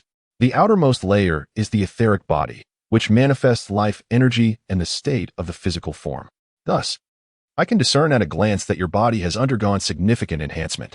Indeed, by observing the varying thickness, brightness, and coloration of different parts of the etheric body, one can ascertain the health status of an individual. As a member of the seer class, rank 7, I can even infer the lifespan of an individual from the specifics of their etheric body. Lumian suddenly understood. The hunter potions primarily target the etheric body. You have it backward. They primarily address the physical form and life energy, while the etheric body serves as their intuitive representation. He recalled his sister's earlier words and, intrigued, inquired, Aurore, how did you observe the priest in the dungeon? Why did I not sense your presence nearby? Aurore smiled. In truth, I have been at home, utilizing the unique capabilities afforded by the seer path. She gestured toward her eyes. One of the most distinctive abilities of the seer is known as the Eye of Revelation. Though I must ascend to a higher sequence to fully unlock the Eye of Secrets, enabling it to function not only upon myself, but also to be placed upon other surfaces for remote surveillance. This does not imply that prior to this, the seer SI lacks any extraordinary qualities. At this juncture, Aurore cast a glance toward the kitchen, which inexplicably unsettled Lumiere. Although that direction appeared devoid of anything, he sensed the possible existence of an invisible entity beyond his perception. Aurore continued, of course, this is not necessarily a boon. Witnessing that which one ought not to see can easily lead to calamity. Thus, I have consistently exercised restraint, refraining from gazing upon the forbidden. However, with the elevation of my sequence, it becomes increasingly difficult to avert one's gaze. Pondering this, Lumiere inquired with curiosity, did you not mention that only at a higher sequence can the Eye of Secrets be dispatched? How, then, are you able to observe the individuals within the church from home? Aurore raised her right hand, gesturing with her index finger in a manner both emphatic and instructive. I have always told you that knowledge equates to power, yet you remain skeptical. Under normal circumstances, I would indeed be unable to observe events hundreds of meters away from the confines of my home. However, humanity possesses the capacity to utilize tools, and I am equipped with 2 significant assistants. As she spoke, she retrieved 2 items from the concealed pockets of her blue dress. One was a retractable brass monocular telescope, and the other, a miniature dark ink bottle that bore a striking resemblance to a child's plaything. Look, Aurore smiled as she introduced the telescope. It allows me to discern individuals hundreds of meters away, and when the line of sight is adjusted, I can observe the ethereal bodies, the etheric forms, and the mental states of the targets. Lumian listened, somewhat dumbfounded. Is this even possible? We're discussing mysticism, yet why has my sister brought out a telescope? He pointed toward a petite ink bottle. Suddenly, Lumian felt a chill. A gust of cool wind seemed to seep through the window. It is a unique entity from the spirit realm, Aurore explained. Where is it? Lumian glanced around in confusion. Aurore appeared quite astonished. You still do not comprehend how to activate spiritual sight? Did you not claim to have seen numerous spirits in that desolate wilderness? Lumian had read about the term spiritual sight in the magazine Mediumship and understood its meaning, yet he was utterly perplexed regarding how to actually activate it. He gazed at his sister and slowly shook his head. I do not understand. He then speculated. Perhaps it involves entering the so-called otherworld, allowing ordinary people to directly see ghosts and spirits. Aurore pondered for a moment before further inquiring. So, you are also unfamiliar with Hermetic? Ancient Hermetic, Elvish, Draconic, and Giant languages? What are those? Lumian Li displayed a quintessential ignorance of the mystical domain. Aurore could not help but facepalm. What on earth has that lady taught you? Aurore felt a mix of amusement and exasperation, thinking, I believe you are just asking for a reprimand. She sighed for a few moments, gathering her thoughts before stating, let me elucidate how to awaken spiritual sight, conduct ritual magic, and utilize those languages imbued with supernatural power. Drawing upon my experience as a contracted being, this is merely a cursory overview. To truly master these arts, particularly the languages, one would require no less than a year or two of dedicated practice. Of course, this also pertains to your chosen path. As a hunter, you likely have not enhanced your learning capabilities, nor do you possess any boon in the realm of mysticism. I, on the other hand, was able to grasp the fundamentals in just half a year through diligence and immersion. She gently caressed the void before her, as if stroking an invisible kitten. For the extraordinary, awakening spiritual sight is quite straightforward. However, as dusk has not fully descended, let us discuss something else first. I refer to it as white paper, a rather diminutive entity from the spirit realm. By mastering precise descriptions, one can summon it in the name of a contract. Aside from its inherent invisibility, it serves but one purpose: to channel a certain supernatural ability of the contractor, albeit one that cannot be overly intricate or powerful. Chapter 46. Ritual Magic. Lumian gazed at the unseen spirit, pondering aloud. How intricate can it truly be? How powerful can it become? Oh, I assumed you would inquire about the summoning process or the conduct of ritual magic, yet you are merely interested in the practical application. Aurore teased, suggesting that perhaps this is characteristic of the hunter path, focusing on usage rather than a profound understanding of the underlying principles. I have attempted to convey that the term not too complex signifies the ability to execute only a singular action, while not too powerful indicates a limitation not surpassing the spell magnitude of a seeker of sequence 7, which pertains to a wizard. Engaging in discussions with Aurore is indeed advantageous. She possesses a habit of conducting qualitative and quantitative analyses, unlike certain individuals who prefer to articulate in vague, partially concealed language. Lumian listened with considerable reflection. Amidst his contemplation, he rose to assist his sister in arranging the food on the dining table, and while dining, he inquired, but I recall that your spells often necessitate materials. Surely, white paper cannot be carried around. Indeed, that presents quite an awkward situation, Aurore replied after savoring a piece of pan-fried trout. Once she had chewed and swallowed, she continued, moreover, the spells of a wizard cannot be executed in a singular motion. The simplest require at least 3 steps. First, to concentrate one's spirit. Second, to mentally delineate the corresponding symbolic glyphs of the spell, which can also be substituted with the verbal recitation of incantations. Third, to utilize materials to manifest the spell. The role of materials varies. Some serve as conduits, while others form components of the spell itself. Aurore cast a glance at him. Do not entertain such thoughts. It is impossible for you to replicate my abilities. First, your sequence is constrained and your spiritual capacity insufficient. Second, utilizing materials to assist in spellcasting is a unique capability reserved for wizards. Perhaps certain pathways within specific sequences might achieve this, but my understanding is inadequate to make a definitive judgment. However, upon reaching sequence 7, also known as the arsonist, the hunter gains access to a plethora of fire-related spells that require no materials, no intricate mental conjuring of symbols, nor the vocalization of incantations. In practical combat, this renders the process swifter, more convenient, and potentially more formidable. The wizard, on the other hand, excels in breadth, with a mastery that flourishes through extensive and comprehensive knowledge. Lumian expressed his anticipation. I wonder when I shall become an arsonist. He intended to delve once more into the dream ruins that very night, both to facilitate the digestion of potions through the act of hunting and to seek clues regarding the primary materials for sequence 8, the provocateur. As for the creatures corresponding to the arsonist, he hesitated to contemplate them, deeming such thoughts akin to inviting danger upon himself. For those beings undoubtedly possessed ranged attacks that would hinder his unique capabilities. He continued, the spells of the arsonist seemingly require but a single gesture. Can the white paper sustain them? Theoretically, it could, Yet he was uncertain if the spells of the arsonist surpassed a singular dimension. Aurore's reference standard was the wizard. Upon hearing this, Lumian was suddenly exhilarated. If so, might I not emulate the floating cannon that my sister spoke of? Aurore was momentarily baffled. Lumian elaborated. I could summon a multitude of white paper, forge contracts with each, and then allow every white paper to bear a fireball. In due time, they would hover in the air and simultaneously unleash an assault upon the target. Does this not closely resemble the description of the floating cannon? Regrettably, one cannot simultaneously possess a multitude of blank slates, Aurore chuckled, stating that once you forge a pact with a blank slate, any subsequent summoning using the initial description will yield the same entity. Is it possible to summon one first without signing a contract, and then summon another until a satisfactory number is achieved, only to sign the contracts collectively afterward? Lumian, having not received conventional education, was instead shaped by Aurore's bespoke insights and years of mischievous honing, leading to a remarkably open-minded perspective. Aurore admitted that she was not so unscrupulous. After careful consideration, she remarked, I have not attempted this, so I am uncertain of its feasibility. Perhaps you could try it when you reach sequence 7.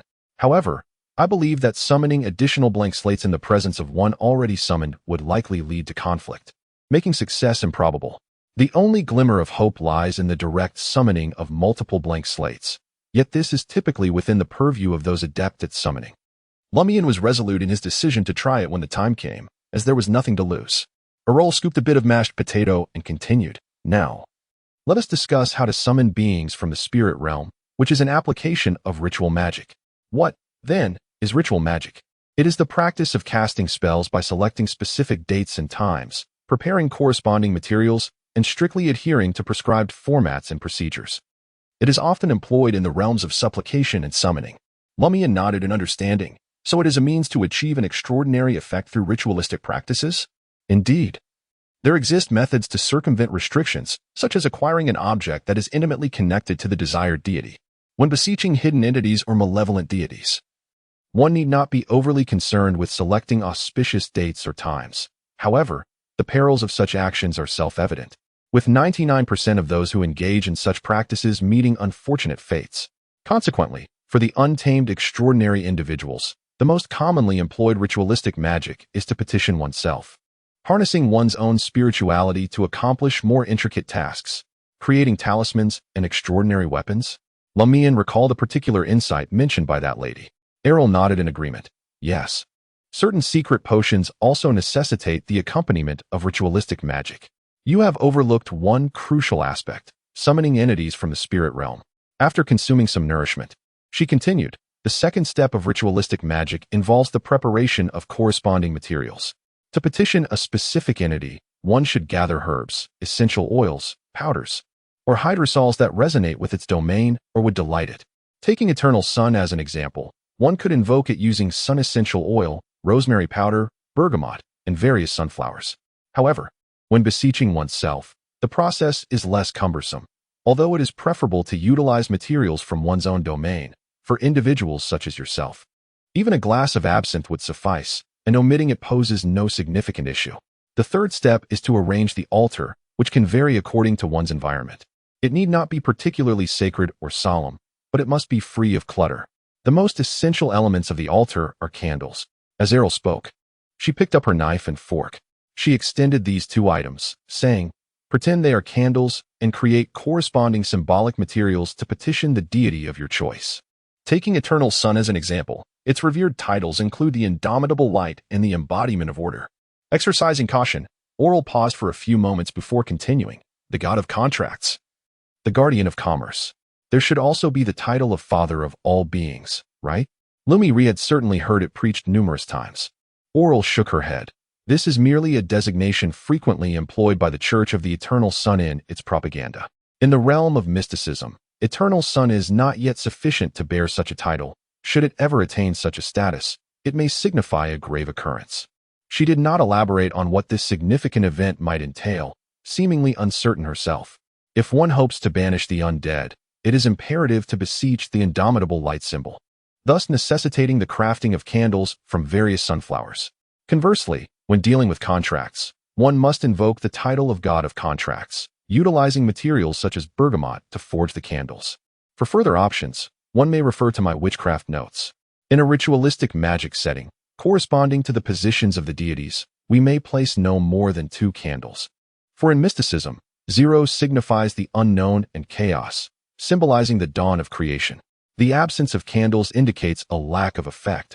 1 represents the beginning, denoting the original creator and an existence that can be precisely pointed to, while 2 symbolizes the world and deity's birth from the original creator. Consequently, ritualistic magic can only employ 2 candles to represent the divine, with the specific symbols chosen based on the desired outcome. The number 3 signifies all things. Hence, the 3rd candle must be reserved for ourselves. In essence, the 2 uppermost candles symbolize deities, while the single candle before oneself represents the individual, totaling 3 candles. Should you possess an object closely associated with a particular deity or hidden entity, you may replace the 2 upper candles with that object. A practice known as the dual ritual method. When beseeching for oneself, only the candle representing the individual should remain. Lumian listened intently.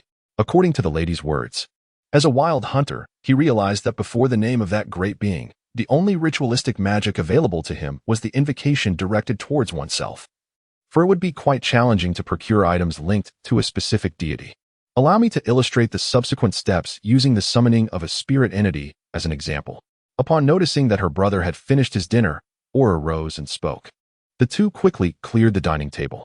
Chapter 47.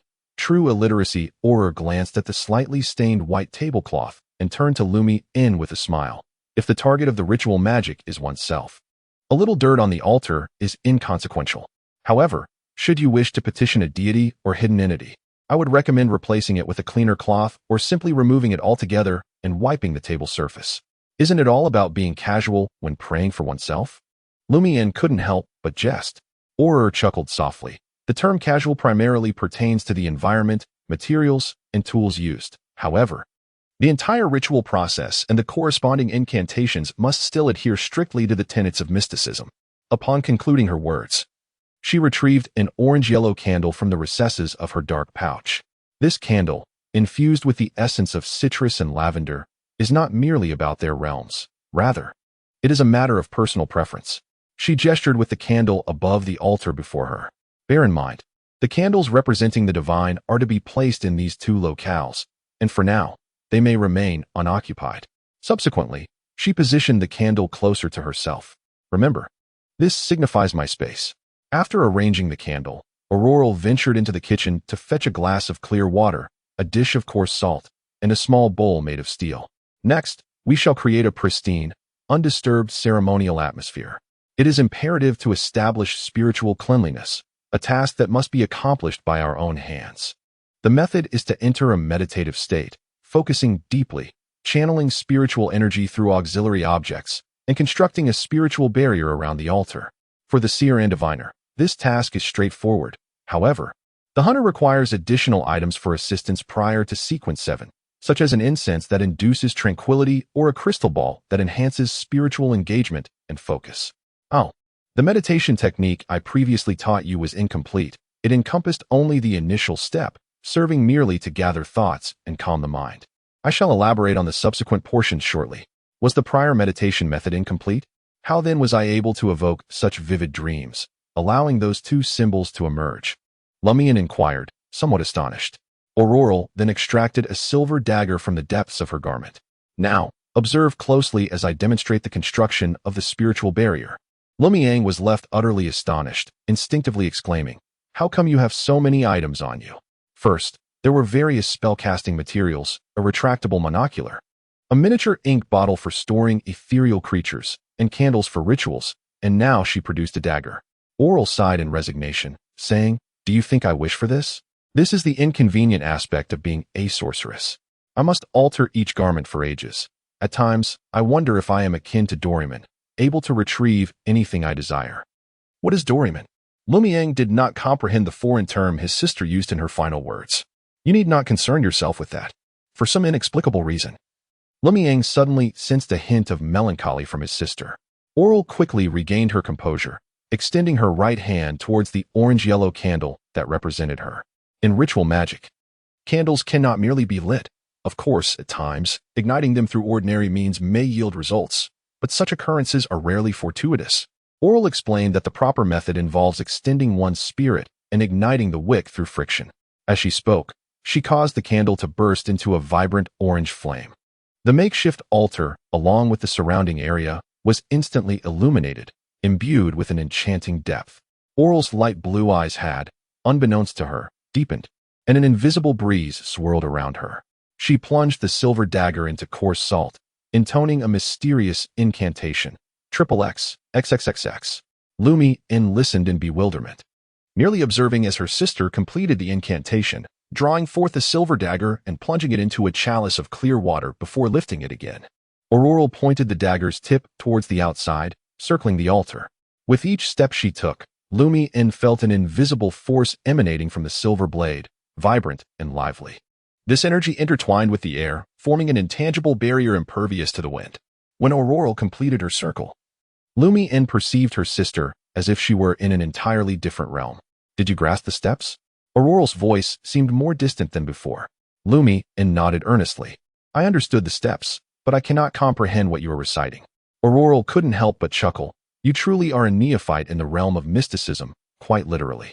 That was in Hermetic, which translates roughly to, I sanctify you, pure silver blade. I cleanse and purify you, that you may serve me in this ritual. In the name of the sorceress Aurore Li, you are sanctified. Lumian Li scratched her head. It sounds rather ordinary. Aurore replied, the translation may seem mundane, but the essence lies in the incantation itself and the language employed. While reciting an intis may appear commonplace, using Hermetic, ancient Hermetic, Elvish, Draconic, or giant tongue invokes a different essence altogether. Lumian Li, intrigued, inquired, are these the only languages that possess the power to communicate the arcane? That is not the case. The realm of mysticism is replete with similar languages, each possessing its own uniqueness. For instance, there are languages specifically designed for communicating with the deceased. Yet the majority of extraordinary beings find little use for them throughout their lives, unless they wish to delve into a particular rare field or conduct a corresponding ritual. Aurore casually elucidated. She proceeded to explain the incantation from earlier, during the sanctification ritual involving the silver dagger. The penultimate phrase should ideally invoke the name of a certain deity or hidden entity. However, as wild extraordinary beings, it is preferable to avoid doing so whenever possible to avert unnecessary complications. As extraordinary beings, sanctifying an ordinary object under one's own name suffices. Although the effect may not match that of the original, it remains functional. Lumian nodded initially, then pondered a question. Can my name, which you later assigned, be used in the ritual? Indeed, Aurore affirmed with conviction.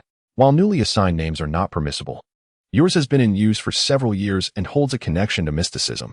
After a brief pause, she added, when sanctifying items outdoors with limited resources, one can simply use coarse salt or pure water to achieve the same result. Upon finishing, Aurore retrieved a small silver-black metallic vial, no taller than her index finger, from her dark pouch. This is a blend of essential oils I concocted, named Emerald Glade. Its defining characteristic is its delightful fragrance. She then dropped 3 droplets of the pale green liquid onto the candle, representing herself. With a hissing sound, the candle's light dimmed, and a faint mist began to envelop Aurore and the altar before her, imparting an air of mystery. The subsequent steps were of utmost significance. Aurore extracted a small piece of parchment resembling sheepskin from her dark pouch. If one is to conduct a ritual of supplication to the divine, it is essential to inscribe the symbolic representation of one's desires upon the parchment, which is then to be incinerated during the ceremony. The incantation is divided into several segments. The first segment entails invoking the power of a specific deity. The placeholder, however, must be filled with a symbol, a revered name, or a dominion of the divine. For instance, one might beseech the power of the sun or the force of order. It is vital to remember that this segment comprises 2 lines, corresponding to 2 candles representing the deity. The second segment consists of a plea for divine favor. It is imperative to refrain from directly addressing the deity by name during the ritual, as such an act would be deemed sacrilegious. One may substitute terms like the eternal radiance or the Father in its stead. The third segment articulates the specific request, succinctly encapsulated in a single sentence. The fourth segment serves to amplify the potency of the incantation, akin to saying, O flower of the sun, herb belonging to the sun, Please bestow your strength upon my incantation. You may select 2 or 3 ingredients based on what you are utilizing. Upon completing the incantation, anoint each candle with a drop of essential oil and burn the parchment bearing the symbolic representation. Once the paper has been fully consumed, the ritual concludes. Subsequently, express gratitude to the deity, extinguishing the candles in the order of first I and then the deity, from right to left. The candles should be ignited in the order of left to right, commencing with the deity and followed by I. Lumian inquired with a murmur, "What about supplications directed towards oneself?" Aurore chuckled. "The incantation is rather straightforward. To illustrate, let us consider the summoning of ethereal beings. The first part consists of a single word, I, which must be uttered softly. Remember, here one cannot employ Hermetic language. It must be an ancient Hermetic, Elvish, Draconic, or Giant tongue. The second part is I summon in my name, from which point Hermetic can be utilized. The third part involves a detailed description of the ethereal being you wish to summon." "What constitutes a detailed description?" Lumian inquired. Aurore solemnly explained, "For instance, if a stranger arrives today and says, 'I seek the prankster king of Cordu Village, Aurore, the foolish brother of Li, a regular at the old tavern,' we would undoubtedly understand whom he seeks, wouldn't we?" "I see," Lumian exclaimed, grasping the concept. In the absence of knowledge regarding the target's name, appearance, and location, one can assist in locating them through their characteristics. Aurore asserted, "While the principle is sound, practical application can be fraught with complications. When we summon ethereal beings, the initial phrase is often fixed. It is either the spirit wandering in the void or the spirit soaring in the higher realms, which serves to indicate the ethereal realm and clarify that we are summoning a spirit. The second phrase is also quite universal. Consider this. We do not summon ethereal beings with the intention of self-harm. Thus, we must ensure that we call forth benevolent entities. At times, it is necessary to add the qualifier weaker, for certain ethereal beings, while inherently friendly, may pose significant risks merely by their existence. Given these circumstances, the descriptions were established. Friendly beings that can be commanded, friendly beings available for consultation, weak beings that can be controlled, and so forth. It was indeed a challenge. Lumian Li felt a headache creeping in after merely contemplating it for a moment. Aurore nodded in agreement, stating, "Not only is it difficult, but it is also perilous. When the pointers are vague, the spirits that come forth may be unnecessary or even hazardous entities. Bear in mind that, in many instances, weakness does not equate to being harmless, just as friendliness does not guarantee safety." Chapter 48. Knowledge begets understanding. Lumian Li resonated deeply with Aurore's words. During his days of wandering, he learned not to underestimate anyone. Some adult vagrants suffered greatly due to their disdain for him as a mere child, perceiving him as weak. Conversely, certain benefactors, despite their good intentions in providing food, failed to consider the prolonged hunger of the homeless, leading to misguided actions. After pondering for a moment, Lumian Li remarked, "In that light, the ability to accurately summon a desired creature through precise descriptions is indeed invaluable. A fragile sphere that resonates with my thoughts? Is that a description one would expect from an ordinary individual, particularly with the terms fragile and sphere?" While musing internally, Lumian Li inquired, "So, did you acquire this from someone else?" "No," came the reply. Aurore shook her head, her expression tinged with bitterness. The path of the seeker of secrets diverges from the others.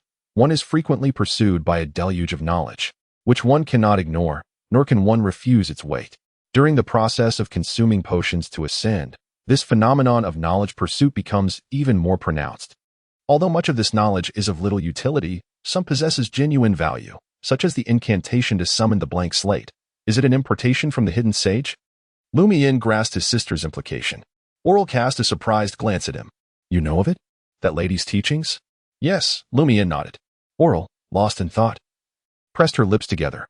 "From my personal experience, the knowledge pursuit does not solely stem from the impartation of the hidden sage. What I refer to as tinnitus is indeed the sound of her voice, imparting knowledge that invariably causes me distress, as if my head is on the verge of exploding, wishing for the chaos to simply take over.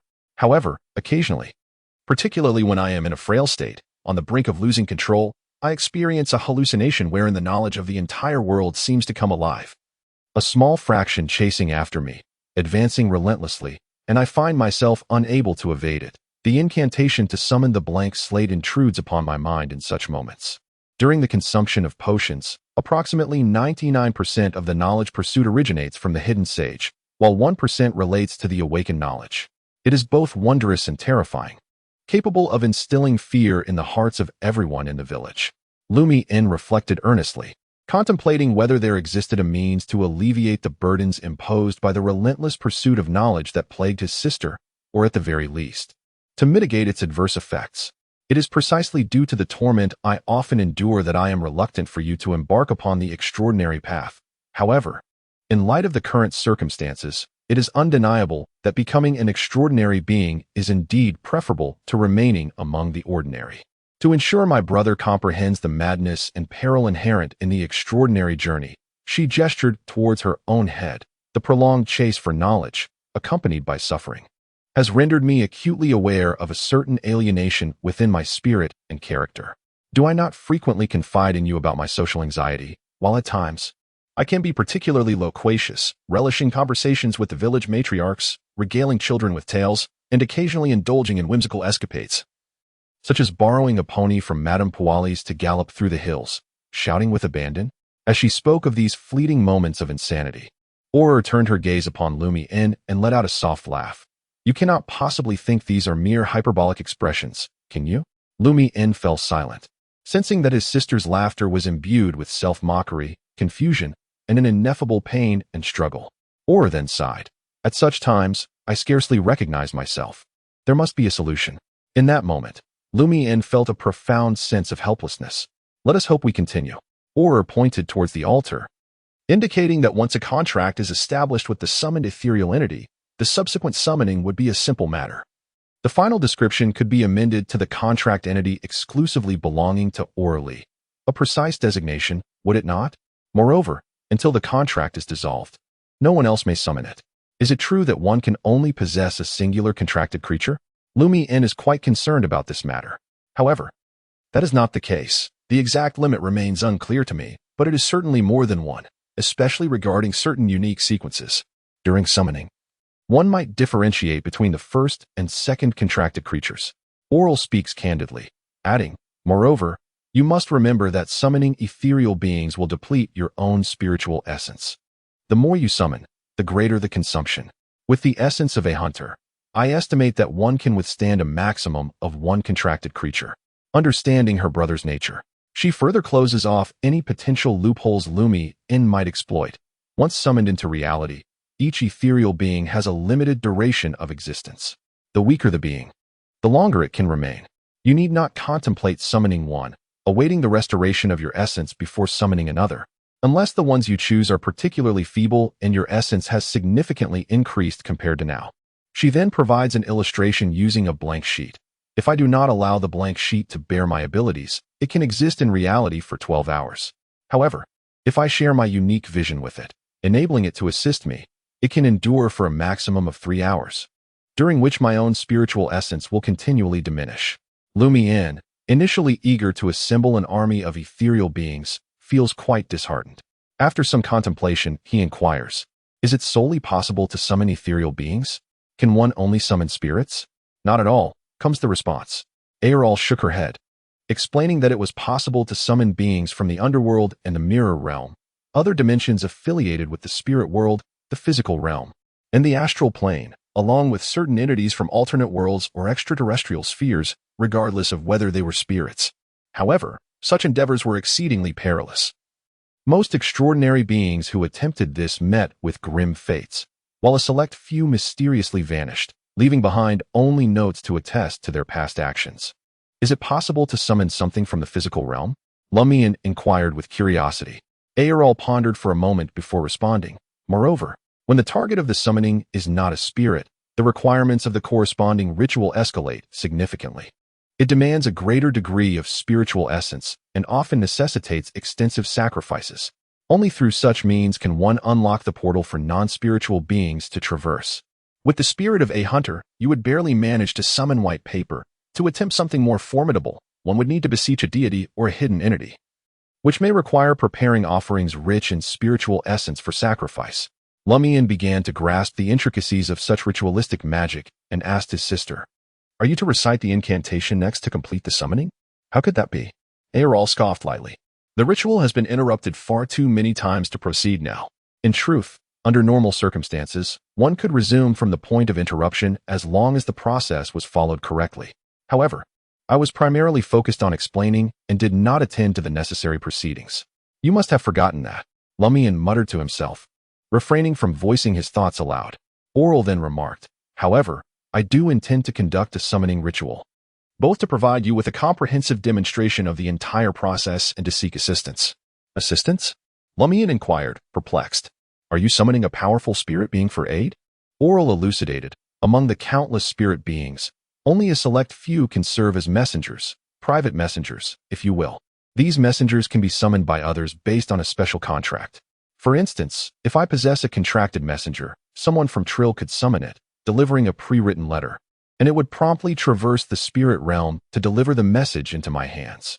Due to the peculiar nature of the spirit realm and the bond created by the contract, the task of delivering the message is completed in a mere second or two.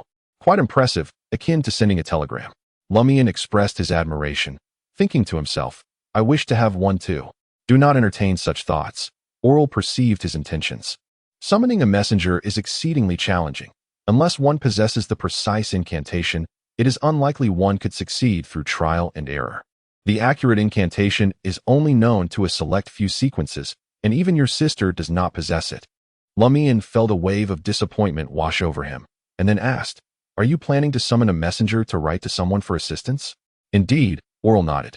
She is among those who have advanced furthest along the path of the extraordinary, possessing her own messenger. I do not wish to rely on her for salvation, but I hope she can offer me some guidance. That seems quite difficult. The enigmatic lady herself stated that we must rely solely on our own efforts. Lumian inquired curiously, We? Are you referring to your pen pals? Aurore nodded first, then, with a hint of confusion, retorted, When did I ever mention pen pals to you? Code names? Lumian appeared somewhat perplexed. Aurore replied, In our organization, everyone uses code names to conceal their true identities. When we correspond, we emphasize that it is a pseudonym to avoid detection by the authorities. What is your code name?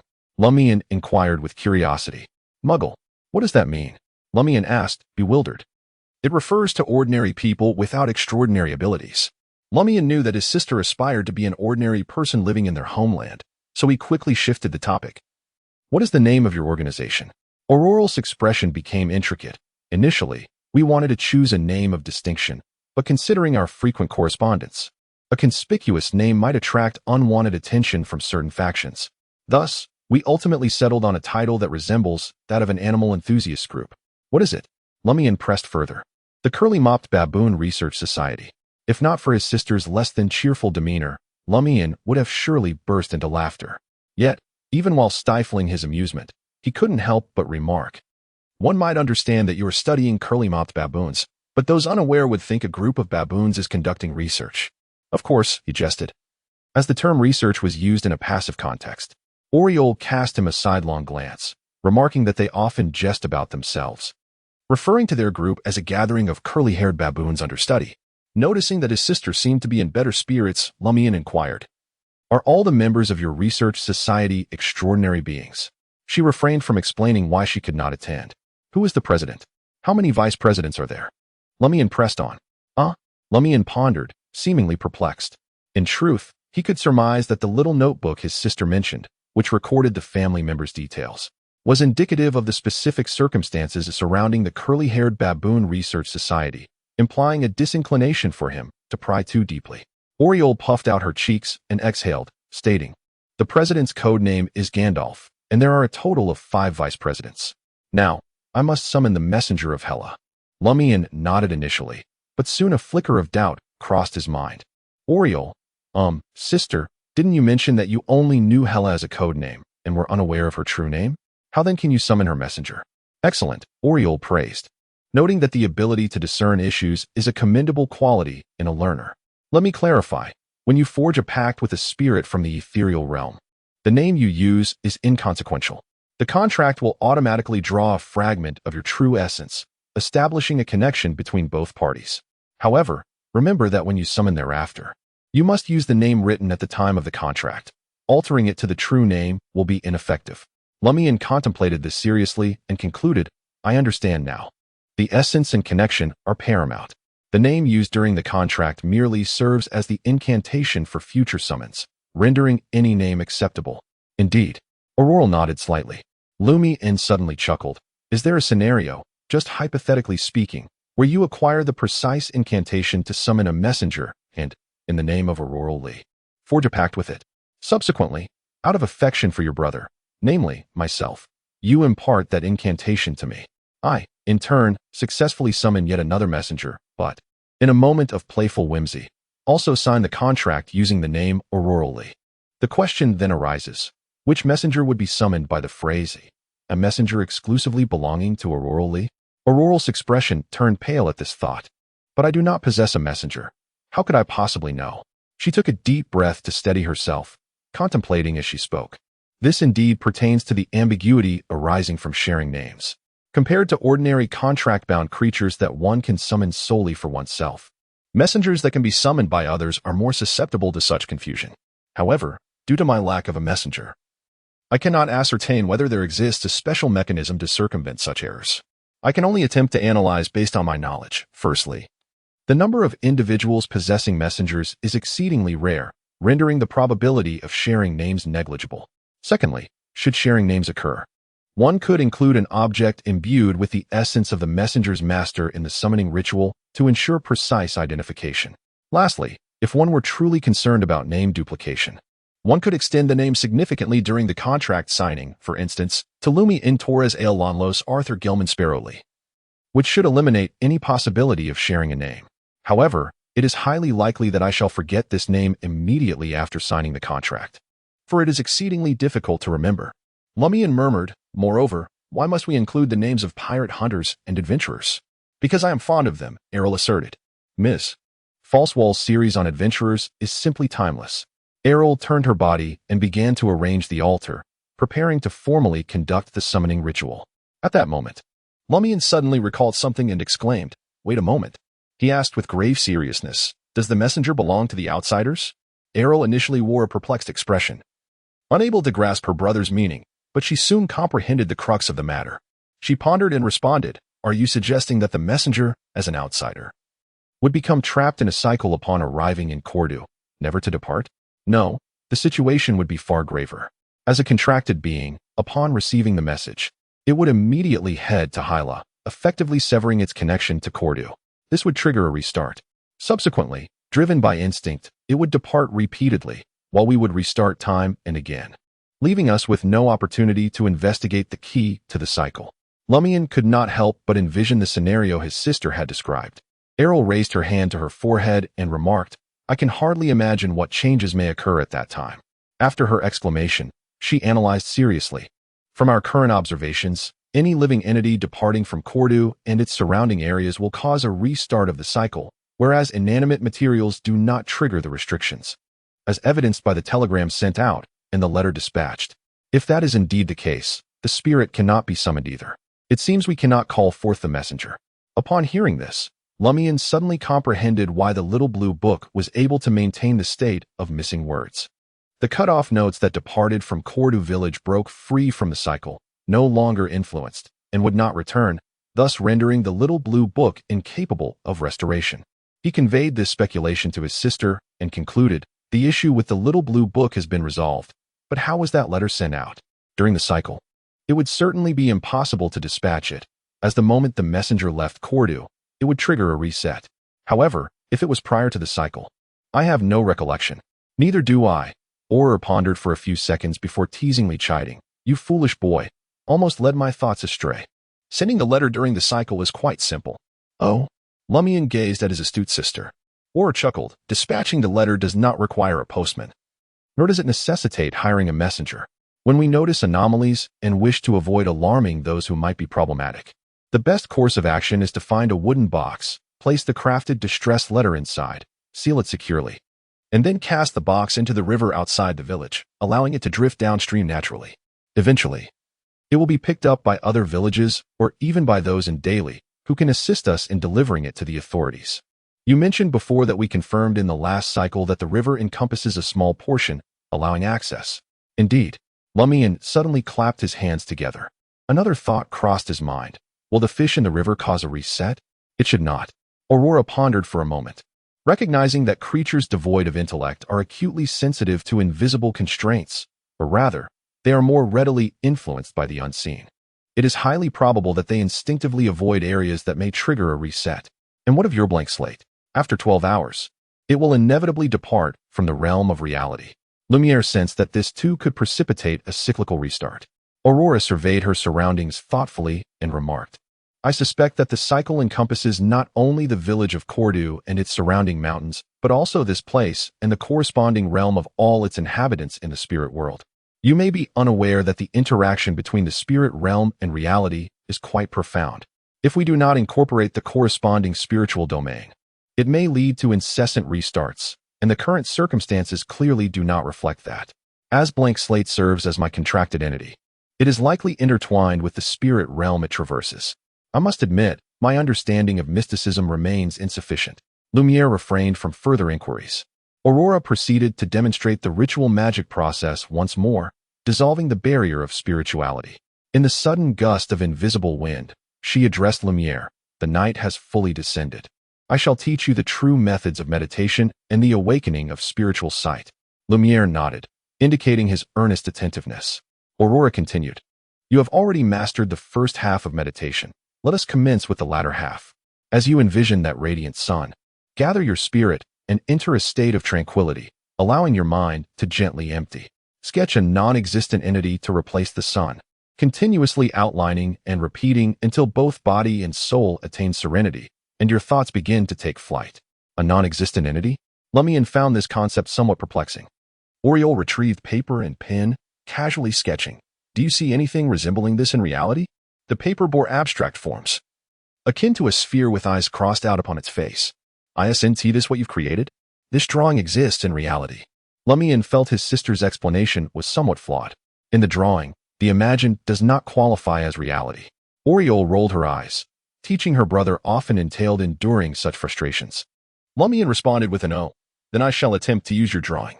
He pulled over a chair, seated himself, leaning against the backrest, and concentrated. The vivid crimson sun rapidly took shape in his mind, gradually ushering him into calmness. After a while, being anchored in reality, he was oblivious to the terrifying, mysterious sounds, comfortably substituting the sun in his meditation with the whimsical image his sister had sketched.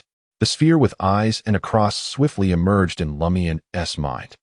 As he repeatedly outlined it, his body and spirit grew increasingly tranquil, and his thoughts began to drift. He noticed a faint gray mist surrounding him, mingling with indescribable, ethereal entities and vibrant hues. Above, perhaps in the depths, radiant beams of light pierced through. There was no need for haste. The likelihood of a hunter successfully meditating on the first attempt was quite slim. Aurore, standing nearby, offered comforting words to her brother. Lumiere, eager to inform his sister of his successful entry into a meditative state, suddenly felt as though something was watching him from the depths of the gray mist and the infinite heights above. This sensation, though seemingly a mere illusion, sent chills down his spine, filling him with an inexplicable dread, and he abruptly exited the meditative state. Chapter 50, Observation upon seeing her brother open his eyes. Aurore had intended to reassure him that those who did not belong to the spellcasting sequence typically needed several attempts to achieve successful meditation. Some even required 5 or 6 days, or even half a month.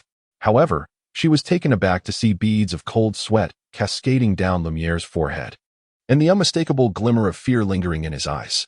What is it? Aurore asked, concern etched on her face. I succeeded in meditating, Lumiere replied. My spirit felt as though it had lifted, surrounded by a haphazard amalgamation of colors and the faint gray mist. There are things wandering about that I cannot precisely describe. And in the sky, if it can even be called that, there are several particularly bright and pure beams of light. No, it may not necessarily be the sky. Perhaps it is a distant place, though I cannot ascertain. Based on your description, it indeed appears you have succeeded, Aurore explained. What your star spirit perceives or senses is the spirit realm, where many concepts of reality either do not exist or are intertwined. This is why you feel as though you are both high above and in a faraway place. The 7 rays of light, mentioned in certain ancient texts, are regarded as the 7 lights of the spirit realm. They are believed to possess a divine status, omniscient, and are relatively benign enigmatic entities. If one were to master their complete titles, one could beseech them. Alas, I am unaware of such names. The elusive beings that wander aimlessly are the inhabitants of the spirit realm, yet your perception of them appears limited and unclear. This limitation likely stems from the hunter sequence, as one's spiritual essence is insufficiently elevated. It seems that achieving spiritual sight might prove rather difficult, and the ultimate outcome may not be particularly favorable. However, having something is better than nothing. She vigilantly observed her brother's condition, ever prepared to interrupt her teachings and offer assistance. Noticing Lumiere gradually returning to normalcy, she finished her discourse in one breath and inquired, "Surely, what you see cannot possibly frighten you. Are you not nicknamed Fearless Lumiere? Recently, you have witnessed time loops, transformations of men into sheep, and bizarre occurrences such as Lady Night prowling, all infused with a sense of mental corruption. How could ordinary spirit realm beings intimidate you?" He exhaled and replied, "I sense that deep within the spirit realm, or perhaps at an exceedingly high altitude, something is watching me. Merely being observed instills an overwhelming fear within me, compelling me to break free from my meditative state." Aylar's eyes flickered with contemplation as she remarked, "I suspect these two enigmatic symbols upon your chest are intertwined with certain clandestine entities. They may point towards the source that ensnares Cordu in a perpetual cycle, or they may signify the special essence that enables you to maintain clarity and strength within dreams and loops. As a hunter, your initial success in achieving complete meditation likely stems from the influence of those two symbols." Lumian nodded in agreement, acknowledging his sister's insights. Yet a sense of frustration crept in. "If that's the case, I cannot meditate at all. The moment I succeed, I will be scrutinized, compelled to abandon that state. Moreover, I believe being constantly observed is hardly advantageous. Do you think you are not being watched even now?" Aylar chuckled lightly. "It is merely that you have not entered a meditative state to perceive it." She continued, "Since evasion is futile, one must endure the repercussions.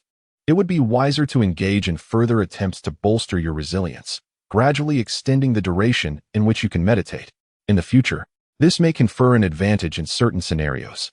Of course, prior to ascending to Sequence 7, Arsonist, a hunter seldom requires profound meditation. It would be prudent for you to wait until your spiritual capacity has enhanced before trying again." Aylar then let out a soft laugh, glancing at the darkened window outside. "It is time to teach you how to unlock spiritual sight. Remain seated and attempt meditation once more. Complete immersion in that ethereal state is not mandatory. While it may facilitate the awakening of your spiritual vision, are there not certain hidden entities observing you?" Indeed. Lumiere reclined against the back of the chair, allowing his body to relax. He first conjured the image of the sun in his mind, then replaced it with the sphere that his sister had haphazardly sketched. After tracing the symbol repeatedly, he ceased once his mind and body had attained a tranquil state. Aurore observed his demeanor and gently spoke, "Now, in this serene state, raise your hands and place them before your eyes. You may open them." Lumiere maintained his calmness as he slowly opened his eyes, only to discover that his sister had extinguished the oil lamp, plunging the first floor into darkness, with only the faint crimson moonlight filtering through the window to outline the various objects. After a brief moment of adjustment, he barely discerned his hands. His index fingers hovered in midair, close yet not touching. Aurore began her guidance, instructing him to focus on the space behind his hands, specifically the relative point beyond them. Once he accomplished this step, he was to gradually move his fingers, ensuring they remained in proximity without making contact, while also keeping them within his line of sight. Lumiere followed her instructions meticulously, directing his gaze to the void behind his hands as he moved his fingers. After countless attempts, he found no discernible change. Before long, he could no longer sustain the meditative state and withdrew from it. "Did you perceive anything?" Aurore inquired. Lumiere shook his head. "If this cycle proves ineffective, perhaps the next will yield better results. Yet, should the subsequent attempt also fail, there may not be a third opportunity." He mused inwardly. He had always possessed resilience and patience.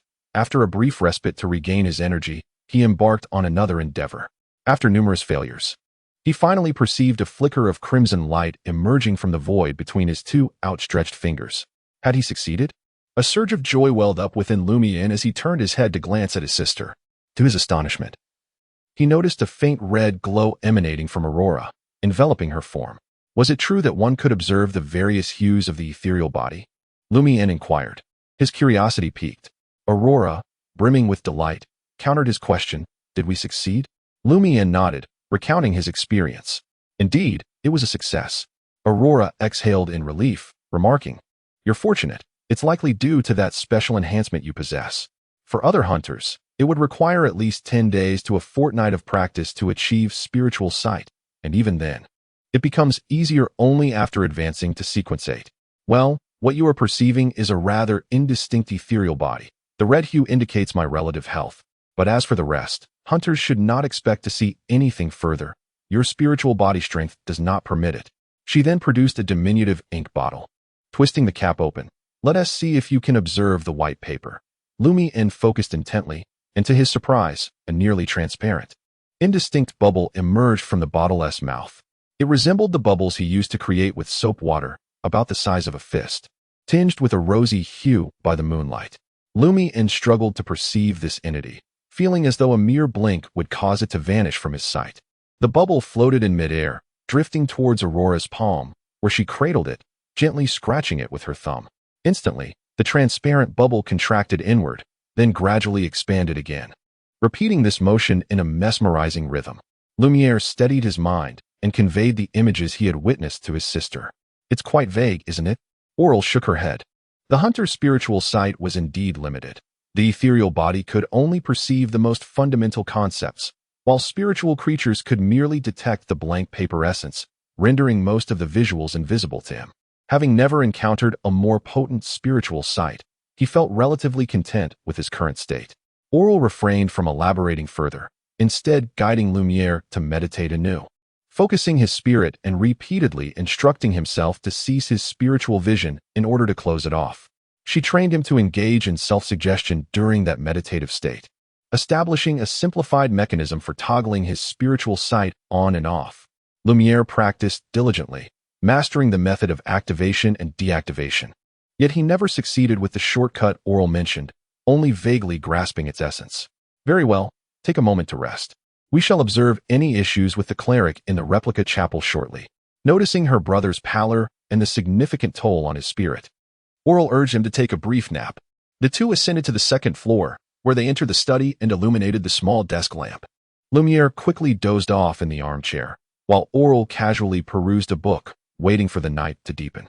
Before long, Lumiere slipped into a dream, yet he resisted the urge to explore, compelling himself to remain asleep.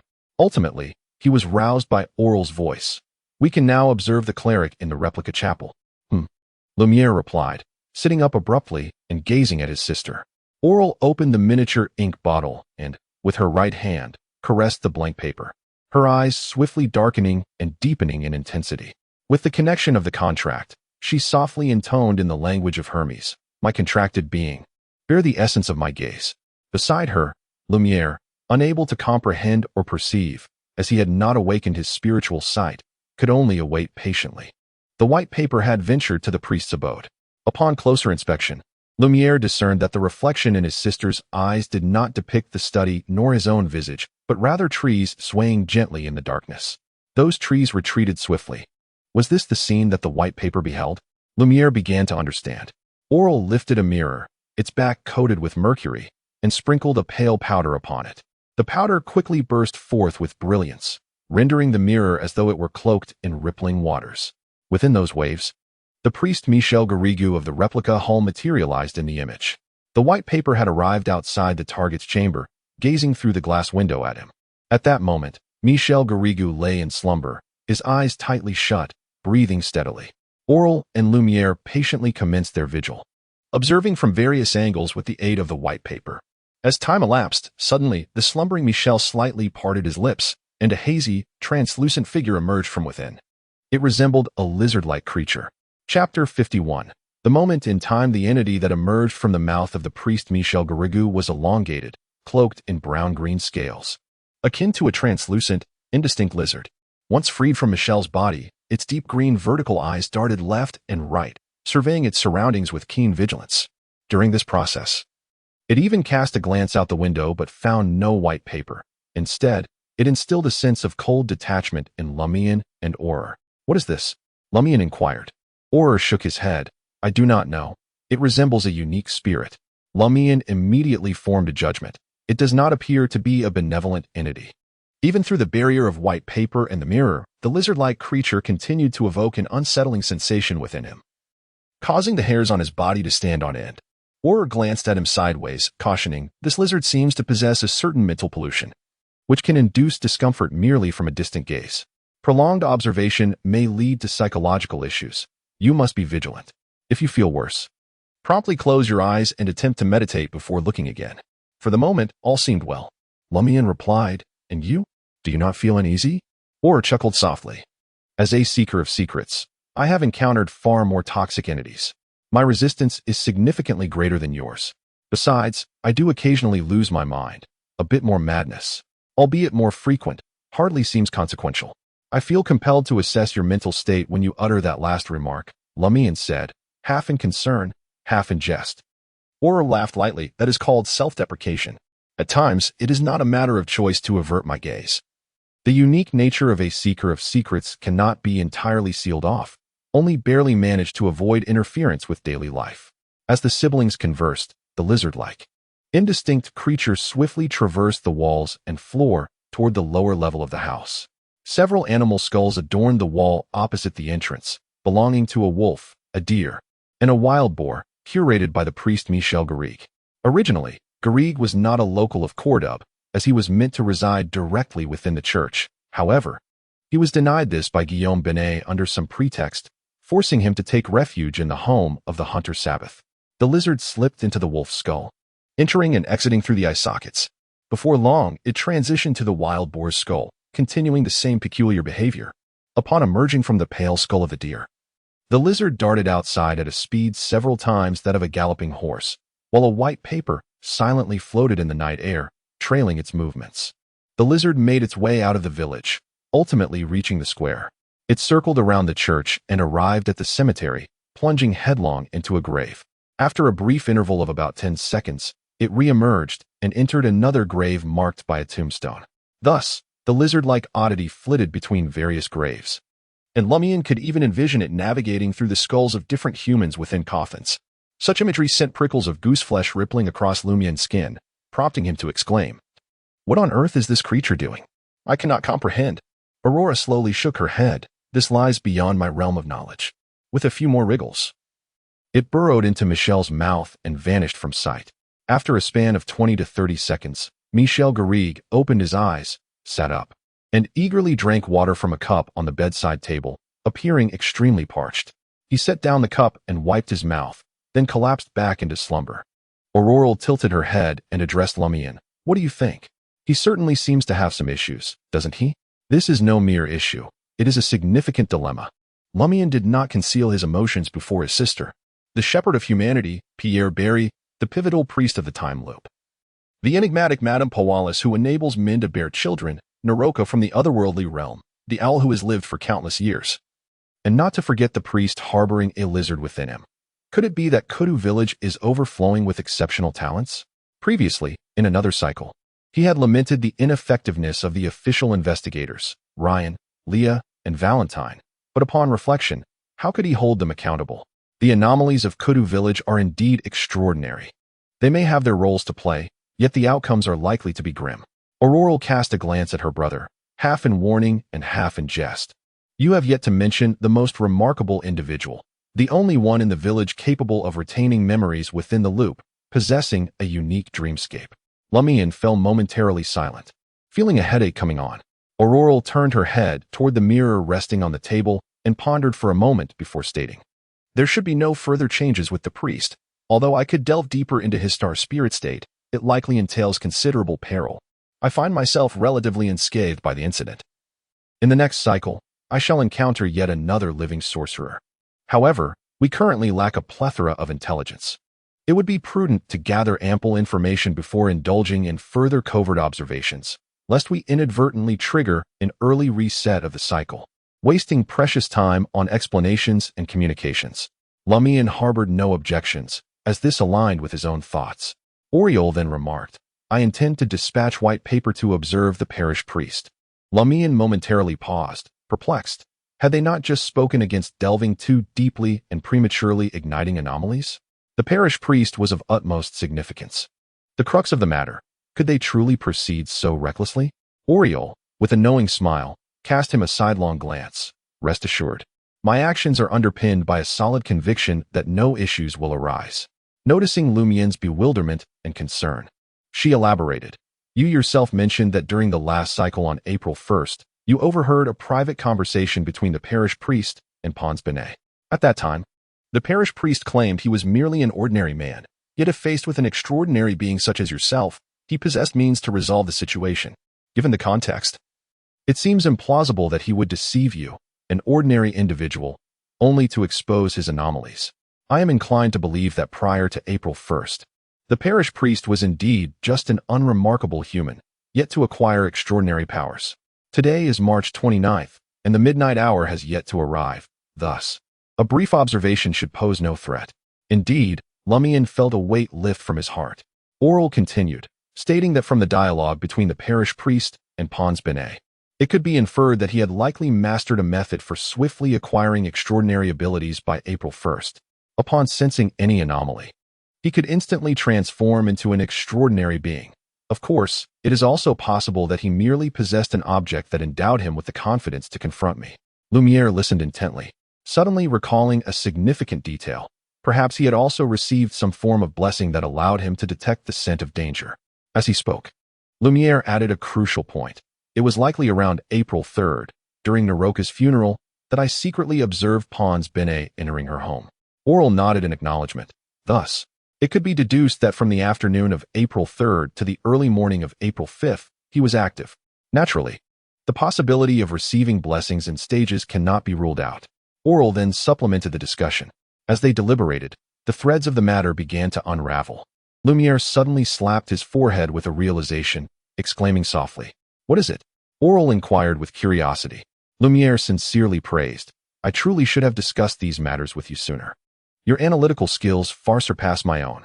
Aurore chuckled softly, her expression betraying her appreciation despite her verbal attempts to downplay the compliment. Responding to Aurore's thoughts, a white paper flew towards the Benet residence. In the entire village of Cordu, aside from the church and the administrative residence of the castle's transformed officials, the Benet household stood as the tallest and most opulent. It was a 3-story house adorned in a slate blue hue, its chimney rising majestically from the apex. As the head of the Benet family, the priest Guillaume resided in the room on the eastern side of the top floor, where the deep gray curtains were tightly drawn, suggesting that the master had succumbed to slumber. This posed no challenge for the white paper, which effortlessly traversed the walls and melded into the shadows of the corner. Aurore's eyes deepened further, revealing the aura of Guillaume Benet. The vibrant hues of red, green, purple, and blue momentarily disoriented Lumian. Recalling the lessons imparted by his sister, he endeavored to discern the situation and concluded that aside from his excessive desires, the priest was in reasonably good health. What thoughts occupied his mind? Which mistress would he rendezvous with tomorrow? Though the priest could not hear him, Lumian couldn't resist a scornful remark. At that moment, Guillaume Benet rose abruptly, delivering a powerful punch into the air before him, exclaiming with venomous anger, "It's all your fault." Chapter 52. Delving into the ruins, it's all your fault. It's all your fault. Damn it, son of a bitch. Guillaume Benet relentlessly pounded the air before him, as if an invisible entity stood in his path. His face was etched with loathing, and his inner turmoil erupted without restraint. Aurore's gaze darkened further, guiding the white paper to observe the void that the priest was assaulting. There was nothing there. No indescribable creature, no transparent phantasm, only the emptiness of air remained. This was a long-held grievance against someone he dared not confront directly. Lumian clicked his tongue beside him. Whom was he blaming? It could be the bishop, who suppresses him from rising to the divine ranks and acquiring extraordinary powers. Or perhaps someone who entices him to convert to a clandestine existence in hopes of receiving blessings to gain strength. She believed that as the vice-assistant priest of the Eternal Radiance Church, the parish priest, who holds considerable authority over a rural church, would find it exceedingly challenging to forge a connection with such a hidden entity solely through his own efforts. In matters concerning extraordinary powers, he would undoubtedly seek assistance from the church in the Dahlia region, and any corresponding magical artifacts or sorceress tomes would need to be entrusted to the court for safekeeping or even sealing, rather than remaining within the church of Cordu Village. More importantly, while it is commendable that he possesses some knowledge of the ancient Gufusac language, languages capable of invoking supernatural forces, such as Hermetic or Elvish, are not within the purview of a mere vice-assistant priest. Furthermore, Aurore had already confirmed through the Eye of Secrets that he was not a person of innate high spiritual essence, one who might inadvertently attract malevolent entities. Therefore, without the guidance of a certain individual, what could the parish priest rely upon to engage with hidden existences? Of course, Aurore did not dismiss the possibility that Guillaume Binet might have inadvertently acquired esoteric items without reporting them. Hearing her sister's words, Lumian chuckled. Is the parish priest not allowed to voice his grievances against that hidden entity? After all, he dare let Saint Cis endure some discomfort. So it is not beyond reason for him to blame that hidden being for tempting him. After mocking Guillaume Binet, Lumian earnestly pondered. I had been contemplating why the parish priest suddenly fell from grace. After much reflection, I discerned two potential suspects. One is Madame Pualis, who clearly wields considerable power. Whether it be Louis Land, who fathered a child within the castle, or the woman, seemingly aligned with her. Surrounded by the undead in the wilderness, both indicate her extraordinary nature, entangled with dubious paths and clandestine existences. It is entirely plausible that the parish priest succumbed to her allure, given his role as one of Madame Pualis's paramours. Suddenly, Lumian smacked his forehead. What is it? Aurore inquired, unaware of what his brother had recalled. Do you think the parish priest might have fathered a child with Madame Pualis? Aurore now regretted having put faith in his brother's theatrics, believing there was a momentous revelation. Irritated, she retorted, Who told you that Louis Land's child belongs to Madame Pualis? What if it is actually the offspring of Administrator Beast? Or perhaps that of some obscure entity? No, that cannot be the case. Had it been so, you would have erupted in fury, transforming into a monster upon witnessing that scene.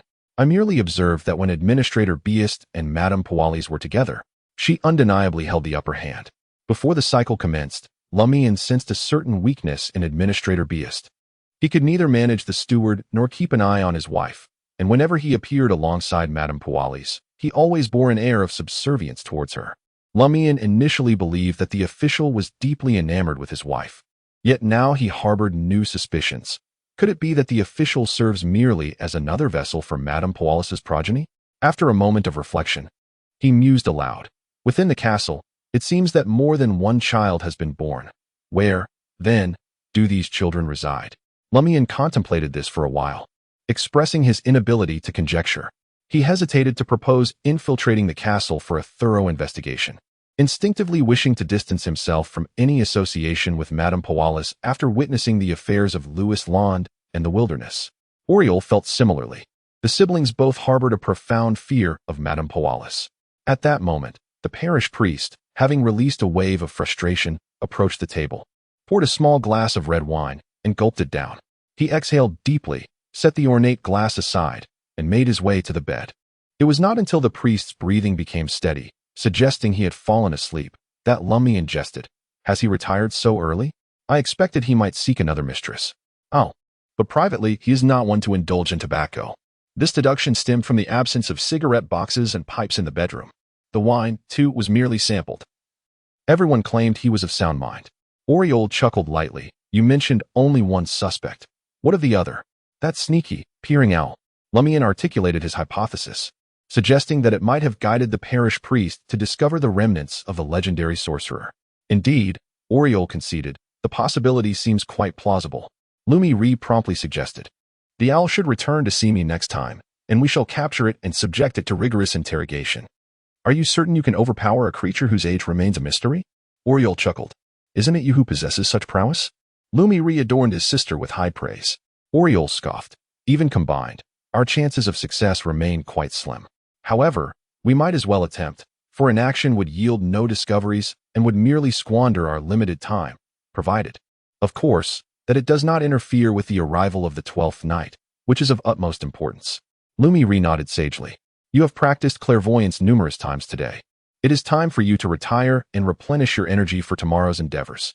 After a moment's contemplation, she added, in the morning, I shall instruct you in the relatively simpler Hermetic tongue among the supernatural languages. In the afternoon, seek out Pierre Barry and invite him for a drink. Meanwhile, I will visit his sheepfold to communicate with the 3 sheep, hoping to glean some useful intelligence. She believed this to be the most accessible line of inquiry at present. Isn't that rather perilous? Lumian Li, now standing, inquired. Aurore smiled reassuringly at her brother. Fear not. I am not venturing forth for violence. nor do I intend to immediately devise a means to restore their human form, which might trigger any potential alarms. I merely plan to converse with them in the high language. They should possess some knowledge. Lumian Li nodded in agreement. Tomorrow afternoon, I shall visit the old tavern with the intention of acquainting myself with those three outsiders. They could serve as trustworthy allies. Certainly, provided that the identities of the extraordinary siblings remain concealed. Agreeably, Aurore endorsed her brother's decision. Within the hazy gray mist, Lumian awoke in the confines of his dreamlike chamber. To his dismay, he discovered that all the gold, silver, and copper coins, alongside his axe and pitchfork, had vanished without a trace. The ruins of his dream had commenced yet another cycle, necessitating a fresh quest for retrieval. Murmuring to himself, Lumian exited his bedroom and entered the study. He picked up the small blue book resting on the desk, casually flipping through its pages, only to find numerous words had been excised. Indeed, it was the distress letter I had sent. Lumian felt no emotional stirrings in response. Furthermore, he suspected it had been dispatched under Aurore's guidance, for at that time, lacking knowledge of the arcane, he would likely have opted for a reliable messenger or awaited the postman's arrival. Upon recalling the postman, Lumian realized that the weekly visitor was absent from the cycle. After some contemplation, he deemed this reasonable. Upon receiving the distress signal, the authorities would likely seek some pretext to prevent ordinary folk from entering Cordu Village. Glancing around idly in search of a box to store letters, he quickly abandoned the effort, unable to recall the extent of Aurore's collection of such items. Without hindering his mobility, Lumian donned additional clothing and trousers, grasped the iron-black axe, and once more stepped beyond his threshold into the fissured wilderness, heading toward the ruins encircling the dark red peaks. With prior experience as his guide, he effortlessly dispatched the two familiar monsters, slinging the shotgun over his shoulder and fastening a pouch filled with lead bullets, alongside various coins. Lumiere cautiously advanced, deliberately avoiding the path he had previously traversed, opting for a different direction as he delved deeper, sensing that he was ill-equipped to confront the creature with three faces. As he navigated through the crumbling edifices engulfed in a thin veil of mist, he remained vigilant, catching a faint whiff of blood. After a moment of contemplation, he stealthily moved towards the source of the sanguine scent, shrouded in shadows. Before long, he concealed himself in a hidden alcove atop a partially collapsed building, peering through a larger crevice between the stones. In the barren expanse devoid of weeds, amidst the chaotic remains of collapsed structures, a mass of flesh writhed. This grotesque amalgamation, interspersed with patches of yellow fat, bore the semblance of a creature crushed beneath a titanic boulder. Remarkably, it still possessed a semblance of life. Sluggishly inching towards one of the derelict buildings. How might one vanquish such a monster? Decapitation? It lacked a head. Lumiere fell into deep thought. At that moment, several deep black, notably elastic tendrils, enshrouded in a fleshy membrane, emerged from the shadows and ensnared the mass of flesh. Chapter 53. The Mark. Tentacles? It took Lumiere a heartbeat to recall how to define the entities that bound the writhing mass. 7 or 8 deep black, membrane-covered appendages coiled around the grotesque form, dragging it towards the ruins of a neighboring structure. From behind the obscured rubble, a figure emerged. He possessed a humanoid form, his upper body and feet bare, clad only in black trousers. Unlike humans, however, he lacked a head. His neck ended abruptly, its cross-section resembling a swirling vortex lined with sharp teeth, where the vivid crimson flesh was starkly visible within the gaps. It was as though some human had bizarrely replaced his head and part of his neck with a peculiar maw, leaving the decapitation expert, Lumian, shaking his head in bewilderment, unable to discern a point of attack. From the edges of the creature's maw, 7 or 8 deep black tendrils, shrouded in a fleshy membrane, extended forth, swiftly dragging a mass of flesh towards him and lifting it aloft. The maw at the base of the creature's neck suddenly opened, resembling a blooming trumpet flower. Those razor-sharp white teeth clamped down upon the mass of flesh, consuming it with the same predatory grace as a serpent devours its prey. Witnessing this scene, Lumian could not suppress a silent derisive snicker.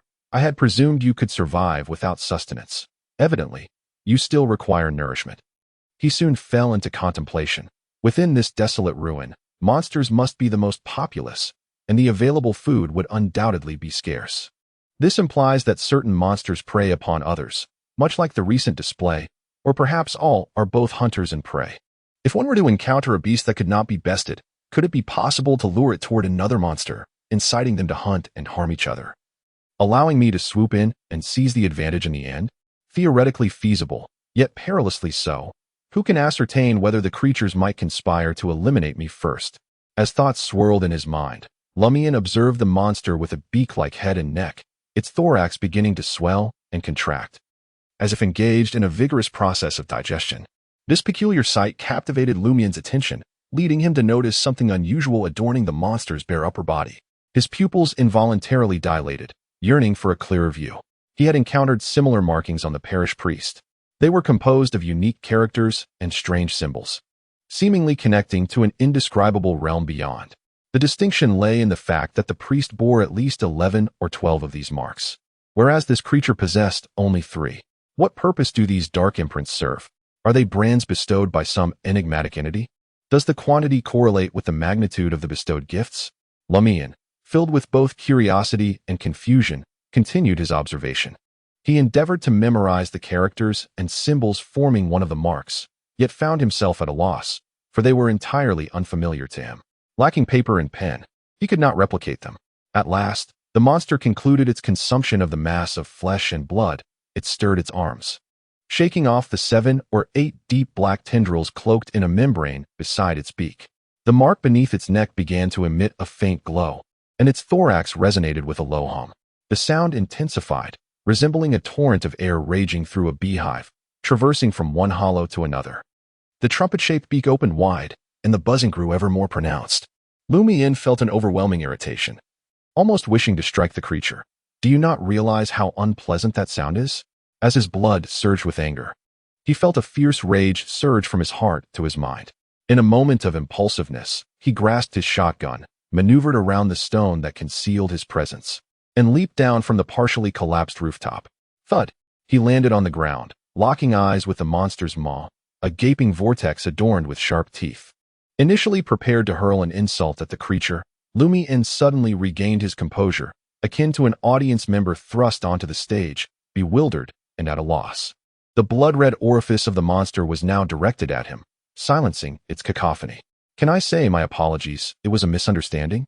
Lumian murmured softly.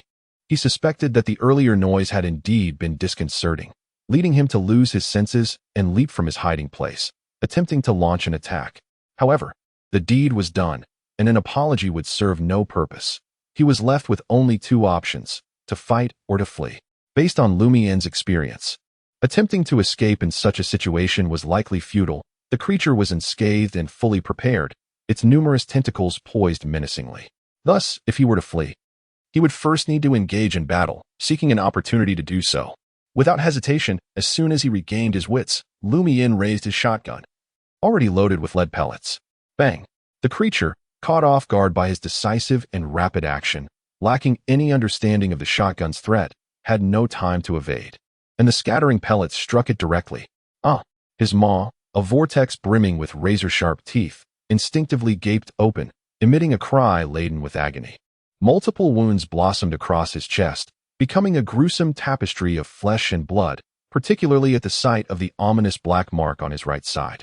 Yet, that dark sigil appeared etched into his very blood and flesh, remaining distinctly visible, seemingly unperturbed by the state of his injuries. Lumian, undeterred by the wretched screams of his prey, swiftly repositioned himself after firing, reaching into the pouch at his waist to retrieve fresh lead bullets. As he recalibrated his aim, the black mark on the beast's left chest emitted a faint glow. The grotesque creature, its head and half of its neck transformed into a massive maw, suddenly vanished from sight. Had it fled? Was it cloaked? Lumian sought answers within the myriad of tales penned by Aurore and the arcane knowledge she imparted. He glanced around frantically, but the monster appeared to have truly evaporated into thin air. This unprecedented scenario and the ensuing turmoil caused Lumian a momentary panic, prompting him to instinctively retreat a few steps. Abruptly, he felt a constriction around his ankles, and his balance faltered, flipping him upside down. Sinister, dark tendrils, shrouded in a membranous covering, materialized in the air, entwining around his legs and lifting him into the void. The creature re-emerged, positioned not far from Lumian's side. At that moment, the black mark on its right chest glowed ominously, while its maw, lined with white fangs, stretched to its utmost capacity, revealing a sanguine interior, as though it sought to devour Lumian whole through its grasping tentacles. An indescribable stench erupted from the creature's maw, causing Lumian, suspended in midair, to feel slightly disoriented.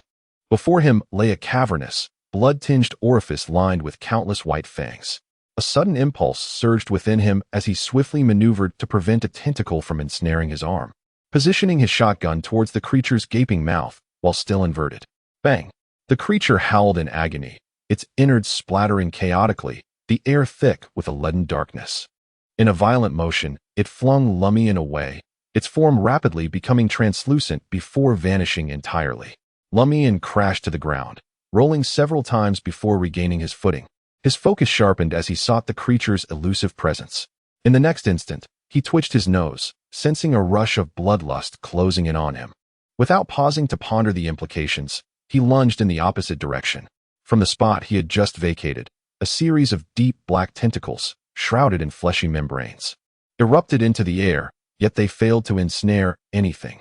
A mere 3 to 4 meters away, the creature revealed itself, its vortex-like mouth agape as though poised to devour.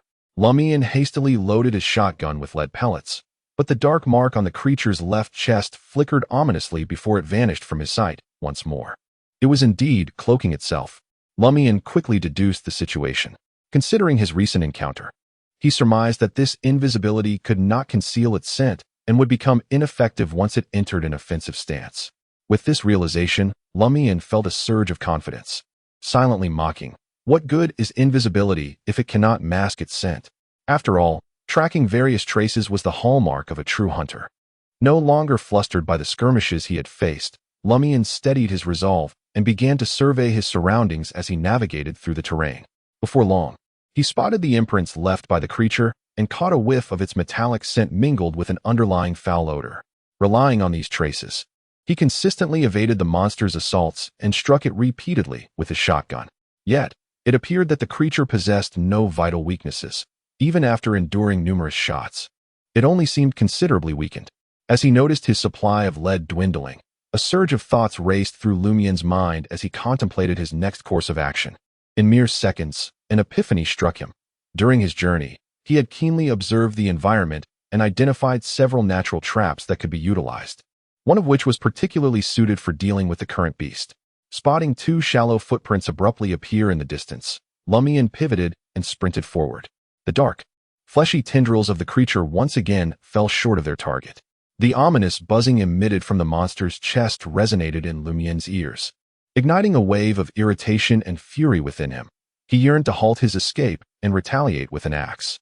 Fortunately, he remembered that his frantic dash was aimed at vanquishing the creature and that he was not truly fleeing.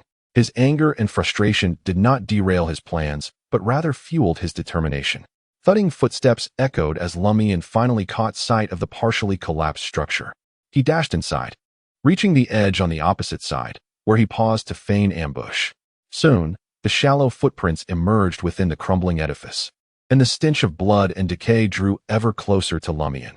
Lumiere estimated the distance to the tentacle, abruptly stepping back 2 paces, raising the axe he had previously withdrawn and striking it against a crumbling stone pillar. Following this, he delivered a forceful kick to the pillar, allowing himself to roll backward. The already precariously balanced structure of the partially collapsed building could no longer withstand the strain and came crashing down. With a thunderous roar, a multitude of heavy stones fell, completely filling the interior space that had once been passable. The monster, lurking and poised to strike, emitted a piercing scream, which abruptly ceased after less than a second. Chapter 54. Interpretation. The sudden eruption and immediate cessation of the scream brought him a measure of reassurance. Nonetheless, he remained vigilant, shouldering his hunting rifle and gripping his axe tightly as he cautiously approached the now completely collapsed edifice. Dust swirled in the air, lingering in the space where bricks and timber were piled haphazardly. From his vantage point outside, Lumiere could not discern the creature's form, a clear indication that it had been entirely buried. Under the current circumstances, his sense of smell was greatly diminished, compelling him to raise a hand to cover his nose, shielding it from the irritating dust. In light of this predicament, Lumiere retreated 7 or 8 steps, maintaining a sufficiently safe distance from his target, patiently awaiting the settling of the dust. During this interval, he remained vigilant, scanning the surroundings for any fleeting footprints or the rapid approach of various scents. At last, the air grew fresh once more, and his vision was no longer obscured. Lumiere approached the building again, following the trail of the blood that wafted through the air, ultimately locating the monster, encumbered beneath the heavy layers of stone. Unhurried in his endeavors, he relied on his innate hunting skills, methodically removing stones in a specific sequence without causing any secondary collapses.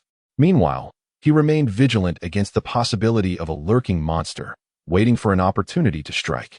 As another heavy stone was extracted, Lumian beheld the creature, its head and neck transformed into a vortex-like maw. It lay supine, grotesquely crushed, its chest pressed against its back. The jagged teeth of its mouth impaled upon a sharp fragment of stone, while several of its dark, fleshy tendrils lay severed. If not for the creature's distinctive features, Lumian might have struggled to recognize this mass of semi-solid, viscous flesh as his intended target. The outcome surpassed his expectations. After tentatively confirming the creature's demise, Lumian directed his gaze to its chest, where he discovered that the 3 black marks remained conspicuously visible even in this state. How peculiar. Such a phenomenon seemed rare even within the realm of the arcane. Despite having received a crash course from his sister, Lumian still lacked extensive knowledge and could only rely on instinct for his assessments. Initially, he intended to use his small knife to excise the skin surrounding the black marks. But the effectiveness of the trap had rendered the entire skin of the creature's chest utterly damaged, suffused into the flesh, making it impossible to peel away. After contemplating for a few moments, he tore through the inner layer of his linen shirt, ripped off a small piece of fabric, and laid it before him to serve as a makeshift canvas. Immediately thereafter, he took another strip of cloth, winding it around his index finger, tainting it with the blood of the creature. As for whether this would completely shield him from potential contamination and toxicity, he was not overly concerned. If any issues arose, he could swiftly extricate himself from the dream, for the harm that could traverse into reality was minimal. He estimated that within a few hours or half a day, he should be able to recover entirely. Using the creature's blood as ink, Lumian began to replicate the 3 black sigils. As he sketched, he suddenly felt a wave of dizziness and a throbbing pain at his temples. Drawing upon the knowledge imparted by Aurore, along with his own awareness of his condition, Lumian surmised that his spiritual energy was nearly depleted.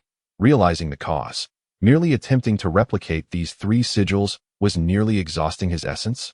He was both astonished by the peculiarity of the black symbols and dismayed by the hunter's limited spiritual capacity, which seemed only marginally superior to that of an exceptionally gifted ordinary individual.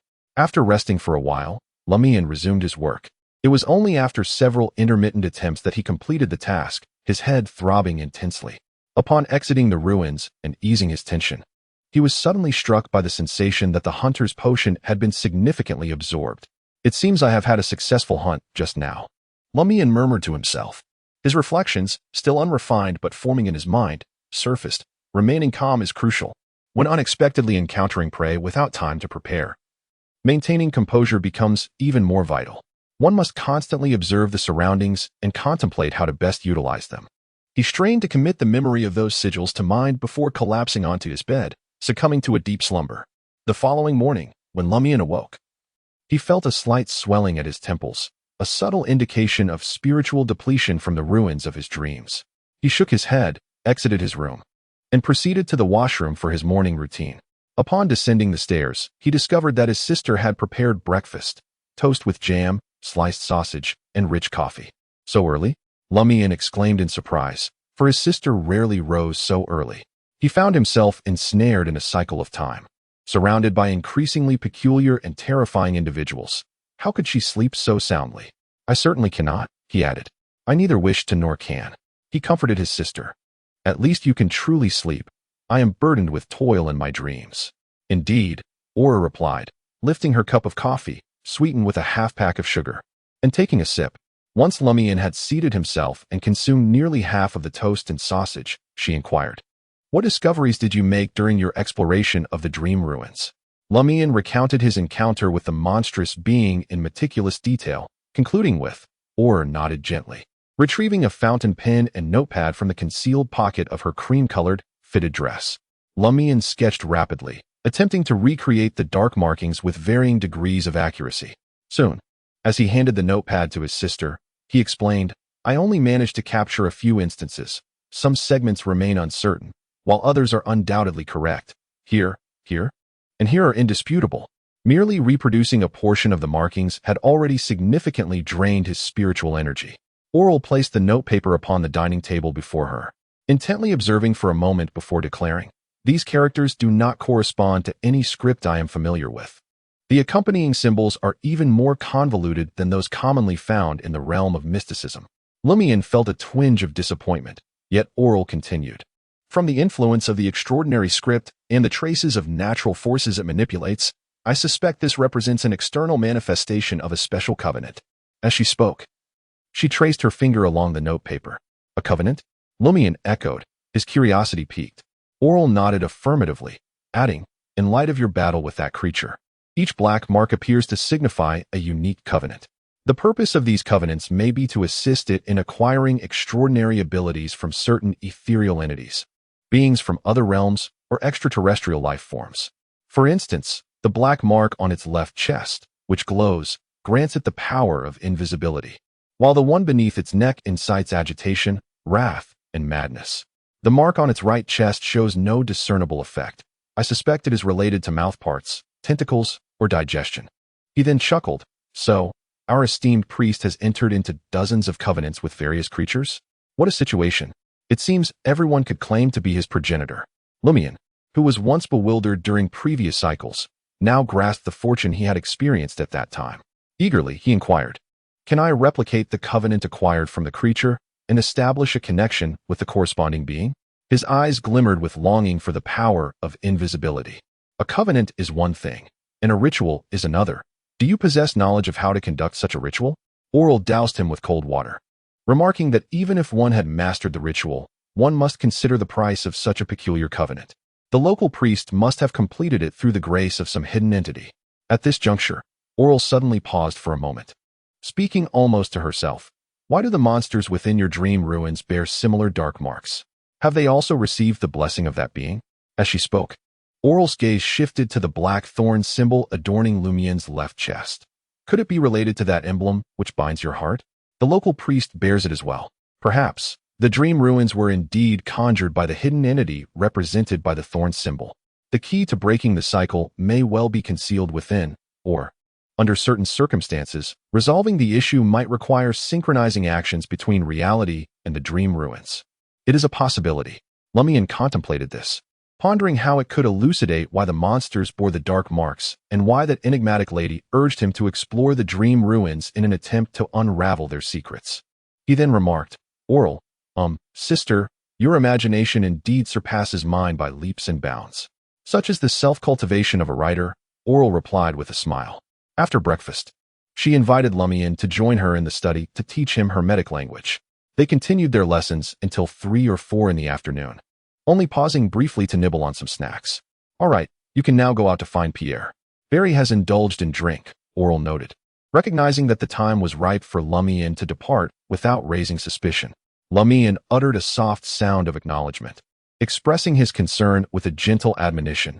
You must exercise caution. My sister is about to embark on a perilous endeavor to engage with those 3 sheep, seeking to uncover any intelligence. Within the dilapidated 2-story abode of the shepherd Pierre Barry, Lumian surveyed his surroundings and inquired of the elderly woman before him. Where is Pierre? The woman, Pierre Barry's mother, named Marty, appeared to be in her early 50s. Yet the toll of hard labor had etched numerous wrinkles upon her visage. Her skin bore blemishes, and her once raven hair was now streaked with gray, rendering her scarcely younger than Naroka. Has he gone to church again? Lumian felt a sudden jolt of surprise. Chapter 55. Character setup. If Lumian's memory served him well, today, the afternoon of March 30th, Pierre Barry invariably attended church to pray. In the previous cycle, it was precisely during this time that he had encountered Raymond, and similarly, he had met Pierre in the village square at nearly the same hour. Yet, it was now around 3 or 4 in the afternoon. When had he gone? Lumian pressed for further clarification. It has been a mile-less walk. Indeed, if the duration were sufficiently brief, individuals could distinctly perceive that a few minutes, or even a quarter of an hour, would manifest in their verbal expressions. In the village of Cordu, a mile is equivalent to 1 kilometer in the metric system. After bidding farewell to Pierre's mother, Marty, Lumian exited the Barry residence and made his way toward the village square. He remained uncertain whether Pierre had gone to church earlier in the afternoon, returned, or had been unexpectedly delayed and thus failed to attend. If the first possibility holds true, Lumian Li can sense the surging undercurrents. Pierre Barry's frequent visits to the church to seek the parish priest are undoubtedly abnormal, indicating that something dreadful is brewing. Should the second possibility be the case, the implications become grave. Before Lumian Li, who retains his memories, and or Lu, who is aware of the cycle, make any attempts, history ought not to diverge. If there is indeed a divergence, it may suggest that the siblings have yet to truly grasp the patterns of the cycle, or that others possess the ability to retain memories as well. With this thought, Lumian Li sighed and lightly slapped his own face. He had been so astonished that he forgot to inquire whether Pierre had visited the church that afternoon. This detail is crucial. Upon entering the Church of the Eternal Sun, he beheld the parish priest, Guillaume Benet, standing before an altar adorned with various sunflowers, addressing a few individuals seated in the front row. Unaware of the content of his sermon, as Lumian Li stepped through the doorway, Guillaume Benet closed his mouth and turned his gaze in this direction. Are they conspiring? Lumian Li smiled as he approached the altar, taking note of those listening to the priest's sermon. He spotted the shepherd Pierre Barry, the scoundrel Pons Benet with a few of his henchmen, the priest's mistress, Medina Benet, and Sybil Barry, as well as a man who both surprised him and seemed fittingly present, Arnaud Ander, the youngest son of Naroka, a farmer in his 40s. Ah, Pierre. Lumian Li greeted brightly, but paused mid-sentence. His latter half of the sentence was originally, "Aren't you going to treat me to a drink? How did we end up here?" Suddenly, he was jolted to awareness, recalling that this cycle had yet to witness that particular agreement. It was an occurrence that transpired in the previous 2 cycles. This time, Lumian encountered the shepherd Pierre Barry for the very first time. As the prankster king of Cordu, Lumian's quick wit kicked in, and he immediately adjusted his stance before the altar, arms wide open. Praise the sun. Through this ceremony, his mind raced, swiftly concocting a new narrative. He refrained from disclosing the source of his information, knowing full well that Pierre Barry would inevitably be seen by others on his way from home to the church. In the absence of witnesses, Lumian had a backup option, Ava's father, the shoemaker Guillaume Li. "What do you want from me?" Pierre Barry in a deep brown long coat rose, his blue eyes reflecting a gentle smile intertwined with bewilderment. Lumian was prepared with an excuse, smiling as he said, "I wanted to hear about your encounters during your journey, different nations, different villages, different places. Surely there must be fascinating tales. Struck it rich, have you? Good." Lumian had been waiting for this very response. He pressed further, "When shall we go?" This display was emblematic of a regular at the old tavern, willing to sacrifice his dignity for a drink. Pierre Barry glanced at the parish priest, Guillaume Benet, and received the corresponding nod. "How about after dinner?" he proposed. "Sounds splendid." Lumian readily agreed. Then, under the watchful eyes of the shepherd, the parish priest, and Pons Benet, he took a seat in the second row, closest to him. Lumian smiled and remarked, "It has been far too long since I last prayed. I shall take this opportunity to beseech, lest the divine consider me lacking in piety. Please, continue without concern for me." With that, he closed his eyes, slightly bowed his head, and crossed his arms over his chest. Pierre Barry, Guillaume Benet, and Pons Benet exchanged glances, unable to proceed. After a prolonged period of waiting, seeing that Lumian showed no signs of concluding his prayer, the parish priest looked toward Pierre Barry, signaling him to inquire. Pierre approached Lumian and gently tapped his shoulder, asking, "Until when do you intend to pray?" Lumian opened his eyes and replied earnestly, "I plan to pray until dinner time. After all, I have nothing else to occupy my time, and I can always make a confession afterward." The parish priest, Guillaume Benet, felt a twitch at his temple upon hearing this. He glanced at those waiting for him, Madame, Sybil, Pons, Arnaud, and exhaled slowly, signaling to shepherd Pierre Barry with a subtle gesture toward the door. Understanding the implication, Pierre Barry hastily suggested to Lumian, "I have completed my prayers. Shall we head to the old tavern now?"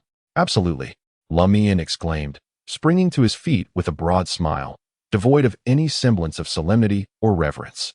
He had previously sensed that his presence had thwarted the scheming of the parish priest and others, and with a mischievous spirit, he had lingered until Pierre Barry was compelled to depart prematurely.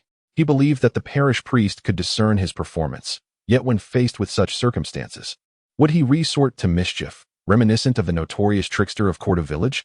One must maintain their persona to avoid suspicion. Regrettably, Lumian Li acknowledged that his sister had likely gone to the Barry household to converse with the three sheep. Otherwise, sending a white paper to the church to eavesdrop on the priest's conspiracies would undoubtedly yield a wealth of valuable intelligence. Perhaps this could be attempted in the next cycle. But would Pierre Barry sense the surveillance? He was no ordinary man, at least far more astute than the parish priest of yore. As Lumian Li's thoughts meandered, he followed the shepherd Pierre out of the church, making their way to the old tavern.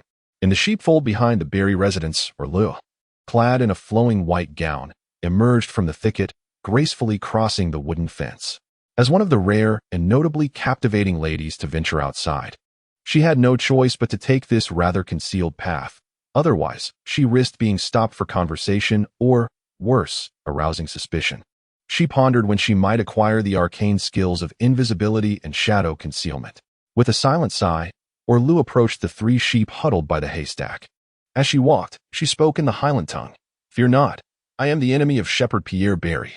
The three sheep, they were tainted by filth, exhibited a dramatic shift in demeanor, first wary, then anxious, and finally filled with a flicker of hope, albeit still perplexed.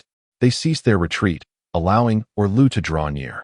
Aurore further remarked, "I have discovered your uniqueness in a certain manner. You were once human, were you not?" The eyes of the three sheep were instantly filled with emotions such as shock, elation, hope, and confusion, and they instinctively bleated in response. Aurore cast a glance at them. "You cannot speak, yet you can write, cannot you?" One of the sheep paused for a second before swiftly beginning to draw in the dirt. It inscribed a simple word in the Highland tongue, "yes." It was affirming that they were originally human. The three sheep briefly coordinated, using their hooves to write different statements on the surface of the earth. Before long, they each completed a sentence. "We have been captured. A ritual was held. Wrapped in sheepskin, we transformed into sheep." A magical ritual capable of transforming humans into sheep using sheepskin? This was evidently far less challenging than directly turning a human into a sheep. The only question remained, to whom was the ritual beseeched? Amid her swirling thoughts, Aurore inquired, "Was it Pierre Barry who captured you, all by himself?" She sought to ascertain the current strength of the shepherd, Pierre Barry. "Yes," one of the sheep wrote. Another sheep elaborated, "He has a companion. Both are quite powerful." Before returning to the village, Pierre Barry possessed formidable strength? Aurore suddenly sensed something amiss. Why would such a Pierre Barry present himself under the leadership of Father Guillaume Binet? The current Guillaume Binet should still be an ordinary man. Chapter 56. Intuition. The more Aurore pondered, the more he sensed the gravity of the situation. Faced with the formidable shepherd Pierre Barry, how could the parish priest Guillaume Binet, devoid of any extraordinary abilities, possibly suppress him? If the parish priest were indeed favored by that enigmatic entity, to the extent that the entire small group regarded him as their leader, he should have long since received his bestowed powers, transcending the realm of an ordinary man. Conversely, if he had yet to accept such a gift, it would inevitably lead to his marginalization. In this scenario, one's position, power, and cunning would pale in comparison to innate strength and proximity to the divine. With little time to deliberate, Aurore could conceive of only two explanations. Firstly, within that small group, Guillaume Binet was not the true leader. Rather, he merely leveraged his unique status to facilitate clandestine gatherings while concealing abnormalities from the Eternal Sun Church in the Dali region, with the genuine leader remaining unknown. Secondly, Guillaume Binet was not averse to receiving divine grace. Instead, he was biding his time, awaiting an opportunity to directly acquire greater power. Regardless of which interpretation held true, neither seemed promising. Gazing at the three sheep, Aurore pressed further.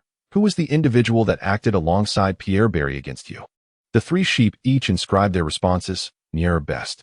A shepherd named Nier. He is referred to as Nier Best. Has he also attained formidable power? Aurore recognized the name.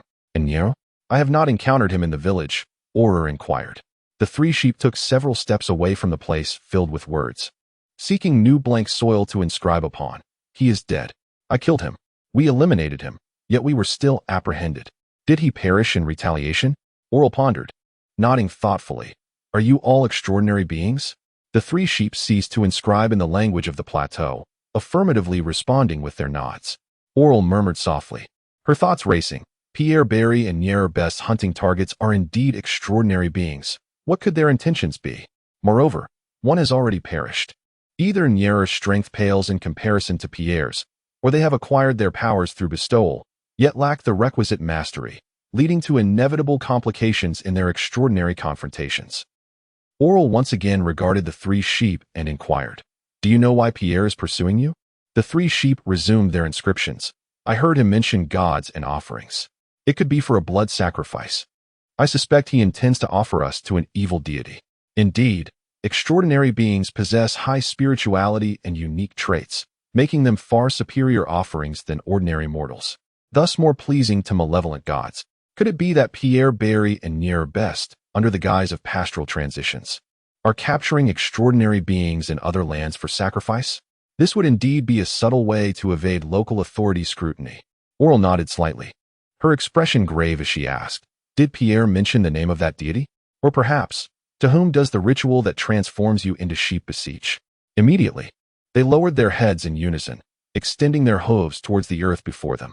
For reasons unbeknownst to her, Aurore felt a sudden chill envelop the surroundings, akin to the sun being obscured by ominous clouds with a cool breeze sweeping through the mountains.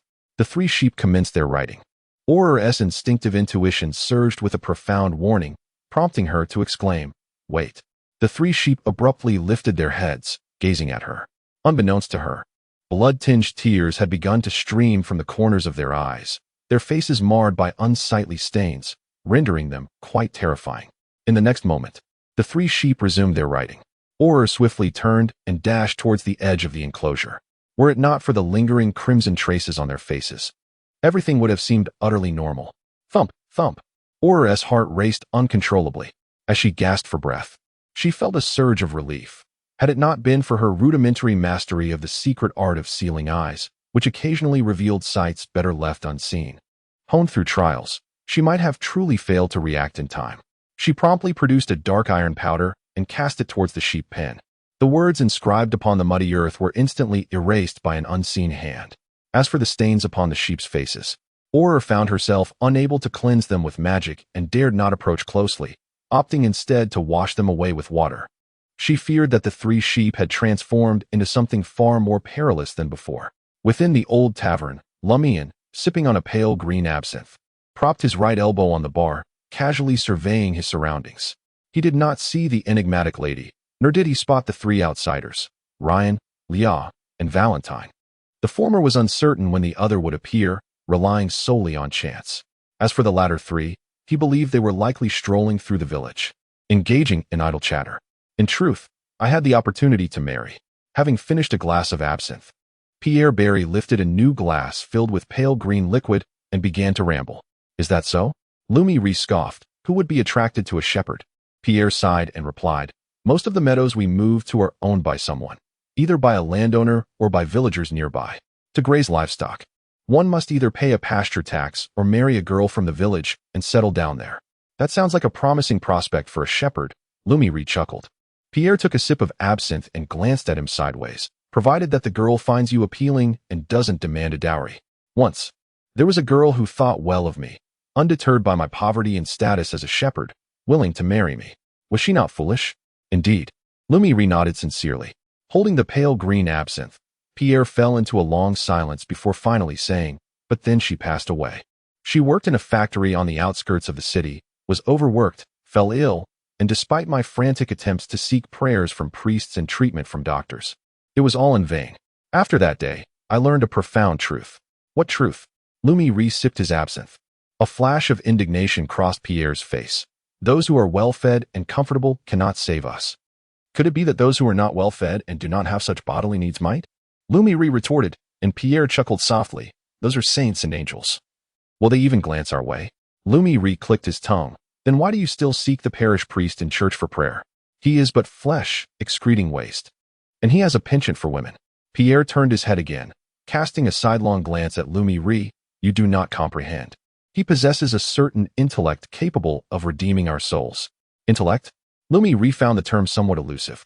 Pierre took another sip of the pale green absinthe, seemingly oblivious to the inquiry.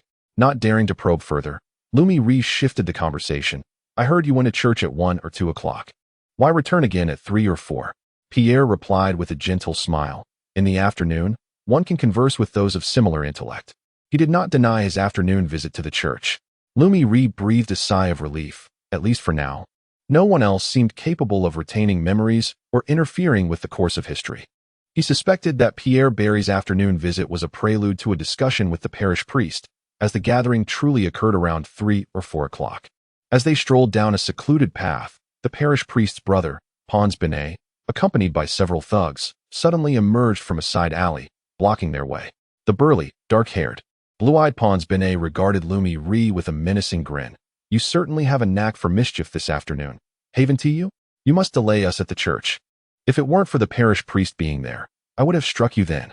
You little rascal, come and taste the wrath of your father, Pons." Lumian was momentarily taken aback by the sheer folly of the individual before him, only to be subsequently engulfed in a wave of exhilaration. His and Aurore's judgment had proven correct. During the previous cycle, prior to Naroka's funeral, Pons Benet had likely not yet acquired extraordinary powers and was thus unable to sense the impending danger. The audacity of him to confront an extraordinary being now was astonishing. Without a moment's hesitation, Lumian pivoted and dashed forward. Pons and his henchmen followed closely behind. However, the instant they burst forth from the narrow passageway flanked by 2 buildings, they lost sight of their target. Pons Benet glanced around and commanded his subordinates to search everywhere. He was convinced that Lumian could not have fled so swiftly and must be hiding nearby. The henchmen promptly scattered to scour the surrounding areas for concealment, leaving Pons Benet alone at the entrance of the alleyway. From his perch on the 2nd floor of a nearby building, Lumian observed the scene and called out with a playful tone before leaping down towards Pons. With a resounding crash, Pons was knocked to the ground by the force of the impact, his vitality surging chaotically within him as darkness clouded his vision, rendering him temporarily incapable of combat. Had Lumian not exercised restraint and avoided a direct collision, Pons might have sustained several broken bones. Taking advantage of the moment, Lumian rose, bent down, and grasped Pons by the arms, grinning as he said, "Come, let us grow closer." Before Pons could mount any resistance, Lumian pulled him into an embrace and drove his knee into Pons's midsection. With a sickening thud, Pons's eyes nearly bulged from their sockets, his face contorted in excruciating agony. With a final release, Lumian let Pons collapse to the ground, curled up like a shrimp, in the kitchen of the dining room, which also served as a parlor. Lumian communicated the situation on his side to his sister. Pierre Barry had once again visited the church that afternoon. It can be confirmed that Pons Benet has yet to acquire extraordinary abilities. Aurore nodded gently and recounted her experiences, particularly the unknown and inexplicable dangers she had faced. After a moment of contemplation, Lumian remarked that the mysterious lady had once stated that merely being aware of certain entities could lead to one's contamination. As the end of the month approaches, I seek your support for the guaranteed monthly votes for April. Allow me to clarify that the official launch is not on April 1st, but rather on April 10th. I feel somewhat embarrassed about the limited word count thus far. It ought to reach at least 200,000 words of complimentary content, does it not? The monthly votes for the new book are of utmost importance. And even prior to the launch, I must implore everyone for their support in April's guaranteed monthly votes. Once the clock strikes midnight, you may cast your votes for me, and I shall continue to update at the usual time, with additional content to follow post-launch. For those who have been following along, you may have gathered that this book introduces a new system of beseeching divine blessings, somewhat akin to the potential system of receiving talismans I previously mentioned for the 3rd part, though not entirely the same. After all, requesting favors from the unactivated Tao and celestial realms allows for the discovery of unique methods to mitigate certain negative impacts, thereby forming a distinctive Eastern procedural flow.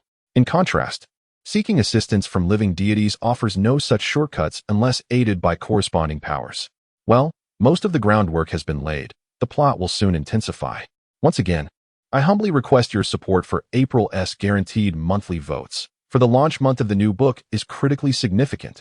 Chapter 57, Arrangements with Heartfelt Sincerity, she remarked. To merely know of him brings such dreadful contamination. The enigmatic entity worshipped by the shepherd Pierre Barry is truly terrifying. Few ancient tomes depict malevolent deities with such fervor. Otherwise, how could we find ourselves ensnared in this temporal loop? Lumian was not particularly astonished. The more Aurore pondered, the further her thoughts spiraled, muttering, could it be that on the 12th night, we must confront this hidden presence and vanquish it to break the cycle? This would demand that you gather materials through each iteration, concoct elixirs, and ascend to divinity. Noticing her sister's increasingly outrageous musings, thoughts far beyond what even the most audacious would dare to entertain, Lumian interjected, "Stop. It surely cannot be to such an extent." Aurore conceded with a slight nod, "True, we likely have but one more cycle left. Attaining godhood in 20 days is evidently impossible." She then threw up her hands. "There's no hope. We may as well await our fate." Even with Lumian's penchant for devising clever pranks, he found himself utterly unable to keep pace with his sister's train of thought. Sighing, Aurore looked at her brother and said, "All right, I've vented my frustrations. Let us carry on." Huh. Lumian's face was a canvas of confusion. It took him a few moments to grasp what Aurore meant by continue. Was the 12th night, in fact, a day for grand sacrifices to that hidden entity? Aurore's gaze shifted slightly as she boldly speculated from the perspective of wrongdoing. Combining the events of the previous cycle, a small sacrifice, a grand ritual? After pondering for a moment, Aurore continued, "Before the grand ritual, the local priest finally resolved to dedicate his soul to that malevolent deity, and with certain offerings, he obtained a plethora of blessings, revealing his true nature." The siblings exchanged glances, both believing that their earlier conjecture was strikingly close to the truth. Almost everyone in the village, except for the deceased who had become sacrifices, was likely to be tainted. "I am merely a sequence 7. Aurore could not help but cover her face with her hand. "And you are but a sequence 9. We are to confront such dire circumstances." At that moment, Lumian had miraculously managed to defeat the corrupted local priest. An act of sheer luck. To preemptively prevent the priest from acquiring extraordinary power, the 12th night might not even arrive, and the cycle was likely to restart prematurely. Hellish difficulty. Hellish difficulty indeed. Aurore, with a pained expression, slammed her hand onto the dining table a few times. Once her emotions settled, she composed herself and calmly addressed Lumian. "Tomorrow morning, you should approach those 3 outsiders and may divulge some of the village's anomalies. There is no need to overly conceal our status as extraordinary beings. Aren't wild, extraordinary individuals inherently guilty in the eyes of the authorities?" Aurore exhaled slowly. "Given the current situation, we can no longer afford to be overly cautious. Apart from that enigmatic lady, the 3 of them are likely the most trustworthy individuals in the village at present, each possessing strength comparable to, if not surpassing, my own. They are akin to grasshoppers tethered to the same rope. None should disdain the others. Whether extraordinary individuals of the wild or those sanctioned by authority, unity is essential. As for the potential pursuit by the officials in the future, that concern can be addressed later. For now, the priority is to escape this cycle." Lumian had previously heard his sister mention the phrase about grasshoppers tied to the same rope, understanding it to signify that they all find themselves in the same predicament, facing identical challenges. Should calamity strike, none could evade responsibility. Solidarity is imperative. "Very well, I shall seek them out tomorrow," he resolved. Aurore then remarked, "I now suspect that there is another figure behind the parish priest and the shepherd Pierre. He may be the origin of it all, the source of the corruption." "Madame Poalis?" Lumian speculated. "She is not only powerful but also the priest's lover, capable of subtly manipulating him to influence others in the village. This implies that the anomalies in the village can be traced back to last July or August." Have you sensed any issues?" Lumian shook his head slowly. "No." He had once believed himself intimately familiar with the village of Cordu, yet now he realized that undercurrents had been brewing for over half a year, rendering the place unfamiliar and instilling a profound sense of dread within him. Where, indeed, does the true problem lie? Lumiere found himself enveloped in layers upon layers of mist, each one obscuring the truth that lay beneath. Aurore continued, suggesting it could also be that owl, the sorcerer, who is said to have perished, perhaps did not truly meet his end. He might be concealed somewhere within the village or even among those we frequently encounter. He may have already discerned that I, too, possess sorceress abilities and thus intentionally obscured that legend from me. As for you, an ordinary person, such constraints do not apply." At this juncture, Aurore solemnly instructed, "The next time that owl visits you, inform me at once. I shall have white paper follow it to ascertain its destination." Lumiere acknowledged with a nod, indicating he, too, awaited the owl's return. "This time, I shall not spare your feathers," he inwardly cursed. Aurore pondered for a moment before proposing a third arrangement. "Tomorrow afternoon, I shall invite Mrs. Pualis to our residence. At that hour, the administrator will still be at work, leaving only the butler and servants in the castle. Seize this opportunity to infiltrate and see if you can uncover any clues. If you can persuade those 3 outsiders in the morning, perhaps we can enlist their assistance for this endeavor. When Mrs. Pualis is at home, she would not dare to send white paper, and with Mrs. Pualis by her side, she could not afford to be distracted, relying solely on her brother. Lumiere initially nodded, then suggested, it would be prudent not to be alone with Mrs. Pualis. I fear she may take advantage of the situation. Perhaps we could invite Naala and Isa to join us for afternoon tea? The greater the number of individuals, the higher the degree of safety. This is acceptable. Aurore deemed this to be a superior choice. She then remarked, half in concern and half in jest, you must exercise caution once you infiltrate the castle. I have no desire to assume the role of an aunt just yet. Lumian refrained from retorting, merely conveying through his gaze that he was more apprehensive about her well-being, particularly with Madame Pualis present at her side. During dinner, Aurore released a piece of white paper, enabling it to monitor the sheepfold, where it observed that the 3 sheep had licked the bloodstains from their faces, leaving no sign of anomaly for the shepherd, Pierre Barry. Later, until slumber overtook him, Lumian once again delved into the study of mysticism, acquiring an array of hermetic vocabulary, including terms such as eye, name, summon, need, light, and sun, among others. In a room enveloped in a faint gray mist, Lumian awoke. He approached the window, casting his gaze once more upon the dark red peak and the concentric ruins that surrounded it. He pondered the secrets that might be concealed within this place. As he contemplated, an idea struck him. The ruins harbored numerous perilous areas that he presently could not or dared not approach, such as the vicinity where the 3-faced creature roamed. However, if he could summon a spirit-like entity akin to the white paper and forge a pact with it to assist in infiltration and observation, he might glean a wealth of information. His enhanced vision, olfactory senses, and hearing, attributed to extraordinary characteristics, theoretically constituted a form of supernatural power, allowing the white paper to embody one of these abilities. In contemplation, Lumian murmured to himself, the pressing question at hand is whether it is possible to summon ethereal beings within the ruins of dreams. If that is unattainable, after invoking them in reality and forging a pact, can we utilize the connection between us to bring them into the dreamscape? The more Lumian pondered, the more he felt overwhelmed, developing a profound reverence for the arcane arts. He fervently hoped to swiftly acquire a modicum of language sufficient to conduct a summoning ritual. Without further delay, he grasped his hunting rifle, secured the dwindling supply of lead pellets, and fastened the sharp axe before departing from his home, traversing the wilderness, and once again entering the desolate ruins. Chapter 58. The Heart of a Talent. After 2 nights of exploration, Lumian discovered that the monsters surrounding the dream ruins were not as plentiful as he had envisioned. Having eliminated the skinned monstrosities, the rifle-wielding creatures, and those bearing the black markings, he circled the area only to find no further targets suitable for hunting, merely encountering a few remnants of flesh that still exhibited a degree of movement. Their sole purpose seemed to be serving as sustenance.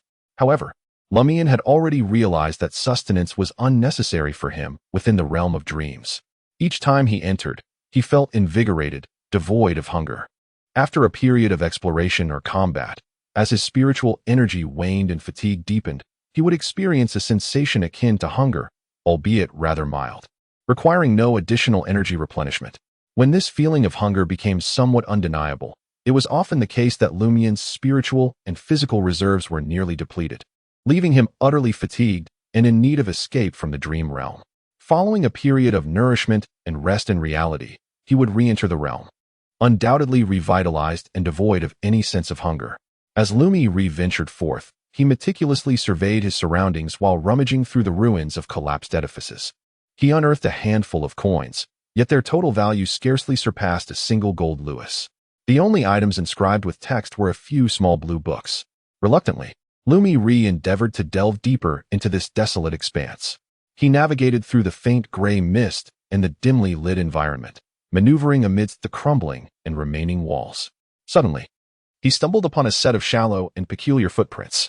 It was a challenge to even classify them as footprints, for the left side appeared quite normal, while the right bore the imprints of a hand pressed into the ground. Another creature, perhaps? Lumi silently followed the trail of prints, all the while scrutinizing his surroundings and envisioning the most suitable combat scenarios for varying environments. At last, he detected a faint sound, prompting him to halt his advance. He circled around slightly and ascended to the top of a collapsed structure, using the disarrayed and heavy stones to conceal himself. Carefully, Lumian Li extended his head to peer toward the source of the noise. Before him lay a remarkably clean expanse of land devoid of debris, at the center of which stood a being that was uncertain to be classified as human. At first glance, it resembled a person. Yet a closer inspection revealed a myriad of disjointed features: 2 eyes positioned where the nose should be, a mouth above, a pair of ears below, and a nose embedded at the edge of the temples. 1 leg and 1 arm emerged from the area corresponding to the shoulders, while the lower half mirrored this arrangement. The entity appeared to be a chaotic assemblage of disparate human parts. In that moment, Lumian Li comprehended the peculiar nature of the footprints he had been tracing. He refrained from immediate pursuit, opting instead for a patient observation. Before long, the creature raised its arm, contorting its body into a position where its head touched the ground. Such remarkable flexibility seemed apt for dance. Lumian scoffed inwardly at the thought. No sooner had he entertained this notion than the creature began to dance in earnest. More astonishingly, it appeared devoid of bones. Its arms could bend backwards behind its back, while its legs and limbs could entwine with one another. As the notorious prankster of Cordu Village, Lumian instantly conceived a fitting moniker for this being, the Noodle Man. Based on his recent observations, he formulated a strategy for the impending battle. One could not assume that merely dodging behind the target would ensure safety, for the Noodle Man could seamlessly maneuver both forwards and backwards, beware of the constricting serpent. Uncertain whether there were vital points to strike, he resolved that since it possessed a head, it would be prudent to sever it first.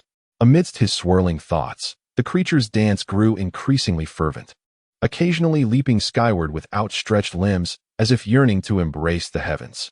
Lumian found himself somewhat entranced, almost compelled to sway and leap in rhythm. The pulsating motion sent a shiver down his spine, his body trembling lightly as though he were on the brink of succumbing to an enigmatic sound that threatened to overwhelm him. Hurriedly, Lumian used his free left hand to pull apart his leather jacket, unfastening the buttons of his inner grayish-white cotton shirt, lowering his gaze to his chest. He noticed the black thorn symbol that ensnared his heart had once again become pronounced, while a murky emblem, seemingly composed of eyes and insects, slowly emerged. Pressing upon the former, Lumian was momentarily taken aback, subsequently inundated with a cascade of thoughts. I have not meditated, nor have I maintained that state for several seconds. Could it be the Noodle Man's dance that has ignited this? His movements delve into mystical realms, imbued with extraordinary power. Fortunately, when the thorny symbols are activated in this manner, that haunting sound is nearly inaudible, preventing me from teetering on the brink of death and descending into utter chaos. Instead, I merely endure sporadic throbbing in my head and an uncontrollable slight tremor in my body, not to mention a touch of mental disarray. Since becoming a hunter, Lumian has yet to attempt meditative practices in his dreams to showcase his uniqueness, for he perceives the risks to be considerably greater than before. In the past, he faced near-death experiences but managed to recover. Now, in a state of near demise, the likelihood of losing control is significantly heightened, a fate that would be irretrievable. Moreover, he harbors doubts about the repercussions of enduring that enigmatic and terrifying sound for too long. Even if fortune favors him and he escapes death, he may still succumb to an incurable mental affliction. There are alternatives, and he shall not court danger again. Within just 2 or 3 seconds, Lumian ceased to be astonished by the activation of the thorny symbols through the Noodle Man's dance, instead experiencing an ineffable joy within.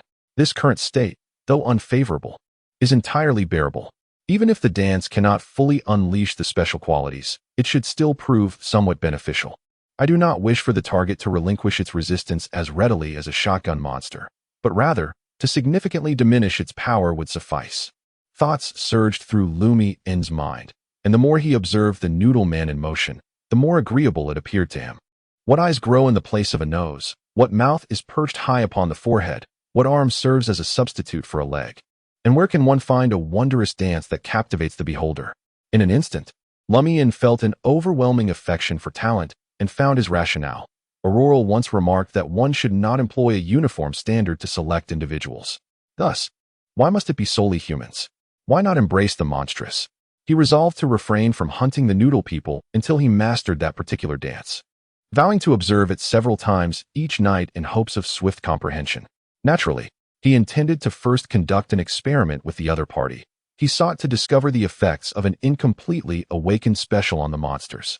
With resolute determination, Lumian stripped his upper body bare, circumvented the obstructions, and leaped from the ruins of a collapsed building onto the desolate land. The Noodle people's dance abruptly ceased, and they began to tremble. They turned to Lumian, prostrating themselves upon the ground. Lumian halted, refraining from advancing any closer, maintaining a sufficiently safe distance. The Noodle person remained motionless. Lumian imperceptibly nodded, murmuring to himself. Even in the presence of an incompletely awakened special, such lower-tier monsters would readily abandon resistance, demonstrating submission. What might the higher tier or those with extraordinary traits exhibit? One can be certain that the effects would not be as profound. Lumian gazed upon the Noodle person with a smile. Come, dance once more. The Noodle person dared not raise its head, uncertain if it had comprehended Lumian's words. Seeing that kind words had proven futile, Lumian intensified his tone. Quick, perform another dance for your grandfather. The Noodle man trembled all over, yet remained prostrate. Did the creature fail to comprehend human language? What means of communication could be employed? Lumian felt a tinge of helplessness. He resorted to using the few words of Hermetic he had just acquired, uttering, I need. Unable to articulate further, he began to express himself through gestures of dance. The monster, however, did not spare him a glance, pressing its face firmly into the earth of the barren landscape. Are you a fool? Lumian could not help but exclaim. He recognized the absurdity of his outburst, as every creature surrounding him displayed a certain foolishness. Even the most cunning of the gun-wielding monsters was similarly subdued by human intellect. At that moment, Lumian felt the warmth in his chest dissipate. Instinctively lowering his head, he observed that both the thorny symbol and the dark green emblem had vanished. Almost instantaneously, he directed his gaze towards the Noodle man, who, coincidentally, raised its head. Its eyes, positioned where a nose should be, fixated upon him. The two, a man and a monster, regarded one another in stunned silence for a heartbeat. In a sudden burst, Lumian pivoted and fled. The Noodle man sprang into action, pursuing him with ferocity. His flight was not born of fear, but rather a concern that should a confrontation ensue, he might lose control, and in the ruins of this dreamscape, he might never again encounter a dancing Noodle man. Until he mastered that enigmatic dance, he had no intention of hunting this peculiar creature. He nodded slightly, murmuring to himself, indeed, every monster possesses its own territory, accustomed to roaming in certain areas or patrolling along specific routes. This bears a striking resemblance to wild beasts. Subsequently, Lumian patiently awaited a dance that might or might not occur.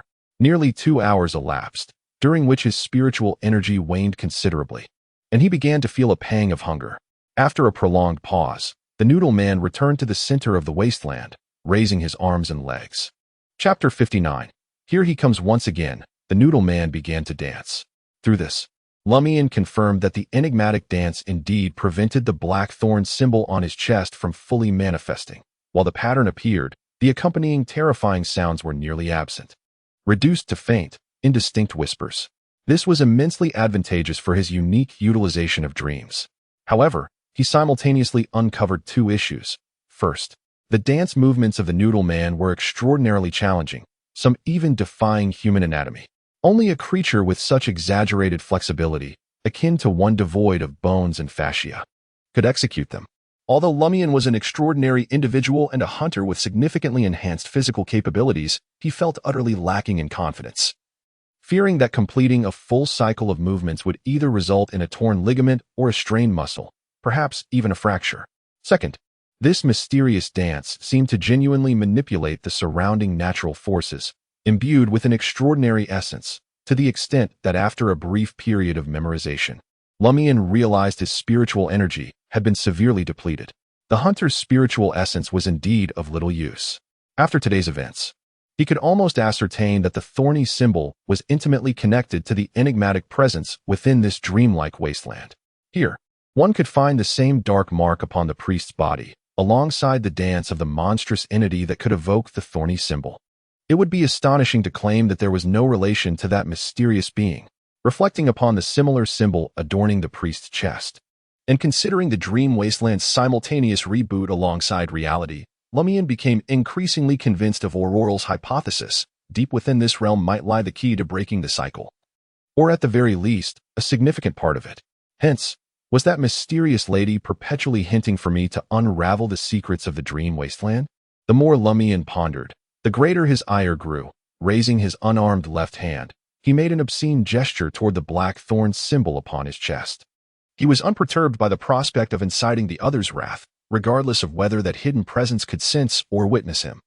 The very essence of being ensnared in the temporal loop it had wrought, coupled with the peculiar and perilous nature of those around him, led Lumian to believe the situation could hardly worsen. Just before departing the dream, he attempted to solidify the dance movements he had memorized, nearly straining his waist and risking the rupture of ligaments in his knee, tearing the muscles on the inner side of his calf. Damn it. This is no feat for an ordinary human. Cursing, Lumian collapsed onto his bed. Due to the immense spiritual drain, fatigue enveloped him, and he swiftly succumbed to slumber. When Lumian awakened, the dawn had barely broken, the sun yet to rise, and the crimson moon had lost its luster. He slowly sat up, a profound sense of satisfaction washing over him after a deep slumber, as the spiritual energy he had expended was perfectly replenished. Approaching the window, Lumian drew back the curtains, allowing the morning light to flood into the room.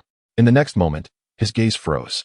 The creature, a sizable owl larger than the ordinary, once again perched on a nearby elm tree, surveying him from its elevated position. Aurora, Aurora, quickly, the suspect has arrived. Follow it.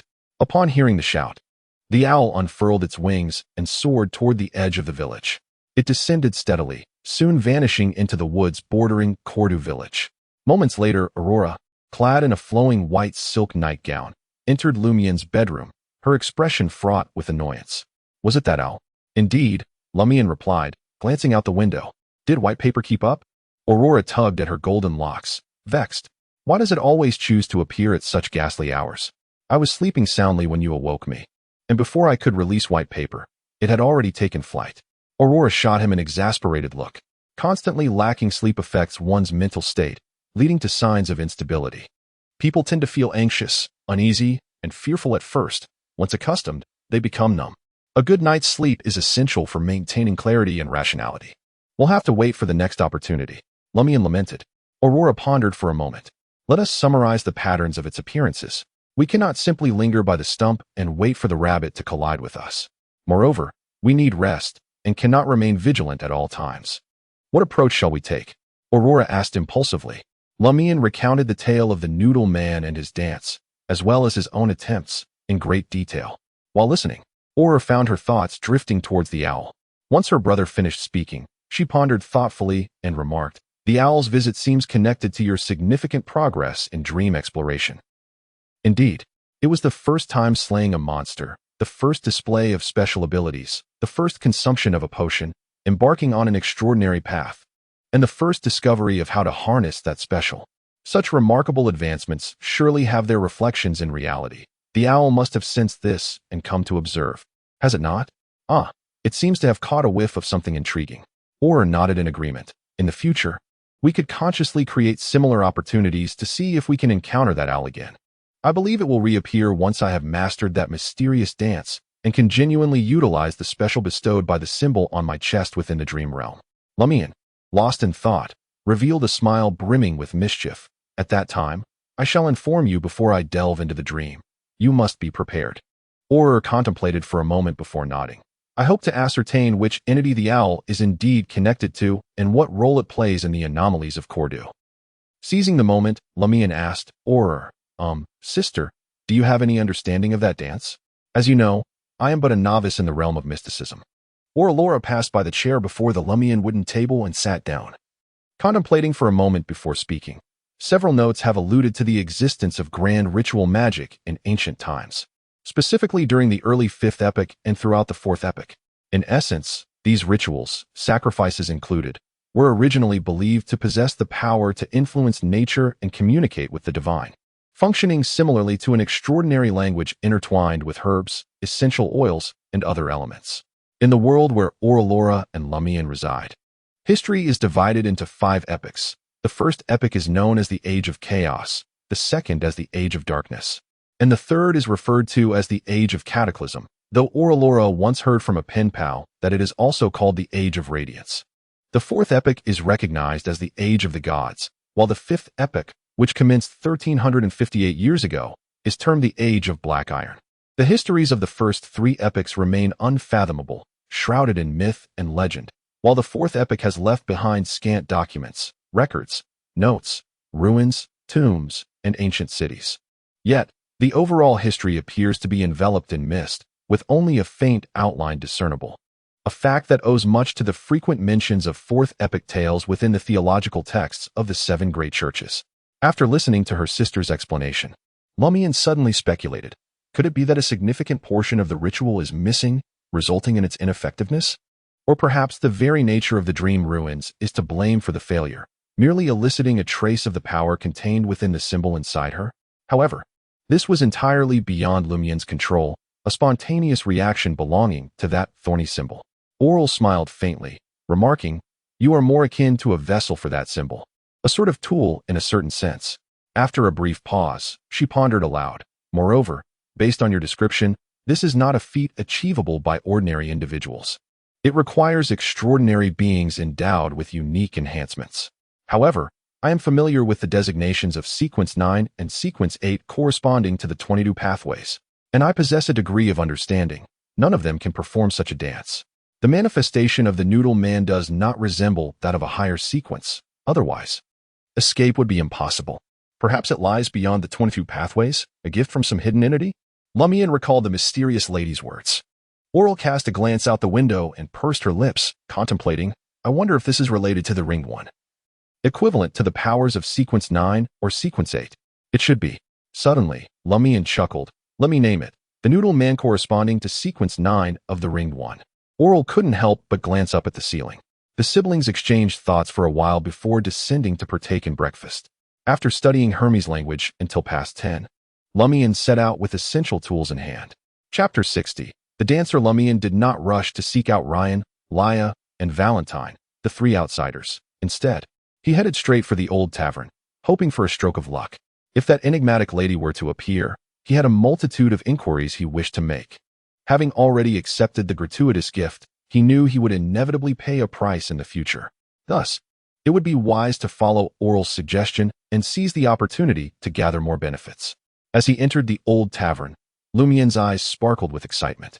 The enigmatic lady sat in her usual corner, 2 glasses of emerald-hued absinthe before her. 2 glasses? Did she anticipate my arrival?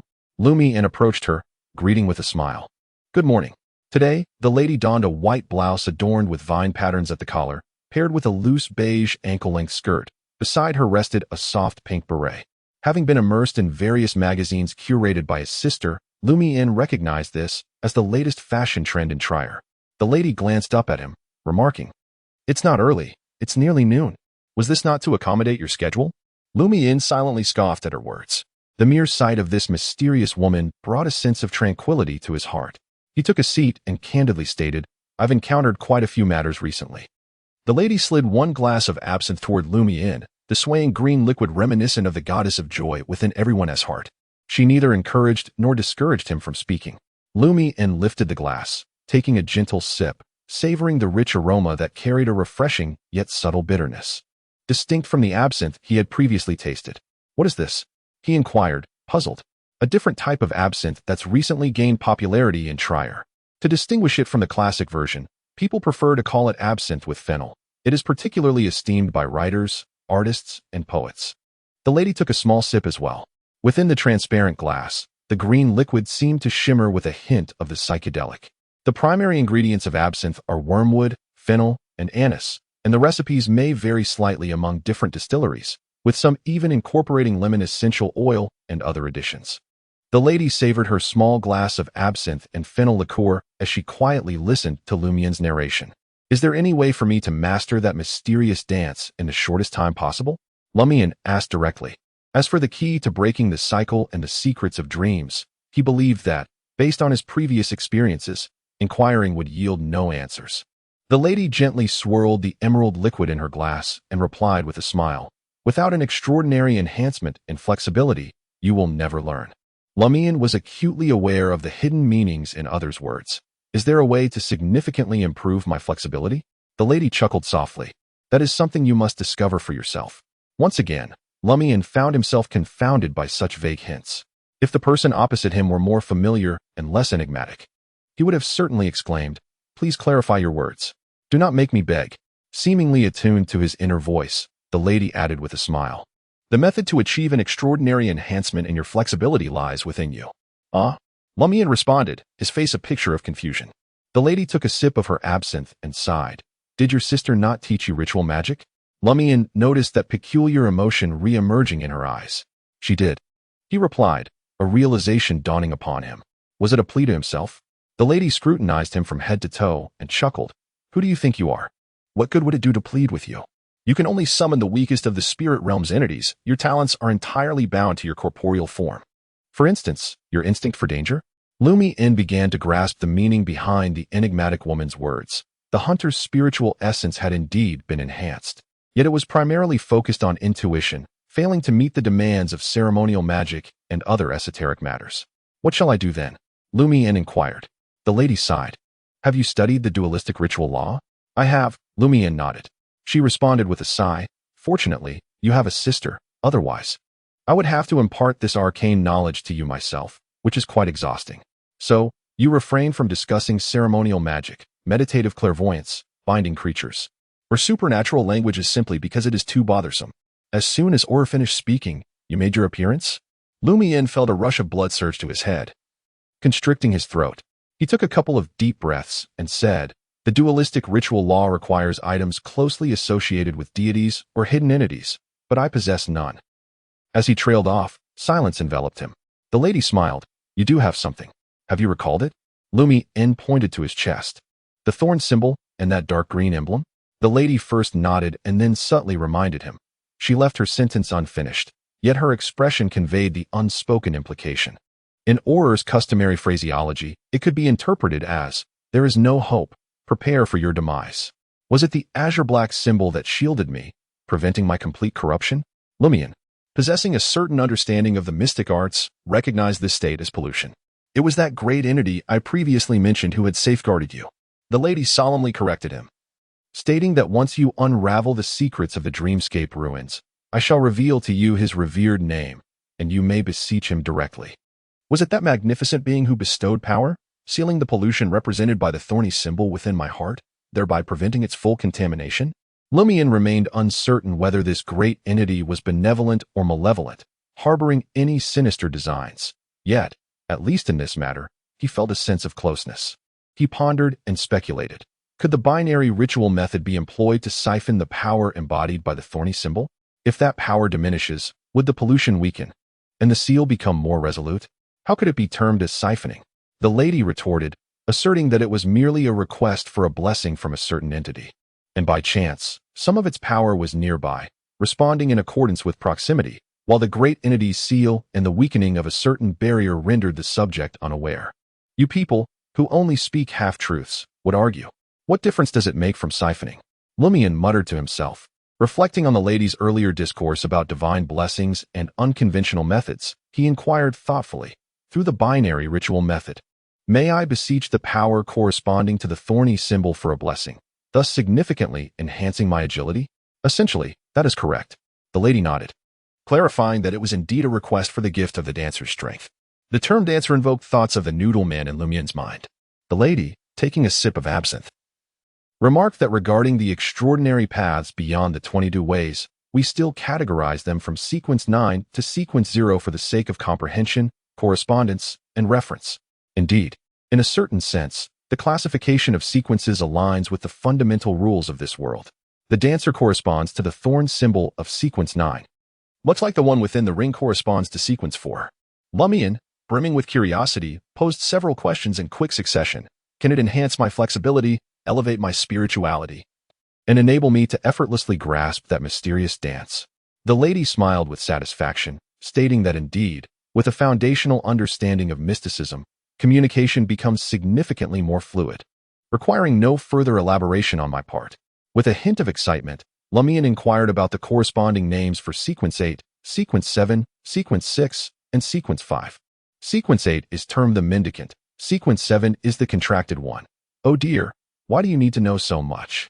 First, focus on mastering the ritual, striving to quickly become a dancer.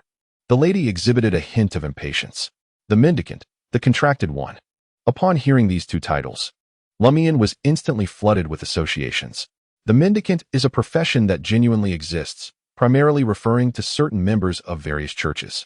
For instance, within the Church of the Eternal Radiance, differing beliefs have led to the formation of multiple factions, with the most prominent being the Brotherhood of Preachers and the Little Brotherhood, also known as the Mendicant Order. The former predominantly features numerous clergy from the Church and the purifiers of the Inquisition, emphasizing a brutal crackdown and cleansing of heretics, cultists, and extraordinary beings, all in the name of propagating the orthodox doctrine of the eternal radiance. Thus, when the term begging monks is mentioned, Lumian instinctively associates it with missionary work, asceticism, and the arcane rituals of magic. As for the contracted individuals, the first image that springs to his mind is that of the parish priest, marked with the black insignia of a monstrous entity. Aurore suggests that this may be a remnant of a special pact. The monster I killed was originally a contracted individual? Lumian responds in astonishment. Have I truly vanquished a creature equivalent to sequence 7? The lady nods gently. Indeed, a contracted individual is one who, through a special covenant bestowed by that entity, gains diverse powers from various creatures, with each contract corresponding to a unique ability. Their prowess depends on the abilities they acquire and the variety of such powers. It is not uncommon for those who stray from their path to be slain by ordinary individuals. In reality, a similar situation exists within the realm of the extraordinary, where certain beings lacking combat prowess are often defeated by those of lower sequences. Ability is paramount, intellect is crucial, and preparation in advance holds equal importance. Chapter 61. Description. As Lumian absorbs the lady's words, he finds himself increasingly in agreement. He is uncertain about the manifestations of higher sequences. Yet based on his encounters with several extraordinary beings, the threat posed by the creature with a vortex-like mouth pales in comparison to that of the monster wielding a hunting rifle. Though he had become an extraordinary being, significantly enhancing his prowess in close combat and environmental utilization, the underlying issues stemmed from the nature of the contracted monster itself. Furthermore, it exhibited the common shortcomings of its kind, limited intelligence, and a lack of the combat acumen displayed by shotgun monsters, easily falling into the traps set by foes. Given these factors, the outcome was all too predictable, leading Lumian to never consider it could rival Sequence 7 until today. He had not even drawn comparisons between it and the shotgun monsters, believing the disparity to be vast. The shotgun monsters were formidable, while the mandible monsters were feeble. Abilities: intellect, preparation, adaptability, environmental factors. An abundance of elements could influence the results of a battle. Lumian mentally summarized this and, with a mix of anticipation and skepticism, inquired, "May I directly beseech the power of the contracted one?" The lady chuckled softly, replying, "That would be a rather effective method of self-destruction." She elaborated casually, "In theory, it is indeed possible, as the power sealed within you extends beyond just Sequence 7. But do you believe your body could withstand such a grand gift or, shall we say, contamination? Of course, if you find the idea of transforming into a monster, becoming a puppet of that entity, or metamorphosing into another form acceptable, then perhaps you could contemplate the endeavor. TSK, it wouldn't be long before I could witness you turn your sister into a sacrificial offering." Lumian felt a chill run down his spine at her words, the hair on his neck standing on end, and he dared not entertain thoughts of transcending to a higher rank. He cautiously inquired, "Does this mean that the utmost grace I can currently bear is that of a dancer?" "Indeed, this is precisely the reason I chose to reveal this to you only after you have become extraordinary and have begun to digest it."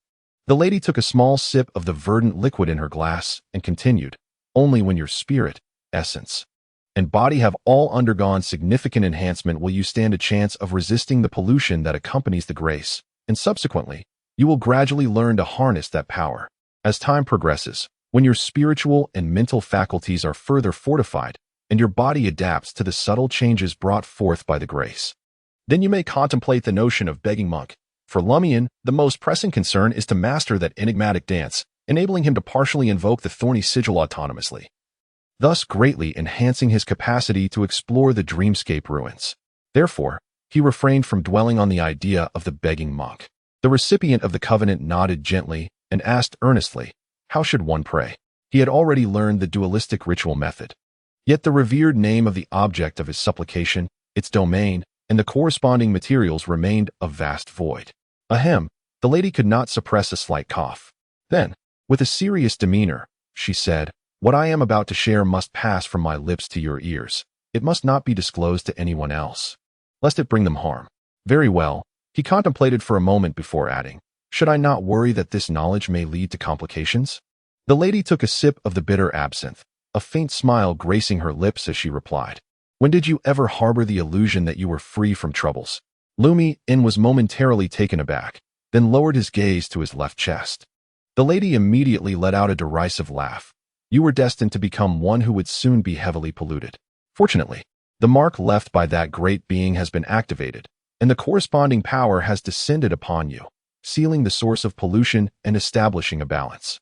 Next, you will conduct a ritual to confront the power within the seal, beseeching the corresponding grace, which entails willingly enduring a certain degree of pollution. So, what do you fear from a minor issue arising after hearing this?" Lumian felt increasingly apprehensive. The lady shook her head and laughed. "Worry not. For when I impart the necessary words to you, I shall ensure a sufficiently clandestine environment and utmost safety. If you choose to perform the ritual, it is advisable to do so amidst the ruins, where the gray mist resides, under the protection of the great being, thus avoiding direct scrutiny." She chuckled softly, leaving the outcome unsaid, yet Lumian could easily envision the potential complications. Noticing his silence, the lady nodded slightly. "Let us commence. The first part is O Power of Destiny. That will suffice, corresponding to your blackthorn symbol. The complete name of that being is beyond your current comprehension, and even I must remain discreet to dare contemplate it." For reasons unknown, Lumian sensed the surrounding light dimming slightly, though he could not be certain. At that moment, the lady composed herself, her expression turning grave as she proclaimed, "The second part is, you are the past, the present, and the future. You are the cause, the result, and the process." As her words reverberated in the air, a wave of dizziness washed over Lumian, and he perceived a swirling black wind encircling him.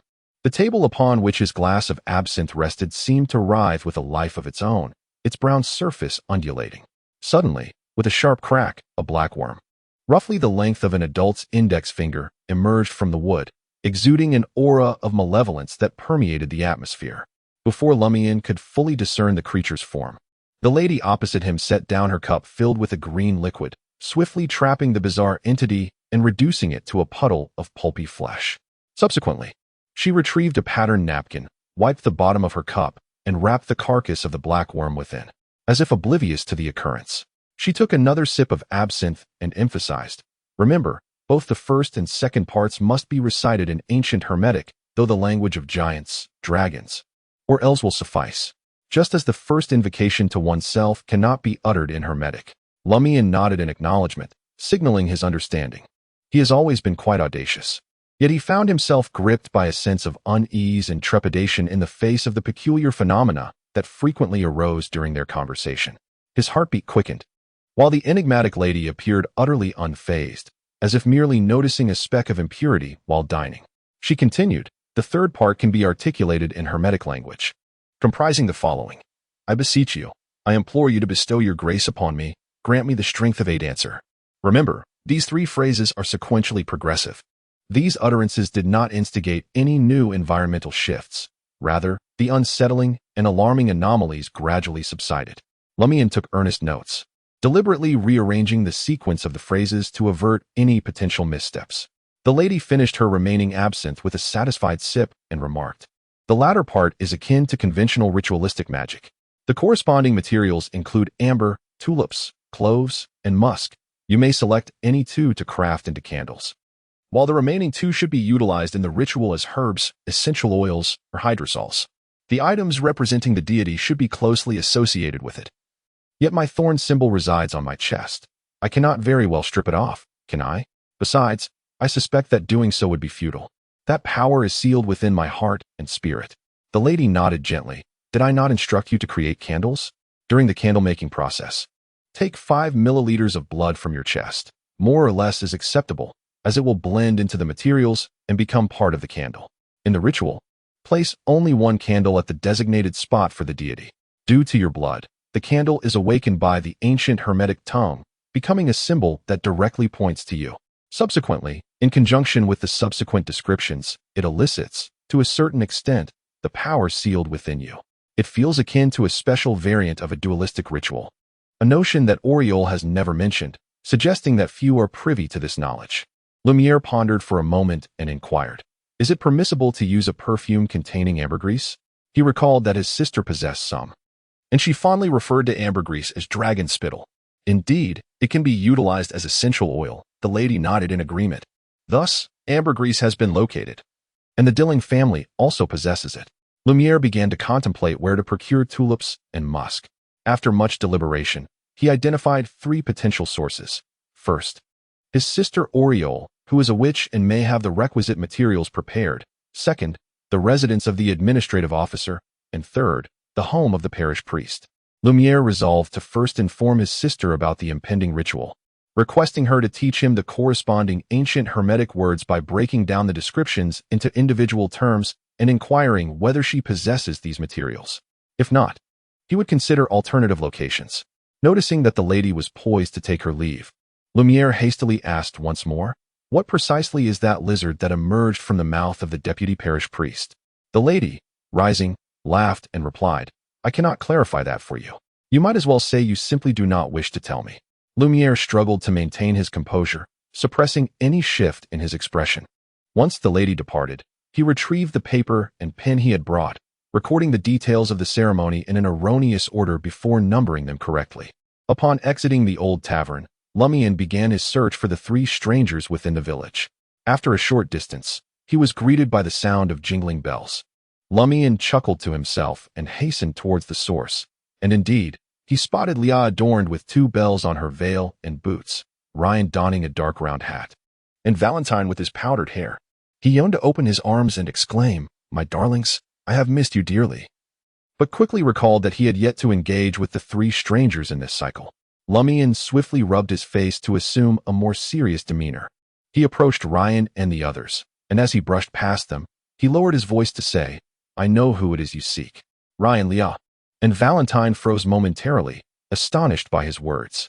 Without pausing, Lumian continued forward, leaving the 3 strangers to exchange glances and suppress their surprise as they nonchalantly followed behind him.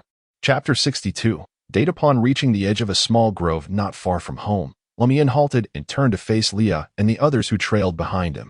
This location was relatively secluded, devoid of any villagers, and the sparse trees allowed for a clear view of anyone hiding nearby.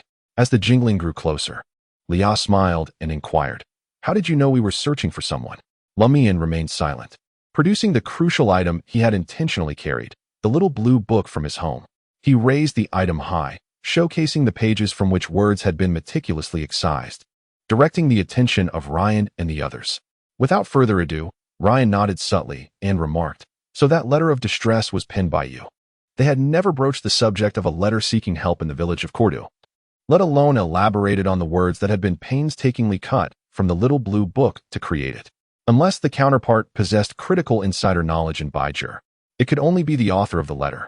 Leah instinctively surveyed her surroundings. The 2 silver bells suspended from her veil remained curiously silent. Witnessing this scene, Valentine was about to inquire directly of those nearby what was peculiar, when Ryan, with a puzzled expression, interjected, "How can you be certain that we are the ones who came because of that letter?"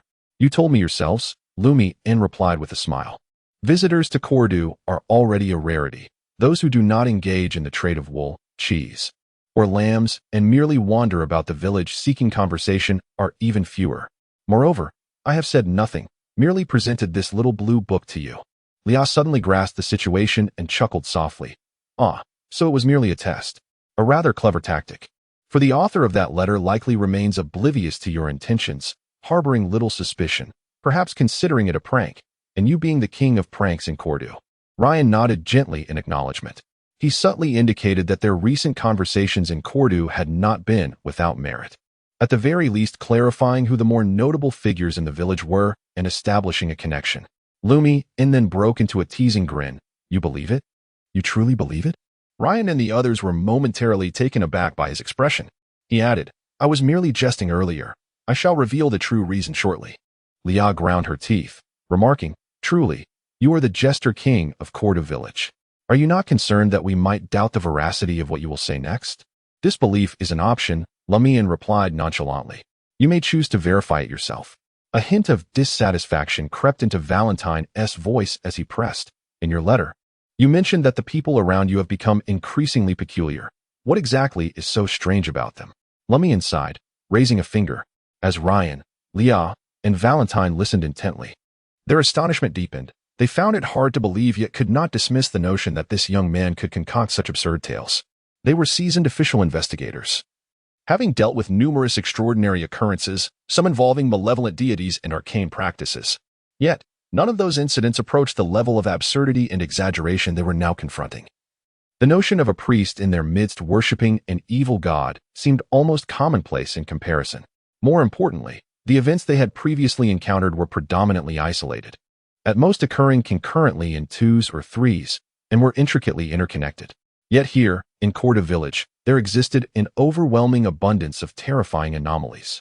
What manner of place is this, truly? In an instant, similar thoughts flashed through Leah, Ryan, and Valentine's minds. They began to wonder if they had inadvertently stumbled into a fabled abyss, or perhaps even hell itself. As Lumian paused, Leah could no longer restrain her curiosity and inquired, "Surely you jest? Are there any normal individuals left in this village?" Lumian Li smiled gently. "I have yet to finish. There is another anomaly. This marks the third or perhaps the fourth occasion on which I have discussed similar matters with you all, Ryan, Leah, Valentine, my dear cabbages." The fact that Lumian Li was familiar with their names did not astonish Ryan, Leah, and Valentine. After all, during their recent leisurely strolls around the village, it was inevitable that they would introduce themselves. What left them perplexed was the preceding half of that statement. "What do you mean?" Valentine inquired, furrowing his brow. "What I mean is that we are caught in a repetitive cycle of time," Lumian Li replied, providing a clear answer without allowing the three outsiders to speculate. Before Ryan and the others could express their doubts, he briefly recounted the events they had all experienced together, concluding with a moment of reflection from Leah and the others. After a few seconds of silence, Valentine displayed a pained expression. "My perception of time has become muddled. I cannot recall the specific dates from the past 2 months. However, I do remember celebrating my youngest son's birthday before my departure. His birthday is—" Valentine abruptly lifted his head, astonished, exclaiming, "It is April 10th. He nodded ever so slightly and suggested to Ryan and Leah, "You may still send a telegram to the outside world, discreetly inquiring about the current date. When that time comes, you shall believe me." Yes, a telegram. We must seek assistance." Valentine suddenly awoke to the realization. Lumian Li regarded him with an expression of bemusement. "Seek assistance?" Confronted with such an enigmatic time loop, how does your organization typically respond? Ryan paused for a moment before stating, "We simply destroy it to prevent the contamination from spreading. Therefore, seeking assistance now is tantamount to self-destruction." Lumian chuckled and shrugged his shoulders. He was taken aback. Are there truly individuals like this? No. This person must be dealt with immediately to avoid a collective demise. Fortunately, Leah and Ryan evidently believed they still had a chance. They exchanged a glance and nodded at one another. Ryan patted Valentine on the shoulder, saying, "Do not fret. We are still unclear about what exactly has transpired. Perhaps there exists a more favorable solution. If all else fails, we shall report the situation to higher authorities." Indeed, Lumian hurriedly added, recounting all his discoveries and speculations regarding the chest symbol, the dream ruins, the mysterious lady, and the Curly Baboon Research Society. He concluded, "The crux of the matter likely lies in the 12th night. We must survive until that time in this cycle. Only then can we truly resolve the issue in the next iteration." "No wonder you are familiar with us and know we are searching for someone," Leah exhaled. "It turns out we communicated during the previous cycle." She instinctively touched the silver bell atop her head, contemplating a divination, but recalling Lumian's descriptions of the anomalies. She restrained herself. She certainly did not wish to jeopardize the investigation before it even began due to an ill-timed divination. After a moment of thought, Ryan inquired of Lumian, "By sharing this information with us, are you hoping for our cooperation with you and your sister in some endeavor?" "Quite clever, my dear cabbage," Lumian remarked with a chuckle, adopting a serious tone. "First, we must send a telegram to inform them that our investigation has yielded preliminary results. It appears that the parish priest may be implicated in certain matters. Then, we ought to inquire about the lizard-like creature that emerged from its mouth, as it poses the least immediate threat of catastrophic repercussions. And we must ascertain the accurate date, employing caution so as not to raise suspicion among those outside. Secondly, this afternoon, my sister will be hosting Madame Poalis for tea at our residence. I hope you will accompany me in infiltrating the administrator's mansion for a thorough search. As for what follows, it will depend on the intelligence we gather today. Ryan, Leah, and Valentine exchanged glances, finding Lumian's request entirely reasonable. After all, it aligned with their own intentions. The four promptly made their way to the village square, where Ryan went to send a telegram while Leah, Valentine, and Lumian awaited beneath the elm tree. Having composed herself, Leah glanced at Lumian and inquired with curiosity, "You are an extraordinary being, and your sister as well?" "Indeed," Lumian replied without reservation. Leah chuckled lightly, "Such straightforwardness. Aren't you afraid of being apprehended by us?" They were all in the same boat, facing an urgent situation as the vessel threatened to sink. Mutual assistance was paramount. Lumian shrugged. "As for what comes next, we shall see. Whether we can escape this cycle remains uncertain." "Indeed," Leah chimed, tilting her head to regard Valentine. She broached the topic with the intention of making her companions understand this truth, to refrain from foolish actions. Valentine maintained his indifferent demeanor, giving a barely perceptible nod. Leah then turned to inquire about a matter that concerned her more deeply. "How is it that you retain your previous memories?" "I won't tell you," Lumian chuckled. "Just kidding. I honestly don't know. For some inexplicable reason, I have retained my memories, but only from the last 2 cycles." Lumian replied earnestly. Chapter 63. A startling revelation. "What did you see?" Leah and Valentine asked in unison. Although they had come to believe Lumian's words, human nature often clings to a glimmer of hope, harboring the expectation that perhaps the situation was not as dire as it seemed, that the boy's lack of experience had led him to exaggerate. Ryan surveyed the area, noting the absence of others around the elm tree before speaking in a hushed tone. "I dare not inquire too directly, but I know that the real date has already entered late April. The exact day remains unclear." Leah and Valentine fell silent simultaneously. They had indeed become ensnared in a peculiar time loop. Judging by various records and documents, this was certainly not a predicament that the 3 of them should be confronting, nor one they could manage. They were all seasoned, extraordinary individuals, having dealt with numerous supernatural incidents. Yet this was their first encounter with such a grave and bizarre circumstance. Leah could not help but turn her gaze towards Lumian. "What on earth is your village of Cordu? There are anomalies everywhere, each more exaggerated than the last." "I do not know either," he replied. Lumian wore an innocent expression. Prior to the cycle, this place was characterized by its exquisite environment and simple folkways, where everyone appeared normal and displayed a warm hospitality. He refrained from disclosing to the 3 outsiders that he, too, belonged to the ranks of the extraordinary. Ryan sighed, remarking, "I have never encountered so many anomalies at once, each more severe than the last. This is the most perilous situation I have ever faced." Valentine nodded in agreement. To this, Lumian felt a tinge of numbness and scoffed. "It's understandable not to have encountered such before, as those who did have perished." Leah cast him a playful glance and admonished, "If you cannot speak wisely, it is best to remain silent. Individuals like you do not thrive elsewhere." "Am I to be stifled in my cradle?" Lumian quipped self-deprecatingly, then turned to Ryan, inquiring if he had obtained any answers regarding the priest of the subchapter. Ryan nodded, stating, "It appears that in recent years, various regions across the northern and southern continents have been reporting strikingly similar legends. In some of these tales, the appearance of the little sprites resembles that of transparent lizards. By sprites, I do not refer to the ancient elven kind, but rather a concept that blends fairies and various spirits." Again, in recent years, Lumian recalled that the legends concerning Lady Night had also emerged in recent times. What on earth is happening in this world? After pondering, he asked, "Is there any mention of which deity's celestial realm this pertains to?" Ryan shook his head, replying, curiously, "Every individual who claims to have witnessed the little sprites believes they hail from the domain of the local deity.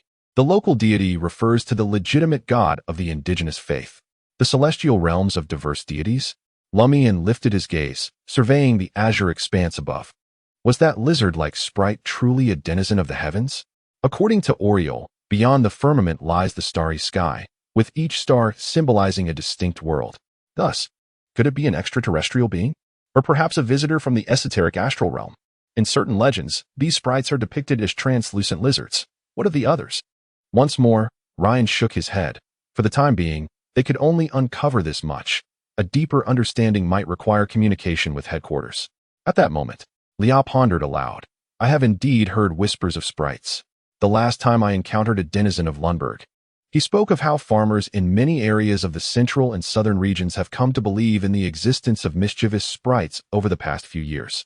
They are known to create disorder in homes and fields or play various pranks, referred to as witty ones. The central and southern regions encompass the territories of Lundberg, Maxis, Siegel, and other small nations, including parts of the Republic of Intis, the Kingdom of Rune, and the Kingdom of Phenobot. This area is predominantly mountainous and forested, rich in ruins and legends. It appears this phenomenon is not isolated. Lumian listened intently. Evidently, different sprites exhibit varying behaviors. Ryan, appearing contemplative, remarked that the lizard residing within humans might be the most sinister of its kind. Whether it is truly the most perilous remains uncertain, given the multitude of anomalies occurring in Cordu. The parasitism of sprites should not be considered an isolated incident. Perhaps it is part of a scheme by someone aiming to manipulate the clerics of the replica hall. At 3:30 in the afternoon, we shall convene behind the hill where the castle of the administrator resides. Will you join me in the search for clues? Certainly, Ryan acquiesced. As Lumian prepared to depart, Leah urgently called out to him. Is that all? You must at least provide a detailed account of the castle's condition, the individuals within, and the peculiarities exhibited by Lady Pualis. We cannot embark on our exploration and investigation unprepared. Even though Ryan and the others had some foreknowledge of the circumstances, they were nonetheless taken aback, their expressions becoming somewhat vacant. Soon, Leah's laughter rang out melodiously. I'm unfazed, after all. It is quite likely that we will encounter such situations in the future, and for you all, this is an opportunity that many men might never experience in their lifetime. Cherish it. Valentine disregarded her jest, murmuring with a stern countenance. All must be purified, purified. Lumian, wishing to avoid provoking him, waved his hand and said, until this afternoon. After taking a few steps, he turned to Ryan and cautiously inquired, has Bertrand been informed of your telegram's contents? Bertrand is the telegrapher responsible for relevant affairs. If he learns of the date and the tale of the sprite, it would imply that the administrator is also aware, and if the administrator knows, then Lady Pualis must be informed as well. Rest assured, Ryan replied gently, we have an agreed-upon code. He cannot decipher it. Ava felt a bit embarrassed. I have yet to make my selection. Her delicate features rendered the grayish-white gown she wore far less rustic. There is certainly no issue, Lumian remarked with a smile. Raymond and I will assist you in garnering support. Ava's expression shifted to one of surprise. You do not know? Know what? A sense of unease gripped Lumian's heart. Could something transpired in the village that diverged from the historical narrative? Observing his reaction, Ava suspected he was jesting. After a brief pause, the young woman furrowed her brow with concern and said, Raymond has gone missing. You are unaware? What? Lumian was so taken aback that he could not mask his emotions as he usually did. Since that fateful day, he had been preoccupied with too many matters to seek out Raymond for leisure. Who could have foreseen that today, Ava would suddenly inform him of Raymond's disappearance? This was an occurrence that had not transpired in the previous cycles. Upon witnessing Lumian's expression, the confusion in Ava's cerulean eyes vanished completely. You truly do not know. Raymond's father may come looking for you today to inquire about his whereabouts. Lumian quelled the tumult within and inquired, when did Raymond vanish? Could it be that my failure to adhere to the historical timeline has led to this anomaly? She paused, lowering her voice. They suspect Raymond has fled to avoid learning shepherding, believing I incited his departure. Will they confront me afterward? Lumian began to grasp the unfolding events. The afternoon of the 29th immediately evoked in him the inception of the cycle. The last two cycles had commenced on the afternoon of the 29th. This implies that Raymond had vanished right from the start of the cycle. It suggests that perhaps no one had intentionally altered the course of history, as there was no time. But why then was there such an anomaly and divergence? Lumian found himself lost in contemplation. Ava glanced at him and softly inquired, do you know where Raymond has gone? I haven't seen him these past few days. Lumian spoke the truth. He began to harbor doubts that Raymond's disappearance was linked to the incident from the previous cycle when he was cast into the river. However, it was inconceivable that Raymond would leave Cordu Village, as that would trigger the cycle. He disregarded other matters and first informed Aurore of Raymond's disappearance. Aurore's expression darkened, furrowing his brow as he murmured, I had almost forgotten about that person until you mentioned him. After a moment, Aurore turned to his brother, speaking solemnly. Subsequently, due to the absence of his corresponding essence, the cycle manifested as his disappearance. Lumian shook his head. That would trigger the cycle. Any human departure from Cordu Village and its surrounding area should do the same. Aurore responded gravely. What if it were in the form of a corpse? Note: in Swiss folklore, a type of sprite is referred to as a witzig. Chapter 64, Weapons. In the form of a corpse? Lumian felt his heart gradually sink. If Raymond's corpse has been severed from the cycle due to sacrifice, then he can no longer be resurrected through it. Once the anomaly in Cordu Village is resolved, he would be truly dead rather than merely missing. Although Lumian is somewhat reluctant to acknowledge that such a foolish individual as Raymond is his friend.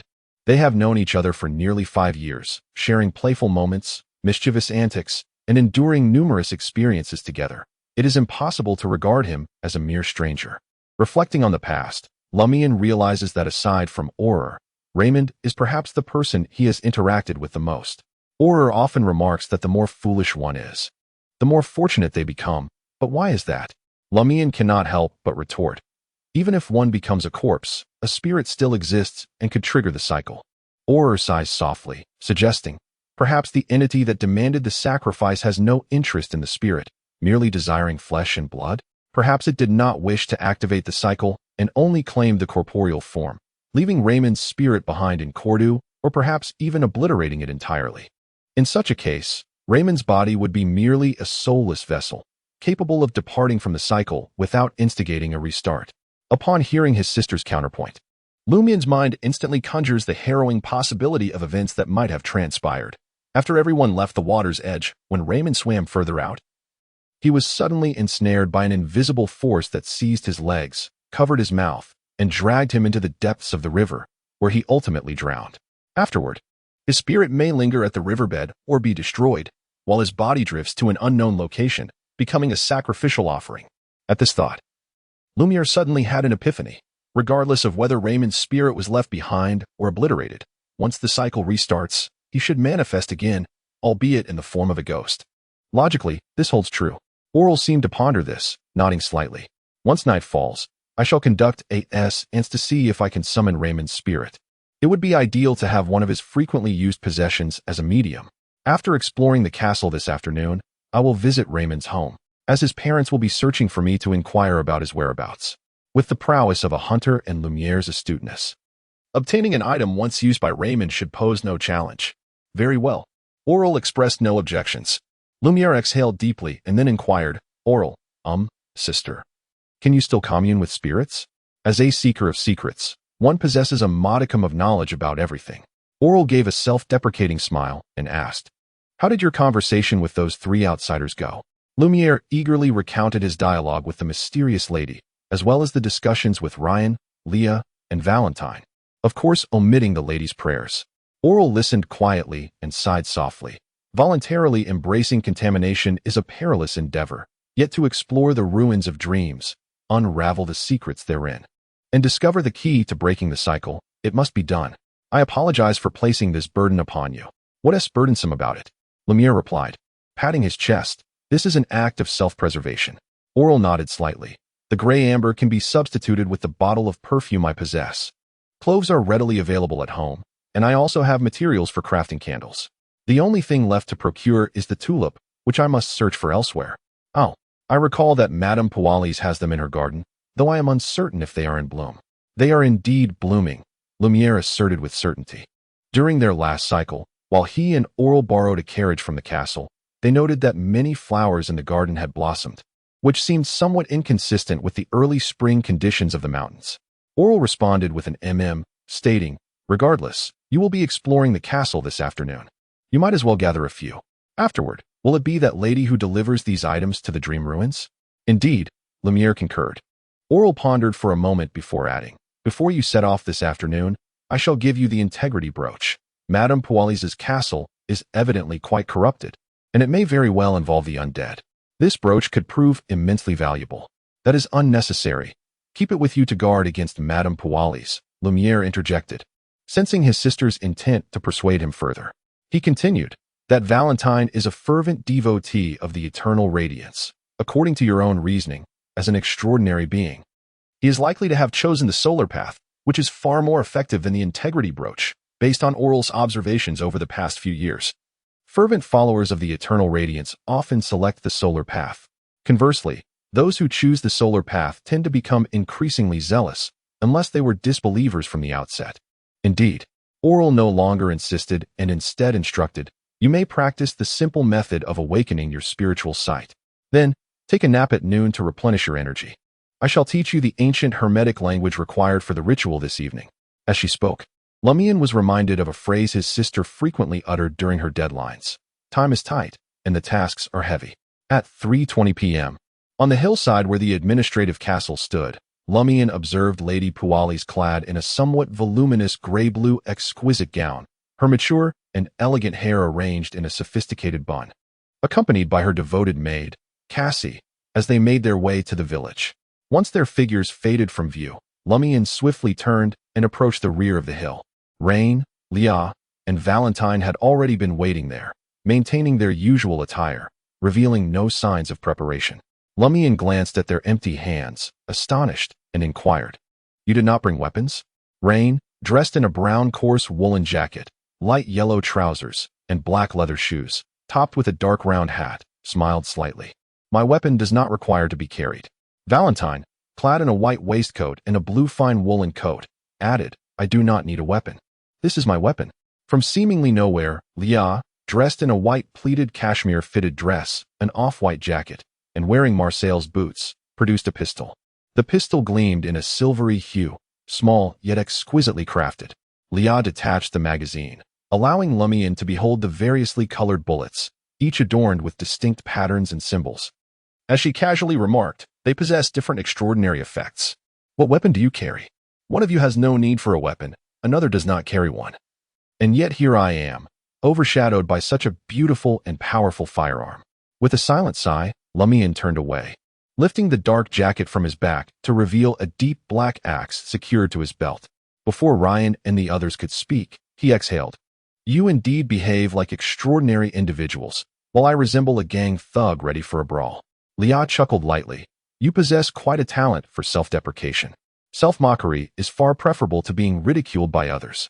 Lumian gestured towards the steep hill behind them, urging, "Let us ascend now. We cannot afford to delay any further." "Very well." Leah, clad in a fitted dress, was the first to begin the climb. Her movements were graceful, exhibiting remarkable balance as she effortlessly scaled the hilltop using a few protruding rocks. Remarkably, the 4 small silver bells adorning her attire remained perfectly still, emitting no sound. Lumian followed closely behind. Though not as nimble or elegant, he ascended rapidly, aided by the enhancements of his hunter's potion, using stones and tree roots as footholds to conquer a hill he had previously deemed insurmountable. Ryan leaped with agility, landing squarely on a jutting rock in the middle of the hill. He then jumped again, successfully bringing Valentine along as they joined Lumian and Leah. Throughout the entire process, his physique seemed to swell slightly. This left Lumiere somewhat stunned. Although the hill was not particularly high, was it not a bit exaggerated to ascend it with merely 2 jumps? In any case, a hunter would certainly be incapable of such a feat. "We decided to take the back route." "Wait," Ryan interjected, directing his gaze towards Leah. Leah remained silent, taking a couple of steps towards the rear entrance of the castle-like structure. Her lips moved as she silently murmured something.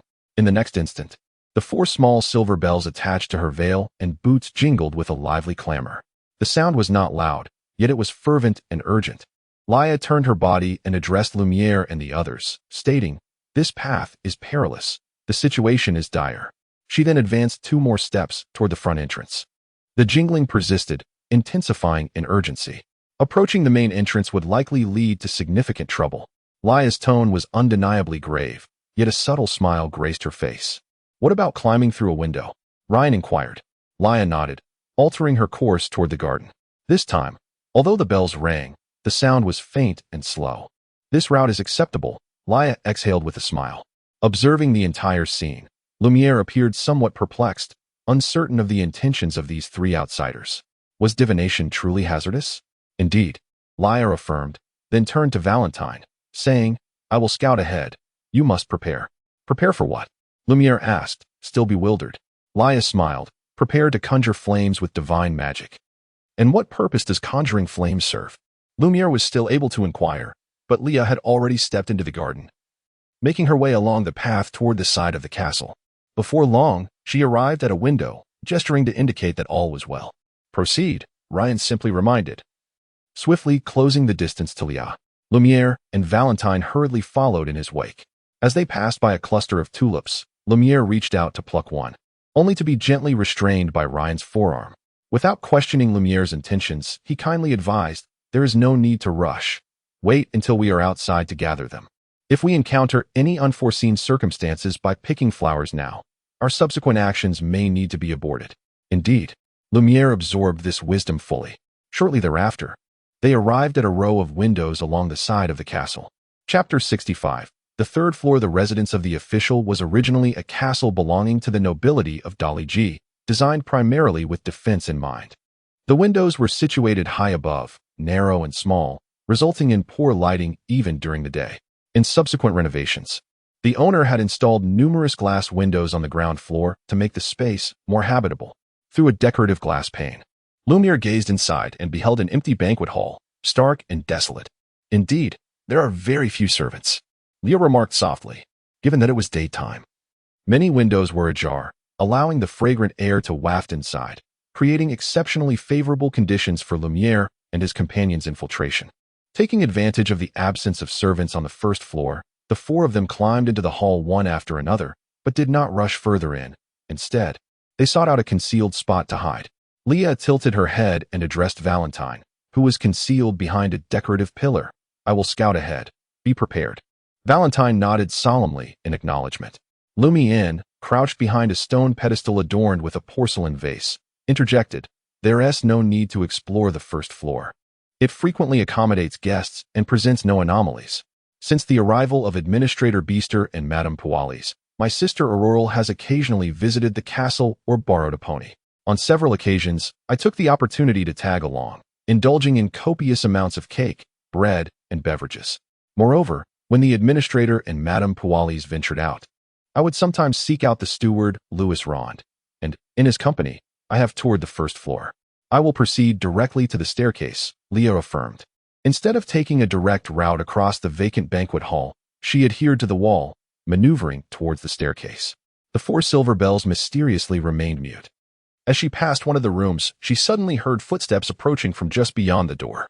Positioned perfectly, Lumian caught sight of a male servant clad in a red jacket and white trousers, about to encounter Leah at the threshold, with no obstructions in sight. Unperturbed, Leah pivoted her body, braced herself against the wall, and deftly ascended to the 2-meter-high oil painting. She then rose onto her tiptoes, balancing on the frame. Managing to stand firmly against the wall without dislodging the artwork, Lumian watched in awe, wishing to applaud, as it reminded him of the acrobatic performances he had witnessed at the circus in Li Ji the previous year. As the male servant exited the room, he instinctively glanced left and right before making his way towards the kitchen. After taking a few steps, Leah silently slid to the floor beside a painting. She then rolled twice, seeking refuge behind a pillar. Only after the male servant had vanished into the banquet hall did she cautiously resume her journey along the wall. At last, she reached the staircase, ensuring all was clear. Observing the scene, Lumian darted from the stone platform, swiftly advancing in a straight line towards her. His speed was remarkable. In just a couple of seconds, he was by Leah's side. Valentine was not far behind, his physical prowess evidently superior to that of an ordinary individual. Without further ado, Leah took the lead as the four of them distanced themselves. Ascending the stairs to the second floor of the house, the corridor here was flanked by closed doors, each adorned with a single window at the bottom through which sunlight filtered, rendering the overall atmosphere strikingly dim. Ryan cast a glance around and remarked, to which Leah and the others nodded in acknowledgement. Lumian immediately approached a nearby room, pressing his ear against the door to listen for any sounds within before deftly turning the knob and slipping inside. This was the chamber of a maid. After rummaging through the space without uncovering any clues, he proceeded to the next room. Thus, the four of them occasionally evaded the servants while exploring most of the second floor. As their search drew to a close, Lumian found himself at the threshold of the room that had left a lasting psychological impact on him, Louis Lon's bedroom. According to the timeline, the steward should have given birth the previous day. His abdomen had been torn open, and even with sutures, recovery would not come swiftly. He was undoubtedly lying in bed recuperating. Lumiere murmured silently to himself, contemplating whether to push the door open and converse with Louis Rond. As a first-hand witness to the bizarre events, this male steward must possess considerable knowledge. However, Doing so would contravene their prior agreement to merely observe and explore without disturbing the anomalies. After all, Lumian Li could not assure that Louis Rond would refrain from divulging his infiltration of the castle to Madame Palalis. He had already fathered a child with her. What secrets could remain? As for silencing him, that would amount to directly informing Madame Palalis that a crisis had occurred. Alas, if only I understood the art of hypnosis. Lumian Li lamented silently while instinctively pressing his ear against the door, straining to catch any sounds from within. There was utter silence. With the heightened acuity of a hunter, even through the door and a few meters of distance, the sound of breathing would be impossible to miss. No one. Louis Rond had just given birth. Where could he have gone? Lumian Li tentatively twisted the handle, pushing the door ajar, and peered inside. The room was reasonably tidy, devoid of the bloodstains that lingered in his memory. Of course, Louis Rond was also absent. Lumian Li furrowed his brow slightly, exerting force to push the door open halfway, and stepped inside. He could discern that this bedroom bore the unmistakable marks of human presence. The neatly arranged bedding, the cigarette butts resting on the bedside, the black coat draped over the chair, and the barely visible footprints on the floor all indicated that Louis Rond had recently occupied this space. Additionally, Lumiere noticed some bloodstains and grease left uncleaned at the edge of the bed. Indeed, a child had been born yesterday. Lumiere nodded to himself in quiet acknowledgement. At that moment, he heard faint voices drifting in from outside. He hurried to the window, leaned to the side, and peered out. In the stable, the dark-haired, blue-eyed Louis Rond was clad in a white shirt, a black suit, dark trousers, and polished shoes, engaging in conversation with the ferryman, Saywell, who had transported the siblings to the other world in the previous cycle. Louis's complexion was notably rosy, and his gait was steady and robust, leaving Lumiere momentarily stunned. Was this truly a man who had just welcomed a child into the world? Furthermore, a cesarean section at that. Lumiere fought to suppress his astonishment and listened intently to the exchange between Louis and Saywell. To his surprise, the two were merely discussing gardening tips and the intricacies of weeding. What is taking him so long? Noticing Lumiere's delay, Ryan, adorned with a dark round hat, entered the room, followed closely by Leah and Valentine. Lumiere quickly lowered his voice and relayed Louis Rond's demeanor to the three outsiders. Ryan listened attentively, and after a moment of contemplation, asked, "Are you familiar with the Mother Earth? The region of Li borders the kingdom of Fenaport, and shepherds frequently migrate there." Coupled with his sister's foundational education, Lumian was not unfamiliar with this area and its deities. Ryan nodded, stating that the deity in question presides over fertility, which corresponds to healing and life, as reflected in the extraordinary abilities of those who follow the respective paths. I do not imply that the matters here are related to the mother goddess of the earth. Rather, I wish to convey that fertility, healing, and life are often interconnected. Since Louis Rond is capable of childbirth, it is understandable that he could recover in just one day. Indeed, Lumian pondered this and found it reasonable. If men can give birth, then it is hardly surprising for one to be lively and active a day after a cesarean section. Did you glean any insights? He inquired of Ryan and the others. Ryan shook his head, remarking that all was typical in the servants' quarters. It appeared they had reached the third floor.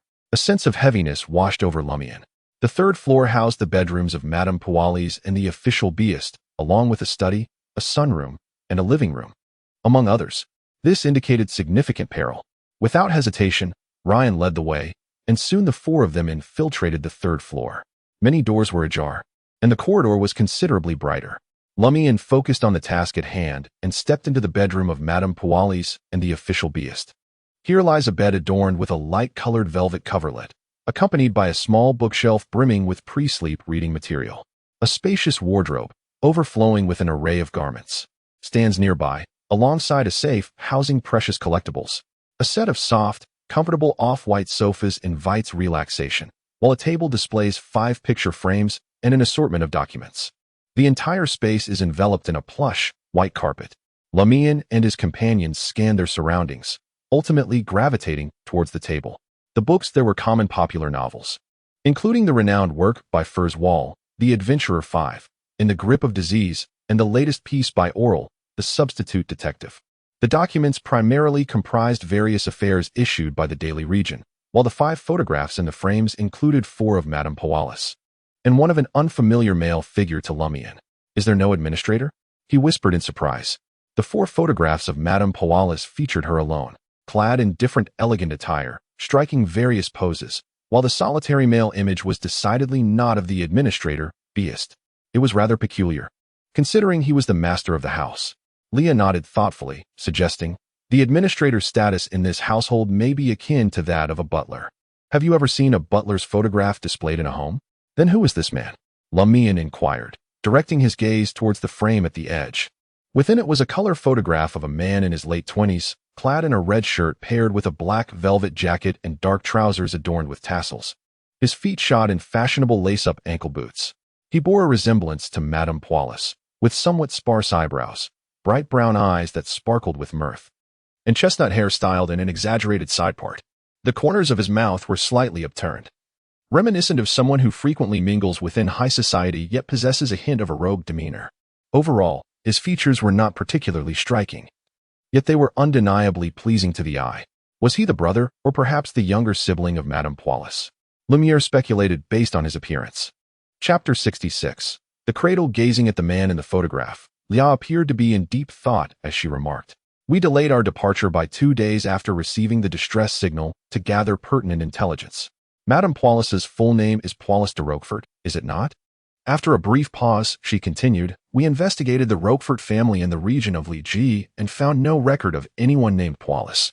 In Intis, it is customary for women to retain their maiden names after marriage, especially when their names include da, which signifies noble heritage. The da in Intis denotes origin, while the surname reflects the original fiefdom. No such individual exists." Lumiere was somewhat taken aback. He was aware that Madame Poalis harbored issues, potentially severe ones, but he had not anticipated that her identity might be entirely fabricated. Ryan nodded in agreement. In Li, the Roquefort family is extensive, with numerous members, and has even produced a provincial councillor. Our time was limited, and we could not conduct a more thorough investigation. We could only preliminarily confirm that there is no individual named Poalis. However, there is a man named Plit who has been missing for over a year. Plit? Lumiere inquired about the relationship between himself and Madame Poalis, finding it rather intriguing. Ryan shook his head, stating that a lack of sufficient information rendered any speculation futile. What we do know is that Pierre Trey de Roquefort espoused the most prevalent doctrine of Trier, known as dandyism, which led to numerous illegitimate offspring and incited the ire and disdain of many. This may very well explain his departure, whether voluntary or coerced, from Li. Dandyism. Lumiere found this term somewhat unfamiliar. The magazines and newspapers subscribed to Bai or Lu were either predominantly aimed at a female audience, narrative-driven, or focused on reporting national affairs, with only a smattering of supernatural literature, seldom addressing the trends among gentlemen. L.A. chuckled lightly, explaining, in simpler terms, it refers to a dandy who is fashionable in appearance, eloquent in speech, and indulgent in conduct. Trier people certainly know how to play the game, wrapping infidelity in the guise of an ideology, a philosophy, a fashionable trend. Lumiere marveled at this, while also offering a sardonic remark. When it comes to the self-cultivation of infidelity, one must always look to the people of Trier. What is a mere parish priest in the presence of a Trierite? But a child? Over the past year, Trier has constructed numerous arcades. In the semi-subterranean 2-story building, Aurore sipped her marquis Earl Grey tea and spoke to Madame Poalis, Naalaya, and others about the latest trends. What is an arcade, she mused. It is essentially a street enclosed at both ends, topped with glass. Its floor adorned with marble and flanked by elegant, opulent shops. By day, sunlight pours in from above. By night, gas lamps illuminate the space, while carriages are strictly prohibited. The most famous of these is the Opera Arcade Street. Madame Poalis, holding a white porcelain cup filled with red tea, gazed intently at Aurore with her bright brown eyes, listening with a smile as she spoke. "It sounds truly enchanting," Naalaya remarked wistfully. "It vividly evokes a sense of elegance, fashion, cleanliness, and brightness." The opportunity to learn about the most fashionable aspects of Intis from Aurore was their primary motivation for accepting the invitation to afternoon tea. After a while, the conversation shifted to Aurore's work, focusing on matters of emotion. Love is indeed an enigma, difficult to grasp. Madame Poalis seemed to resonate with this sentiment. "So, is that why you find yourself in love with many men simultaneously?" Aurore couldn't help but silently scoff. Madame Poalis looked at her, a faint smile gracing her lips, and sighed slightly as she remarked, "Sometimes, One may feel anger towards him for his mistakes, wishing him harm or even death. Yet, when he truly faces mortality, one cannot help but rush to his aid, refusing to confess it. Perhaps that is the essence of love. In the official residence of the administrator, within the confines of the master bedroom, this may elucidate the comparatively low status of Administrator Beaster within his own household. Lumiere and his companions immediately dispersed to search elsewhere. Despite Lumiere's keen ability to observe subtle traces, he found little of significance. The same was true for Lia and the others. Reluctantly, they shifted their focus to the study and other areas, patiently conducting their investigation. As time slipped away, the four arrived at the end of the corridor, where a closed room awaited them. Opposite was an open sunroom, and beside it, a staircase leading to one of the towers. After searching the sunroom, Ryan turned his gaze toward Lia. She raised her hand to lightly touch the silver bells hanging from her veil, murmuring to herself as she approached the tightly shut wooden door. This time, the four bells remained silent. With a sigh of relief, Lia grasped the doorknob and gently pushed the door open. Inside was a spacious room, dominated by a rocking cradle in the center. The cradle, crafted from brown wood, was installed within a wooden frame and was adorned with a clean, albeit somewhat worn, white cotton swaddling cloth, lying empty. This room could be said to have once belonged to Madame Puali's 2 children. Apart from the cradle, there were no toys to be found. Only the floor was sporadically scattered with grains of wheat, barley, rice, rye, and oats, creating an eerie atmosphere. Moreover, these grains appeared to be well preserved, as if they had only recently been brought in. A faint glow emanated from Valentine as he entered the room and surveyed the area. No sinister presence was detected. Well then, Lia turned to Lumiere. Shall we proceed to the tower? Lumiere had always been intrigued by the 2 towers of the castle and never anticipated he would have the opportunity to explore them today. As Valentine emerged from that peculiar nursery, Ryan grasped the doorknob, intending to close the wooden door and restore the room to its former state. At that moment, Lumian instinctively glanced inside once more. The brown wooden crib began to sway gently. Yet, both the windows of this room and the floor-to-ceiling windows of the sunlit room across the way were firmly shut, and no breeze stirred in the corridor. Lumian's pupils dilated in astonishment. Noticing his unease, Lia also turned her body, directing her gaze into the room. The crib continued to rock softly, as if an invisible, intangible infant lay nestled within the cotton white swaddling. Instinctively, Lia raised her right hand to her brow, seemingly attempting to alleviate the fatigue in her eyes. She was preparing to open her spiritual sight to discern what was truly present. At that precise moment, the 4 silver bells adorning her veil and boots began to jingle violently, as if on the verge of bursting. Ryan's expression hardened, and he barked, "Get away from here." As he spoke, he rushed into the sunlit room, pivoting his body to crash against the floor-to-ceiling window. He aimed to create a direct passage out of the castle. Thud! Ryan collided with the window, yet no sound of shattering glass followed. Instead, the windows revealed the transparent faces of small children, some appearing to be infants. Their complexions were pale with a greenish hue, eerily unsettling. After being struck by Ryan, they simultaneously opened their mouths and began to wail, accompanied by this cacophony of cries. The entire 3rd floor of the castle plunged into an eerie gloom, as transparent faces of infants emerged upon the walls and glass surfaces. Some wept bitterly, while others turned their gaze, staring blankly at Lumian, Lia, Valentine, and Ryan. Merely being the object of such scrutiny sent a chill through Lumian's body, causing him to tremble involuntarily, his heart overwhelmed by a profound sense of dread. In the next moment, a dim golden light emanated from Valentine. This light flowed like water, rapidly expanding outward in rings, swiftly enveloping Lumian, Lia, and Valentine. A warm sensation arose, dissipating the coldness within Lumian completely. He ceased to tremble, his heart brimming with courage as he unsheathed the iron-black axe. Simultaneously, Ryan seemed to grow significantly taller, his garments stretched taut. Around him, a glimmer resembling dawn began to materialize, swiftly coalescing into a suit of silver-white armor that enveloped his form, while a massive sword of light formed in his hands. Ryan raised this sword high, striking down upon the window before him like a giant. The pale, childlike faces emitted cries of anguish, swiftly transforming into wisps of smoke beneath the weight of the luminous blade. Yet, the glass did not shatter. Instead, more transparent faces emerged, their piercing wails tormenting the ears and souls of Lumian and his companions, who dared intrude upon the castle. Almost simultaneously, Lumian caught sight of a figure emerging from the far side of the corridor, descending from the second floor. She appeared to be in her 40s. With brown hair and eyes, her appearance reasonably pleasant, devoid of wrinkles. It was the woman who had previously assisted in the birth of Louis Londa. She gazed at Lumian and the others, her voice deep and unwavering. "You shall pay dearly." Within the semi-subterranean two-story structure, Madame Pualis suddenly paused, her expression subtly shifting. She set down the porcelain teacup adorned with a white glaze and smiled at Aurore, saying, "Ah?" Aurore felt a jolt of surprise. With an air of regret, Madame Pualis rose. "I had intended to linger after our afternoon tea to further discuss your works and the beautiful, radiant love encapsulated within them. However, I cannot." She shook her head. "This matter pertains to my children." Chapter 67. Sorcery Valence saw the woman clad in a grayish-white gown. Her eyes filled with hatred as she opened her arms wide, mimicking a gesture of embracing the sun.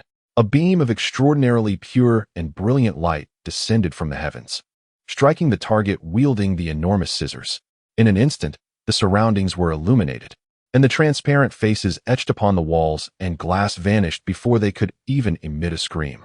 Though the woman's body appeared to be ignited and evaporating, she suddenly disappeared without a trace. Lumiere found this scene eerily familiar. He had witnessed a similar phenomenon during his hunt for the mob beast. Invisibility. Certainly, the woman may not have merely concealed her form, but she was undoubtedly alive, which did not bring Lumiere any sense of joy. Instead, he moved closer to the towering figure of Ryan, clad in resplendent silver armor and wielding a colossal sword of light, whom he deemed the most trustworthy among those present. It was evident that Ryan was exceptionally skilled and adept in combat. At that moment, behind Lia, against the wall near the tower entrance, the pallid visage of a child suddenly emerged, transforming into a woman clad in a flowing grayish-white gown. In her grasp, a pair of enormous scissors clamped around Leah's neck. With a sharp snap, Leah's head fell, yet no blood gushed forth.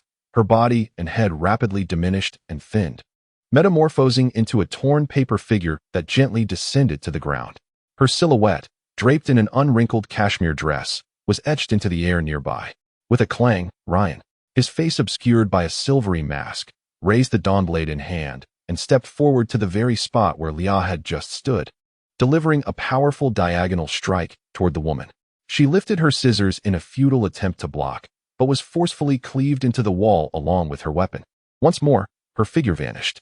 Behind Valentine, adorned in a blue fine wool coat, a swollen, bruised visage instantaneously transformed into that of the woman. She lunged forth, aiming her scissors at the nape of Valentine's neck. "Beware!" Leah shouted loudly, alerting her companion to the imminent danger. Valentine grunted in response, his outstretched arms contracting slightly. The woman was ensnared within, her face contorted in agony as her body ignited in a fierce blaze. This transparent visage dissolved into tendrils of black smoke within the golden, ethereal flames, ultimately evaporating. With a resounding strike, Ryan's dawnblade once again struck the ground in that very spot, causing the entire castle to tremble. Yet, he was a moment too late, failing to intercept the woman. In other words, she was capable of launching an attack from any wall or window on the third floor of the castle, rendering the counterattacks from Ryan and the others ineffective in inflicting any real harm upon her. With this realization, Lumian swiftly distanced himself from the large window and the surrounding walls, positioning himself in the center of the sunlit room. At that moment, ghostly visages began to emerge from the floor and ceiling. Suddenly, the woman materialized from behind Lumian, her scissors darting towards his thigh with alarming speed. A surge of danger coursed through Lumian's mind, compelling him to leap into the air without pausing to ascertain the source of the attack, veering to the side. In a swift motion, he was a beat too late. The underside of his thigh was slashed open, blood gushing forth instantly. As each drop of blood fell to the ground, the woman, having repositioned herself, gestured, causing the droplets to coalesce into a slender, crimson silhouette. Without hesitation, this sanguine figure turned and lunged towards Lumian, who was still profusely bleeding, as each drop of his blood nourished it, enhancing its clarity. Meanwhile, Lumian not only endured excruciating pain, but also experienced an uncontrollable sensation coursing through his veins. Almost instantaneously, Ryan leaped into action, suspended in midair. He raised the colossal sword of light high above him and brought it down forcefully upon the blood-red apparition. pinning it to the ground and shattering it alongside the surrounding transparent faces. Unbeknownst to him, Lia had already maneuvered to Lumian's side, extending her right hand to press against the wound on his thigh. Then, Lumian was astonished to discover that his wound mysteriously followed the movement of the opponent's right palm, descending along to the less vascular side of his calf. The flow of blood instantly diminished. Suddenly, a woman's head emerged from the ceiling, her brown eyes deepening with an intense glow, as if a fierce life force burned within. The blood dripping from Lumian's calf was ignited, erupting into a radiant flame reminiscent of the brilliance of spring sunlight, swiftly spreading into the depths of the wound and coursing through his blood vessels. In that fleeting moment, Lumian felt as though his life was slipping away rapidly. With a resounding thud, Ryan drove the colossal sword, composed of shimmering light, into the ground. Around him, in the vicinity of Lumian and Lia, a soft dawn-like radiance began to emerge, filling the entire space. Within this dawn, the residual crimson silhouettes rapidly dissolved, and the bright, beautiful flames at Lumian's calf quickly extinguished. Yet, the brief moment of combustion had caused his wound to seal partially, halting the bleeding. Ryan withdrew the giant sword and declared in a grave tone, "The environment here is not conducive. We must depart." His implication was that the woman was not as formidable as she appeared. She was almost impossible to kill or pin down, primarily due to the unique advantages granted by the special conditions of the castle's third floor. Although he was perpetually a beat behind compared to the enemies capable of leaping with their transparent visages, he relentlessly employed powerful vertical slashes, diagonal cuts, and direct thrusts, compelling the opponent to hesitate whenever she emerged, swiftly evading after each brief assault. With the radiant light summoned by Valente, a golden flame was conjured, briefly restraining the woman, allowing Lia and Lumian to evade much of the assault. Throughout this ordeal, the silver bells upon her veil and boots chimed incessantly, at times fervently, at others with a frenzied intensity. Lumian dared not remain on the ground, opting instead to perch upon the table, vigilant of both the ceiling above and the floor below. While scrutinizing Lia's movements, drawing from past experiences, he surmised that she was discerning the optimal route for escape. Soon, Lia ceased her acrobatic sprint, to the tower. To the tower. No sooner had she uttered the words than the woman emerged from the ceiling, her voice piercing as she exclaimed, "You wretched lot." Each word resonated in Lumian and the others' minds, quickening their pulses, inducing dizziness, and evoking a profound sense of nausea. Valente, enduring the discomfort, spread his arms wide. A brilliant, pure light engulfed the ceiling above. "Move," Leon commanded. Once Lia and the others ascended the staircase leading to the tower, he turned his body and leapt after them. The woman reappeared from a transparent visage in the side wall, emitting a shrill cry. In tandem with this piercing sound, a layer of ominous black flames ignited upon Leon's silvery armor. He felt his strength rapidly diminishing. Without hesitation, he dispelled the dawn armor. Glimmers of light, reminiscent of the first light of dawn, scattered amidst the black flames, vanishing into the ether. Lion, wielding the colossal sword of light, seized the moment to leap, completely detaching himself from the third floor of the castle and descending into the staircase. At this juncture, Lumian, acutely aware of his considerable inferiority in strength and unable to leverage the environment, trailed in second place, just behind Lia, whose silver bell tinkled gently as she moved. Suddenly, Lia halted in her tracks. Lumian swiftly came to a stop, his ears catching the sound of chattering voices. He turned his gaze forward, momentarily taken aback. The tower was not large. In fact, it could be described as cramped, with staircases leading to various shooting ports. The walls were densely populated with children. They donned a variety of garments, some appearing newly born, while others seemed to be 3 or 4 years old, with hands and feet resembling sharp bird claws. Clinging to the walls like avian creatures in a forest, these children occupied most of the available space. The juxtaposition of their human faces and bodies with the unnaturally sharp bird-like appendages, exceeding 100 in number, along with their abnormal resting postures, sent a chill down Lumian's spine, evoking a sense of dread reminiscent of witnessing Louis Lund giving birth, wherein his eyes and soul felt tainted. The children had yet to notice the intruders. A few were joyously exchanging thoughts. "The sky outside is so blue. I want to go out." "No, we can't. Mother said we must be able to retract our claws, like normal humans, before we can go outside." At that moment, Lion caught up to the trio from behind, urging urgently, "Keep your distance." He swiftly turned his body, wielding the Dawnblade, a towering figure blocking the entrance of the tower. Leah and Valentine did not inquire as to why. Instead, they dashed forward, seeking refuge behind staircases and obstacles. Though Lumian did not comprehend the situation, his instinct for survival urged him to follow suit. "Get down." The woman's voice pierced the air with a sharpness that resonated within Lumian and the others, rendering them momentarily weak. Almost immediately, the woman clad in a grayish-white gown appeared at the corner of the staircase, while the entire tower pulsed with a vibrant life force, devoid of any translucent, pallid visages. Chapter 68. Purification. Upon witnessing Ryan not only refraining from fleeing, but also standing resolutely at the entrance with the Dawnblade, the woman in the grayish-white gown was struck by an ominous premonition. She swiftly redirected her massive scissors, grasping her own neck, and made a delicate incision. Crimson blood gushed forth instantaneously, accompanied by a piercing wail, as if it possessed a life of its own, flowing in all directions and enveloping her entirely. It was as though she donned a suit of sanguine armor. While she engaged in this grim act, Ryan held the Dawnblade with both hands, kneeling on one knee. With a resounding thud, he plunged the radiant double-handed sword into the stone floor before him. The colossal blade subsequently shattered, transforming into countless points of light resembling dawn. Densely packed and innumerable, coalescing into a flickering and tempestuous whirlwind that surged forth. As the tempest of light swept through, the stone floor was ruthlessly thinned. Some steps were obliterated while others bore exaggerated cracks. The woman, unable to evade in the slightest, was utterly engulfed. The sanguine armor upon her form held for but a fleeting second before it shattered, dissolving into the brilliance.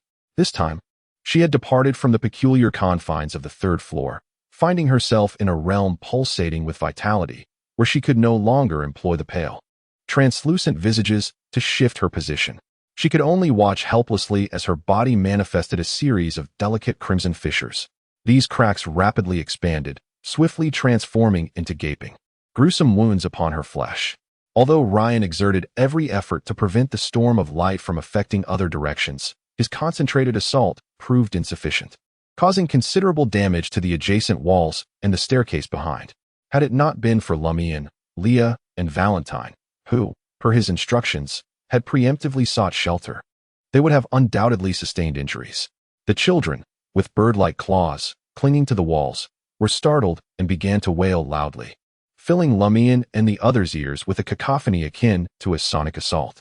"Move," Ryan commanded, pivoting his body to crash against the most severely damaged wall nearby. With a resounding crash, the wall fractured, and a cascade of stones tumbled down, revealing a sizable opening through which a human could pass.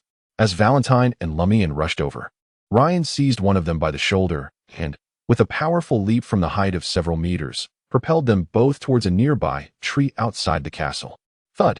He found himself suspended in midair, propelling himself off the tree, transforming his descent from a direct plunge to a diagonal flight away from the castle. Liao leapt forth, utilizing the protrusions of the castle's outer wall to descend rapidly, reaching the ground within a mere couple of breaths. Amidst the violent swaying of the trees, Ryan, Lumian, and Valentine waited a few seconds for Liao before dashing towards the hills, retracing their steps before the remaining servants could catch up. Less than a minute later, at the entrance of the tower, beside a gaping hole, stood Lady Pualis in a flowing gray-blue gown, her expression inscrutable as she surveyed her surroundings. The children clinging to the walls cried out for their mothers, denouncing the savagery and brutality of the intruders. Lady Pualis remained silent, her countenance as cold as stone. Within the woods adjacent to Cordu Village, Liao was about to speak when her brow suddenly furrowed. "I hear a baby's cry, very close."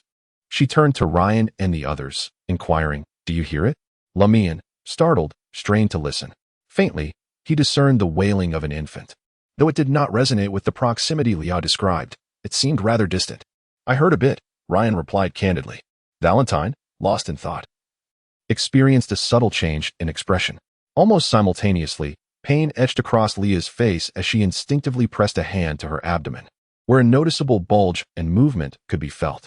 Valentine hurried over, placing a hand upon Leah's head, and then solemnly uttered an ancient word from the Hermetic tongue that Lumian had recently learned. "Son." A droplet of golden, translucent liquid materialized out of thin air, cascading down upon Leah.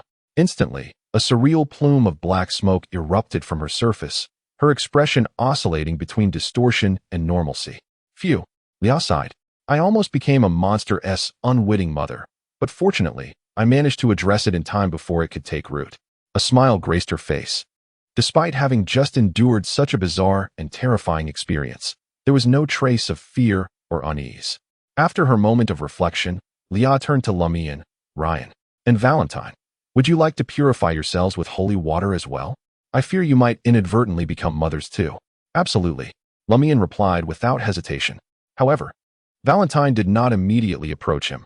Instead, he moved to Ryan's side, placing his hand atop Ryan's head. Son. Once again, that ancient hermetic word invoked another droplet of golden liquid. As the holy water fell, there was no sign of anomaly upon Ryan. Valentine then proceeded to purify himself, similarly devoid of any illusory black smoke emanating from him. Once he had ensured his companions were secure, he approached Lumian, placing his hand on the hunter's head. Son. A wave of agony surged from Lumian's heart, as though a serpent writhed within, attempting to escape. With each movement, the serpent's presence quickened or stilled Lumian's heartbeat, inducing immense discomfort. In the next moment, he faintly heard that mysterious voice, seemingly emanating from an unfathomable distance, yet also as if it were right beside him. Fortunately, it was not as vivid as in a dream, sparing Lumian from slipping into a state of near death. Just as Lumian was on the verge of despair, Valentine ceased the purification process and nodded solemnly. You are not at fault either. At that moment, he began to comprehend the events that had just transpired. According to the enigmatic lady's assertion, he was one of those heavily tainted by a clandestine malevolent deity. And it was only through the timely sealing by that great being that he could maintain the semblance of a normal person. Accepting the holy water's purification for him was akin to a demon or a wraith embracing the sanctifying light. It would undoubtedly lead to calamity. In simpler terms, he was, in fact, the very essence in need of purification from the taint of the malevolent entity. Fortunately, had Valentine persisted any longer or exerted more force, even with the great being's seal, I would have inevitably revealed abnormalities. Henceforth, I must refrain from any further purification, and I cannot seek exorcism. I am the very entity that requires banishment. Lumian felt a surge of relief, managing to suppress the remnants of pain from surfacing on his visage. Noting that his companions had successfully undergone purification and eliminated potential threats, Ryan promptly stated, "We must now proceed to the village's outskirts, where the cycle will be triggered. Should Madame Poalis find a clue and pursue us, and we find ourselves unable to defend against her, we shall attempt to escape and restart the cycle." Observing Valentine's evident confusion, Ryan elaborated, "I fear that if we perish within the cycle, there may be complications upon its dissolution, so while we can, we should strive to avoid death." "All right," Lia interjected, agreeing before Valentine could voice any fervent objections. Witnessing the unanimous decision of his two companions, Valentine could only acquiesce with a nod. At that moment, Lumian cast a brief glance at them and waved his hand, saying, "Are you not concerned that Madame Poalis might seek you out?" Ryan furrowed his brow in confusion. Lumian chuckled, "Unlike you, I have been evading the gaze of those monstrous children since I entered the tower, remaining unseen. The midwife who has seen me has been thoroughly eliminated by you, seemingly without a trace left behind. How could Madame Poalis possibly suspect that such a formidable infiltration team includes someone as ordinary as myself? Consider this. Before your arrival in Cordu, no one attempted to infiltrate the castle. Yet, the moment you arrived, events began to unfold. Who do you think they might suspect? If I were to flee alongside you, I would only be dragging myself down with you." Ryan, Lia, and Valentine found themselves momentarily at a loss for words. It was evident that this young man had orchestrated the operation, so why, in the end, did it seem that he had no connection to it? Why were they left to bear the brunt of the blame? Farewell. If Madame Poalis dares not confront you extraordinary officials, and the cycle does not restart, then I shall see you at the old tavern tomorrow." Lumian waved his hand as he made his way toward the edge of the woods, reminding them, "Take care, my little cabbages." Once out of the woods, Lumian's expression grew grave. His decision not to follow Ryan and the others was not solely based on the reasoning he had just provided. That was merely an excuse. The moment Aurore invited Madame Poalis for afternoon tea, it was inevitable that someone would attempt to infiltrate the castle, an obvious suspect, indeed. Survival was the key to hope.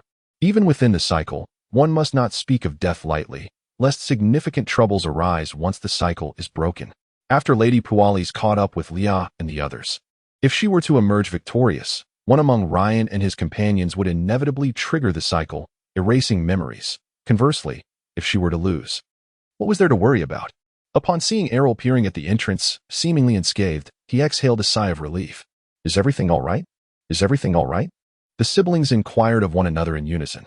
Chapter 69. Is he? In response to his sister's concern, Lumian shook his head. No. He glanced around before suggesting, let us discuss this inside. Once they reached a spot near the stove, he briefly recounted the exploration he and Ryan had undertaken. Before advising his sister that should Lady Pualis launch an attack, she must not hesitate and should promptly surrender, betraying the three outsiders. Based on his experiences within the castle and the various phenomena he had witnessed, Lumian harbored no illusions that the siblings could stand against Lady Pualis. Even the midwife might prove a formidable challenge. Aurore listened quietly, unable to suppress a chuckle. Logically speaking, your strategy is indeed the most prudent, yet it feels rather peculiar. Akin to becoming a villain in a novel, albeit not the main antagonist, lacking in charm. The outcome is paramount, Lumian insisted, emphasizing that, in her words, one must endure humiliation, bear heavy responsibilities, preserve an invaluable existence, and await the opportunity to prove one's worth. Aurore could not help but raise a hand to her forehead. Have I perhaps imparted too many peculiar notions to you? Indeed, Lumian replied sincerely, nodding. Aurore rolled her eyes and said, all right, I understand. Unless it is absolutely necessary, I shall not confront Lady Pualis head-on. Just moments ago, when Lady Pualis noticed the alarm had been triggered and attempted to leave, Aurore refrained from forcibly stopping her. Instead, she feigned reluctance and engaged in conversation for nearly a minute longer. As Lady Pualis made her way to the dining table, adopting a posture of attentiveness, she remained vigilant of her surroundings, wary of any wrathful approach from Aurore. Lumian drew out a chair from the opposite side of the table and recounted the findings of their exploration and the course of the battle in its entirety. As he spoke, Aurore's expression gradually took on an increasingly peculiar demeanor. What's wrong? Lumian inquired, noticing his sister's odd behavior. Aurore pondered for a moment, her strange expression lingering, before retorting, in Lady Pualis's bedroom, there is a photograph of a man who bears a striking resemblance to her, presumably her brother? Those three outsiders mentioned that he might be a member of the missing Rockford family, named Prit. Lumian relayed the words of Ryan and his companions, which included references to Danteism and numerous illegitimate offspring. He concluded with, according to the investigation conducted by those three outsiders, there is no record of a Pualis in the Rockford family. Aurore nodded gently, exhaling a sigh. Then I can be fairly certain my conjecture is correct. The peculiar expression on her face did not wane. Rather, it became more pronounced. What conjecture? Lumian asked, bewildered. Aurore glanced at him and remarked, perhaps Lady Pualis is the missing Prit. Lumiere was taken aback. There was a man and a woman. Madame Pualis had given birth to 2 children. Who knows if she bore them herself? Perhaps they were sired by an official. Aurore retorted with a scoff, asserting that even if they were indeed Pualis' offspring, it signified nothing. In the realm of mysticism, anything is possible. Just consider, if a man like Louis Lond can bear children, then it is not beyond reason for Pritya to transform into a woman. Logically, that holds true, yet Lumiere found it somewhat difficult to accept. Aurore wore a mocking smile. The reason I dare to speculate thus, while those 3 outsiders lack similar insight, is due to an experience I have heard of, no, witnessed. Do you recall the neighboring path of the hunter? He was once captivated by that name, which was undeniably more melodious than hunter. In our organization, the Curly Baboon Research Society, there was a gentleman who fancied himself an assassin, opting for that path. Aurore said with a peculiar expression. Later, at a gathering, he solemnly confided to us. Assassin had reached sequence 7, and the potion required was called which, upon hearing the name of this potion, Lumiere had an inkling of what was about to unfold. Indeed, which, in the world of mysticism, wizard and witch are entirely distinct concepts. You used to confuse them often, occasionally referring to me as a witch, which always felt rather odd to me. Taking advantage of the moment, Aurore imparted a lesson. It was evident that consuming the witch potion would transform one into a witch, embodying the very essence of femininity. Hiss! Lumiere inhaled softly, feeling immensely grateful that his first acquisition was the extraordinary trait of a hunter. Had he obtained something related to the assassin? Given his desperate mindset at that time, he would have likely embarked on an irreversible path. But what of that individual? He couldn't help but inquire. He was conflicted for a long time, neither wishing to become a woman nor desiring to remain at Sequence 8 indefinitely, until someone advised him, life is fleeting. Why not give it a try? At a subsequent gathering, I encountered him again, though by then, she had fully embraced her identity as an enchanting and charismatic woman. Lumiere found himself at a loss for words. Aurore, with a playful smile, remarked, in the future, upon reaching Sequence 5, should you fail to acquire the Sequence 4 materials for the Hunter Path, you might consider the Sequence 4 of the Witch Path. Indeed, the Assassin Path is also known as the Witch Path. Her expression suggested a delight in the unfolding drama. The notion of a witch. Lumiere profoundly sensed the deceptive allure of the title assassin. The world of mysticism is fraught with peril. It seems that Madame Pualis could indeed be the notorious libertine, Prit. If assassins can metamorphose into witches, then a path that permits men to bear children is likely capable of transforming men into women as well. Aurore nodded thoughtfully, casting a wary glance out the window. I suspect that Madame Pualis also underwent a certain transformation into womanhood, compelled to bid farewell to her family through a disappearance, lest her unusual circumstances be uncovered by the authorities. According to that enigmatic lady, the powers bestowed by the divine can indeed be categorized by sequence. This aberrant path she has taken likely encompasses the enhancement of fertility, the manipulation of life, and the mastery over the spirits of the departed. The notions of utilizing life and commanding the dead stem from her conflicts with Lumian and the midwives. This aligns with the phenomenon of Lady Night from the Otherworld, who is followed by numerous apparitions, and bears a striking resemblance to Madame Pualis. At this juncture, Aurore suddenly uttered a sound of realization. "What is it?" Lumian inquired cautiously. "Sister, you aren't conjuring any frightful truths again, are you?" Aurore furrowed her brow at her brother, saying, during afternoon tea, Madame Pualis suddenly remarked that love is inscrutable. Despite wishing for his demise due to his transgressions, when confronted with true death, she could not help but intervene, yet refused to disclose her intentions. Lumian, equally perplexed, responded, "She saved someone? When did she ever do that?" Abruptly, he halted, turning his gaze toward Aurore. The siblings simultaneously recalled the moment in the Otherworld when Lady Night had taken the spirits, indirectly rescuing them. However, that was an event from the previous cycle. Just as Lumian was about to dismiss the thought, he found himself at a loss for words. He and Aurore stared into each other's eyes, recognizing the astonishment and fear etched within them. If Lady Pualis indeed refers to that matter, it implies that she possesses the ability to retain memories within the cycle, at least a portion of them. Could it be true? Aurore murmured softly to herself, deciding to accept it as a possibility. It is better to regard the enemy as formidable than to underestimate them. Lumian concurred, then pondered a thought. Aurore, sister, considering that Lady Pualis may originally have been male, does that mean the one she loves is you? I have done nothing wrong. It was clearly you who spied on Louis. The one Pualis loves is undoubtedly you. Aurore instinctively retorted. Lumian remarked instinctively, perhaps she believes I am under your influence. I seldom interact with her. I only once inadvertently exposed her affair with Father Ben, which led to her teasing me. While you frequently discuss literary works and current trends with her, and occasionally visit her home to borrow a pony. Aurore's tone rose, revealing a look of disdain. So she even introduced me to potential marriage candidates? Did you not say they were all rather unimpressive, even quite poor? Lumian contemplated for a moment and replied, perhaps she intends to utilize this method to extinguish your interest in men, gradually enticing you towards her. What sort of peculiar things have you been reading? Aurore shot her brother a glare filled with annoyance. Lumian, undeterred and emboldened, responded, your novels, of course. Is that so? Aurore fell into deep thought. After a while, she gazed out of the window and remarked, it has been quite some time. Yet Madame Pualis has not come to trouble us, and the cycle has not been reset.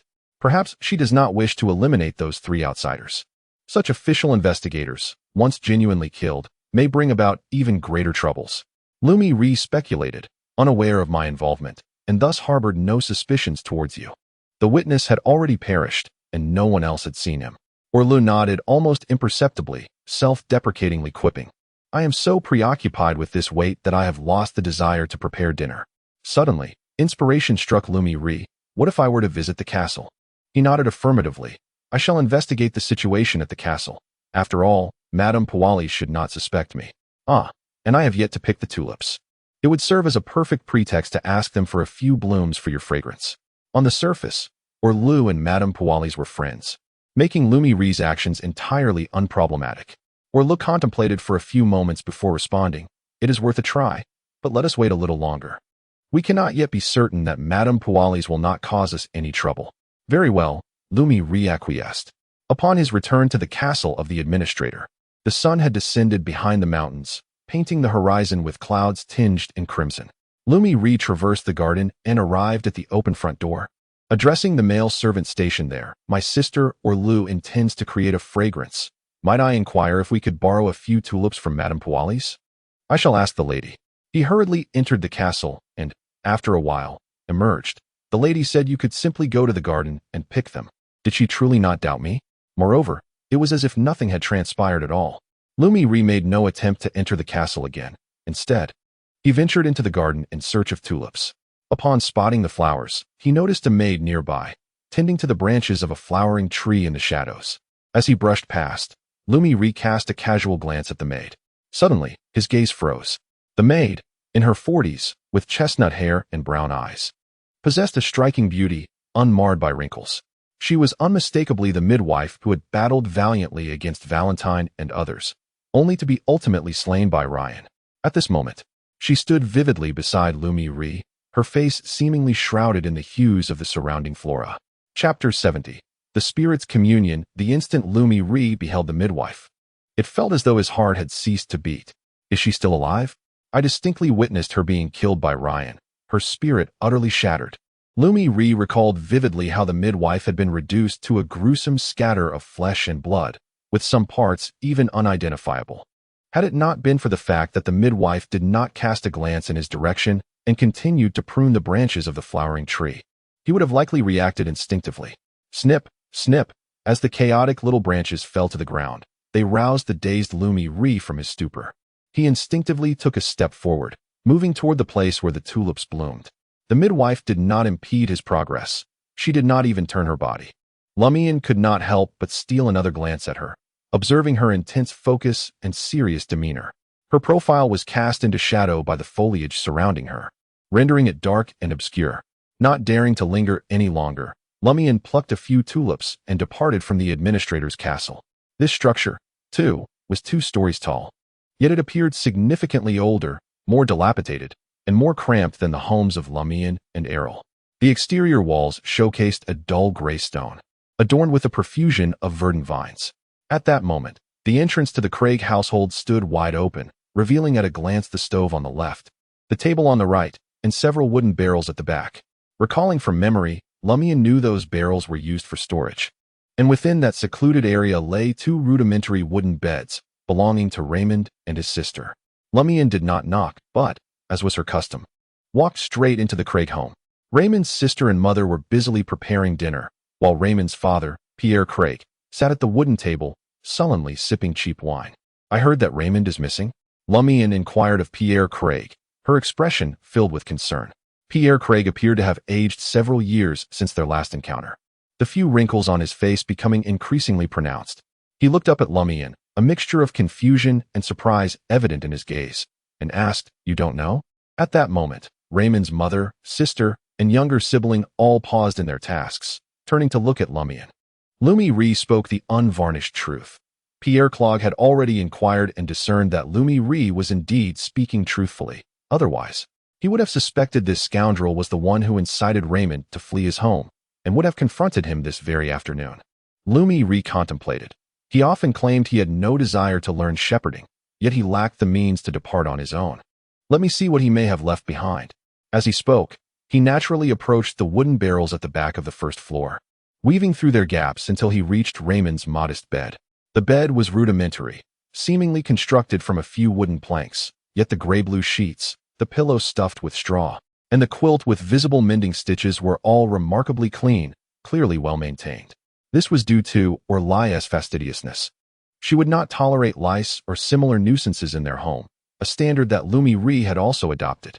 Consequently, when he played with his companions, he would consciously urge them to maintain their personal hygiene. refusing to allow those rascals to remain filthy and infested with lice and fleas. We found no notes. Pierre Clog followed into this area, his face etched with sorrow. Lumian Li sat beside Raymond's bed, reaching beneath the pillow. There, he discovered 2 items, a cracked dark red fountain pen and a notebook filled with numerous words. Raymond had an insatiable thirst for knowledge, but had few opportunities for education. In recent decades, many villages have been devoid of schools. In those with a slightly larger population, churches occasionally organize Sunday schools. In the village of Cordu, the education of children relies solely on the guidance of elders who had previously received an education. Over generations, some young individuals have unfortunately become illiterate. Lumian, in moments of good spirits, frequently proclaims his intention to raise funds for alcohol, thus selling old pens and exercise books to Raymond, Ava, and others at a low price, while also teaching them some words along the way. Each time they engage in learning, Raymond approaches it with utmost seriousness, akin to his practice of combat and his endeavors in assisting shepherds to craft cheese for a reward. He ardently strives to alter his fate. Lumian takes out the pen and exercise book, gazing at them for a long while without action. I consulted the parish priest, and he remarked that the words written within are quite simple and do not form coherent sentences. Pierre Craig sighed. As Lumian flipped through the exercise book, he noticed that the handwriting, with each turn of the page, transitioned from chaotic and unsightly to relatively legible. This also included the accounts of Raymond's brother and sister. It has been mentioned before. Pierre Craig nodded. He had heard similar stories from his youngest son at gatherings like these. Lumian, with unwavering confidence, raised the exercise book and declared, well, Pierre Craig did not perceive this as anything of great value. Stepping out from the enclosed area surrounded by wooden barrels, Lumian made his way towards the door, while Pierre Craig settled back down. After taking a few steps, Lumian Li overheard Pierre Clog sighing to himself. He need not learn shepherding. He could simply tell me why he chooses to walk, to attain wealth. Lumian Li's curiosity was piqued. He turned his body and feigned interest, inquiring, is there an opportunity for wealth? Pierre Clog, without lifting his gaze, muttered gloomily, our family's constellation is about to change, and fortune will improve. Lumian Li felt a chill run down his spine upon hearing this. Who informed you of such a thing? He pressed further. Upon returning home, Lumian Li immediately shared the news that the midwife was still alive with his sister. Aurore furrowed her golden brows, replying, not necessarily a living person. What? Lumian Li was momentarily taken aback. Aurore continued thoughtfully, did we not discuss this previously? The path where Madame Poilus resides likely possesses the power to command the undead. It could very well be a living corpse. At this point, Lumian Li hesitated. However, she did seem somewhat dazed, her expression gloomy, and her eyes lacked vitality, very much resembling Narloka, the Narloka I encountered in the last cycle, who willingly traversed into the other world. That Narloka with a pallid complexion and vacant eyes. Of course, the midwife appeared to be somewhat closer to a living being. Aurore gently nodded, suggesting a certain peculiar state, perhaps more akin to the undead. Unable to deduce an answer, she gestured for Lumian Li to discuss another matter. Lumian Li recounted the events surrounding the castle as though nothing had transpired, echoing the words of Raymond's father in great detail. Aurore listened quietly, nodding as she remarked, Madame Poulard does not seem inclined to pursue the matter of the castle, though I cannot discern what she fears. Furthermore, your findings indeed link part of the village's anomalies to her, yet she appears unconnected to the cycle. Her implication was clear. The peculiarities surrounding Madame Poulard primarily pertain to birth, death, souls, and the afterlife, devoid of any temporal cycle. I share your sentiment, Aurore thought. Lumian Li had previously sensed such a distinction during his explorations, leading to the conclusion that the individual behind the parish priest was most likely not Madame Poulard. He speculated, connecting it to Raymond's father's words, the one who disseminates certain actions that can influence the constellations and bestow good fortune. Aurore responded with an affirmative murmur. Let us conduct an investigation tomorrow and see if we can commune with Raymond tonight. After dinner, as night fell, Aurore recognized the time was ripe to prepare the altar. Once more, she sought her own desires, placing but a single candle, though this time, it was crafted from deep sleep flowers and other materials. Following the ritual, she ignited the candle, sanctified a silver dagger, and erected a wall of spiritual essence. She then dripped pure dew made from night-scented herbs and moonflowers onto the orange flame, conjuring a wisp of ethereal mist. With the preliminary preparations complete, Aurore cast a glance at the ledger upon the altar, stepped back, and intoned an ancient hermetic I. As the word escaped her lips, her gaze deepened, and an invisible wind seemed to swirl around her. I summon you in my name, she uttered for the second time. This time in the language of Hermes. Uncertain of the whereabouts of Raymond's spirit, she could not directly commune with him and was left to attempt a summons. As a wild extraordinary, she dared not appeal to the night goddess, who governed this domain, and could only rely on her own abilities. The likelihood of success was slim, unless Raymond's spirit happened to linger nearby within the village of Cordu. Aurore continued to chant, "Spirit wandering in Cordu Village," the man known as Raymond Craig, the master of this notebook. Suddenly, the orange candlelight flickered, absorbing the surrounding mist and growing slightly larger. Its glow rippled, taking on a hue of deep blue. A bead of sweat formed on Aurore's forehead as she began to draw strength from the various materials around her. Amidst the murmurs of the wind, a figure materialized above the azure flames. To Lumian, whose spiritual sight had long been opened, the apparition appeared translucent, with brown hair and hazel eyes. Bearing an ordinary visage, it was indeed Raymond Craig. He was still in the village. At that moment, Raymond's body appeared swollen, his face pale, and crimson tears trickled from the corners of his eyes. Aurore was evidently taken aback. After the cycle had restarted, Raymond had merely gone missing. He had not drowned, so how had his spirit come to be in such a state? Yet, if he had not drowned, how could he have transformed into a spirit? The contradictions loomed large in her mind. In her confusion, Aurore inquired, "Raymond Craig, why have you gone missing?" Raymond's expression suddenly contorted into a grimace as he cried out sharply, "They drowned me." Chapter 71. Beneath the earth, he had originally believed that Raymond had succumbed to his own demise in the river, becoming a sacrificial offering to some enigmatic entity. Yet now, it appeared that there were others involved. It was not merely an invisible force that had dragged Raymond into the depths. Who are they? Aurore posed this question. Raymond's face twisted, rigid with a mixture of loathing and a vacant stare. In a fit of rage, he shouted, "Pons Bene." It was Pons Bene and his men. They held me under the water. After we departed from the riverbank with Ava, Pons Bene and a group of thugs had appeared at the spot where Raymond emerged, forcing him back into the river, drowning him alive as a sacrifice. Lumian pieced together the situation from Raymond's fragmented words. Indeed. The optimal moment for divination had been missed. Now, only remnants of lingering obsessions could be gleaned. Aurore contemplated whether to inquire about something that might leave a profound impression on Raymond, or perhaps not. Did they sacrifice you to some entity? What are its characteristics? And where can it be found?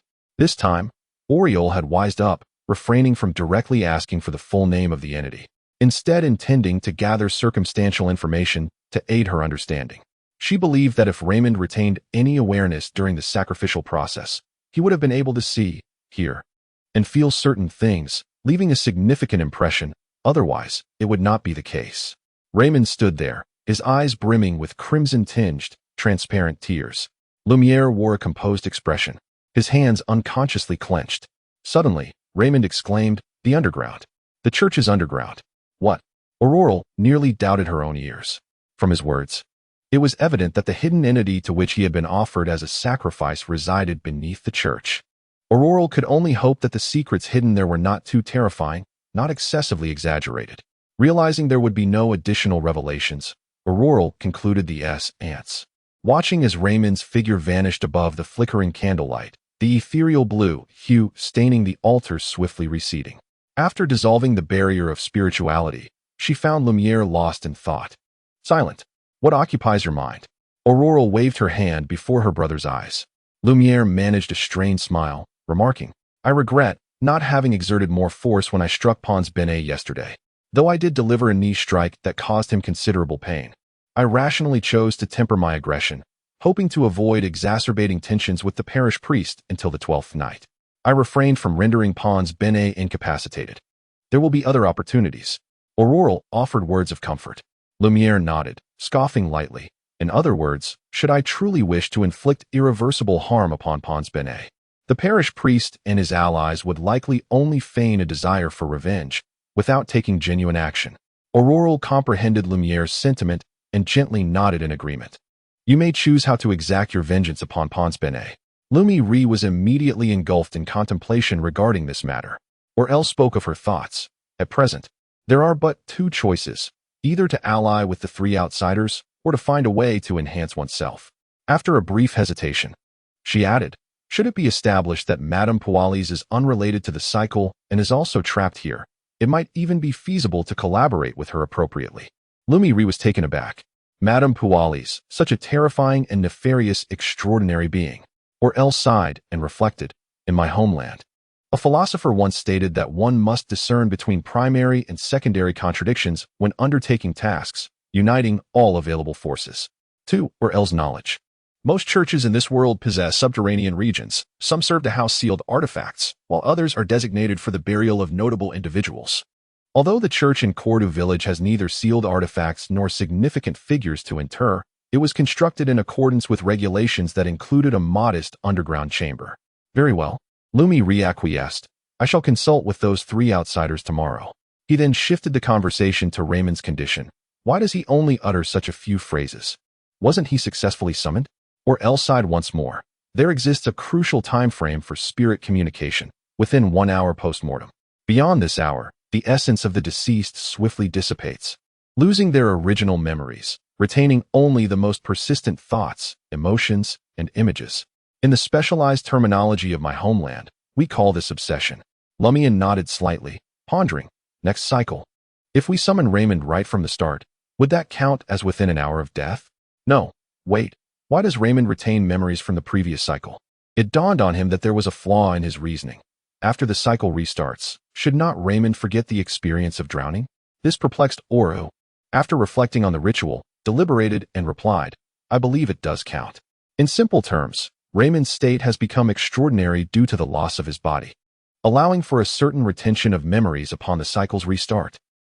It seems we've encountered a glitch. The cycle appears to have encountered a minor error due to Raymond's body being sacrificed. Lumian began to grasp his sister's implication. Aurore then chuckled.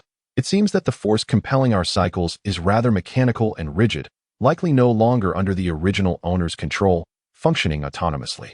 Otherwise, it could have specifically dealt with Raymond's spirit. At this point, a sense of relief seemed to wash over her. In that case, we still possess a glimmer of hope to break the cycle. Inspired by his sister's buoyant mood, Lumian's previously somber demeanor brightened slightly. After all this effort, we are finally witnessing a flicker of hope. The two collaborated to tidy up the altar and ascended to the study on the second floor, where Aurore meticulously taught him the corresponding words in ancient Hermetic, based on the disordered and erroneous sequence that Lumian had jotted down from memory. Some of the content was already familiar to Lumian, thus his progress was commendable.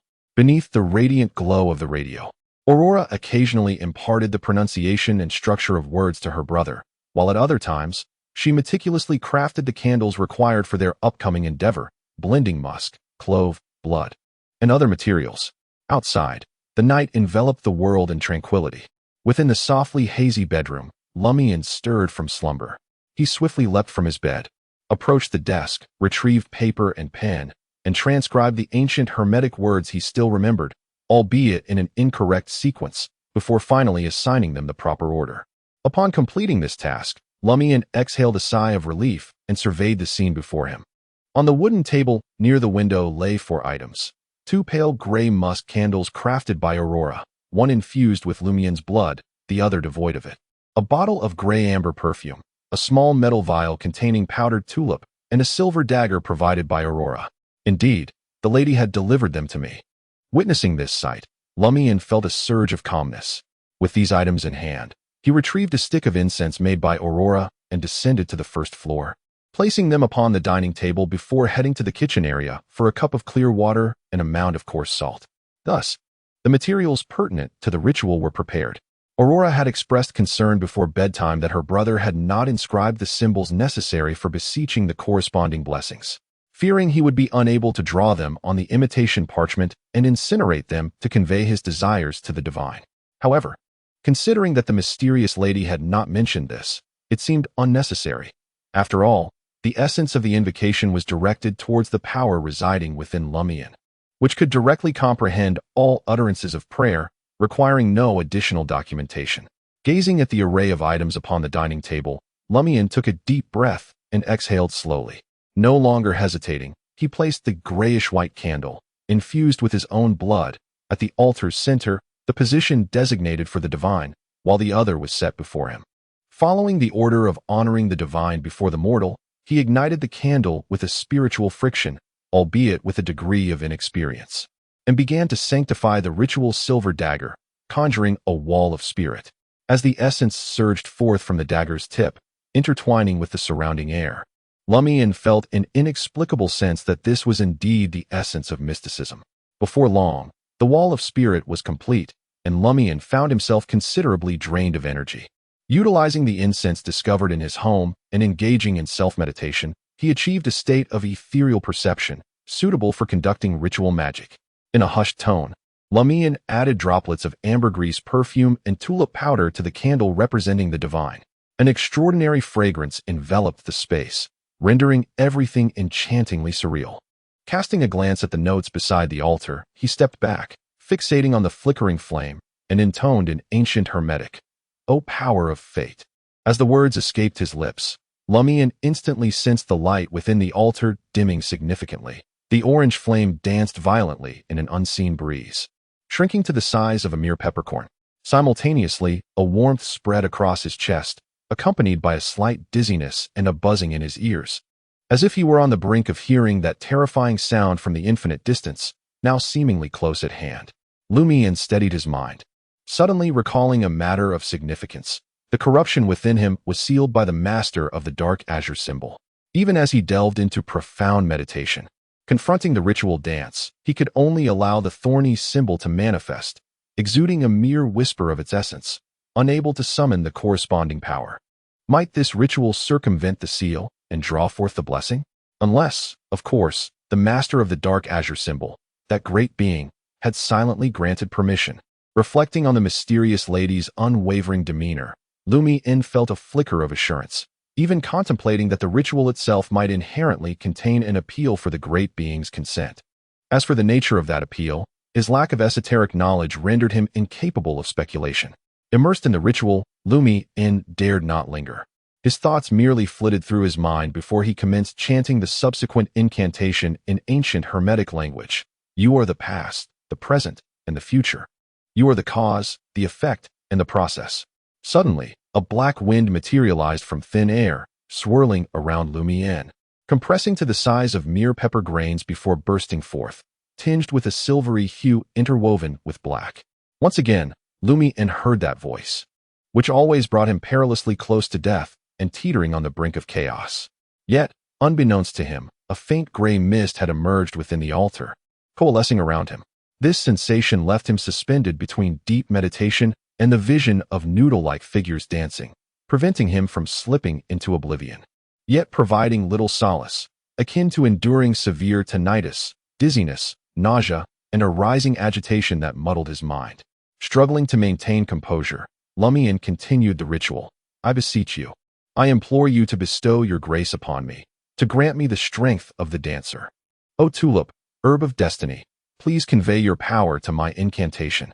O gray amber, herb of destiny, please impart your strength to my spell." As the ritual progressed, Lumian's tinnitus and dizziness intensified, as if countless worms were writhing beneath his skin. At last, he completed the incantation. Almost simultaneously, the silvery black candle flames coalesced into a radiant beam, illuminating his left chest. Instantly, a silver-black ethereal liquid surged forth, enveloping Lumian rapidly, rendering him both eerie and terrifying. He felt every inch of his skin seemingly pierced by needles, his muscles and ligaments completely torn apart, and the mysterious voice grew alarmingly clear, resonating directly within his mind. Lumian was engulfed by excruciating pain, his consciousness teetering on the brink of oblivion. All his veins became aflame, as if ignited from within. This state surpassed the near-death experience he had encountered during his profound meditation. He gritted his teeth, striving to maintain control over his tumultuous mind, desperate not to succumb to madness. Everything else faded into insignificance. Amidst the tempestuous onslaught, he felt as though he were drifting in a haze, oblivious to the passage of time. Finally, the agonizing torment dissipated, and Lumian felt as though he had shed a burden of 1,000 pounds, or had emerged from the depths of water, suddenly experiencing a profound lightness. The candlelight returned to its original state, yet it still exhibited a silvery hue tinged with black. As Lumian Li regained consciousness, he immediately stepped forward and extinguished the candle that symbolized himself, to avert any unforeseen mishaps. Next, he extinguished the candle that represented the divine.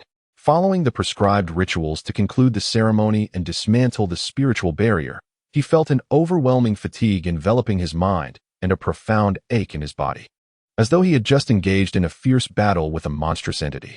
Before long, the dining table had been cleared, and Lumian Li began to assess his own condition, discovering an abundance of newfound knowledge materializing in his mind.